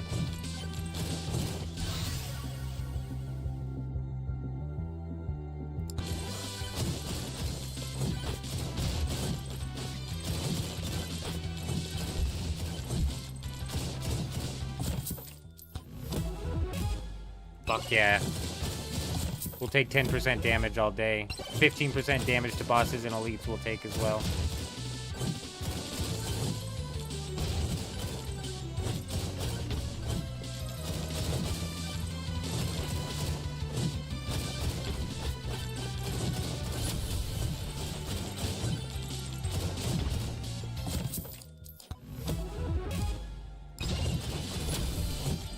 Man, what's up with all the drops? We're getting drops.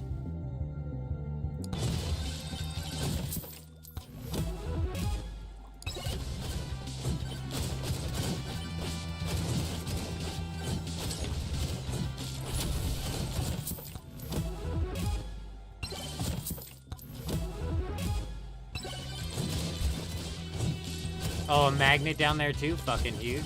We got 20 seconds till a swarm. We'll wait until the swarm to hit that magnet.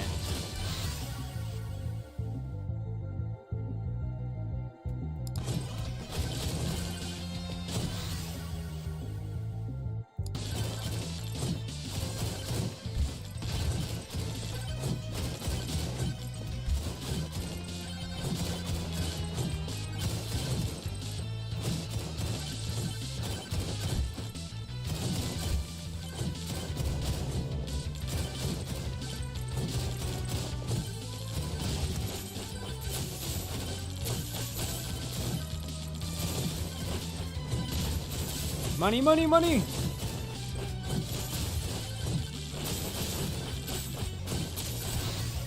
Fuck yeah, dude. Let's go attack speed.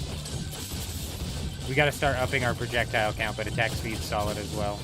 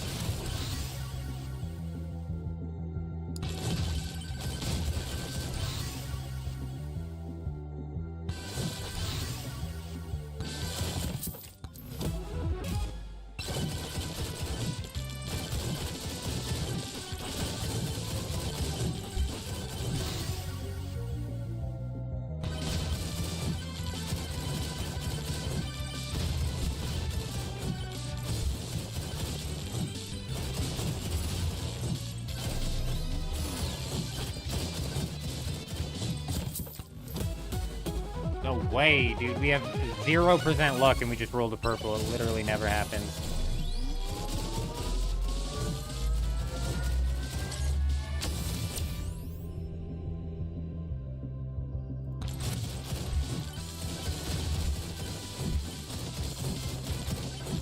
Oh, excuse me, sir. Excuse me. You're selling a bonk, you say. I'll be back. I'll be back.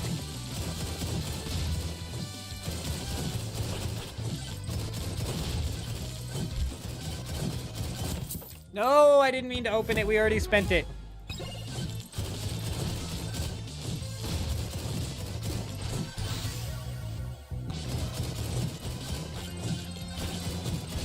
I know, Yurism. I'm right there with you, bro. Every time a run ends, I'm like, just one more. We got it. The next one is the run. I can feel it.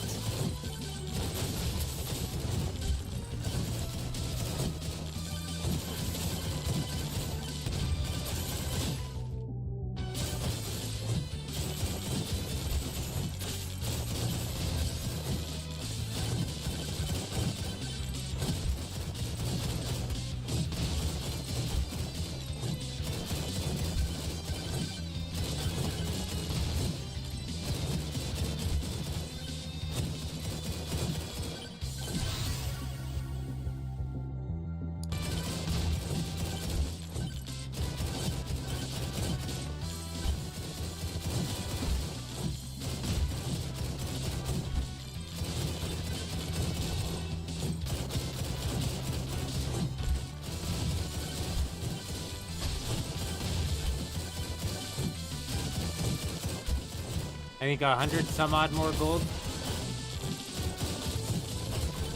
Oh, that's it.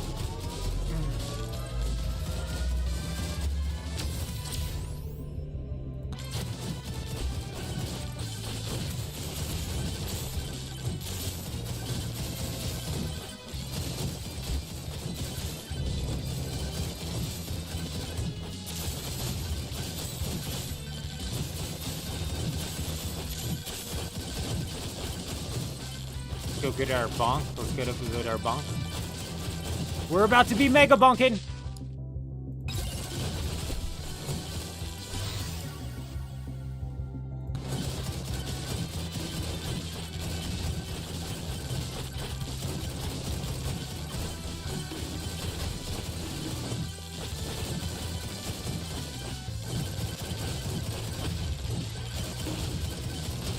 We're bonking. I don't know if you hear it. We're bonking.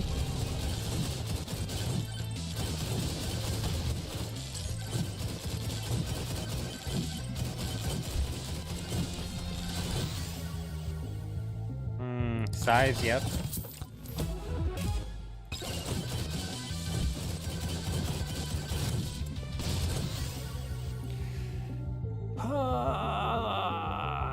Let's go attack speed.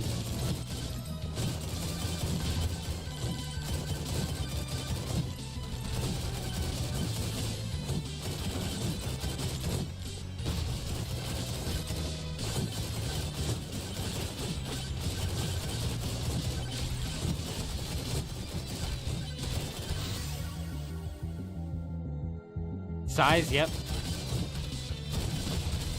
Bigger equals better.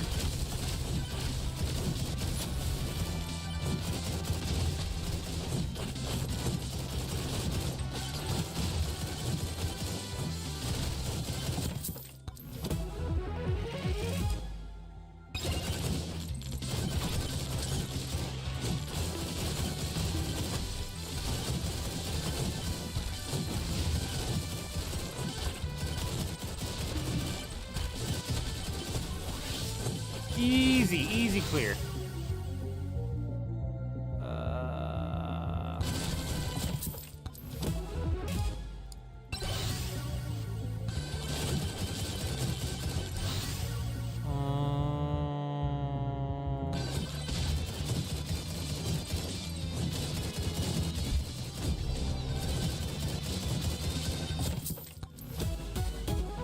Let's go. That was worth it. 33% more in the air. We'll take it. We'll take it.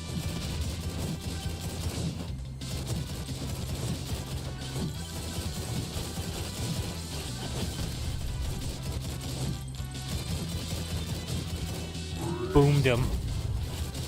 Let's ride. This is where everything falls apart.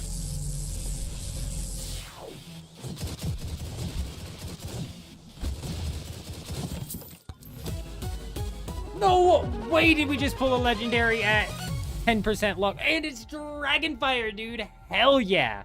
Hell yeah. We're cooking. We're cooking.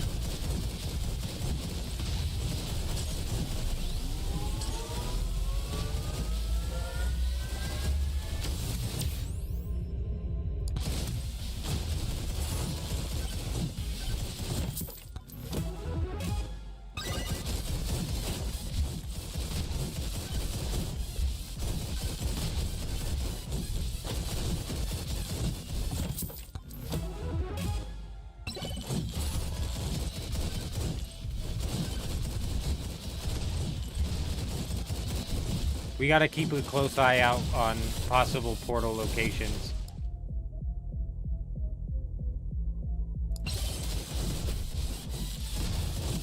How good is downtime? Are you asking like how long downtime is? I don't think there's a downtime tonight, Gore. It should just be a reset. Was there a downtime tonight, actually? Like, actually, for real, there was a downtime tonight.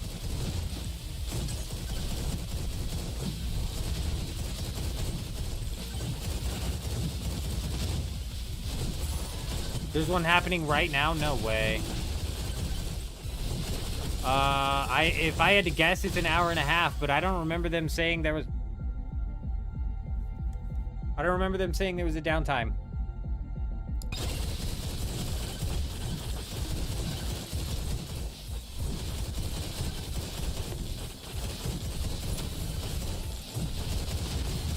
Oh, 30 minutes? Weird, weird. I wonder what they're updating. I appreciate you. I'm glad you pointed that out. I'll have to keep an eye out for patch notes now. Just in case anything substantial that I should be covering, you know, comes out.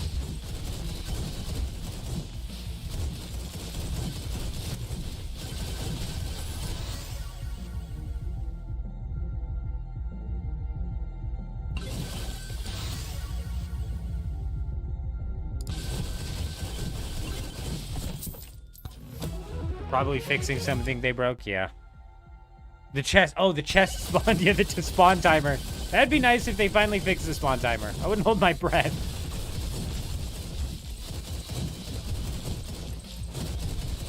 But yeah, I don't even remember seeing that there was a downtime coming in tonight, to be honest.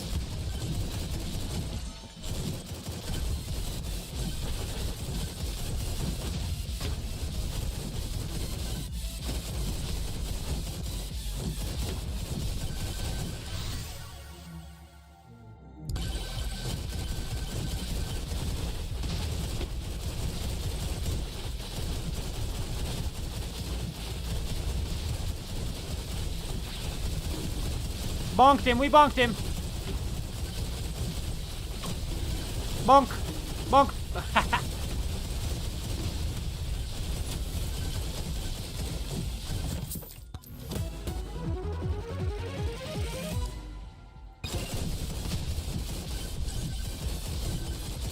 Where's that magnet trials right there? Did I already use that? I don't think I did. Oh, I did. Let's start looking for the boss portal.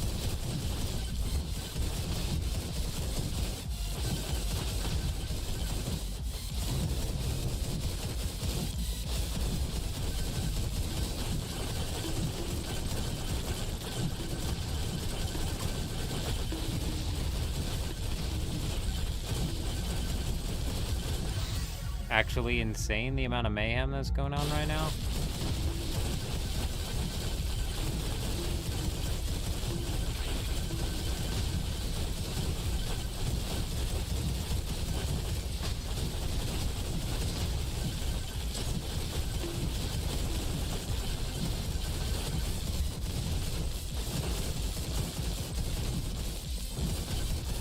Excuse me, men with the hat. What do you have? We'll take that.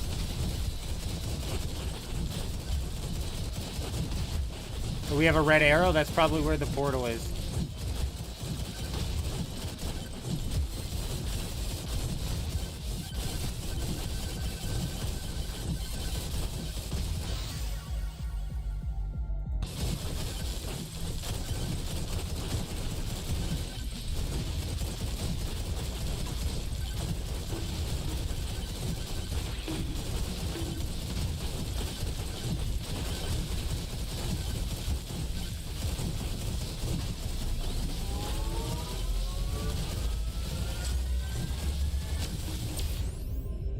Damage, hell yeah.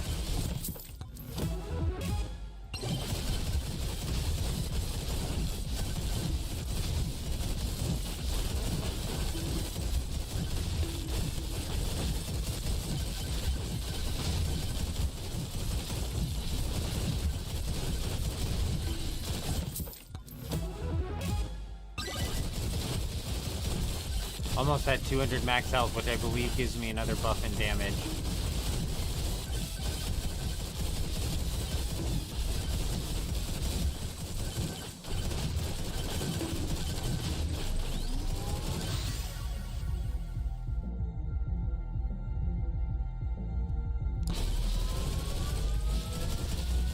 I'm not gonna lie, I like the axes.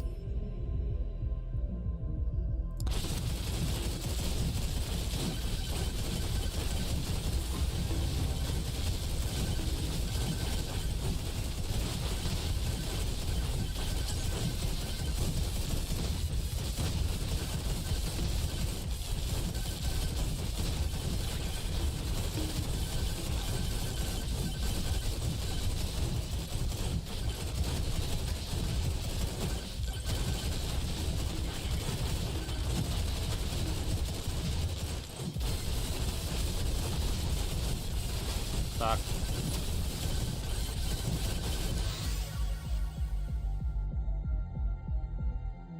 It was very last minute. Interesting. Oh yeah. 1 day left in the deep desert, and they're resetting it. Yeah. Yeah, there's 1 day left, isn't there?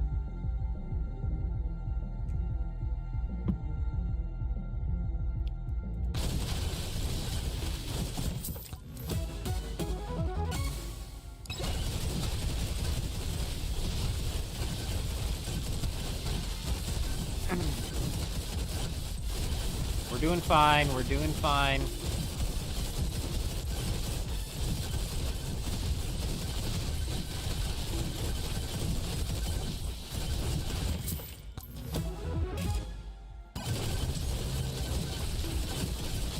The swarm might fuck us.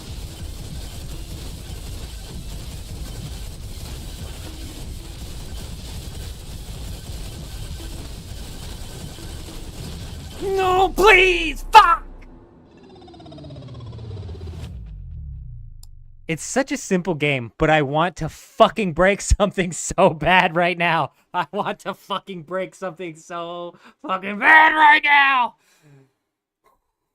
Breathe! Sheesh!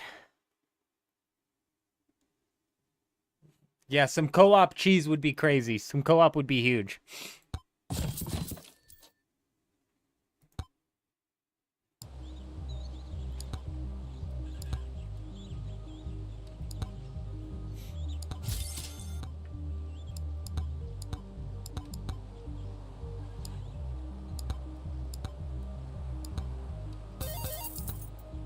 I wish there was a claim all button here on these quests. Would be nice.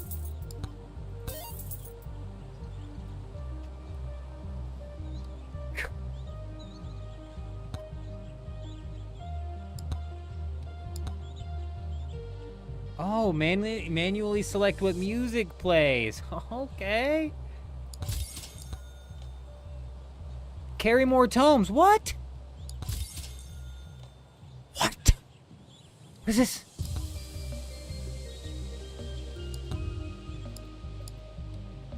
Carry more weapons? What? You guys? We've been fucking ourselves.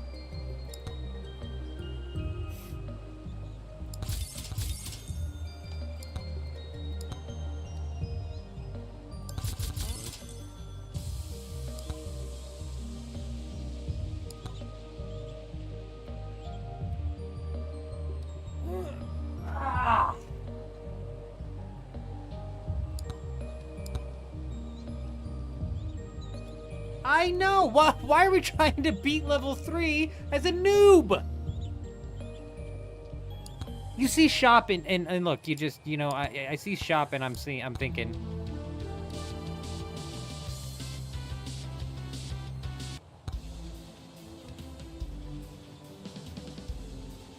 Oh, you can't stop my bonk! Very nice.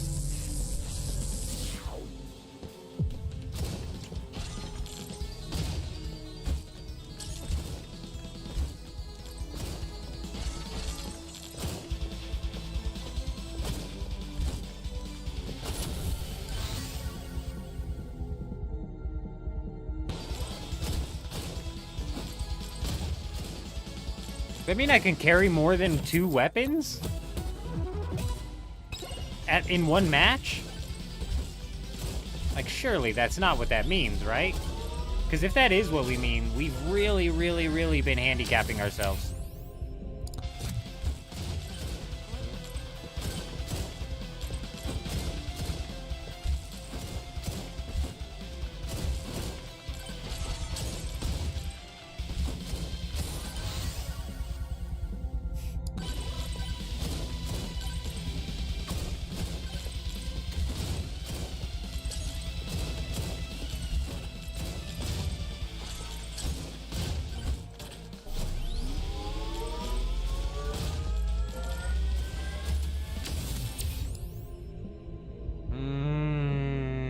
We'll take the regen.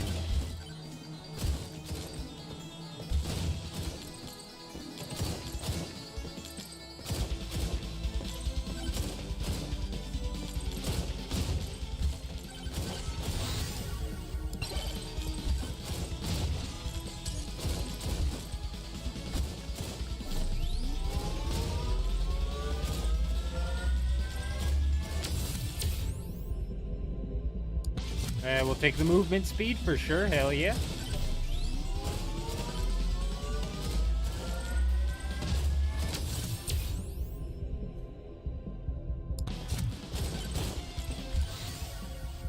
Wow, that's what I'm talking about.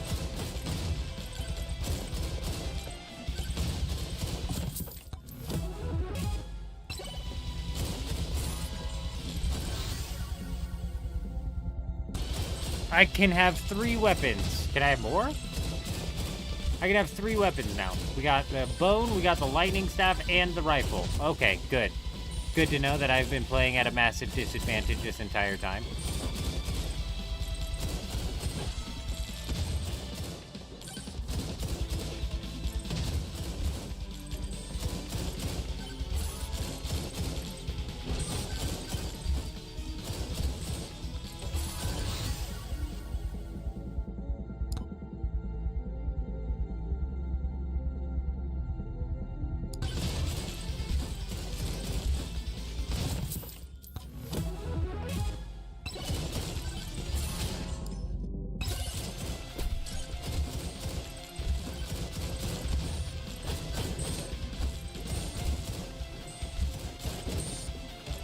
Oh, there's a tiki up there.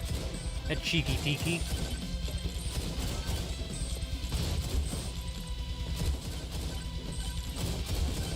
A golden shrine, you say? Don't mind if I do.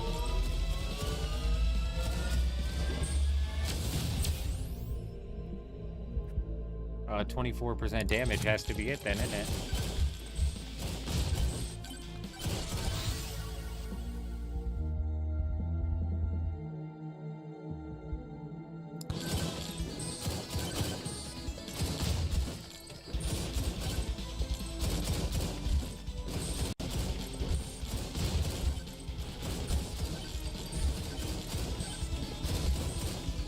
Man, we could do like the sword and the axes and the rifle.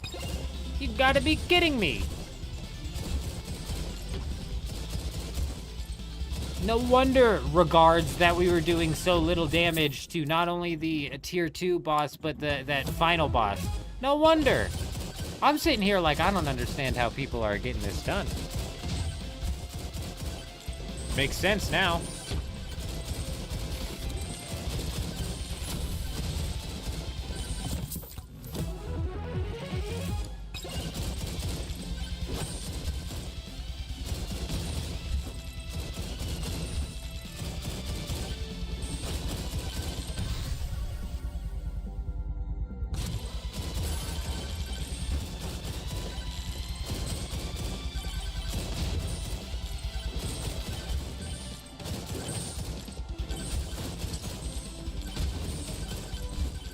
I forget where the magnet is, but there's a magnet somewhere that I need to hit as well. We're getting ready. Ooh, I thought it was gonna go legendary. We're getting ready to have the storm proc, or the swarm.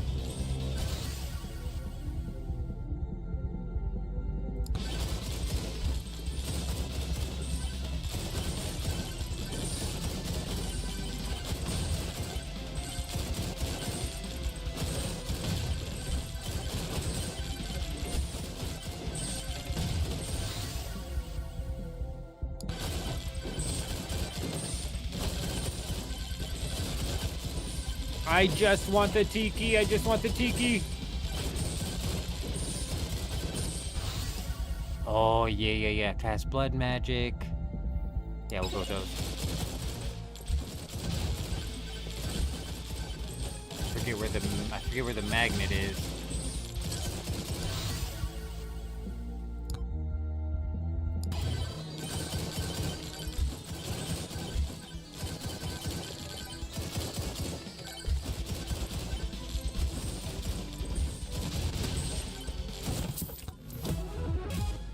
Hell yeah, we'll take that all day.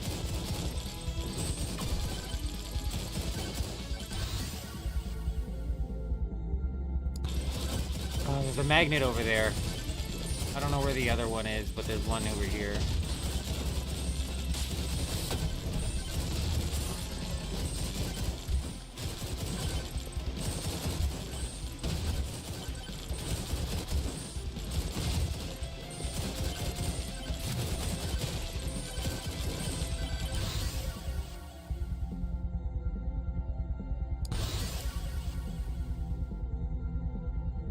Fuck, dude.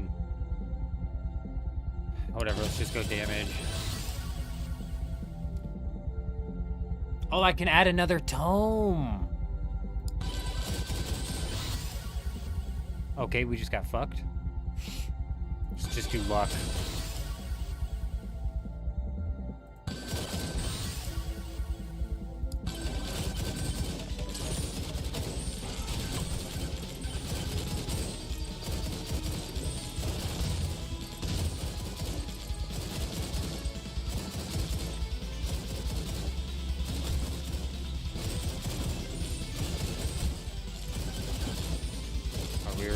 There we go.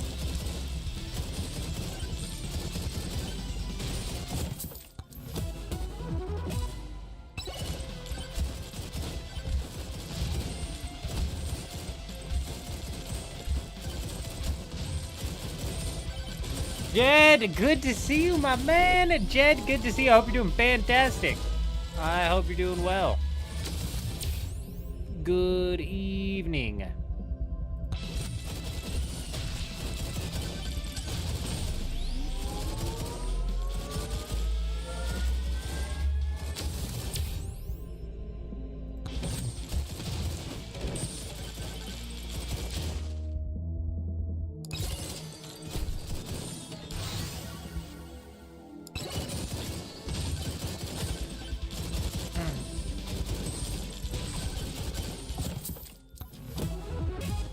Damn, I will take that 10% damage all day, every day. I need to find the boss portal.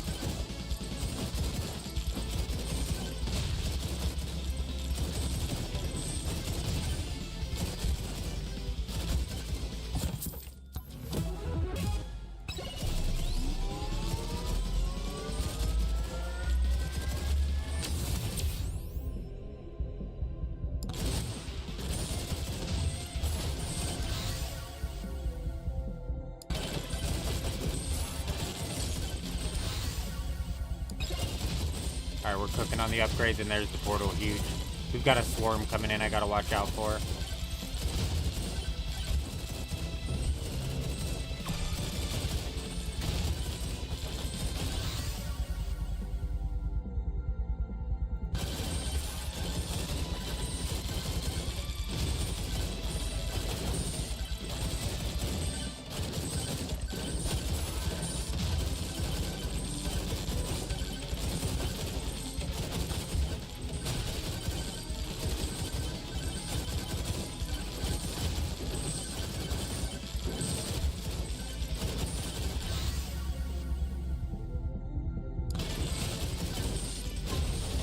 Boss is spawned, it's a showtime.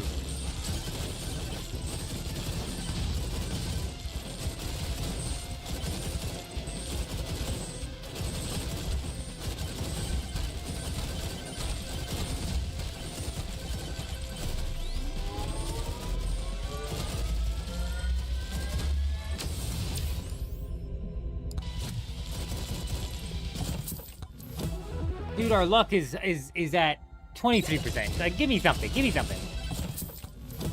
It's not a crazy amount of percentage, but come on.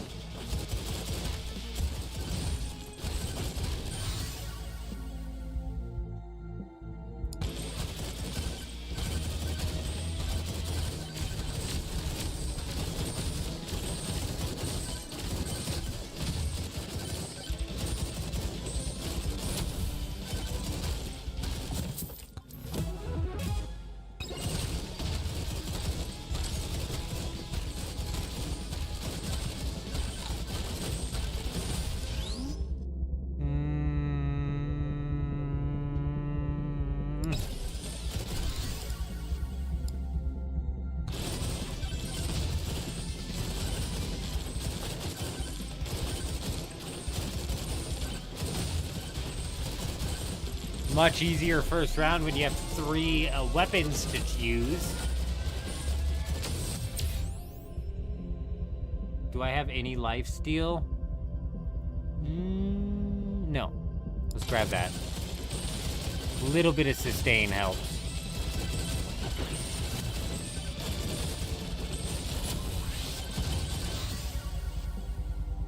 That's what I'm talking about.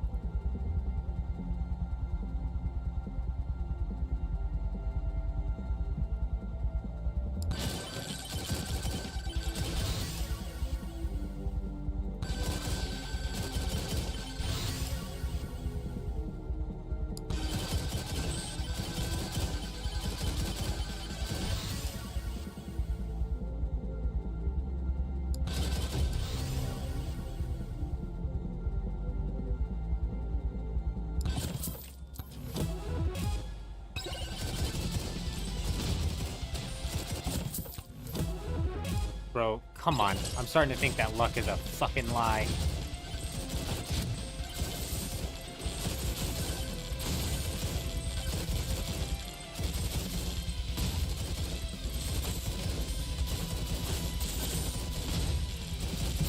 Jed, this game is actually killer, man. It is really, really good. It's addicting. It's addicting, to be honest. It's solid. Well put together. Good progression through the game as well. More difficult than I was anticipating. All around, an excellent experience. Would I play it if it... Oh. Holy, I love your line of questioning right there. That's the question of the day. Would I play it if it did not have a leaderboard? Probably not. No, probably not. Nope, probably not. I wouldn't have initially played it. What initially drove me to play the game was the leaderboard and to compete in the leaderboard. Yeah. No, you're 100% right. Without the leaderboard, that's what drove me to pick the game up. XQC be like, it needs a DLC and a battle pass. Ah, shit.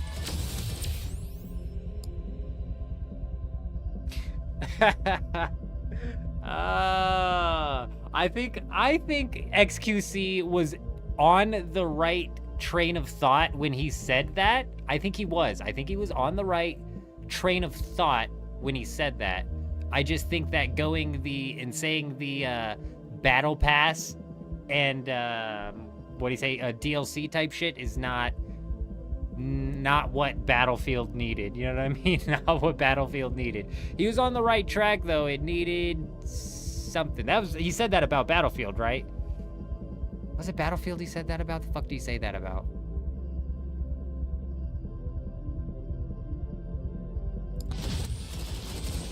I'm like 80% sure you said it about Battlefield. And he was on the right track.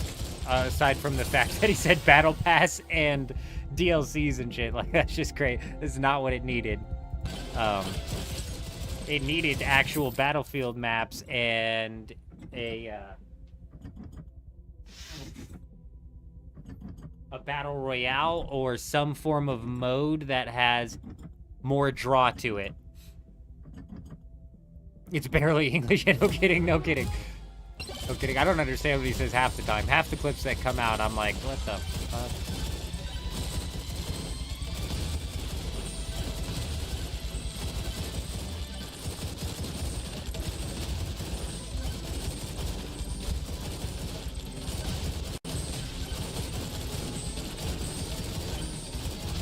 You think so? You really think that's going to be shut down? You really think that's going to be shut down? I saw that they did shipment. See, I don't like the Call of Duty maps. I don't give a fuck. When I played the Battle Royale or the Battlefield test, I was first off only playing it to dip my toes in Battlefield for the upcoming Battle Royale. And second off, like, I was expecting to have big maps, big Battlefield maps. And we got like Call of Duty-esque maps and shit. It just... Bro, that wasn't it. It was not it for me. And then even watching some of the gameplay from the full launch, even the maps, they still don't look that grandiose. I was expecting a bit of some grandiose.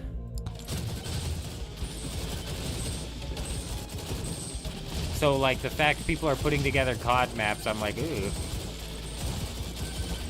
Is that what people genuinely want in the game? Because that's not what I was looking for.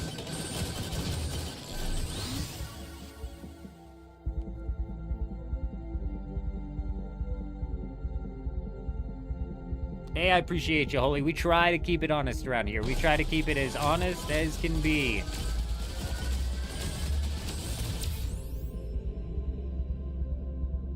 %6 crit chance. Oh, we're at 31%. That's not bad. Let's just do max hit points. Right now, even though we have 3 weapons, our DPS is a slackin'.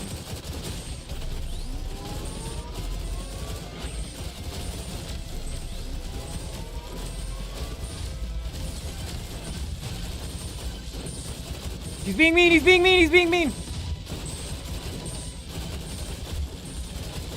Oh yeah, DPS isn't gonna be slacking after I take that. Boom, boom, boom, boom, boom. Okay, DPS still a little bit slacking.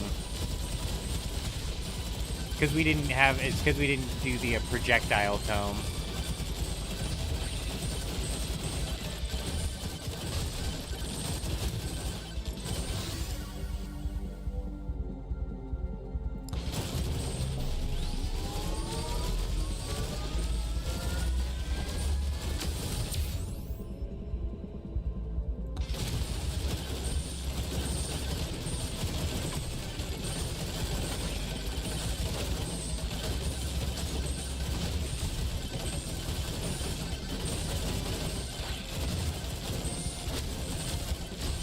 Yeah, fucking. I got shoved into the middle. We had a shitty set of weapons. And fuck, just like Eurism, it's like, all right, one more. One more, we got it. We got this. We've got this, we've got this. I know I need the sword, and we got 3 weapons now. We have 3 weapons that we can use now. So yeah, I need the sword. We need the sword. It's a necessity. We need the sword. We also need the projectile count tome, and we also need the attack speed tome.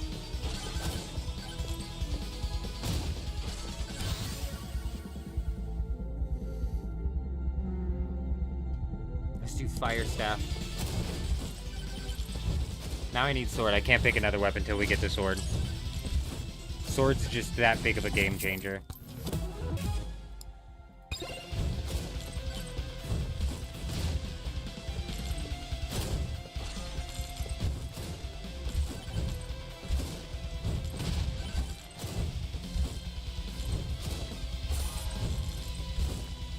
Ooh, a golden hat fellow. Ice cube, a spicy meatball. That's probably what we'll take.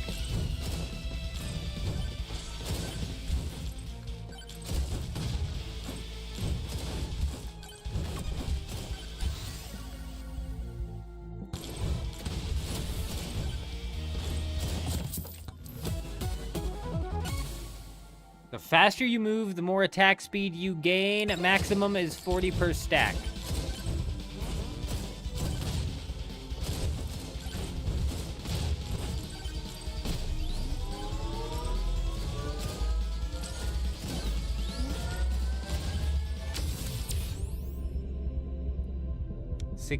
%, size, we'll take it.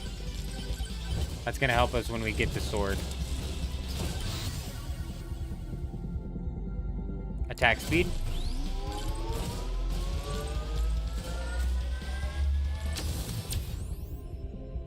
Let's grab a little bit of life steal from the rip.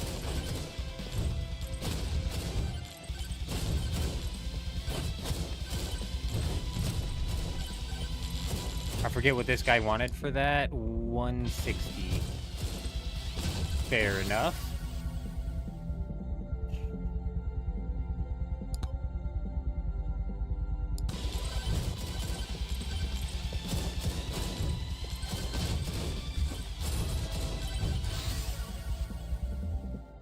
Oh, we got the sword! We got the sword! Hell yeah.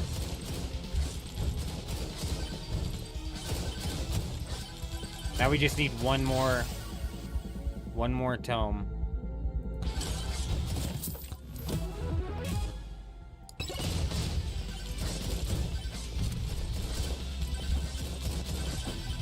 I think we have enough for the spicy meatball.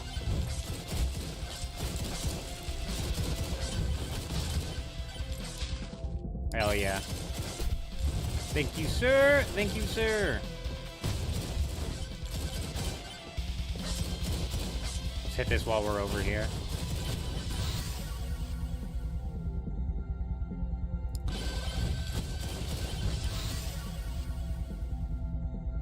Size tome. Oh, I can hold 3 tomes. Let's fucking do it. The sword, when you get the size going up on the sword, it gets crazy. So let's do the size tome.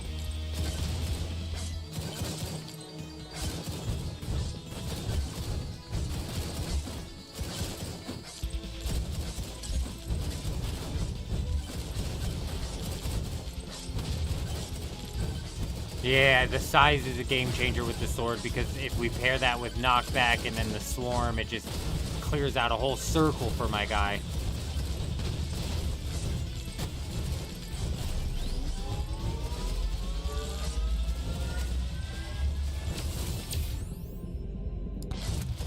I should have maybe grabbed the 5 shield off of that. Damn.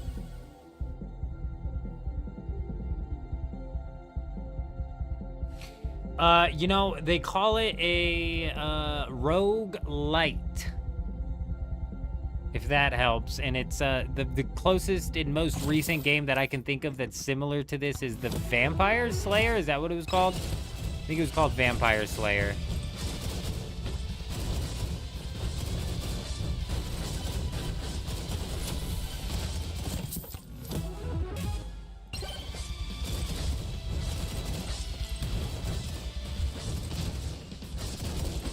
Just fire. It is. Vampire Survivor.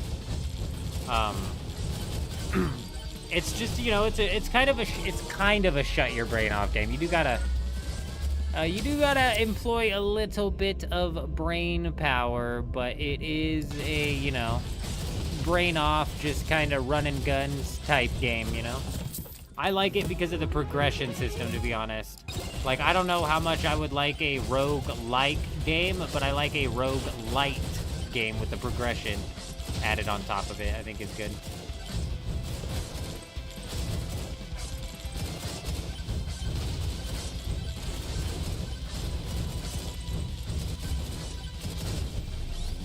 I need a projectile count thing to show up ASAP. Not a damage tome, not a golden tome, not a precision tome. I need a quantity tome ASAP.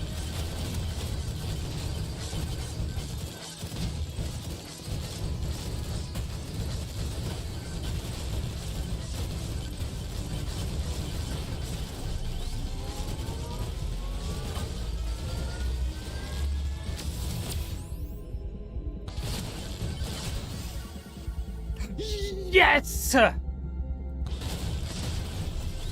was the last thing we needed. Now it's all upgrades.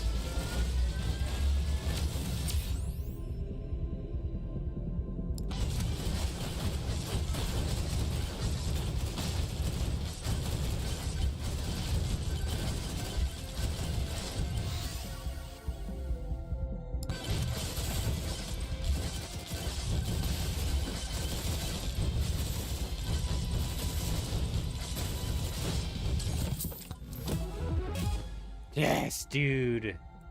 I'll take as many of those as we can get.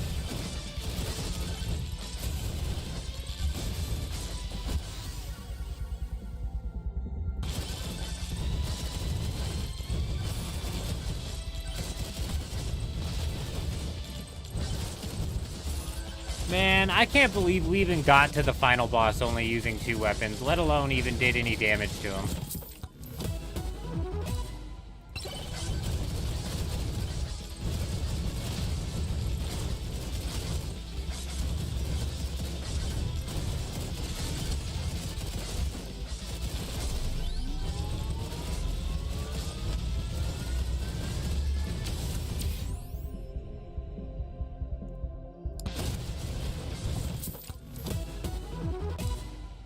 Take that.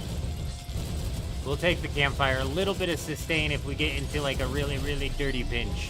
And plus, the bigger this sword gets, the more we can kind of just stand around and use that to heal.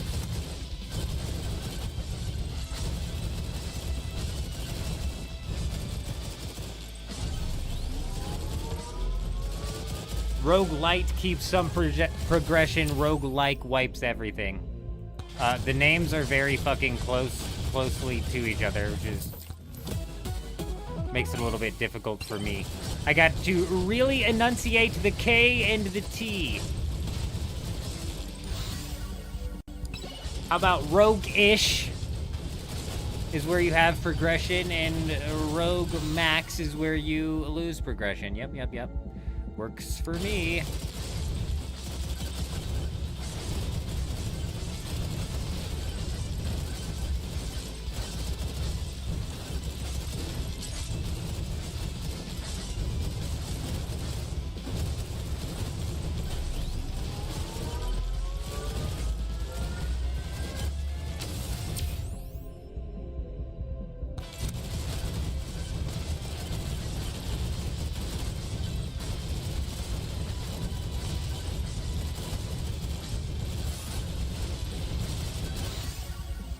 Fuck yeah, dude.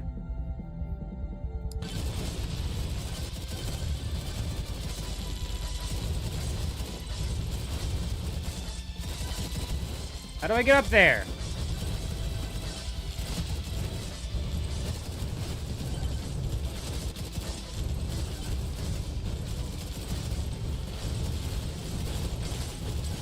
to a magnet, that's actually going to be massive.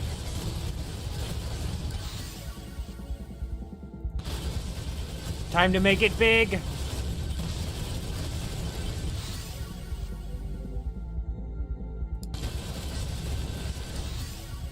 Huge! Bigger! Massive! Gigantic!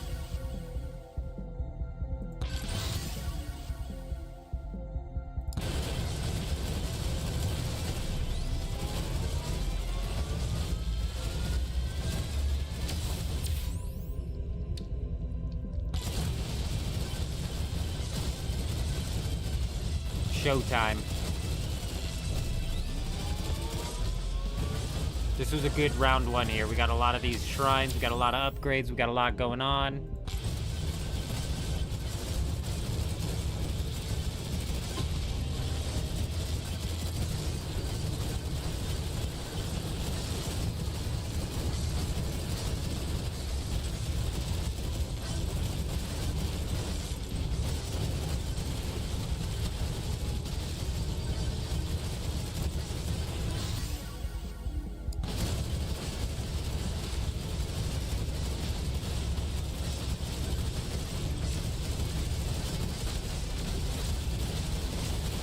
Stone golem just got melted.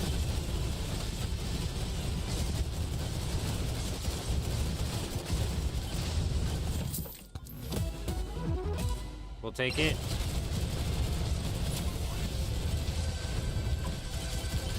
Fuck yes, dude.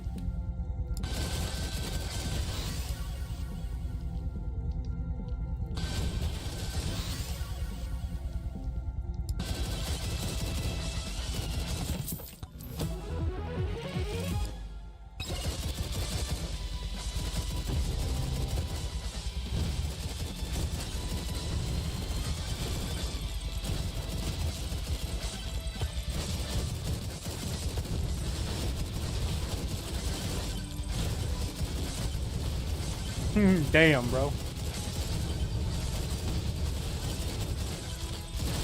Too easy.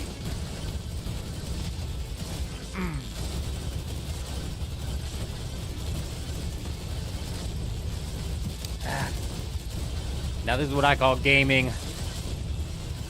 Oh dear, oh dear. Oh no, we got him.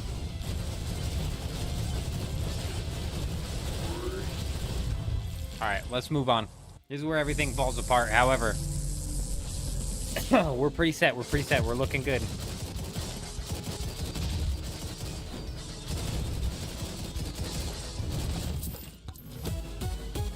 Ooh, a legendary right off the bat. We're looking really good, oh, upon taking damage that would kill you, freeze time. Actually, we just got a second life. That's huge.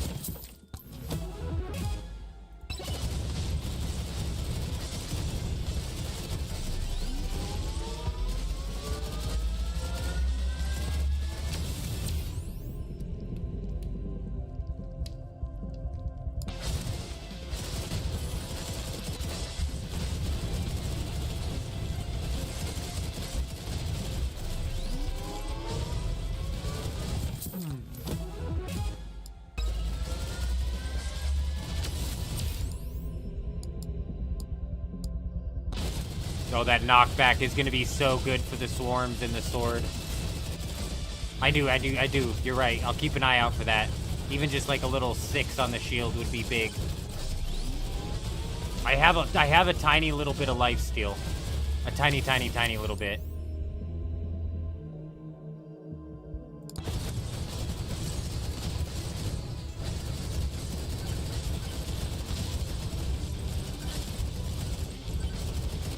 Double shrine.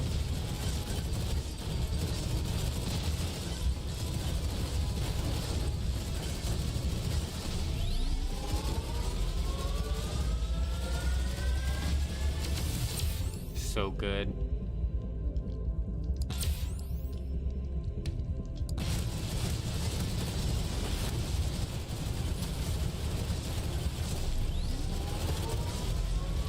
We already found the boss portal as well too. Cool.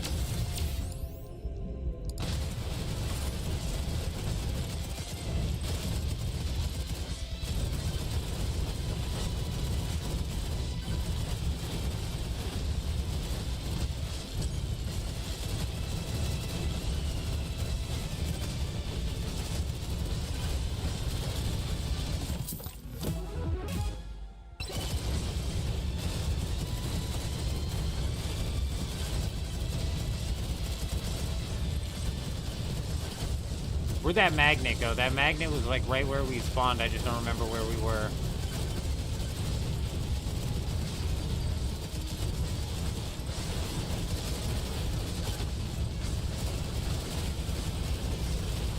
There it is.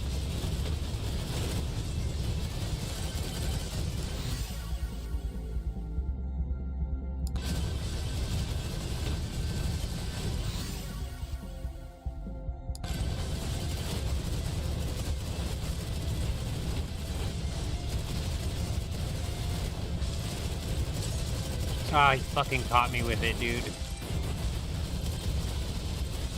Oh, he caught me with it twice! That would have killed me. We just lost our thing. We just lost our life.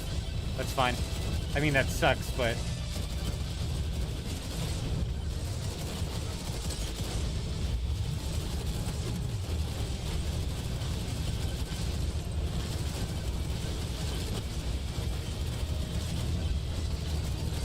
Here comes the swarm.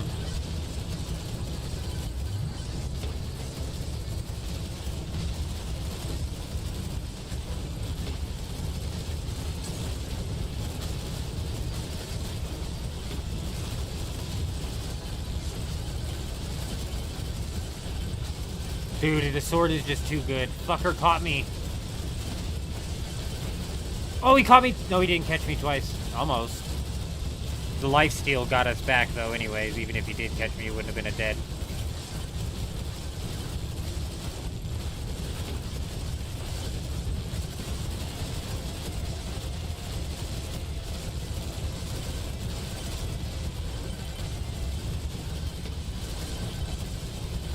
Oh, here comes the real power. Now you messed up.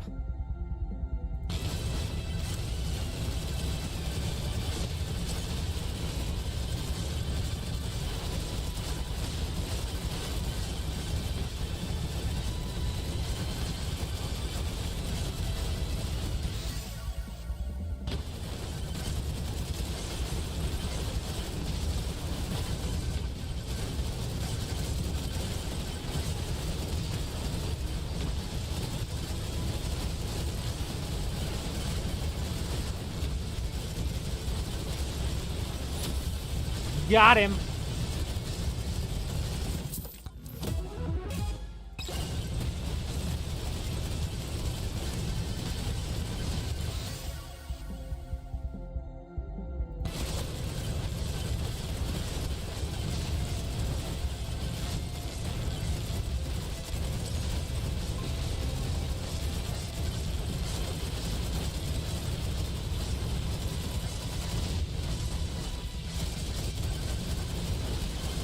He stepped on me! He stepped on me!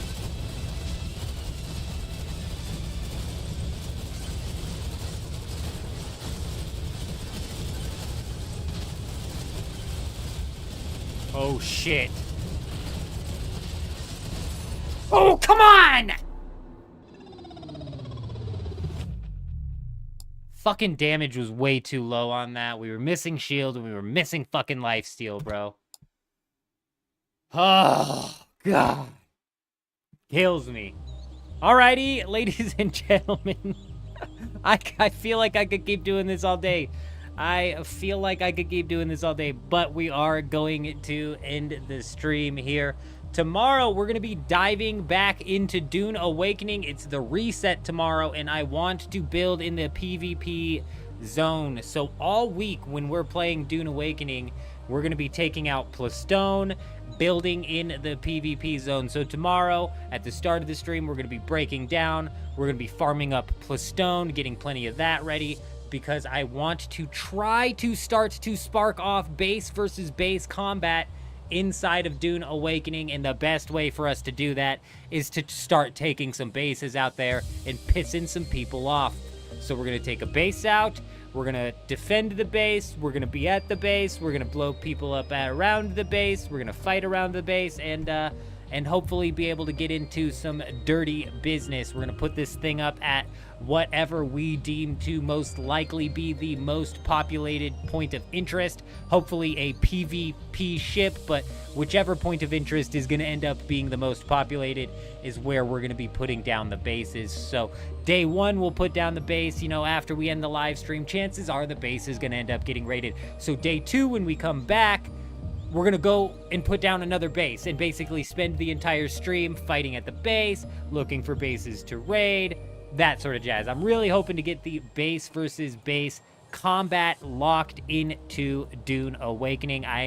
I'm not holding my breath, but we'll kind of see what happens. I appreciate you guys. It was an excellent stream tonight all the way through the Dune, and I appreciate you guys sticking around while we dick around over here on Megabonk. Holy and regards and Eurism and Jed swinging by, Gore as well. We definitely appreciate you guys over on the YouTubes as well. We got Fusion and Teacher and Electros and Log Inspiration and Just Hit a Bong. You know, every time I read that guy's name, I read Just Shit a Bong, but Natural Born, Zerker, Weak Hold Gun, Carver, and Echo rounding out the top 10. We most definitely appreciate you guys.